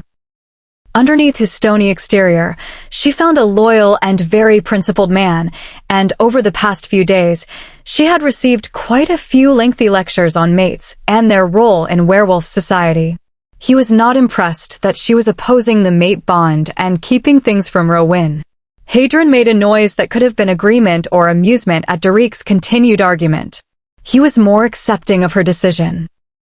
Izzorah thought it was because he had tasted the mate bond before and therefore understood the feel of its loss. He also looked at her differently now, a new hope and light shone in his eyes, an easiness in his shoulders that hadn't been there before. On the surface, he spoke and seemed the same, but there was a shift in the energy around him. It wasn't quite so dark and violent. That didn't mean he liked this one bit. Every time she started to experience one of her attacks, which was happening more and more frequently as the days went on, he would become quiet, arms crossing as he just watched her. Feeling the tightness ease a little, she straightened from her folded position. Just as every time since the one time she had collapsed to the ground, her head spinning, Derek was quick to grab her hands, steadying her. Being careful to go slow, she opened her eyes one at a time, only to find Hadron watching her every move. Rolling her eyes at him, she huffed and stuck out her tongue. "I'm not going to run, you idiot," she said, taking a few more deep breaths. He made another noise, and she rolled her eyes at him again. "They're going to love you," Derek said, obviously still able to scent her continued panic and unease. Yeah, you keep saying that," Izzorah said, trying to force her brain onto anything except the idea of meeting Rowan's family. "But what do you know?" That got a reaction from Hadron, who laughed. "She's got a point, derivative." "Shut it, Hadron, and stop glaring at her." "You aren't helping," Derek muttered, his hands still light on her arms. Not yet ready to trust her to hold herself up. She couldn't really fault him for it. She'd scared the life out of both of them when she'd fainted the first time. "Izzorah." She looked over at Hadron, his face softer and warmer than it had been a moment before. "Do you trust Rowan?" She nodded. "Do you think he'd take you anywhere he couldn't protect you?" She thought about it before shaking her head. "Do you think Derek and I would let you go somewhere where you'd be in danger?" She shook her head. "Then trust us. Even if the king and queen have some problem with you, or the court, or the pact, or anything, you know we'd get you out. And you know Rowan would die rather than let you get hurt." Izzorah mulled over the words. She didn't really like the idea of others being hurt for her, but they did the trick all the same. They made her feel a little less exposed at the idea of being shoved in front of these people, just a lost little human amongst the wolves. Slowly, she nodded, and Hadron smiled at her. "Anyone tries anything, and I'll tell my mom on them," he added, getting a laugh from Derek. Izzorah looked at him in question. "Hadron's mom is terrifying," Derek explained. "If you get on her bad side, her payback is legendary. And I'm her favorite son." "You're her only son, you dumbass." Potato. "You know, no one actually says potato," Izzorah interjected, cutting off their bickering. "It's actually a kind of stupid saying. It'd be better to say, you say hat, I say toke." Both guys just looked at her like she'd grown another head. "What?" she asked. They just shook their heads and continued heading back toward the house. They were still quite a bit out when something grabbed Hadron's attention. His head swung to the south, hand shooting out to stop her, moving her closer to him as his eyes searched the low scattering of trees only a few hundred meters away. "Damn," Hadron cursed, body rigid. Derek moved to her other side, hand flicking toward the weapon at his side. "I wouldn't do that if I were you," called a voice. Izzorah's heart leapt into her throat as fear exploded in her. She wanted to run, but her feet were rooted to the spot. "Just stay calm," Hadron murmured, his eyes glued to where the voice had come from. And then she saw them. Close to a dozen men appeared from behind the towering ash trees. They weren't dressed in uniform and were scruffier and more haggard-looking than the others she had met, but there was something about them that told her these men were werewolves, some feralness, a sense of power and danger that even her human mind could pick up on. Her heart raced, sweat prickling her upper lip and scalp, fresh waves of terror crashing over her until she was nearly as dizzy as before. "And who do we have here?" asked that same languid, deep male voice, an accent Izzorah couldn't place peeking through in his words. Two young alphas. Well now, what a treat to make your acquaintance." "You are trespassing on pact lands," Derek said, his voice stronger and more even than Izzorah would have expected. Taking a moment to look, she realized both men wore stormy, icy expressions, muscles taut and alert, but other than that, they seemed unfazed and unconcerned at the appearance of these dozen foreign wolves. "I wouldn't do that if I were you," the man who had spoken snapped, his gaze shifting to Hadron, whose eyes flashed black at the words. The man was dressed much more nicely than the others around him. His clothes were unwrinkled and in good repair, his hair washed and trimmed, his beard neatly kept. He lacked the others' overall unkemptness. There was something else about him, something that drew your eye, that commanded your attention, your focus. The others nearly faded into the background, unnoticeable, but not him. "Do what?" Hadron asked. Izzorah picked up something in Hadron's voice. She looked at him from the corner of her eye and watched his eyes narrow into two slits. "Call your princeling, of course," the man said as if it were the most obvious thing in the world. "Doylin," Hadron snarled in response, taking a small step forward. "At your service," the man said with an indulgent and smug smile, accompanying it with a flourished bow that looked more in place at a medieval reenactment than in the middle of a field during a werewolf standoff.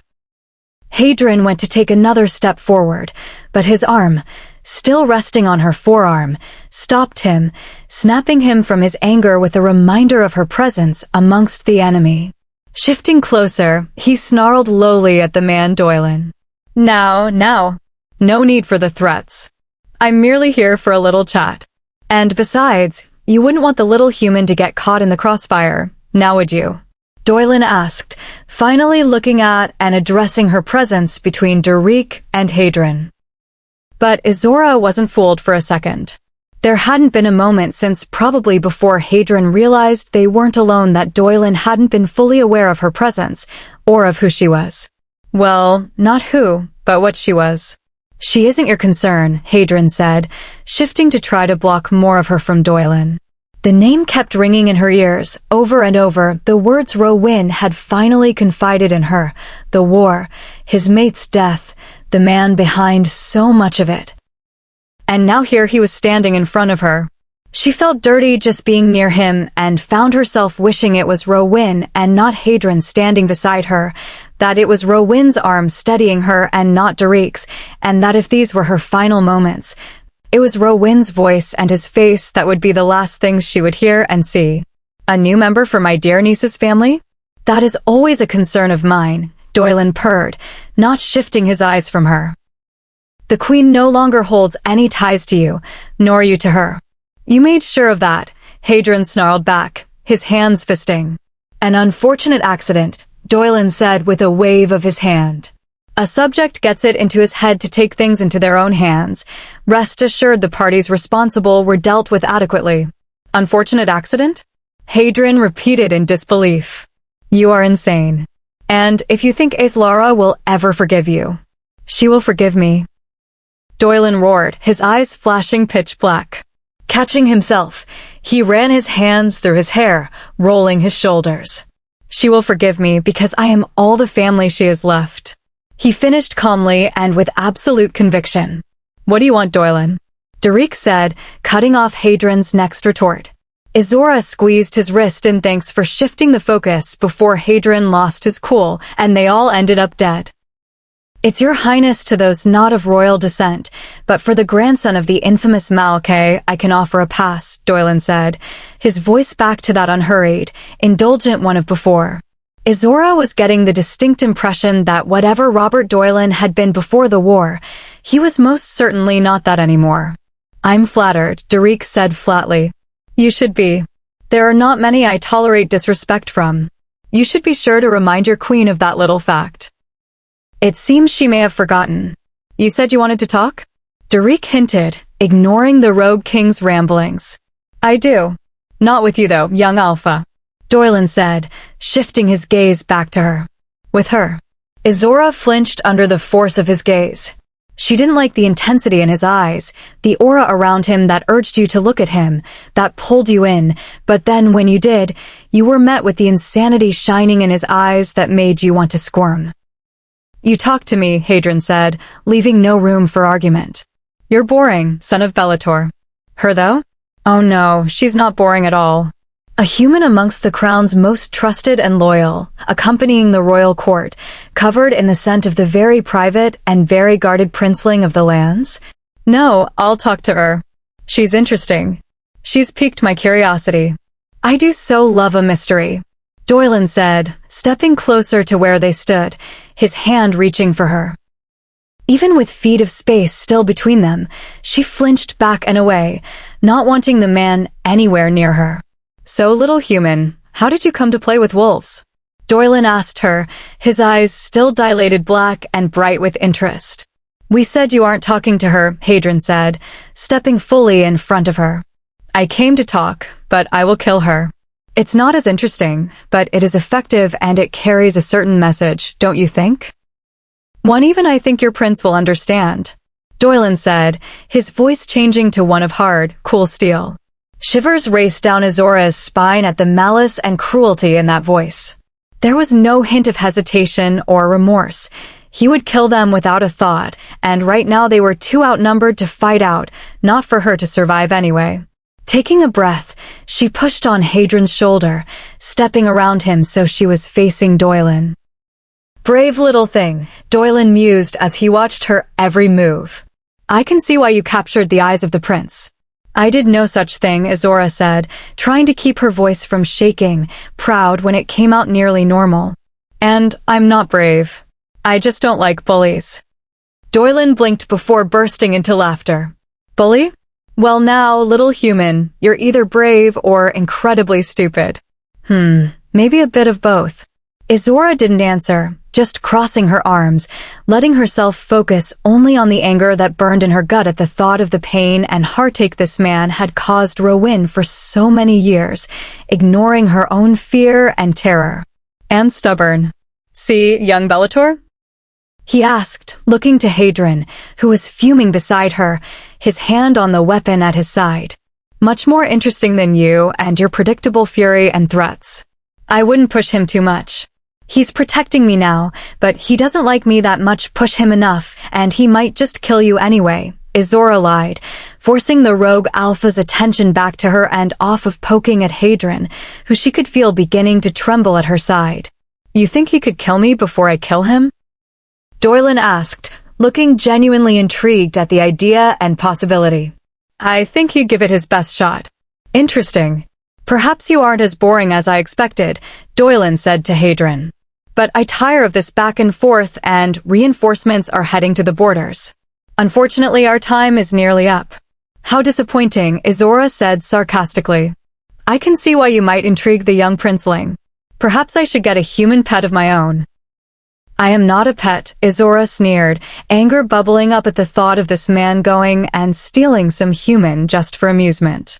Yes, of course. My mistake, Your Highness, Doylan said with a wink. Now then, down to business. In exchange for not killing you all, you're going to take a message to my niece. Hadron growled. She is nothing to you, dog. Robert snapped from his pleasant demeanor once more, the face of the man able to command a legion of vicious rogues coming through. She can say anything she wants about me, but she is still my niece. I am her family. I raised her from her crib, and any issues we have are between her and me and not your concern, pup. He roared. Izzorah grabbed Hadron's shoulder, mentally pleading for him not to push the man or the issue, to just let it go, no matter how difficult it was. And then, like a switch had been flipped, Doylan was back to the pleasant, easygoing manner of before. So, little human, you are going to take a message to my niece. He paused, and Izzorah slowly nodded her head, a rock of lead filling her stomach as she waited for what he'd say next. Tell Thea that I want to see her. Face to face and without that overbearing maid of hers. She grants me forgiveness and agrees to keep seeing me, to not cut me from her life anymore, and in exchange I'll walk back into the shadows, our quarrel forgotten and forgiven. You killed her son's mate, Izzorah said in disbelief at what she was hearing. You killed all those wolves at Tenebris. Water under the bridge, Doylan said with another wave. Besides, I'm letting you 3 live. That should give me some points. And I mean, you should be thanking me for the whole mate thing. You wouldn't have the prince if I hadn't gotten rid of the first one.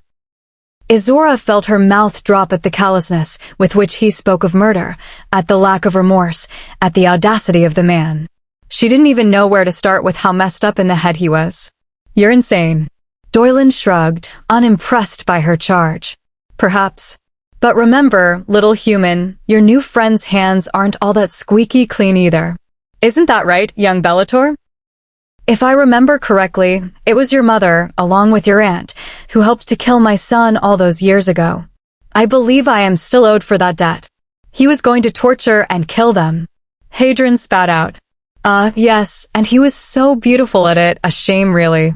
They would have been privileged to go under his knife, such skill, so regretful. I had big plans for him, all lost. He sighed dramatically before continuing. And now I'm just left with these idiots. He gestured to the rogues behind and around him, who didn't so much as flinch at their supposed king's words, nor his obvious disappointment. Boss, we should be going. A patrol is only a few clicks out, one of the rogues piped up, speaking for the first time. Well, that's my cue. It's been a pleasure, my dear. I'm glad we got to speak, and I'll be counting down the days until we meet again. Doylan said with another extravagant and flourished bow. Boys. He said with a nod to Derek and Hadrian before spinning on his heels, his rogues falling in around him as long, powerful strides moved him toward Semper's borders. Turning his head, he called over his shoulder, catching Izzorah's gaze once more. Make sure the queen gets my message, little human. I'd hate to kill the messenger and lose the first interesting character to step onto the pages of our little drama in ages. His laughter was the last thing they heard before he and his rogues disappeared from sight. Holy crap, Hadrian said, breaking the stunned silence that suddenly engulfed them. Damn, Derek added angrily. He was right there, and we just let him walk away. Hadrian continued. We didn't have a choice, Derek said more calmly, but Izzorah didn't miss how his fists clenched at his sides. I know we didn't, but what the hell? How did he get in here? Rowan is going to lose his mind. Damn it. Hadrian raged. And as if realizing at once she was still standing stunned and mute between them, they turned, looking her up and down as if they hadn't actually witnessed the whole thing and somehow could have been physically hurt. Both frowning at whatever they found on her face. We need to get her out of here, Hadrian said to Derek, anxiously looking around them, instantly back on alert. We need to get to Rowan, Derek concurred. We need to get the hell out of here, is what we need to do. Damn it, I knew we shouldn't have come here. Semper is too unstable, Hadrian roared as they started moving at a much faster pace than before back toward the pack house. Both of them stayed close enough that they brushed against her sides as they nearly ran. When the pack house was finally coming into sight, Hadrian suddenly stopped, throwing her off balance. She would have gone sprawling if not for Derek's quick hands to grab her. What the hell, Hadrian? He demanded, turning to look at him. Izzorah did as well, thinking perhaps he had been hurt or attacked. What she found was somehow worse. Hadrian's face had gone completely white, his eyes glazed over with a faraway, completely black look. Hadrian? She asked gently, not understanding what was happening, but knowing it wasn't good. Hadrian? She tried again when he didn't respond. No. The word tore from his throat as he suddenly spun, his hand reaching back for her unconsciously as he started sprinting full speed for the house. Her shorter legs couldn't keep up, but his grip was relentless. Derek was swearing and screaming at his side, as clueless as she was as to what was happening. Without breaking stride or another word after that single cry, no, Hadrian reached back and picked her up, swinging her around his body. His other arm caught her legs as he held her across his chest and took off at full speed, his chest rumbling against her shoulder. Her hair whipped around her face as she clung to Hadron's shoulders, fear and anxiety clawing at her at what could have happened that would have set Hadron off. Still unsettled from the confrontation with Doylin, her mind kept bringing up more and more horrendous scenarios. As the seconds flew by, she found herself repeating the same thought over and over. Please don't let it be Rowan. Please not Rowan. The pack house was in chaos when they arrived. People were screaming and crying. Armed wolves, most of them clad in the black uniforms of the Royal Guard, were pushing and urging people from the house. Spotting her in Hadron's arms and Derek just behind them, they waved them forward, clearing a path. One pointed to the back of the house, toward where Jackman's office was, but Hadron didn't seem to need the direction, already heading for the partially ajar doors at the end. With every step, Izzorah's heart dropped. She knew her nails were digging into Hadron's shoulders. It felt like time slowed down, the laws of the universe themselves changing to try and shield them from what was beyond those doors, from whatever horror had the sounds of heartbreak ringing in their ears. With each step, the hallway grew longer, the world narrowing until it was just the crack of light spilling across the worn-wood floor, and yet, however long those few feet were, they weren't nearly far enough. Time did what it could, shielding her for as long as it was able, but before she was ready, Hadron's large calloused hand was pressed to the worn and polished door.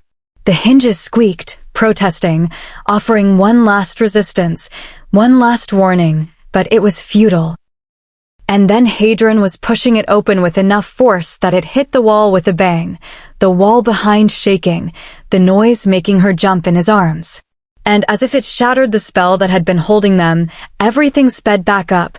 Time focused around her in crystal brutal clarity, and her brain fumbled to make it out, to understand. Denial pushed back against what her eyes took in. She refused to blink as the tears welled.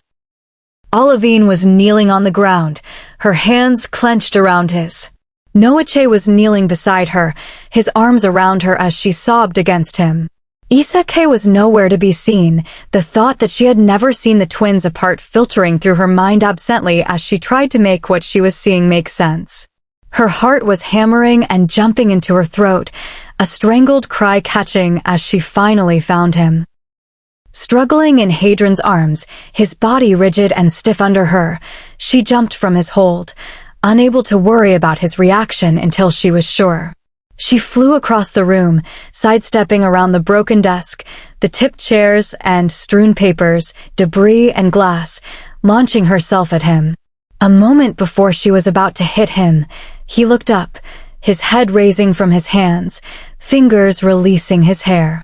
Broken silver eyes met hers. His movements were slow and jerky, but he was able to catch her just before she would have tumbled to the floor.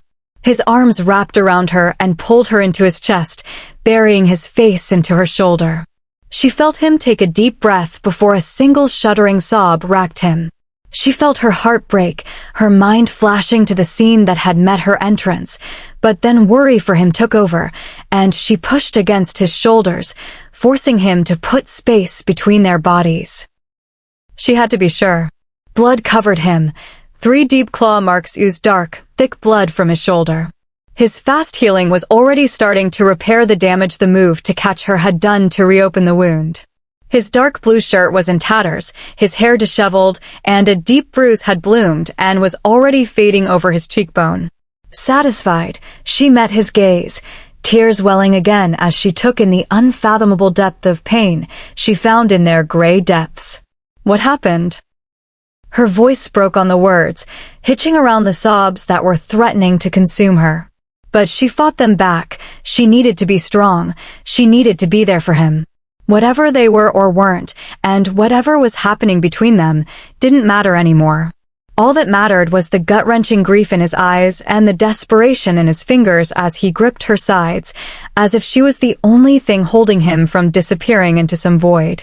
When his eyes turned silver, not from the presence of his wolf, but from the tears catching in his silver-tipped lashes, she let him pull her back to him, his face pressing into her neck. She felt something brush against her back. Shifting her head, she saw the backs of Hadron and Derek standing shoulder to shoulder in front of them, hands balled in fists at their sides. Unwrapping an arm from Rowyn's neck, she reached behind her, squeezing each of their arms, thankful for their presence, but knowing they needed comfort as much as Rowyn and Olivine did at the moment. As they all would. Chapter 37. Izzorah POV. The last few hours had been a whirlwind. With the attack on Rowyn, Ostina's death, the reappearance of Doylin, and now a quick departure from Semperlands, they were surrounded by grim, sullen activity. The Semper pact itself had been in chaos since news of what had happened began to spread. Jackman and his mate were on lockdown inside the pack house, and only the very few most trusted members of their pack were allowed near them. The beta who had been at the center of the attack was still locked and bound in the cells below, and brawls were starting to erupt outside between pack mates as sides were drawn. The twins had taken control of the situation, wrangling in the guards and issuing hushed orders. Whatever grief or emotions they were feeling were pushed to the back as duty and prudence took center stage, and the reality of the precariousness of their situation set in for all of them. Izzorah remained in Rowyn's lap as Ostina's body was wrapped in a set of sheets someone had found. Olivine was pried away so he could be moved and laid in one of the SUVs that were being hurriedly packed and guarded in front of the house. Her sobs, which had grown quiet, picked up again as his stiff body was carried out. Watching in pain and distress, but understanding there was little that could be done to truly ease the weight of such loss, such grief. Izzorah's hands trailed down Rowyn's chest to rest lightly on his blood-soaked shirt. The wound on his neck had healed, the flesh knitted back together, leaving only the faintest jagged edge of a silvery scar against his lightly tanned skin as evidence of the violence that had taken place. She knew, though, that the others caused that day would not be so easily mended. Hadron and Derek hadn't moved from their spots before them, their bodies and shoulders set and stiff as they watched the others move around the room, listening to the hushed and broken words. It was like some horrible dream she couldn't escape. It didn't feel real, and yet at the same time, it was so real it felt like her body would crack from the horror and pain of it. She didn't know how long they sat like that, but then at some signal she missed, Rowyn shifted under her. His hands guided her from his lap, steadying her as she fought to find her feet, then moved to her hip to bring her closer. As they passed the blood, now cooled and drying on the floor, she pressed further into his side, fighting to remain strong even as tears filled her eyes. Guards fell in around them. The few Semper pack wolves who remained in the house congregated in doorways and the front rooms, all fighting to get a final look at the prince their pack had attacked. "Where are we going?" Izzorah asked, voice low as they moved past the stairs that would have led them to the room they had shared over the past week. Rowyn's voice was just as low, but with a steel edge of control sharpening it to a blade. He sounded strong and unflinching, but Izzorah could feel the flicker of pain, the still raw and deep well of grief threatening to swallow him whole as he spoke. "We're going home." She didn't have words for that. Her own fears of what it would mean for herself felt so petty and small now, so insignificant under the weight of all that had changed in the course of a few short hours. And so she pressed once more into his side, offering whatever comfort and support she could to the prince at her side. The whispers buzzed around them, even with the house nearly empty, following them as they made their way to the front door, where the rest of their guards were waiting. Rowyn's shoulders stiffened, his head high as they passed. Guards moved to surround them further, his eyes never acknowledging those who watched them. There was an uncertainty and tension in the air now, something that hung surrounding the pack that had not been there before. With the attack on Rowyn and the death of a member of the royal court, something had shifted and broken in Semper. A path and choice had been made that could not be undone. Even if they didn't yet know what that choice was, what path they had allowed a few of their members to set them on, they all understood it was one that none of them would come out from untouched. The SUVs were already running and waiting for them, the doors standing open, as guards watched the gathering crowds. Izzorah felt a murmur run through them as they appeared on the porch, dozens of eyes taking in the stains, the dark features, the tension, her tucked into his side. Something told her they missed none of it, and that for them it all meant something, said something. They didn't pause or speak to any of them. No words passed between the royals and those of the Semper Pack. Even Alpha Jackman was silent as they approached the vehicles, standing on the porch, his mate nowhere to be seen, guards surrounding him as Rowyn's hand on her lower back guided her into the plush interior. For a moment, Izzorah thought it looked like Rowyn might say something as he turned back one final time, his gaze falling on the stiff form of the Alpha. But then the moment passed, and he turned, pulling himself beside her. The door slammed shut and the others followed suit. As Izzorah peered around Rowyn's frame for a final glimpse through the darkly tinted window while the twins climbed into the front seats, she caught sight of Hadron and Derek lingering for just a moment on the steps. Just enough time for a few hushed words to be exchanged with the Alpha before they, too, were heading for the line of vehicles. Doors slammed with resounding finality before the crunch of gravel and roar of engines carried them and Ostina away. No one spoke. Or at least no one spoke out loud, and so Izzorah allowed herself to curl into Rowyn's side, her head resting on his chest as the car swept them away from Pax Semper. Unfortunately, even as the pack house grew smaller, the faces of those still gathered blurred until they at last faded and eventually were nothing but a blur in the mirror. They weren't able to leave what had happened behind. And even as she drifted in and out of a soft doze, she couldn't get the image of Ostina's body sprawled on the floor from her mind. Chapter 36. Rowyn POV. His patience was wearing thin, and he could feel himself readying to snap again when Ostina's hand fell heavily onto his shoulder, breaking into his thoughts. It offered a moment of reprieve to regain his calm as the beta wolf asked some pointless question about a point of the border patrols they had settled days before. Rowyn felt the Semper wolves in the meeting raise their eyebrows, but none were willing to push back against the stronger royal wolf. They reiterated points Ostina himself had settled 2 days ago. Rowyn sent him a flash of gratitude over the mind link, having needed the intervention far more than even he had realized. The meetings themselves were tiring and difficult, navigating the egos and territorial instincts of alphas and packs, plus juggling the added resistance and tension from temper, was not helping. They often resulted in shouting matches between Jackman and many of his own pack, fights that Rowyn would have to wade into and try to defuse, or at least stop from turning into full-out brawls. But then there was his mate. His mate. The thought still left him feeling like he was flying. Just the thought of her was enough to have his heart racing, anticipation and desire filling him. His wolf's protective and possessive instincts were growing stronger the more he acknowledged his claim of her. The need to have her at his side, in his arms, safe and protected, and not roaming around a not fully trustworthy pack, had him wanting to crawl out of his skin. Frustration that they had been able to exchange barely more than a few words over nearly a week was driving him mad, and he knew it wasn't fair, but it was becoming increasingly difficult not to hold the Semper fools responsible. After all, if they would just stop arguing and do what he or his father wanted, which they would eventually anyway, they would have been done with all of this days ago.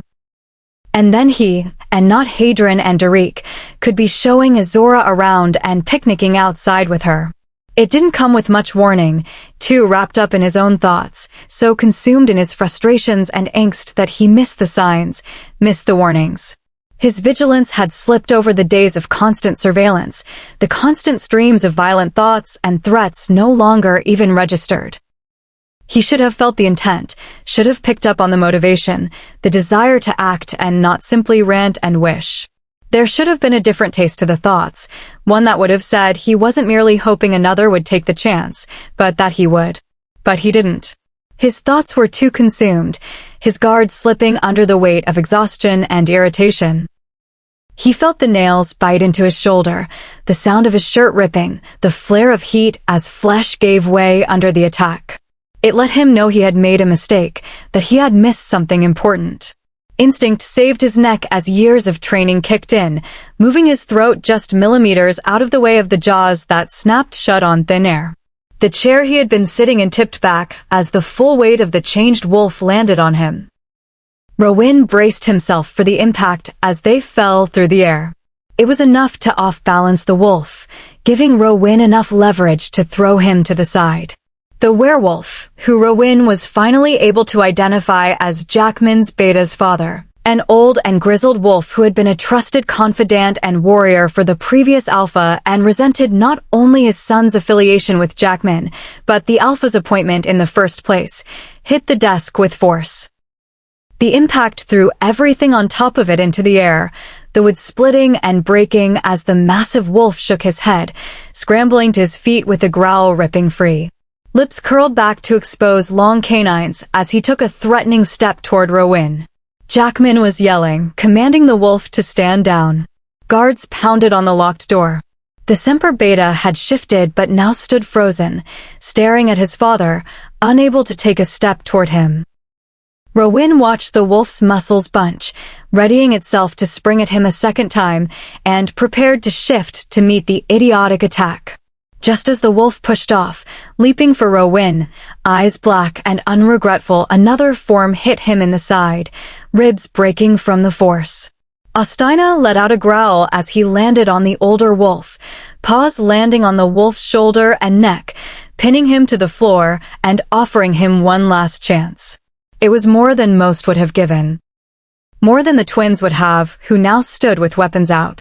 Notes on the downed and injured wolf, Zacks on those still left in the room, their eyes black and hard. Rowan was on his feet a beat later, eyes silver, power rolling off him. Jackman was still shouting, trying to get his wolves to back down, to surrender and not make the situation worse. That was when Rowan realized other Semper wolves had also shifted. Some stood stiffly near their alpha, while a few were inching closer to where Ostina still had the older wolf pinned, growls rumbling from their chests. Olivine nearly made it in time. Rowan's attention shifted from the older wolf to the Semper Beta. He watched as the Beta took a step forward, his wolf identifying him as the next threat, even as he had made a second mistake. Underestimating the stupidity of these wolves, too easily discounting the delusions they had let themselves be consumed by, and the resolve of their biased convictions. Olivine tackled the wolf, her human hands not quite fast enough to intercept the powerful jaws before they sank into vulnerable skin. The sound of flesh tearing mixed with the roar of pain and surprise from Ostina. Olivine was thrown from the wolf's back, the force of her assault enough to roll him across the room as well. But not enough to completely save Ostina from the attack. The scent of blood erupted in the air. Rowan didn't care who killed the wolf that had attacked. At the moment, he didn't care if they put down every single wolf in the room. He didn't care about anything except the blood spilling across the floor, soaking into the woven rug under his feet, staining the planks of wood that had stood for so many generations. It was less than a second before he was at Ostina's side, Olivine on the other, her hands already covered in blood as she tried to stop the flow, to staunch the loss, to repair the unrepairable. Her screams were deafening, her pleas falling on deaf ears as chaos erupted around them. The door finally gave out under the Royal Guard's strength and persistence, the wood splitting and cracking, letting a barrage of black-clad guards pour in as Zack shoved a now-naked and silver-cuffed Beta wolf from the room in front of him. Dropping to his knees, Rowan reached for his uncle, delving into the well of power his mother's birth line gave him access to, and poured it through the mind link and into Ostina, willing it to be enough for him to be enough. He felt Ostina's wolf across the expanse of space perk at the tidal rush of power he sent, but the small flicker stuttered and began to fade nearly as quickly. Rowan poured everything he had and was, eyes glazing as he commanded Ostina's wolf to shift. Humans should have been better. If there had been a chance, it would have been when Ostina was human. Rowan felt himself shout for the pack doctor, even as his heart broke as he took in the injury against Ostina's bare neck. Even without any training, he knew it was too late. The damage is too extensive. Maybe his mother might have been able to do something. Maybe if she had been at his side the moment it had happened. Maybe if Olivine had been closer, quicker, if Rowan were stronger. Maybe then they would have had a chance. But he wasn't, she wasn't. They didn't. Olivine was sobbing as Ostina turned his head weakly to look at her, his eyes growing dim as he stared into hers for the last time. Her name was the last thing they heard as his body went limp, the light extinguishing from his hazel eyes. Rowan lost count of the seconds after that. Time slowed down or sped up around him. He didn't know or care. He knew there was activity, that he should be doing something, but he was lost to the utter silence, to the blackness of loss and rage. He didn't remember moving to the chair, didn't remember Noache holding Olivine back from destroying the pack, taking the blows she wanted to rain down on those around them instead. He didn't hear her screams turn to sobs, the orders from the guards, the pleas from Jackman for mercy, the retching of his mate as she scrambled to try and figure out what had happened. Her scent hit him a moment before she did. Only instinct had him moving in his dazed form to catch her, pull her into his body, the heavy scent of blood, violence, and death clogging his nostrils and mind. Everything snapped into place around him as her body pressed into his, the fog clearing as he stared into her green eyes. Reality hit him as hers confirmed everything he already knew. But then there was the relief as she looked over him, relief that it wasn't him, and in that moment his heart broke. Because he should have been willing to give up anything, should have wished with everything he had to switch places with his father's beta, but holding her, hearing her heartbeat, and seeing her worry, all he could feel was thankful, and in its wake, gut-wrenching guilt. Her voice cut into his self-loathing and regret. What happened? Such an innocent question, but how could he even begin to put into words everything that had just destroyed his world, and yet saved it? He's dead. It was the first time he had said the words, and they nearly destroyed him. It was only the feel of her sitting so vulnerably in his lap that kept him calm and still. Only the smell of her kept him from giving over to his wolf completely, from running from the horror of it. Izzorah POV. She couldn't hold back the stream of tears as his words confirmed what she had already figured out. His pain was so evident and palpable that it felt like it had a life and force of its own. Rowan. She started, even though she had no idea what she could possibly say, what she could possibly offer him that would ease any of it. Your Highness, Iseke cut her off, striding into the room, his face dark with anger, his eyes pinched in pain as they swept over Ostina's body, still sprawled on the office floor, his brother still offering what comfort and support he could to the sobbing Olivine. Rowan reluctantly pulled his eyes off of her and to his uncle and guard. Go, Zach. His voice was gruff and slightly harsh. A small frown was the only response from the Guardian. The beta is contained in a cell in silver. Our men are clearing the House of all but the essential Semper members and have all collapsed from the borders. I have preliminary reports that there has also been a security breach. Hadrian made a noise at the last part that had the prince's eyes flicking to his stiff back. Izzorah was pressing a piece of cloth that someone had handed her into the wound on Rowan's neck, though already the blood flow was easing, the flesh knitting together. Looking up into his face, her fingers brushed over his cheek, a small, soft reminder that she was there and safe. What? Rowan asked, turning to his cousin, allowing a moment to take her in. His face softened a touch before hardening once more to land on Hadrian's back, who tensed as if he felt the weight of it. Hadrian didn't turn, but Izzorah didn't need to see his face to know his eyes had flashed black, and there would be a flash of sharpened canines. Doylin. Chapter 38. Rowan POV. Have you alerted your father? Rowan looked up, turning from the sight of his mate sleeping unharmed on the motel bedspread and to his cousin. Hadrian's hair was mussed, sticking up and falling across his forehead, his clothes rumpled and creased. The shadows of grief and exhaustion already ate at the small spark of light that had returned to his eyes. They had been traveling for hours, putting as much distance as possible between themselves and Semper before finally pulling off the interstate to find somewhere to crash for a few hours. The others around them didn't look much better. Now crammed into a room with 2 beds, Hadrian finally found the strength to voice the question that had been plaguing Rowan since he realized there was no saving Ostina. Taking a moment before answering, Rowan looked to make sure Olivine was still unconscious and resting peacefully on the other bed. The twins and Hadron had finally had to sedate her so she could get some rest. It was the only way to give her a few hours of relief from the pain and heartache. Satisfied that she was still out, her breathing even and calm, Noache reclined on the bed at her side, keeping watch. Rowan turned back to his cousin. Not yet. Are you sure you should wait? Hadron asked. Normally, such a question would have sparked his temper, but now all Rowan felt was helpless and weary. No.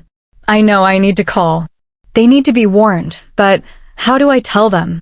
The words slipped out as he stared through the wall at where he knew the vehicles were parked. At where he knew, in one of them, his uncle, his father's best friend and his mother's trusted courtier, lay lifeless. It'll never get easier, Ro, Hadron said gently. There's never going to be an okay time or an okay way, you already know that. Rowan let out a sigh, hands rubbing his face to scrub away the memories, his shoulders sagging from the weight.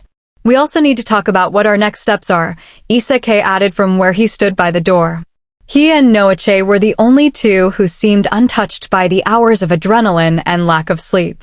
Semper will need to be addressed, Noache added from the bed. Rowan blew out another breath. I know. Will we alert the other packs? Noache asked, his voice low so as not to disturb Liv beside him. Not until we know what happens. We don't have enough information yet. We can't go to them without knowing more first. It's an act of war, Rowan. I know, Hadron, Rowan said unhappily. But we owe Jackman the benefit of the doubt. We can't just declare decades of alliance broken and gone. We don't have much choice, Ro. They're either in open rebellion with the crown, or else have splintered and are at civil war. Either way, they are unstable, and the others deserve to know. Hell, Jackman might have already lost control of the pack. He won't risk civil war, Zack said. Not with his mate in her condition, Noache agreed. She's too vulnerable pregnant. He can't have the pack and the house insecure. He needs to keep the internal threats out. So he'd risk war with the crown? Hadron asked in repulsed disbelief. He survived it once before. He might think he can do it again, Noache answered with a shrug of his shoulders, his attention moving to Olivine when she let out a small cry of distress in her sleep. He might think it's strategic, let us handle the threats and rebellion. He knows we know he wasn't behind it, and that we'd also need someone to eventually lead whatever is left of the pack. Playing both sides, he might see it as his only option, Izzorah added, thinking it through out loud. He won't get out of it that cleanly this time, Derek said, looking at Rowan. My grandfather and the other packs won't agree to letting the traitors survive if they rebel a second time. Even if Jackman risks civil war and splitting the pack, the others might think it's too big a risk to let them continue. Rowan ran his hands through his hair again, fingers pulling on the ends in frustration. Rowan. Her voice was soft and thick from sleep. The others fell quiet as he turned to his mate. Her lids fluttered, still heavy with exhaustion. Concern and agitation clawed at him. He wouldn't be able to properly relax until she was safe on his mother's lands, until he was sure she was away from the threats circling them. Right here, Cupcake. He smiled just a little as her nose wrinkled at the nickname. Is it time to go? She asked, blinking now so she could look at him. No, sleep some more. We'll leave in a few hours, he said, brushing a few strands of red hair from her face as she burrowed back into the pillows with a long sigh, eyes closing once more. His heart twisted. She asked for so little, her body and mind not used to the demands of his world, a world that his choice had thrust her into without her consent. A choice that put her at the center of the danger, that made her a target and pawn to the most powerful and ruthless of their kind. It was taking everything in him to block any thoughts of what Hadron and Derek had revealed of their encounter at Semper. If he thought too much about it, he'd lose his mind. She needs more sleep, Hadron said quietly. Rowan just nodded, staring at his mate. It's better if we get to Silverblood territory. She can sleep there, Derek argued just as quietly. We can't risk any other stops. Any more signs of Doylan? Hadron asked, looking at Izzorah this time. There haven't been any spottings, but this time no one at Semper knew our route, so I'm not surprised he's having more difficulty tracking us, Zack reported. eyes taking on a faraway look as he linked up with the guards positioned around the perimeter and throughout the motel. Tenebris reported a few random attempts to breach their borders, but I get the feeling they were just feeling them out. Trying to see if we risked going back there. Damn Semper. Hadron cursed. They're working with Doylan. With rogues. For God's sake, we should declare war right now. You know we can't do that, Hadron. We can't just break the treaties, Rowan said unhappily, even though everything in him was screaming to do exactly what Hadron wanted. He was right there, Ro. 10 feet from her. We weren't near the borders, we weren't even far from the pack house, and he got to us. Hadron ranted, fists balling at his sides as he started pacing the length of the small room. I know, Hadron. I know, Rowan said, pushing his anger to the side.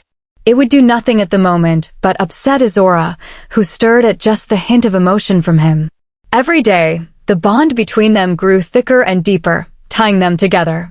Of course, she could still break it.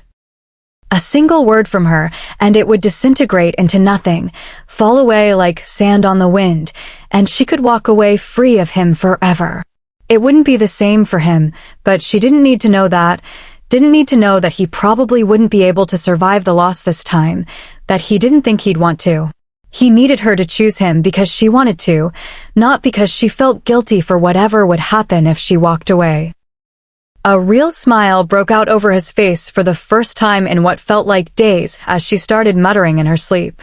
The others had fallen into soft conversations around them, Derek and Noache using the opportunity to stretch out and nod off, catching a bit of shut-eye before they took over driving for the last long leg of the trip. Rowan eased further onto the bed, sighing in relief as Izzorah shifted closer in her sleep, curling into his side. As he listened, he felt his heart soar as he picked up his name mixed into her soft babbles.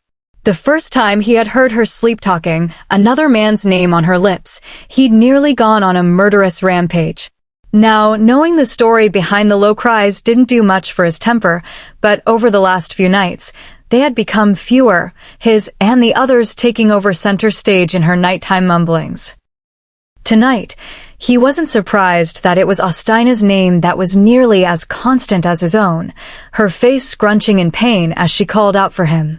Pulling her into his chest, he offered what comfort he could, even as his own heart called out for the same, clenching in pain when there was no one there to answer. Izzorah, the queen cut her mate off with a raised hand. Kythra sighed as he squinted at her, crystal blue eyes concerned and heavy with worry under thick dark lashes. You need to rest. You growled, Izzorah said coldly, her face stone and unmoving. Mom. At Rowan's voice, she finally shifted her gaze from her mate, who let out an exasperated breath, grumbling lowly as he ran a hand through his hair, thoroughly disheveling the midnight locks until they were spiked and sticking up all over his head. Izzorah could probably use a rest, Rowan said neutrally. And I need to speak with Dad. For a moment, Izzorah thought the queen was going to buck against the force and weight of their combined concern. Not to mention the rest of the room around them. It was palpable, the tension, the worry, the nervous glances shifting between the royal family, guards, and court. Every pair of eyes was drawn over and over to the round stomach of the silver-haired woman.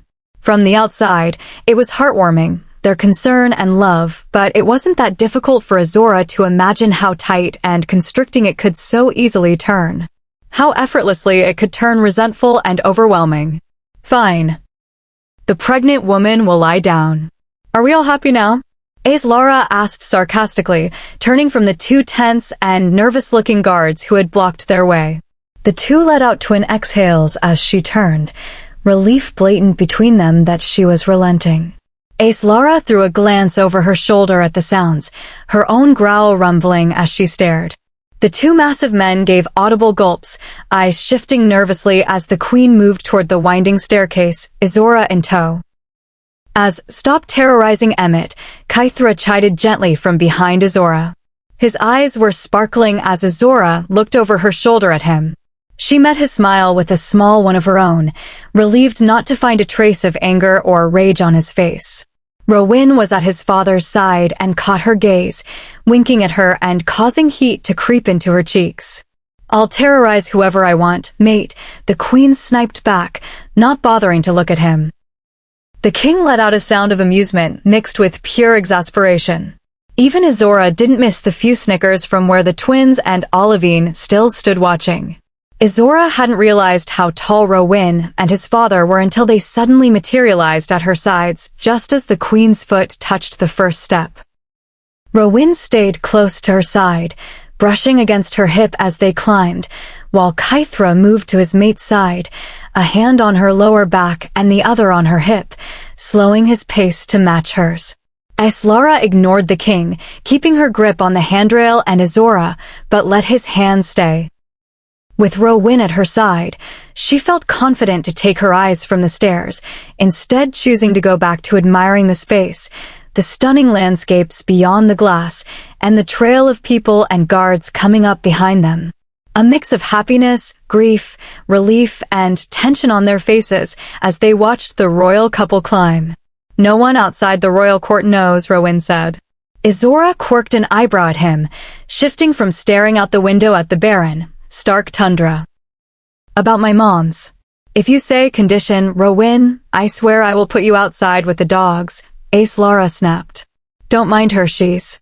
"Say hormonal, Izzorah, I dare you," the queen growled, at last turning to the towering maid at her side, eyes bright. Those behind them took a collective breath. But Izzorah just smiled, leaning in to press a kiss to her forehead. "I was going to say tired," he offered with a wink. Izzorah eyed him for another moment before nodding and turning back to the stairs. "I'm not hormonal." "Of course you aren't, love." Someone snorted. "Shut up, Richardson." Izzorah snarled. Her mate's hands steadied her and propelled her forward instead of toward those behind them. Finally making it to what Izzorah was assuming was the top floor, she was completely thrown. This was not the greeting she had been expecting, not that she had any idea of what to expect. But a pregnant, growling woman who had towering, ferocious-looking werewolves squirming under her foot, who was not only accepting of her presence, but also of her, was not anywhere in the realm of possibilities she had conceived on the drive there. At the top of the stairs, Izzorah's hands fell from his mate, letting himself ease back into step with his son. A small tug on her hand had her at the queen's side instead. "So, Izzorah, you're my son's mate?" The directness, not to mention the question, completely threw her. She stared at the queen, mouth gaping as she tried to figure out what and how she was possibly supposed to respond. Looking over her shoulder frantically to Rowyn for help. His eyes twinkled with amusement, but at her obvious discomfort, he let out an exhale before attempting to reprimand his mother, something Izzorah was beginning to see was beyond even the prince's considerable abilities. "Mother. Don't mother me," she snapped before he could even finish. Izzorah gulped as Rowyn fell silent, his shrug letting her know she was effectively on her own. Even the king seemed content to stay out of the way, instead picking up a quiet conversation with his son as they continued down the tall, airy hallways. Izzorah said, trying to think of something to say. I see," the queen said with a knowing look in her direction. It was an odd experience, having someone so sure and powerful feeling looking up at her, even if it was only a few inches. Izzorah felt like the queen towered over her, not that she actually had an inch or two of height advantage. Compared to the silver-haired she-wolf, she was dwarfed. "Mom, please don't do that," Rowyn said, still engaged in a deep conversation with his father. Izzorah let loose a quiet breath at the knowledge that he hadn't totally thrown her to the wolves, so to speak. "Do what?" the queen asked, a little too innocently for Izzorah's liking. "As really?" "I thought we weren't to interrogate the poor girl," the king asked, frowning at his mate's back. "Well, she isn't going to tell me anything. That brute Vince has her terrified," Izzorah said, a slight defensive note creeping into her voice as she pushed open two towering wood doors to reveal a spacious, simple, but comfortably appointed sitting room. Looking around, Izzorah spotted a second set of doors that stood open, leading off to a matching bedroom. "You're the one who picked him," the king said. "Doesn't mean he isn't a brute." The queen shot back, dropping Izzorah's hand and crossing her arms over her protruding stomach. Although I do love that mate of his. We should plan a visit soon. The king scratched his chin as he took in his mate, before exhaling and reaching for her. Pulling her into his chest, easily enfolding her slight frame, even with the belly. Of course, darling, he murmured indulgently, snuggling her closer into him. What happened? Izzorah whispered to Rowan, who moved to her side. Rowan rolled his eyes. Mom read your thoughts. The words were harsh, but there was a soft, affectionate edge that Izzorah couldn't help but pick up. They truly loved her. All of them, she noted, gazing around. Even the guards and the others who had trailed behind them seemed unable to not smile and find any reason to look at the queen, their eyes always lighting up as they first took her in before shifting to her round stomach on such prominent display. If she wasn't already beyond her ability to be freaked out, mind reading would have put her there, but as it was, it seemed to be fitting. This woman was not some normal, typical being. She was beyond anyone or anything Izzorah had ever encountered, and that included the dozens of shape-shifting werewolves. Of course, she could read minds. Can you? She asked, peering up at him, her mind replaying all their interactions. A sudden pit of fear opened in the bottom of her gut. Had he been playing her this whole time? No, Rowan said without hesitation. The gift is rare, Kythra said from over the queen's head, who was still nestled into his arms. Guards had moved to stand stationed around the room. The twins, Olivine, and a few others moved to the seating area, a quiet conversation flowing between them. It wasn't hard to guess what they discussed. Rowan picked up others from the royal bloodline. He is his grandfather, came the queen's murmured voice. Izzorah wasn't sure what it was about the words, but the room fell silent. The guards tensed around them, a few soft growls slipping out. The others around them shifted uncomfortably, eyes suddenly dark and menacing. Rowan has inherited many of the gifts Izzorah's father had, ones that were distinct from his own father before him. However, with such a limited family tree, it's hard to know how the gifts they are given are passed along, or which their mates will also be granted, the king said. And although the words were for her, he was giving pointed looks to those stationed around the room as he spoke.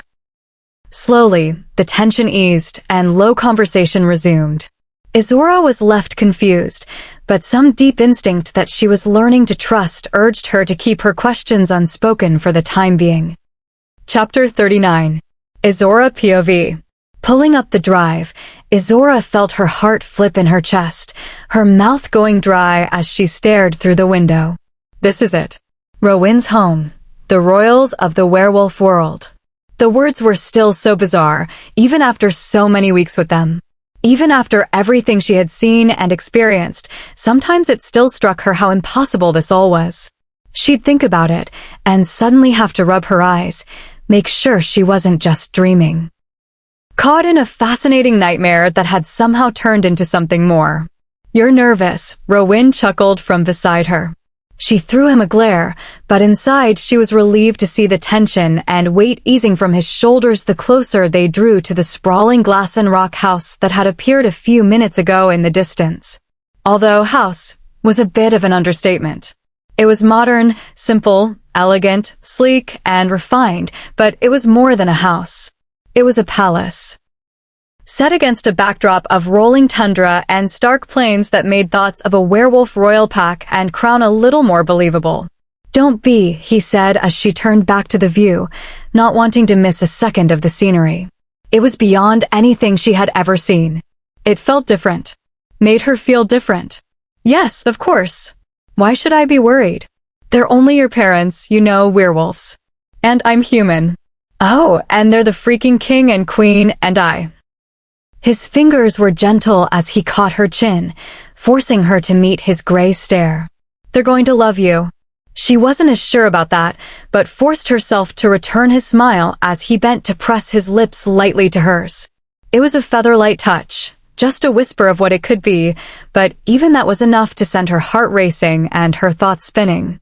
They were pulling up before the stone steps that led to the towering wood doors too quickly for Izzorah's comfort. The doors to the SUV opened around them, the others escaping the confines they had been stuck in for the better part of 3 days as quickly as possible. Suddenly, she found herself not minding the small dark confines at all. Ignoring the thought, she gulped down a deep breath and eased toward Rowin's waiting hand, letting him guide her down from the safety of the SUV. Her feet landed on his homeland with a small thud. Looking up, she was nearly knocked to the ground by the look on his face as he stared down at her. The tenderness and absolute happiness hit her like a physical blow, and if it wasn't for his grip, she might have truly collapsed under it. "Come on, Cupcake. Time to face the beasts," he said, smiling as her face twisted up in a mocking grimace. "It's not funny," she huffed, following him up the stone steps. Not that she had a choice in the matter. He had an iron grip on her hand and seemed unaffected when she tried to disentangle herself to make a break for it. Not that she'd actually run, but it was a nice thought to at least have the option. "It's a little funny," Hadron piped up from her side. He and Derek were following her and Rowin up the stairs and toward the house. The others had disappeared or were removing their things from the back of one of the SUVs. The twins and Olivine stayed around the vehicle that still held Ostina. There had been a low back and forth between them and Rowin, during which he assured them he'd have someone named Ethan sent out quickly to them. "Shut up, Hadron," Rowin said without turning to look at his cousin. "You'll be fine, Izzorah," Derek said from her other side, throwing a pointed look in Hadron's direction, one that he ignored. Yeah, you all keep saying that, but you're also idiots, so don't blame me if I don't believe you." "Hey."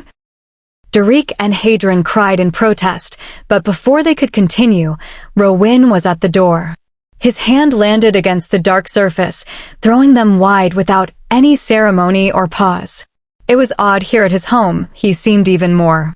At the other packs, there had been assembled crowds, cheers, alphas bowing and scraping, and yet it was here, among the bare landscape, harsh, bitter winds, sleek lines, and unceremonious arrival, that she could see in him the power and presence. Here was the prince everyone had been telling her he was. Here was the man who was supposed to lead thousands, who was the seat of power and strength of their world. It was something else to behold. He was something else. The foyer was large and open, a soaring curved staircase dominating the space of stone, glass, and wood. Light spilled in through the walls of glass that lined the rooms beyond, the rough natural stone floors smooth, and the cool colors warmed by the wood beams and vases of peonies that draped over every possible surface. Izzorah was stunned. It was nothing like what she had pictured, and yet it was perfect. Her exploration was interrupted by the sound of a voice calling down the stairs. Her heart missed a beat as wonder and fascination were replaced by reality and anticipation. "Rowin?" The female voice was light and musical, but absolutely demanding. "Is that finally you?" Izzorah tried to back away as the sound of footsteps filtered down to them, but Rowin slipped an arm around her waist, pulling her into his side, effectively destroying any fleeting hopes of escape. "Yes, it's me," Rowin called back, tightening his hold on her as she squirmed. "Thank the goddess. What took you so long?" "Oh, shove off, Richardson," the voice said, growing sharp and annoyed at the end. A deep rumble answered her, saying something in return that was too low for Izzorah to pick up, but that apparently Rowin could hear, causing him to chuckle at her side. Then, before she could brace herself, a woman was descending the stairs at a graceful but purposeful speed. Izzorah felt her heart leap as she took her in. If the hair wasn't a dead giveaway, the sharp, steely eyes, delicate, unearthly beauty, and confident bearing were enough to point out that they were now in the presence of Rowin's mother.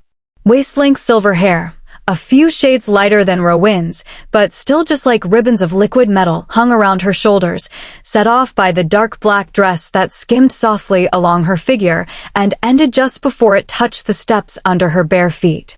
"Rowin!" She called out in delight, eyes sparkling as a hand rested on the banister, the other pressing to her chest. Whatever she was going to say next was cut off by the heavy sound of boots overhead. Izzorah's head snapped back as she fearfully pressed further into Rowin's side. The footsteps moved toward the stairs before clattering down. It was a whirlwind of black as huge, towering figures flooded down the stairs, surrounding the silver-haired queen completely.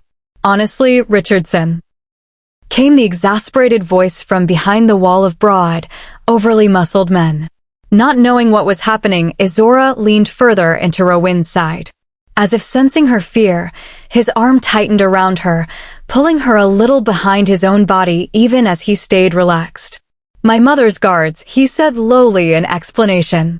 "More like babysitters," the woman's voice called out from behind the bodies, who were now descending at a much slower and more cautious pace than before.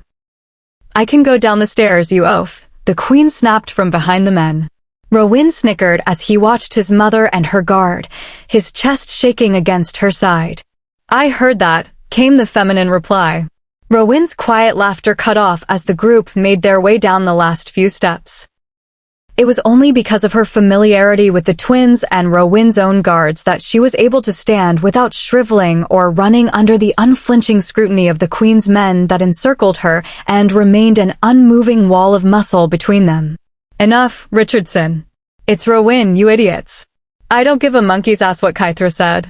Those in front finally stepped to the sides, but instead of backing away, they moved to just encircle her and Rowyn instead.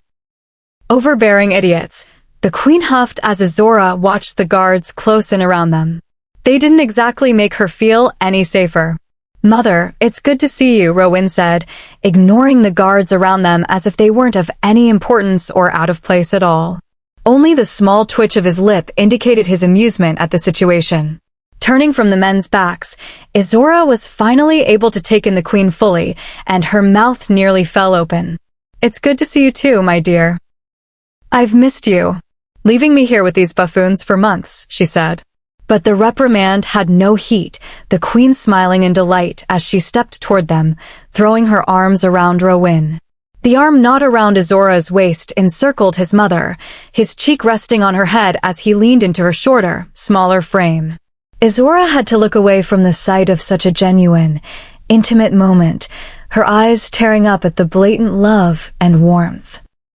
Something she and her own mother had never experienced. "And who do we have here?" At the words, Izzorah turned back, her cheeks heating as two sets of silvery eyes landed on her. Rowyn's were a shade darker, a little less unsettling and a touch more human, whereas the queen's looked like swirling pools of metal and like nothing of this world. "Mother Izzorah. Izzorah, my mom." Feeling as if they were waiting for her to say something, she cleared her throat, looking to Rowyn, who was just smiling at her before turning to his mother. Resisting the urge to look down, she forced out a greeting. "It's so nice to meet you, Your Highness." She stumbled slightly over the words. "Please call me Izzorah," the woman said warmly, a smile warming her unnatural beauty, silver eyes sparkling. "Sorry about these brutes," she said, waving to the guards still standing around them. "They're a little overbearing lately. And for good reason." Came a booming male voice from across the hall.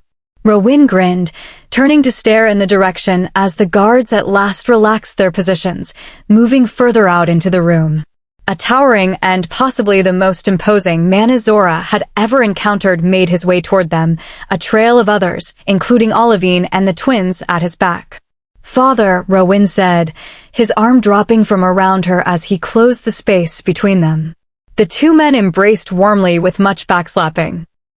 "Don't encourage him, Rowyn," Izzorah scolded from Izzorah's side, making her jump. The queen, sensing it, turned smiling at her gently. "They have good hearts, but they can get a little carried away. Males are too protective for their own good." Her voice was not quite quiet enough to pull off the conspiratorial wink she threw Izzorah. Not sure what to say, Izzorah just looked down, watching the queen's hands rub over the swollen stomach not concealed behind her fitted dress. With a laugh, the midnight-haired king let go of his son, moving to his wife's side, receiving an audible sigh of relief from the guards still tensely surrounding the royals. "It is special circumstances, my love," he said, an arm wrapping around her waist, the other hand also settling on her rounded belly. Yes, you keep telling me that." But I can go down the stairs on my own, Cade. It's bloody ridiculous to have them follow me around like a pack of puppies all day long. Oh, shut up, Richardson, she said to one of the tattooed and serious-faced men who stood nearby and growled in annoyance at her words. And you must be the Izzorah we've heard so much about, Rowyn's father said, ignoring his mate's words, pressing his lips to her temple before turning to Izzorah. It's a pleasure to meet you. Izzorah's mouth went dry. Faltering, she tried to take a step back, but instead ran up against a hard body. When a hand landed on her hip to steady her, she knew it was Rowyn. With nowhere to run, she nodded her head, not sure what this giant of a man had heard about her, and what he might think about her presence not only in his house, but at his son's side and near his obviously very pregnant mate. She may not have known werewolves existed a few months ago, but that didn't mean she wasn't learning about them, and fast. It's nice to meet you as well. Izzorah got out, shifting uncomfortably as Rowyn's father scrutinized her. I'm glad you are unhurt. I've been told you had quite the journey. Izzorah. Izzorah snapped. The king's eyebrows rose as he looked at his mate. What? Don't interrogate the poor girl. Can't you see you're freaking her out? Honestly, you're so blind sometimes. Here, come dear, let's go find somewhere more comfortable. Izzorah said, turning away from the mate who was now staring at her, perplexed, hands on his hips. Reaching out a slim, pale hand, the queen beckoned Izzorah away from Rowyn. Not sure what to do, and not wanting to cause any conflict or frankly anger a werewolf, she looked to Izzorah, who was now watching his mate closely, before looking to Rowyn. He smiled at her, nodding at his mother's offered hand. You should rest, mate, Izzorah finally spoke as Izzorah let the queen wrap her cooler hand around her own. His voice was soft but commanding, and to Izzorah's human ears left no room for argument. Apparently the queen didn't hear it or else disagreed. I'm fine, Izzorah said without turning, ignoring the obvious command and taking a step toward what looked like a spacious and stunning sitting room off to the side. The walls of glass allowed the breathtaking landscape to dominate the space. But then, suddenly, two of the guards that had previously eased to the edges of the room stepped in front of them, halting their progress. Mate. The word was accompanied by a low growl that had Izzorah flinching, fear instantly filling her at the sound, heart jumping in her chest. Without dropping her hand, Izzorah spun toward the sound. Izzorah only caught a glimpse, but it looked like her eyes were blazing rings of silver flames. Chapter 40. Izzorah POV. After some coaxing from the king, Izzorah headed to the open double doors. Guards moved swiftly to enter and sweep the room before her. Izzorah was sure they had already secured both rooms and the entire house, but even here, with the king, Rowyn, and the royal court standing in the next room, their voices now a soft babble behind them, guards moved to stand around the edges of the room. For all her huffing and puffing, the queen didn't bat an eye or even seem to truly mind, not sparing the towering mountains of muscle even a glance as she eased onto the bed. Izzorah's attention was pulled from the bed, where the Silver Queen was now fluffing and punching the mountain of pillows into submission, to take in the room. Her breath caught in her throat as she took a step toward the wall, eyes widening in astonishment. Those around her ignored her, so she stepped closer, fingers raising to hesitantly skim the frame, careful not to touch the rough paper held within. Mesmerized, she moved along the wall, taking in frame after frame. Like the halls and floors below, the walls were soaring and painted in a crisp, clean white, but here in the king and queen's bedroom, stunning sketches, 2 and 3 high, adorned the walls, not taken by glass windows or doors. Izzorah didn't even realize she was grinning as a perfectly detailed sketch of a gangly gray wolf caught the corner of her eye. It wasn't hard to figure out who it had captured. The queen's voice was warm, full of pride and love. Rowyn after his first shift. Izzorah looked over her shoulder, smiling at the queen, then back at the rendered sketch. Even though she had only seen him when he was older, more filled out and used to his other self, it was easy to spot the cocky confidence and spark of what was only Rowyn in the wolfish grin and eyes that, even on paper and charcoal, seemed to see straight into her heart. Who did them? She asked in awe, moving to the two beside the young Rowan, stunning depictions of an intimidating midnight black demon wolf. Everything about the wolf in the picture screamed that he was a threat. Powerful jaws exposed to showcase gleaming teeth ready to draw blood, hackles raised, and muscles bunched ready to spring an attack. Every line exuded strength and dominance, yet Izzorah felt comforted rather than scared, drawn to the night black wolf instead of turning away. His eyes came the queen's words. When Izzorah turned, she found the queen looking at the black wolf as well, her face adoring and soft. Izzorah had to look away, turning back to the sketch. He can never get the eyes. Even ripping out the throats of our enemies, his eyes always gave away his heart. The words clicked, and Izzorah gasped. The king! Izzorah's laugh was light and warm. Indeed. He always hates when I sketch him. You drew these? Izzorah asked, shocked, taking in the stunning sketches again. Eyes widening with new appreciation, taking in the lines and details so realistic and precise, such depth and emotion in every stroke, so breathtaking that black and gray burst with color and life. The queen simply hummed an answer. When Izzorah turned, needing more assurance, she found the queen staring at frames on the other wall, her face far away as she stared at the black and white pictures. Moving cautiously and eyeing the guards, she had to slide by to get a better look. Izzorah moved to the sketches that held the queen's attention. The frames here held paper that had begun to yellow with age, the paper slightly folded and curled beneath the frames and panes of glass that protected those on this wall. Nearly floor to ceiling, sketches of every size were displayed. Some were barely begun, crude outlines of wolves alone or in the forest, some sleeping or running. Others were done in such detail they looked like photographs. Wolves under the moon and stars, a pair lying curled together, for blending until it was hard to distinguish where one started and the other ended. There was a great wolf, eyes of pure silver, elegance, strength and kindness captured against the stark tundra behind him, curled and dozing comfortingly before a fireplace, the sight so intimate and private. Another had him running through towering forests, a great pack at his heels. Over and over, the wolves repeated. Izzorah's eyes learned their slight differences and traits, the smaller size of the female, the younger males, the staunch guards, the friends and family who leapt in play and joy, the eyes that showed love and laughter, that danced with kindness and pride.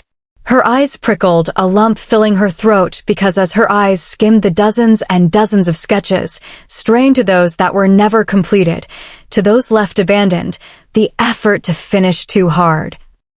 She didn't need the queen's words to understand what this was, a memorial. Hand-drawn renditions of all that was lost, the last and only reminders of a family and life that had been destroyed. Your family. She knew the answer, but asked anyway, voice cracking on the words as she continued to take them all in, neck arching to stare at those above her head. Yes, the queen said, a hint of sadness now in her words. The guards shifted around the room, reacting to the shift of emotion. I used to draw them so I wouldn't forget them. So that the world wouldn't forget them. Later I started drawing Rowan's father, and then the others.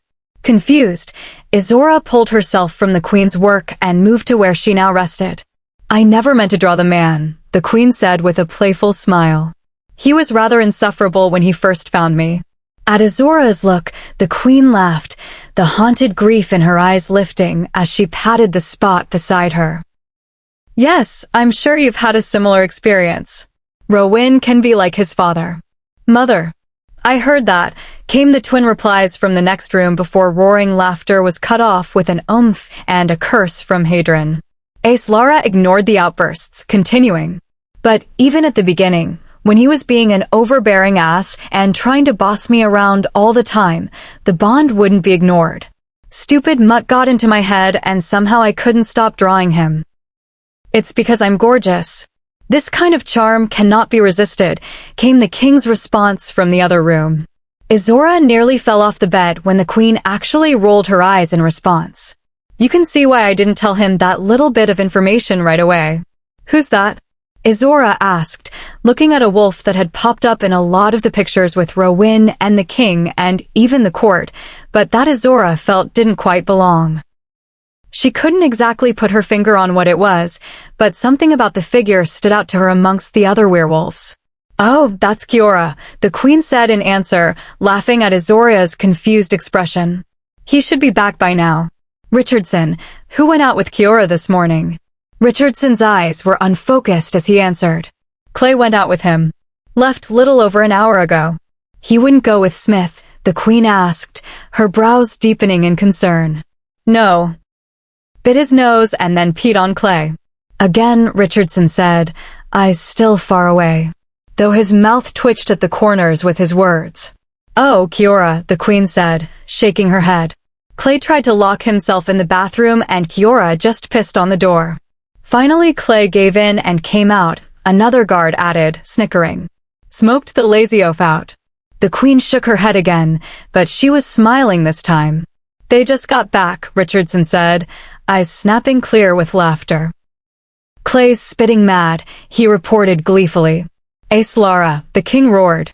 "Yes, darling," she asked sweetly, winking at Izzorah. "What the hell did he do to my warrior? Did something happen?" "Don't play innocent with me, mate," the king said, stalking into the room, standing at the end of the bed with hands on his hips as he stared at his pregnant mate, who was doing a horrible job of looking innocent. "Kiora's lonely," she said, throwing her hands up. "And he loves Clay. He peed on him." "Again," the king growled. "Now I have to deal with the sulking, annoyed Clay all day." His angry mask cracked into one of great pain and suffering. Mate, you're the most great and powerful king. You can deal with a little upset warrior," Izzorah purred. The king didn't seem to buy it for a minute. "Tomorrow you're dealing with Clay." "I'm taking Emmett," the king said before turning and ignoring Izzorah's sputtering protests at the threat. "Darn it." The queen grumbled, flipping Richardson off, who was laughing uncontrollably. "Clay and Kiora have a love-hate relationship," the queen said to Izzorah in explanation, her voice heavy with great pain. "More like hate and revenge," Richardson supplied, grinning at Izzorah. "Stop that, Richardson. You know Clay is Kiora's favorite." "Yeah, because he knows it annoys Clay to no end. I swear that wolf is smarter than any of us." Izzorah's eyes darkened as she looked to her guard, but then, suddenly, her expression turned excited at the sound of paws and nails against stone. A small ruckus ended as doors opened and then, before Izzorah could prepare herself, a massive gray and white wolf was bounding into the room. Tongue lolling out the side of his mouth, he leapt onto the bed. Izzorah braced for impact, but then, in contrast to his uncontrolled entrance, the wolf slowed himself, lowering his powerful and sleek body to the mattress before gently crawling and easing himself up and toward Izzorah. Curling around her stomach, he nuzzled his snout into her neck. The queen threw her arms around the wolf, burying her face into his fur and pulling him closer until he was practically lying on top of her. "Kiora," Richardson supplied for Izzorah when the queen stayed quiet, face buried in soft, dense fur. "Is he?" "No." "Kiora is an actual wolf," Richardson answered, eyes softening as he looked to the queen and wolf. Izzorah's next question was cut off by the sound of soft sobs. The queen face, still buried against Kiora, clung to him as her body shook. Kiora just curled further around his mistress, letting her hang on to him as she cried. Uncomfortable and not sure how to respond, Izzorah shifted on the bed, moving to leave and give the obviously grieving woman some space. Because no matter the stilted quips and bickering, the forced laughter, and heavy cheeriness, even Izzorah could feel the weight of the news they had delivered thrumming around them. Grief and anger simmered beneath the surface, relief at their return burdened by loss. Hushed words etched lines of sadness into the faces around them as the worst was confirmed. And as she curled around the wolf, Izzorah knew who the queen's heart broke for, and that the love she had witnessed, given, and pledged so freely was not unmet. "Rowan will blame himself. You can't let him." The words halted her movements, stilling her at the edge of the mattress. Slowly, She turned to face the queen. Puzzlement on her features as she took in the tear tracks on the pale cheeks, the unrestrained grief in her eyes. The queen studied her for a moment before loosening a breath and shifting Izzorah, who simply let her prod and push him until she was comfortably sitting. Closing his eyes and dozing, head resting on her chest and body wrapped around her belly. My son is a good man, better than many believe him to be. Better than he believes himself to be. Izzorah nodded, confused by the words as by the turn of conversation. He saved my life. Protected me, she said, wanting the queen to know she didn't doubt her gratitude for her son, or that it was doubts of his character that had her hesitant to agree to all the mate nonsense Rowan was so convinced of. Izzorah hummed in response. And no matter what you decide, he will protect you. Keep you safe. He'll never use that against you. If anything, he'll use it to keep you from giving him what he wants. When Izzorah's eyebrows arched in silent question, the queen exhaled again, as if needing to measure her words and thoughts before going on. You know that Rowan lost his first mate? Izzorah thought it was a strange way to phrase someone dying, but nodded anyway. Understanding when the queen looked to the still open doors and the cluster of people sitting and standing around the other room, discussing, Izzorah could only imagine. Don't worry, he knows I'll tell you this story. Both because not only do you deserve to know, but you should know what it means to be with Rowan, who and what he is, why he is. But also, what standing beside him, near him will do to you. And we both know he will never be able to tell you himself. The queen said, eyes staying on the silver-haired head of her son, who stood beside the sitting king, shoulders tense and stiff until Hadron's hand landed on his shoulder, squeezing until his muscles eased just a touch. Rebecca was a quiet child. Izzorah jumped at the name. The first time she had heard it spoken, had heard the name of Rowan's first mate, the one he had lost and that had left him as broken as she was. They were so young when they found each other, only 16. Her parents were warriors in pact Solani. It's the only reason they didn't find each other even sooner. At her look, the queen explained. Solani are mistrustful of outsiders. They rarely venture away from their own lands, and rarely need our intervention in pact disagreements, so we don't visit as often as with the others. Not to mention they're a bunch of crazies with sticks up their asses, Richardson grumbled under his breath, shoulders rolling beneath his tightly fitted black tee. Izzorah just waved her hand at the accusation. They have their ways and their reasons, she said cryptically, not really denying the words. Even though they were young, the bond was instantaneous. Being a royal, Rowan had shifted young, just before his 13th birthday. When they both confirmed the bond, we extended our stay and within a few months Rebecca shifted as well. Many people, including her mother, thought that Rebecca was not the right choice for Rowan. She was timid, small, kind, not the warrior her older sister was. The queen rolled her eyes at her own words, as if fate cared about any of that. As if strength of body is all that matters, she said, shaking her head. Those who truly saw them together understood though, saw why she had been fated for him. Don't you want someone who can stand beside him? Izzorah asked, her question only half spoken to the now long-dead princess. The queen's head tipped as she regarded her. There is more to it than strength and speed. Our blood can offer that to any, but kindness, heart, courage? Those cannot be so easily given. Rowan was so full of life and wildness as a boy, she said with an indulgent smile. He was reckless and unflinching. He needed softness, a reason to pause and think, a reason to see beyond the next fight and threat, someone that offered more than just a thirst for power. Izzorah looked to Rowan, trying to imagine this man the queen described, to see this Rowan who was wild and free, untethered to the worries and weight that the world had now tied to his shoulders. Rebecca was rare. Special. Izzorah's heart panged with some foreign emotion as the queen spoke so lovingly about the girl. She felt herself scowl as she tried to ignore the building sensation in her chest. Unlike the hordes that stalked and melted at his feet, hoping for power, titles, wealth, and more, she had never hoped for anything other than a simple life of happiness. Contentment. A life of love and joy. She wasn't even present when we arrived that day, having lost track of time wandering in the woods. The queen recalled, laughing fondly. They may never have even met one another if Richardson had not overheard the raised words of her mother that night, berating the unassuming, thoughtful girl. Kiora lifted his head to lick the queen's cheek in comfort at the dark memory. Scratching his head and behind his ears, she kissed his large head before he huffed and returned to his soft dozing. Although she wasn't treated well there, she didn't want to leave her family yet, and so Rowyn came back with us and Rebek stayed in Solani with royal guards given to her from Rowyn's own contingent. Pride filled her voice at her son's actions.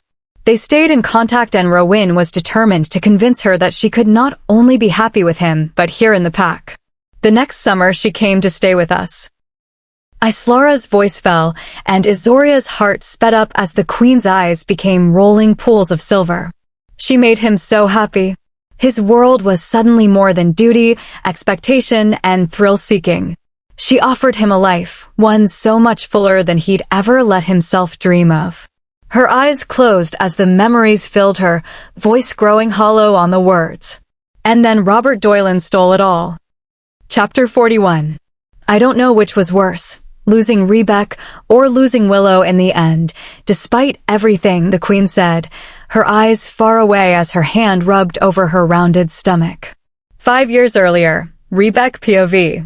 It was still so surreal, even months later, stepping outside and not being met by the dense, thick forests of her pack lands, but the barren and harsh tundra of the north. She didn't know if she'd ever truly get used to it.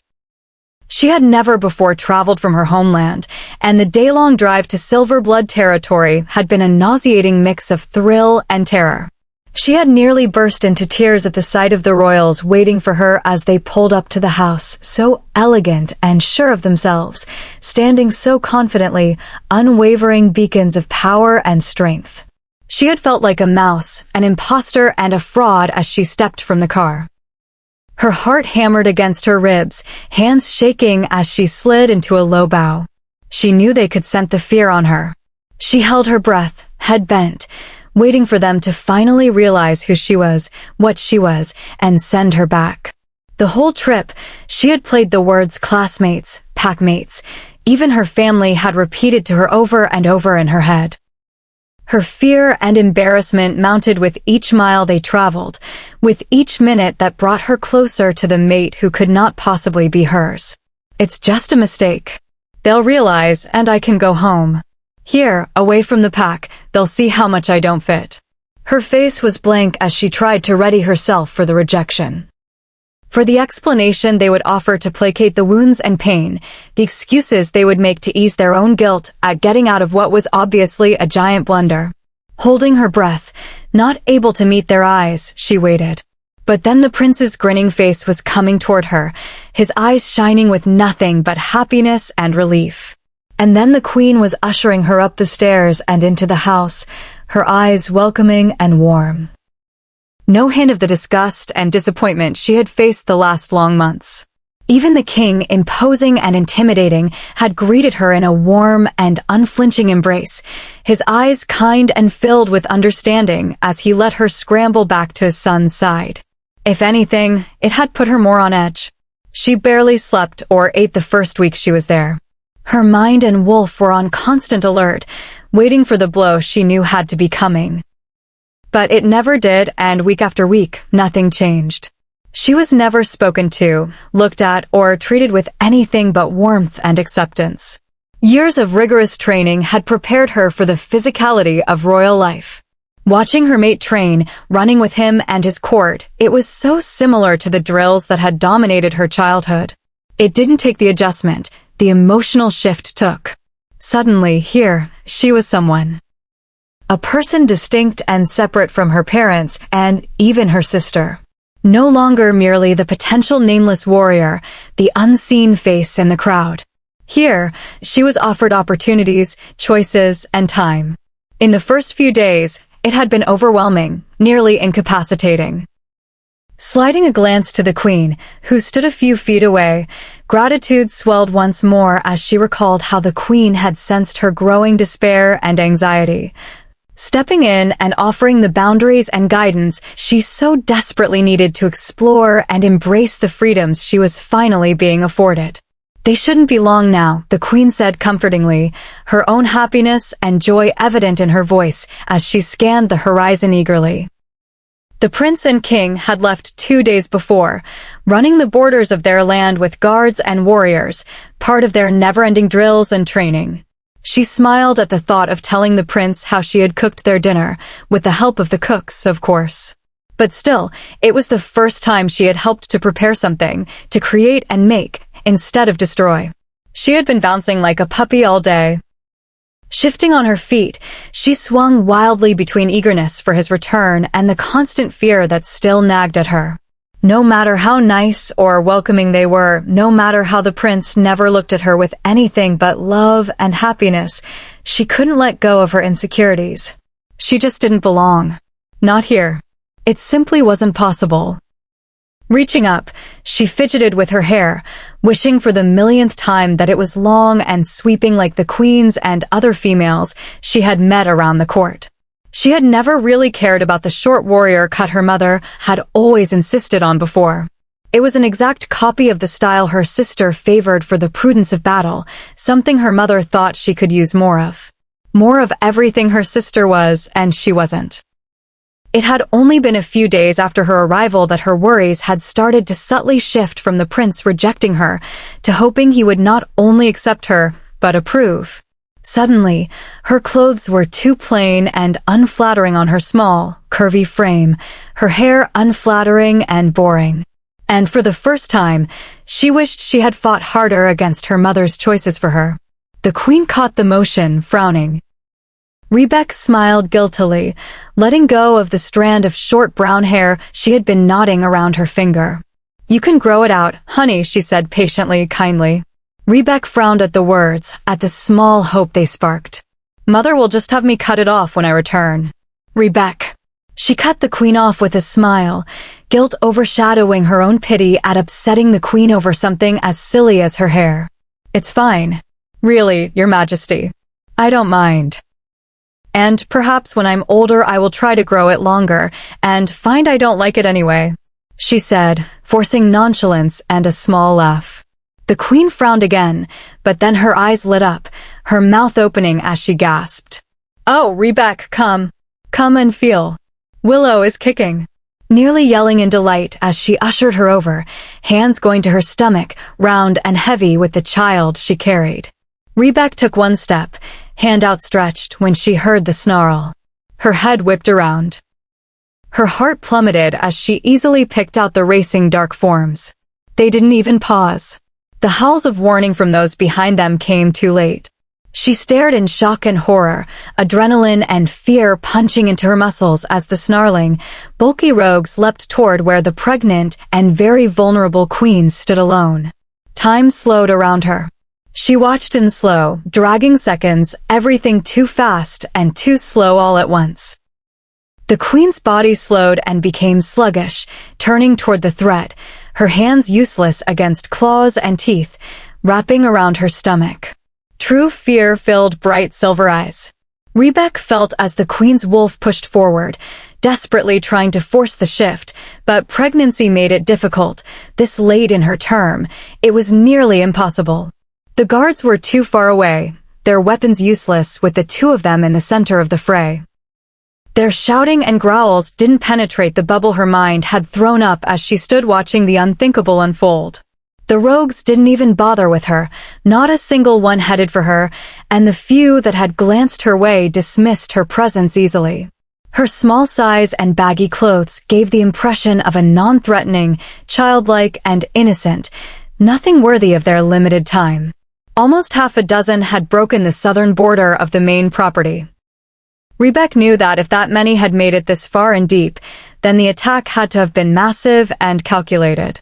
Most had split off, racing to cut off any attempt to aid or defend the queen, meeting the rushing guards head-on with snapping jaws. Snarls and growls filled the air, fights erupting as each side aimed for death over and over. It filled the air, the screams and shouts, but all she could hear was the warmth and acceptance of the queen's words. The understanding and softness that had suddenly replaced the anger and coldness she had always known. All she could see was the world of love and joy that shone on the horizon because of her. Only because of her. She acted before she could doubt herself. Before she could second-guess what she was doing. She didn't have time for doubt or fear. She had to be good enough, strong enough, fast enough. Just this once. She shifted mid-leap. Something that would have made even her own mother finally proud. Every ounce of will and strength she had was pushed into her legs, into reaching the queen before the wolf, whose canines were open and hurtling for her throat, did. It hurt. The teeth and claws that bit into fur and flesh, that tore into her unprotected belly and throat. Hers and not the queen's. That was all she could focus on. She knew if she was hurting, if her body was falling, then she had been fast enough. Not to attack. No. Even with her training, she was too small, too weak, too late to attack, to defend. Her only hope was that she was enough to buy a reprieve, a moment of time for others to make it to them. Others who could fight. Crashing to the ground, suddenly the sound rushed back in, punching into her eardrums and exploding against her skull. The scream of pain ripped at her heart. It pulled at her very soul, her very being. Something so deep and primal, so very pure at the essence of who and what she was, pushed to answer it. To rise to its call. Her eyelids, so heavy and slow, opened reluctantly. She was suddenly so tired. Her head rolled to the side. She spotted the blood first. So much blood. Too much blood. She cried out, a brutal, gurgling sound from her mangled throat and snout at the sight. She had failed. The queen lay on the grass, silver hair fanned around her, blood coating her skin as she desperately held onto the gash that dug deeply into her abdomen. Her view was cut off as massive wolves descended upon them. Fights erupted as the guardians and warriors at last arrived. But they were too late. They were all too late. Rebecca's eyes closed. She didn't even have the strength to open them as twin howls of agony and anger split the world around them. The ground shook under her broken body, but she didn't have the strength to wonder at it. She had tried and failed. It was the only thing that kept her from the oblivion tugging at her, the weight that pressed so heavily on her mind. The voice was just loud enough to reach her beyond the foggy haze of mist and cloud of her mind, to filter into the softness and warmth that was replacing all the cold and pain. She'll live, princess. The queen will live. Happiness exploded as she drifted away. A last tear of relief, joy, grief, and happiness slid over her deep brown fur, dropping to the blood-soaked earth as she slipped from the world. Chapter 42. Rowan POV. He wasn't sure which was more worrying, or he corrected himself, should have been more concerning. His relief that Izzorah would finally know his whole past, or that his mum was the one to tell her. It wasn't that he didn't want to be the one to explain to her about Rebecca, but that involved speaking of Willow, and he just couldn't. As much as it was his story to tell, it was also his mum's. And then there was trying to tell Izzorah his second chance. About his first mate, and it just felt like betrayal to both of them. He knew it was cowardly of him, that it was the easy choice to let his mother do the task, but as much as he hated himself for it, he just wasn't ready to watch as the way she looked at him changed. He couldn't face the look of disappointment and judgment clouding the way she saw him, as warranted as it would be. He still wanted to hide from it a little longer. From anyone else, he could stomach the pity and questions, the failure. But from Izzorah? He couldn't do it. She isn't Rebecca. His dad's voice broke through his thoughts, pulling him from musing about the women in the next room. Looking down at his dad, he quirked an eyebrow in question. Don't get me wrong, we all loved her. Rebecca was right for you, made for you at the time. And if she had lived, you two would have been happy together, perfect for each other. But you aren't the boy she met, and you no longer need the girl she was. Nodding his head toward Izzorah and his mum, he continued. That girl is your future. And as much as you might want to, don't ever confuse her for Rebecca. Because even from the little I've seen, I can tell you they are two very different people. I don't know why she hasn't bolted yet, Rowan admitted, his voice low. The fear that had been gnawing at him for days slipped out. His head snapped up to look at Hadrian and Derek, eyes narrowing as the two jumped at his words. Hadrian fidgeted on the couch while Derek pointedly refused to meet his gaze. Rowan scowled as he pieced it together. Apparently, he'd been missing something. Something they knew and had chosen not to reveal or clue him into. He had to give it to her. She barely tolerated them, and yet she had some of the most powerful wolves in their world not only on her side, but twisted around her little fingers. His mate was a force. Izzorah let out a low rumbling laugh, and Rowan felt his friends relax as he turned his gaze from them and back to his dad, whose own stare had taken on that faraway look that meant he was remembering something fondly. Your mother tried to run from me.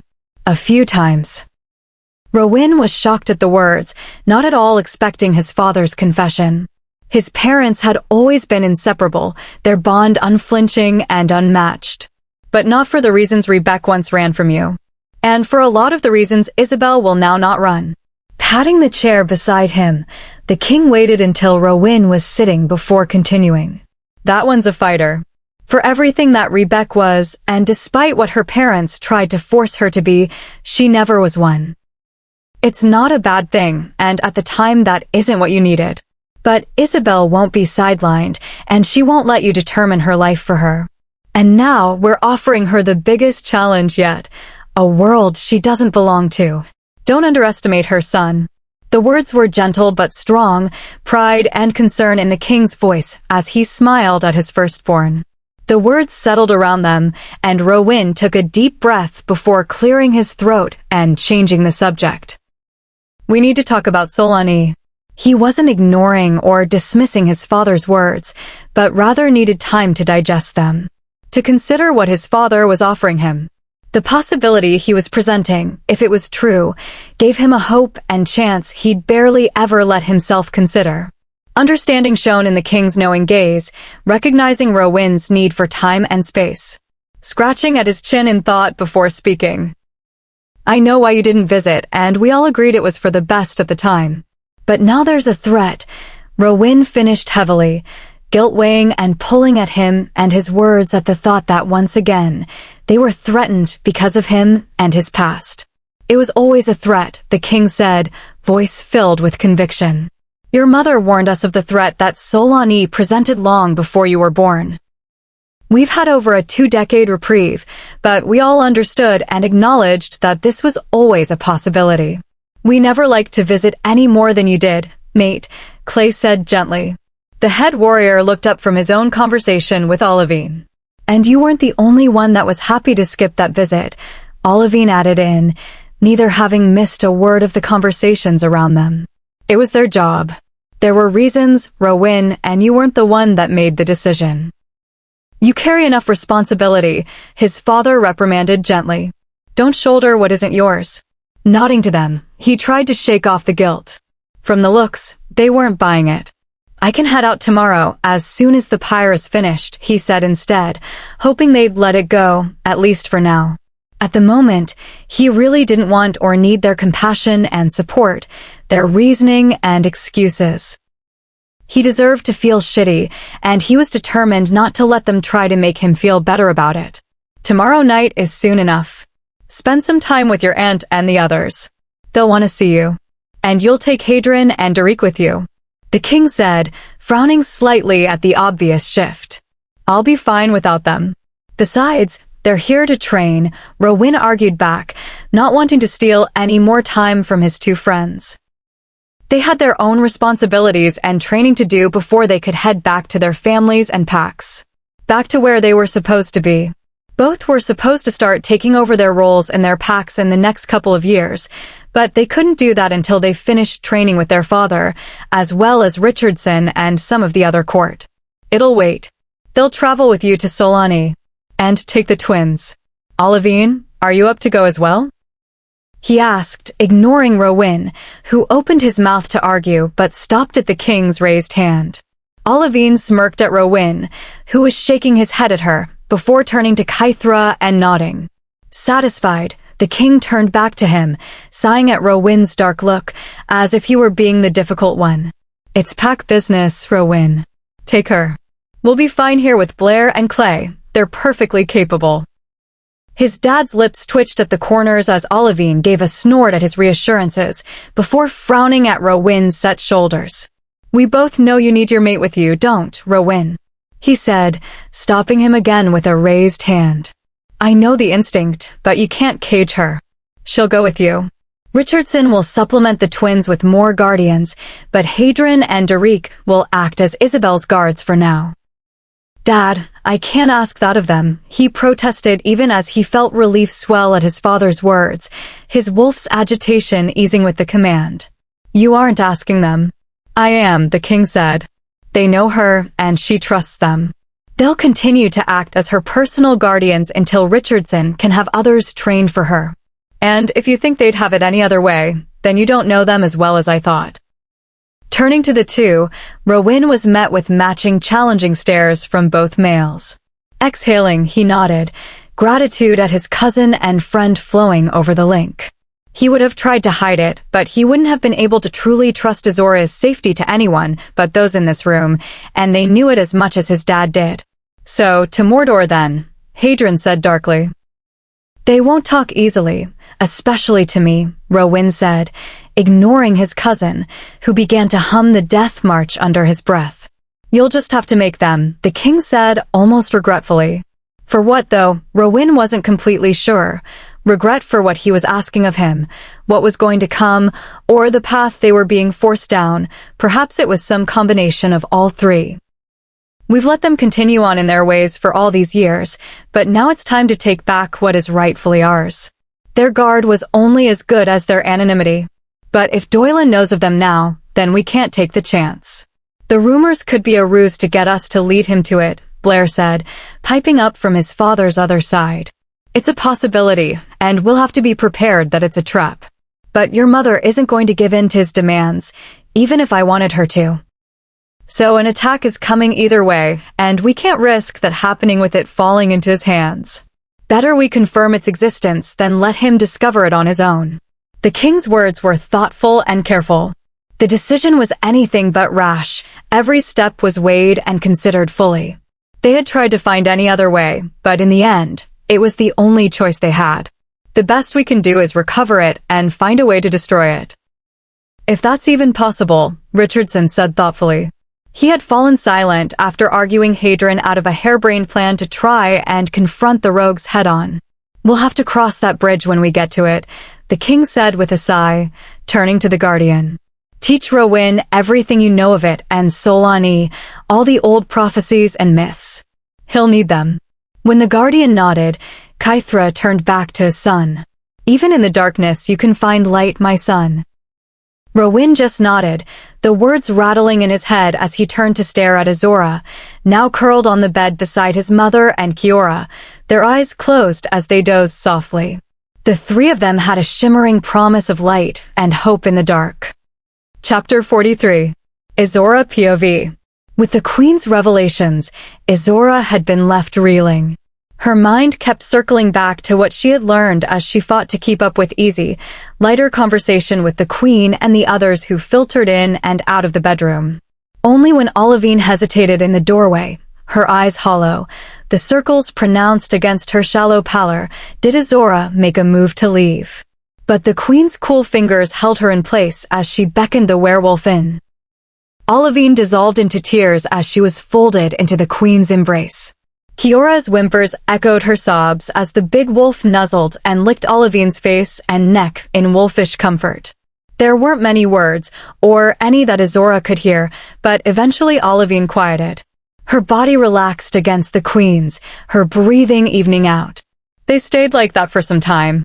Then, pulling herself together, Olivine eased up, wiping at her face. She leaned in to hug Izzorah tightly, then pressed a kiss to her stomach and rubbed her hands over the baby bump. Looking up and meeting Izzorah's gaze, she said, "You can't let him blame himself." It was the same plea that had been whispered to Izzorah over and over, a promise each of them had wrangled from her, not to let the stubborn silver-haired prince blame himself for Ostina's death. They never explained how she was supposed to keep him from shouldering that responsibility and burden. Only that she had to. Hours later, a fire now glowed in the sitting room. Plates of food had been demolished, and conversation died off. Rowan reached for her, helping her up from the couch where she had curled up. The queen dozed softly in her mate's arms. Lifting his head, the king nodded to them as Rowan guided her from the room. The twins each bent to brush a kiss to their sister-in-law's forehead before following her and Rowan out. Most of the others had already departed. Olivine was stretched out on the other couch, sleeping fitfully. Blair, whom Izzorah had finally met, was one of the last to remain besides the guardians stationed around the room. Their conversation paused as they both watched her and Rowan depart. Soft farewells followed them out. Izzorah let Rowan guide her down the darkened halls. Her mind and body felt sluggish, weighed down with fatigue. The exhaustion from the last few days was finally catching up. Rowan shouldered open a set of doors on the other side of the floor from his parents. Izzorah couldn't help the sigh that slipped out at the sight of the waiting bed beyond them. Rowan laughed quietly before turning to the twins. Get some rest. When it was obvious they were going to protest the order, Rowan continued, I'm sure Richardson will send someone. Go. Sleep. This time, he left no room for argument. Though they both slid not-so-subtle glances at her, worry creasing their brows. They nodded. Satisfied, Rowan ushered them inside and closed the doors on the twins' backs. At her pointed look, he shrugged. They'll stay until whichever guardians Richardson has sent arrive. Now, finally understanding more of not only Rowan's, but the whole royal family's story, their caution and protectiveness made far more sense. Hearing what they had already gone through, suffered, and lost. Not to mention having now seen and felt the continued destruction Doylin and others were determined to bring against them, she couldn't blame them. If anything, overboard should probably be the new normal. The door closed behind her as Rowan threw the lock. His movements were quiet in the dark. She hesitated as she watched him move to the wall of glass, words sticking in her throat. They hadn't spoken since the Queen had told her of Rebecca and Willow. The shock of learning that he had lost not only a mate but a sister and had nearly lost his mother left her unsure around him once more. That type of loss and grief was unlike anything she knew. She wanted to comfort him, to say something to ease the pain and guilt that had to be eating at him, but his stiff shoulders and heavy silence made her retreat. Moving toward the dressing area and bathroom, she spotted, beyond two open doors off to the side, all she could hope was that her presence would be enough. She never let me try to protect her. Rowan's voice was soft in the dark, only the faint light of the moon illuminating his silhouette. She froze at his words and turned back to him. His back was to her, hands on his hips as he stared out at the night-bathed tundra beyond the glass. Moonlight turned the scene into nothing but shadows, silver, and glass. She shivered, her arms wrapping around herself as she moved back into the room and perched on the edge of the bed. Her tiredness was forgotten as she took him in. It had been weeks since he had felt beyond her touch, beyond her reach, since he had felt like a stranger, but in that moment, she barely recognized him. She would brush off our concerns, our efforts, always sure that she was unimportant, wasn't valuable, not worth the effort. A bitter bark of laughter accompanied his words. Izzorah shivered again. She never understood that she had value to me, that she was worth it to me. I could never get her to see it, to understand, no matter how hard I tried. Izzorah wasn't sure what to say or how to comfort the aching grief, anger, and pain that had consumed him. She wasn't even sure if he wanted her to. He continued before she had a chance to figure it out, perhaps right then. His words were enough. I thought I'd have more time to try, more time to show her what she was. We always think we have more time. The guards made her nervous, made her feel like a prisoner. She needed time and space. She had been so confined for so much of her life. I wanted to give her freedom. My mother sent her own guards back. No one fought it. Why would we? Doylin had been a ghost for years. We were on our pact lands, secure and safe. Rowan shook his head, exhaling deeply. I was wrong. I should have fought her, insisted. I should have made sure that my mother wasn't compromised. And now Ostina. His voice cracked on the name. His hands scrubbed at his face, trying to wipe the sight away, to erase the memory that stalked him. Izzorah moved from the bed. Her hands reached for him, ignoring his flinch as she met stiff, tense muscles. She knew he could have resisted if he truly wanted to, but, exhaling deeply, he let her turn him from the window until he stood looking down at her, eyes haunted and broken. Austina's death wasn't your fault, Rowan. She held his eyes. She cut him off with a low growl. Austina's death was not your fault. Rebek's death was not your fault. Willow's death was not your fault. He shuddered at the sound of his sister's name. The sister he'd never even met, the sister his mate had tried to save by giving up her own life. She stepped closer until their chests were nearly brushing. Staring up, she took in the tears on his cheeks, silver in the moonlight, and the scars that dotted his skin, peeking above his collar. Reaching up, she brushed a finger along them. He shivered under her touch. Austina was a protector. One sworn to protect you. It was his job, one he did willingly. Do you think he would be okay if you were dead and he alive? Do you think that would make all this okay? She demanded, her hands sweeping to take in the palace and court so heavy with grief and mourning around them. Do you think if Doylan had managed to take out your mother and sister, to kill the queen and her unborn child, that he would have just stopped and disappeared? That your mate would not have still been a target? That you would all live in peace now? Ignoring the pain she could see her words inflicting, she kept going, pressing deeper, digging at the wounds that had been festering in his heart and soul for years. Would your mate be okay if she had watched your mother die? Would she have loved you if you had stuck her in a cage? If you had treated her the way her parents always had?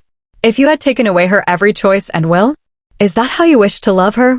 Izzorah shoved aside the jealousy and pain that roared at the questions. Her very being hating the idea of him loving someone else. The thought struck like a bolt, and for a moment she nearly lost her train of thought. Shoving the unhelpful and very confusing question to the side, she forced herself to get back on track. Now was not the time. This wasn't about her. This was about him, about saving him from the destruction he seemed so bent on inflicting that he was so sure he deserved. Would Olivine have forgiven Austina if he had let you die just to save himself? And if you had seen the attack coming, if you hadn't missed whatever you think you missed, would he have let you face it alone? Would he have ignored your own safety for fear of his own? She let her voice grow softer, gentler, her hand rising to wipe the tears. Rowan, none of this is your fault. It is Doylan's and the rogues, and those at Semper. You did nothing to cause these deaths. She searched his face, hoping to find that she had reached him, that she had somehow lessened the guilt before it consumed him. He swallowed. His fingers slowly, so slowly, lifted to trace her face. His touch was featherlight. She shivered slightly under the soft caress, her head moving to lean into it. I can't lose you too. Tears sprang to her eyes at his words, at the raw pain and fear in them. Her heart broke.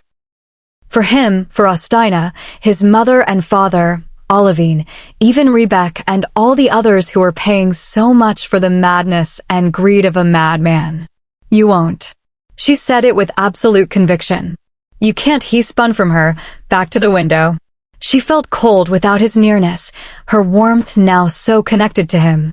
Izzorah, what he can do. What I'll have to do to destroy him. I can't ask that of you. I can't demand it. You deserve a life of happiness and safety. War is coming. War is coming, and I don't deserve you. Enough, Rowan. Her voice was sharp and filled with sudden, engulfing anger. It was enough to break through to him. In shock, he turned, eyes widening as he took in the simmering anger in hers. Pointing a finger, she stared at him, letting that burning anger strengthen her. You don't get to decide that. You don't get to give up because you want to make yourself suffer for something you didn't do. His eyebrows arched in surprise, mouth falling open. She cut off any denial with a wave of her hand. Don't deny it, Rowan. This isn't fear.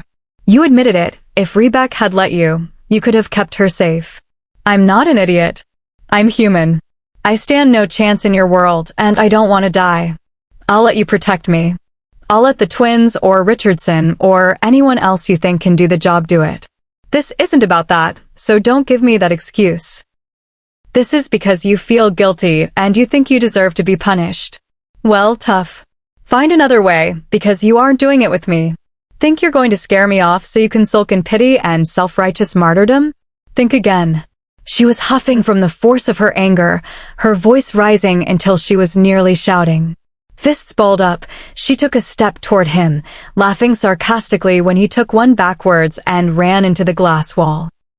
She moved close, invading his personal space this time with anger and not comfort. Her finger punctuated each word against his chest. This is not your fault. And I'm not going anywhere. So, suck it up. She was breathing hard, tears filling her eyes. She wiped at them angrily, hating the show of weakness in that moment. She needed anger. She needed him to understand that she meant every word. You don't get to do this, Rowan. You don't get to use Ostina to hurt yourself. He loved you, and you can't take his sacrifice and blame yourself.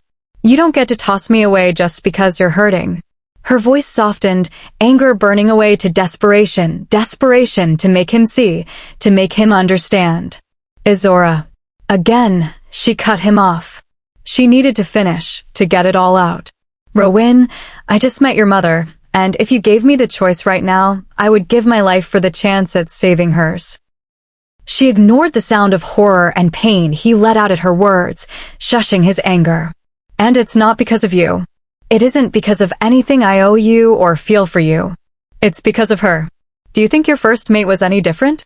Do you think that when one of the first people to show her kindness and love was threatened, she cared at all about you when she acted? Rowan, you didn't order Ostina to intervene. You didn't command him to attack. He chose that. Because he loved you.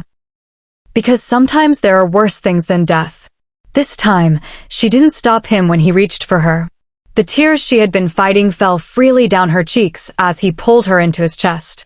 Burying her face into his neck, she let him hold on to her, inhaling her as she whispered the words she knew he needed against his skin. You're not going to lose me.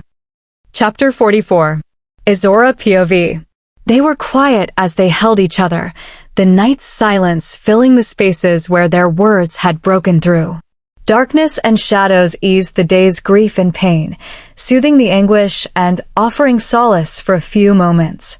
Breaking the spell, Rowan pulled back, ignoring her soft protest to stare down at her. Wait, does this mean you accept the mate bond? He asked, a grin forming, white teeth bright against his darkened scruff. She punched his chest, grinning back as he grunted. If this was all some trick to get me to admit the stupid thing, I'll neuter you ass. At that, he laughed out loud, head tipping back, the edginess in his eyes easing just a bit. Did it work? Detangling herself from his arms, refusing to think about how she already missed the feel of them around her, she snorted. Not at all, Wolfie. Takes more than amazing parents to win me over. She shuddered in pleasure as he moved behind her, hands skimming her waist and hips as he bent his lips to her ear. His breath tickled her skin as she leaned to give him better access. I told you they'd love you. Ass. She whispered, eyes closing as his lips finally found skin. Laughing against her neck, he explored the sensitive skin, teeth nipping lightly. I've been called worse, Cupcake. All she could manage was a groan as he trailed his teeth along the curve of her neck, her toes curling and her body turning to mush in his hands. Trusting Rowan to support her fully, she leaned back into his frame, letting go of everything but the feel of him in that moment. No thoughts of what hung above them, what waited in the shadows, or what the morning would bring. There was only the here and now. Just her and him, and the feel of their bodies pressed together, breathing matched until they were one. She whimpered at the loss of him as he inched back, hands stilling in their exploration until his light hold was simply steadying her as she struggled to calm her wild and racing heart. We should get to bed, he whispered, his own breathing not as even as before, voice deeper and huskier with desire. Somehow I don't think you mean the fun kind. She said that only some of her disappointment was a show. No matter where her heart and head were when it came to him, her body knew exactly what she wanted from the wicked man. He barked out a laugh, kissing just below her ear. "You need sleep, mate," she snorted. "I always need sleep." Turning in his hold to face him, she batted her lashes playfully and said teasingly, "What's a few more hours?" His gaze dropped to her mouth, eyes dilating silver as his hands gripped her more tightly. Desire warred in his eyes. Reluctantly, Izzorah made the choice for him, knowing that tonight was not the night to push him. He was still too on edge, too close to falling into whatever void Rebek's death had opened. She wouldn't let herself become a source of his self-hate or another source of regret for him. Stepping back, she smiled at the disappointment on his face as she moved to the bathroom. "Don't fret, Wolfie. One day, I'll let you compete to be my best," she said with a wink, spinning and laughing at his thunderous growl, slamming the door and throwing the lock just as his fists landed against it, shaking it in its frame. "That's not funny, Izzorah." He fumed through the door, still growling. She could hear him pacing as she jumped in the shower, needing to remove the feel of grime and dirt before she could really relax. Only when she was brushing her teeth did she open the door to his insistent knocking, laughing at his dark look as he grumbled and growled his way past her into the bathroom. "Not funny. I think I'm hilarious, thank you very much," she sang sweetly as he growled again. "Yeah, laugh it up, Chuckles," he said. And then it was her turn to jump as he pulled his shirt up and off in one quick movement, offering her a view that knocked the wind from her lungs. She'd seen him before, but now knowing what she did, or at least what he said about them, that he was hers, that she was allowed to stare and soak him up as much as she wanted, no shame or guilt required, it was so much better. Looking over his shoulder at her, he winked before his hands moved to the waist of his black jeans. Spinning away, she faced her beet-red reflection in the mirror as he laughed behind her. The sound of material sliding over skin had her hairline on fire and her toes curling as she clung to the sink. Biting her lip, she forced herself not to turn around, instead meeting Rowyn's eyes through the mirror, cursing the amusement and wicked delight that shone back at her. "Asshole," she said, cursing again as her eyes dipped to his chest and her heart stuttered. "You started it, sunshine. Don't pout just because I'm better," he said, a crooked smirk on his face as his eyes ran over her hungrily. For a split second, she considered turning around and answering the question that shone so clearly in his eyes to match that hunger with one of her own. But in a last moment of sanity, she grabbed her hairbrush, chucking it at him as she fled the bathroom, diving under the covers and muttering curses the whole time he showered. With the door open. And very unnecessary and vivid commentary. "You're a twadbuckle," she snarled as he came out of the bathroom, steam curling around him, a towel hanging low on his narrow hips. She swallowed thickly, eyes pulled lower. He smirked. "I'd say I've been called worse, but I honestly don't know what the hell that is. It's you. And enjoy your moment, twadbuckle, because this is just getting started," she promised evilly, eyes narrowing. "Don't start something you can't win, cupcake," Rowyn said, letting the towel fall as she made a strangled noise in her throat, forcing herself to stare at the boring ceiling even as her imagination threw pictures of the glorious sight she knew stood only a handful of feet and a quick glance away. "Oh, you have no idea what you're in for, Prince," she snarled as she squirmed on the bed, mind not cooperating as she continued to fantasize about exactly what said prince looked like. The bed dipped with his weight, and she didn't fight as his arms snaked around her waist, pulling her across the sea of white duvet and pillows and into his bare and far too sculpted chest. "Is it war then, sunshine?" he whispered, cuddling her into him, breath softening as she relaxed into his hold, nuzzling closer. Chuckling when he jumped as she pressed her cold feet to his legs, she mumbled into his chest, "Oh, it's war, princeling, and by the end I'll have you groveling on your knees for mercy, so be warned." Yawning, she pressed her cold nose to his neck, relaxing under his touch and scent. His chest rumbled under her as he choked out a laugh. Still chuckling lowly, his arms tightened around her, snuggling her even closer. Sighing in contentment, she let her eyelids close, feeling herself slip from consciousness as he pressed a kiss to her temple, breath stirring her hair as he muttered, "I look forward to it, cupcake." Chapter 45. Izzorah POV. Stretching, Izzorah smiled as she opened her eyes, only to meet Rowan's clear gray ones just above her. "Morning, cupcake. I really hate when you watch me sleep." She yawned, stretching out like a cat and purring in ecstasy. "It's creepy." "It isn't creepy," Rowan protested snottily. "It's romantic." He batted his eyelashes down at her, making Izzorah cackle at how ridiculous he looked. "Hat toke," she said, waving off his questioning look. 90% of the shit that seems romantic is actually creepy if you just replace the hot guy with a knuckle dragger. The words barely left her mouth before she was pinned, Rowan's body caging her in, pressing hers against the bed as he let out a deep, threatening growl, chest rumbling above her.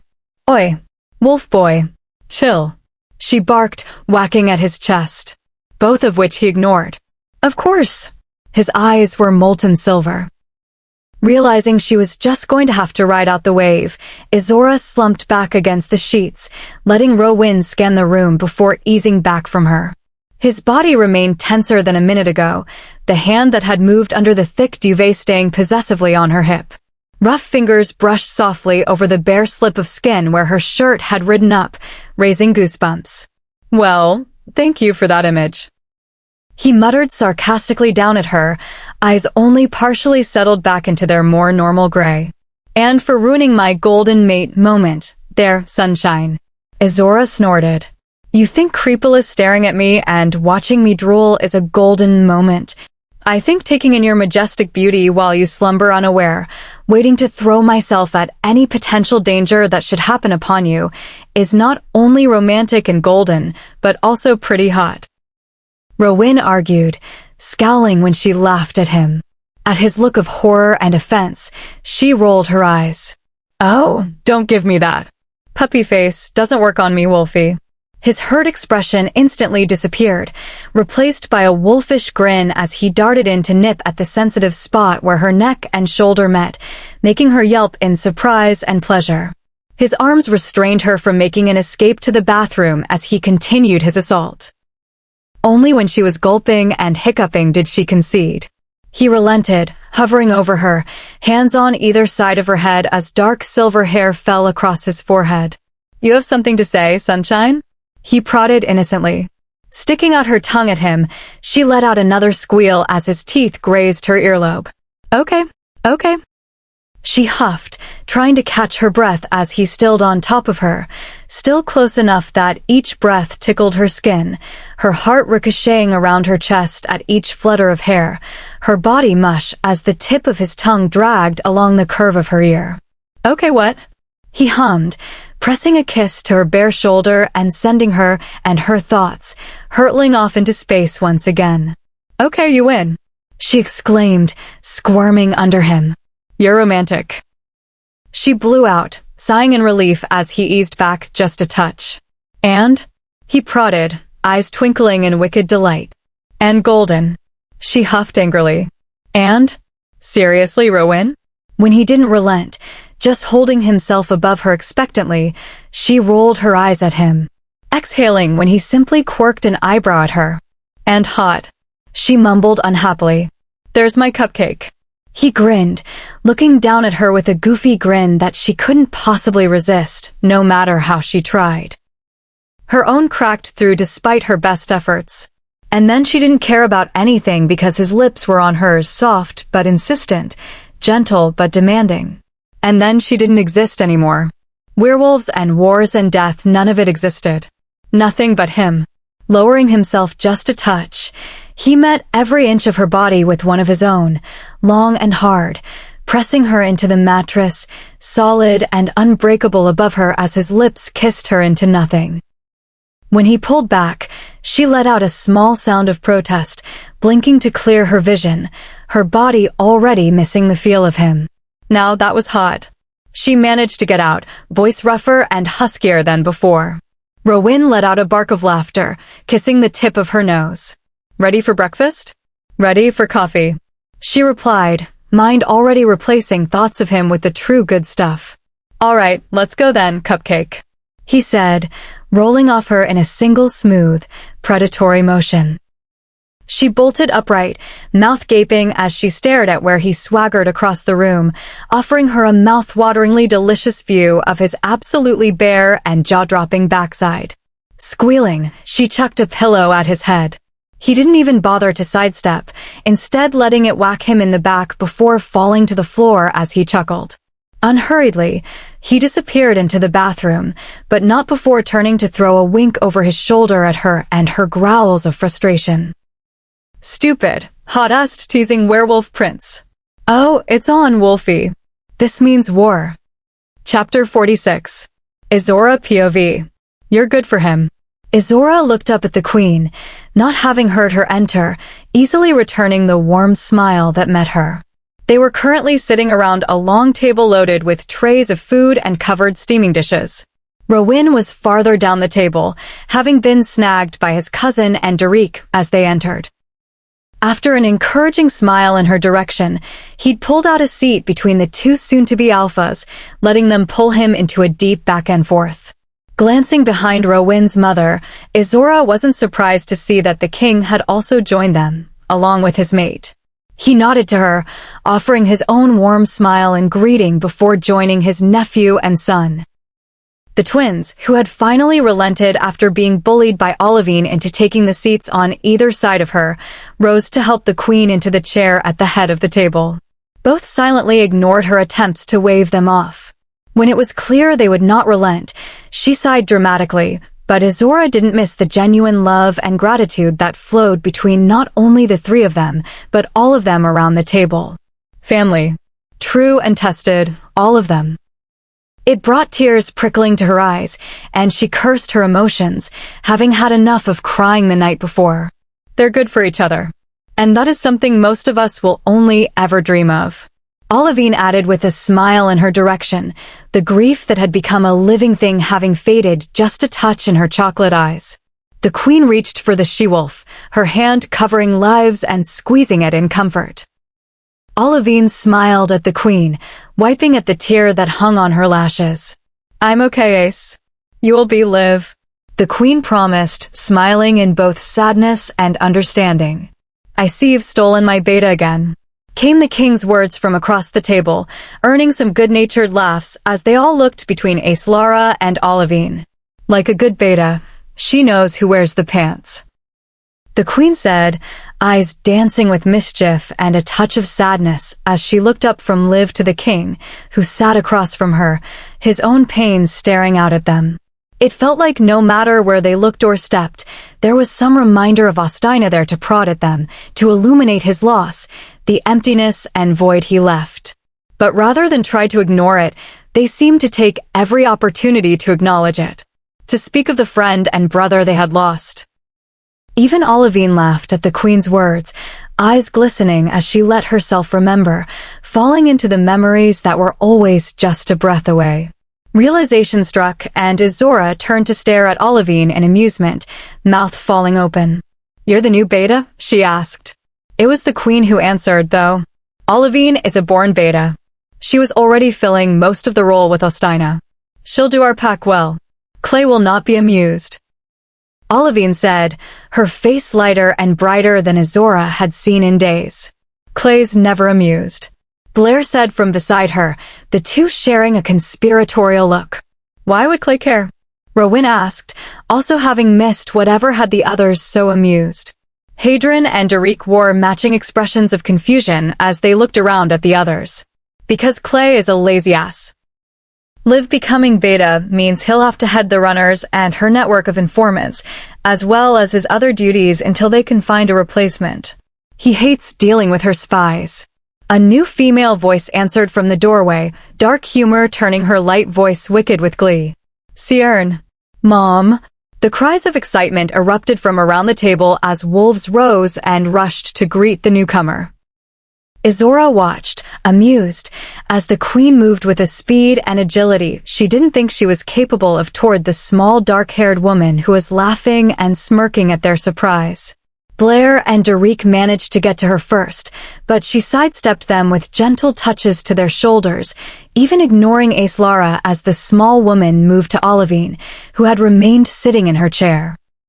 Reaching for her, the woman pulled her into a tight embrace, whispering lowly to her as Olivine let herself relax into her for a minute before pulling back and brushing at her cheeks. When Olivine nodded, the woman let her go with a final quick hug before turning to Izzorah with a watery smile, pulling her into a hug despite the belly between them. The two held onto each other for a few quiet seconds before Siern pulled back, reaching down and pressing a kiss to her stomach. "I can't believe how big you are," she squealed as she patted the queen's belly. The queen just laughed, running her hands over her stomach and grinning at the woman. "Hi, Mom. Nice to see you too. I've missed you as well. I know you must be so happy to finally see your favorite son after these long, lonely months apart," Hadron said from beside them, crossing his arms and pouting, his voice sarcastic. Izzorah almost laughed at his face. "You only think you're my favorite son," came his mother's response without turning from Izzorah. "Ouch, Mom. That one really hurt. You're lucky I know how awesome I am.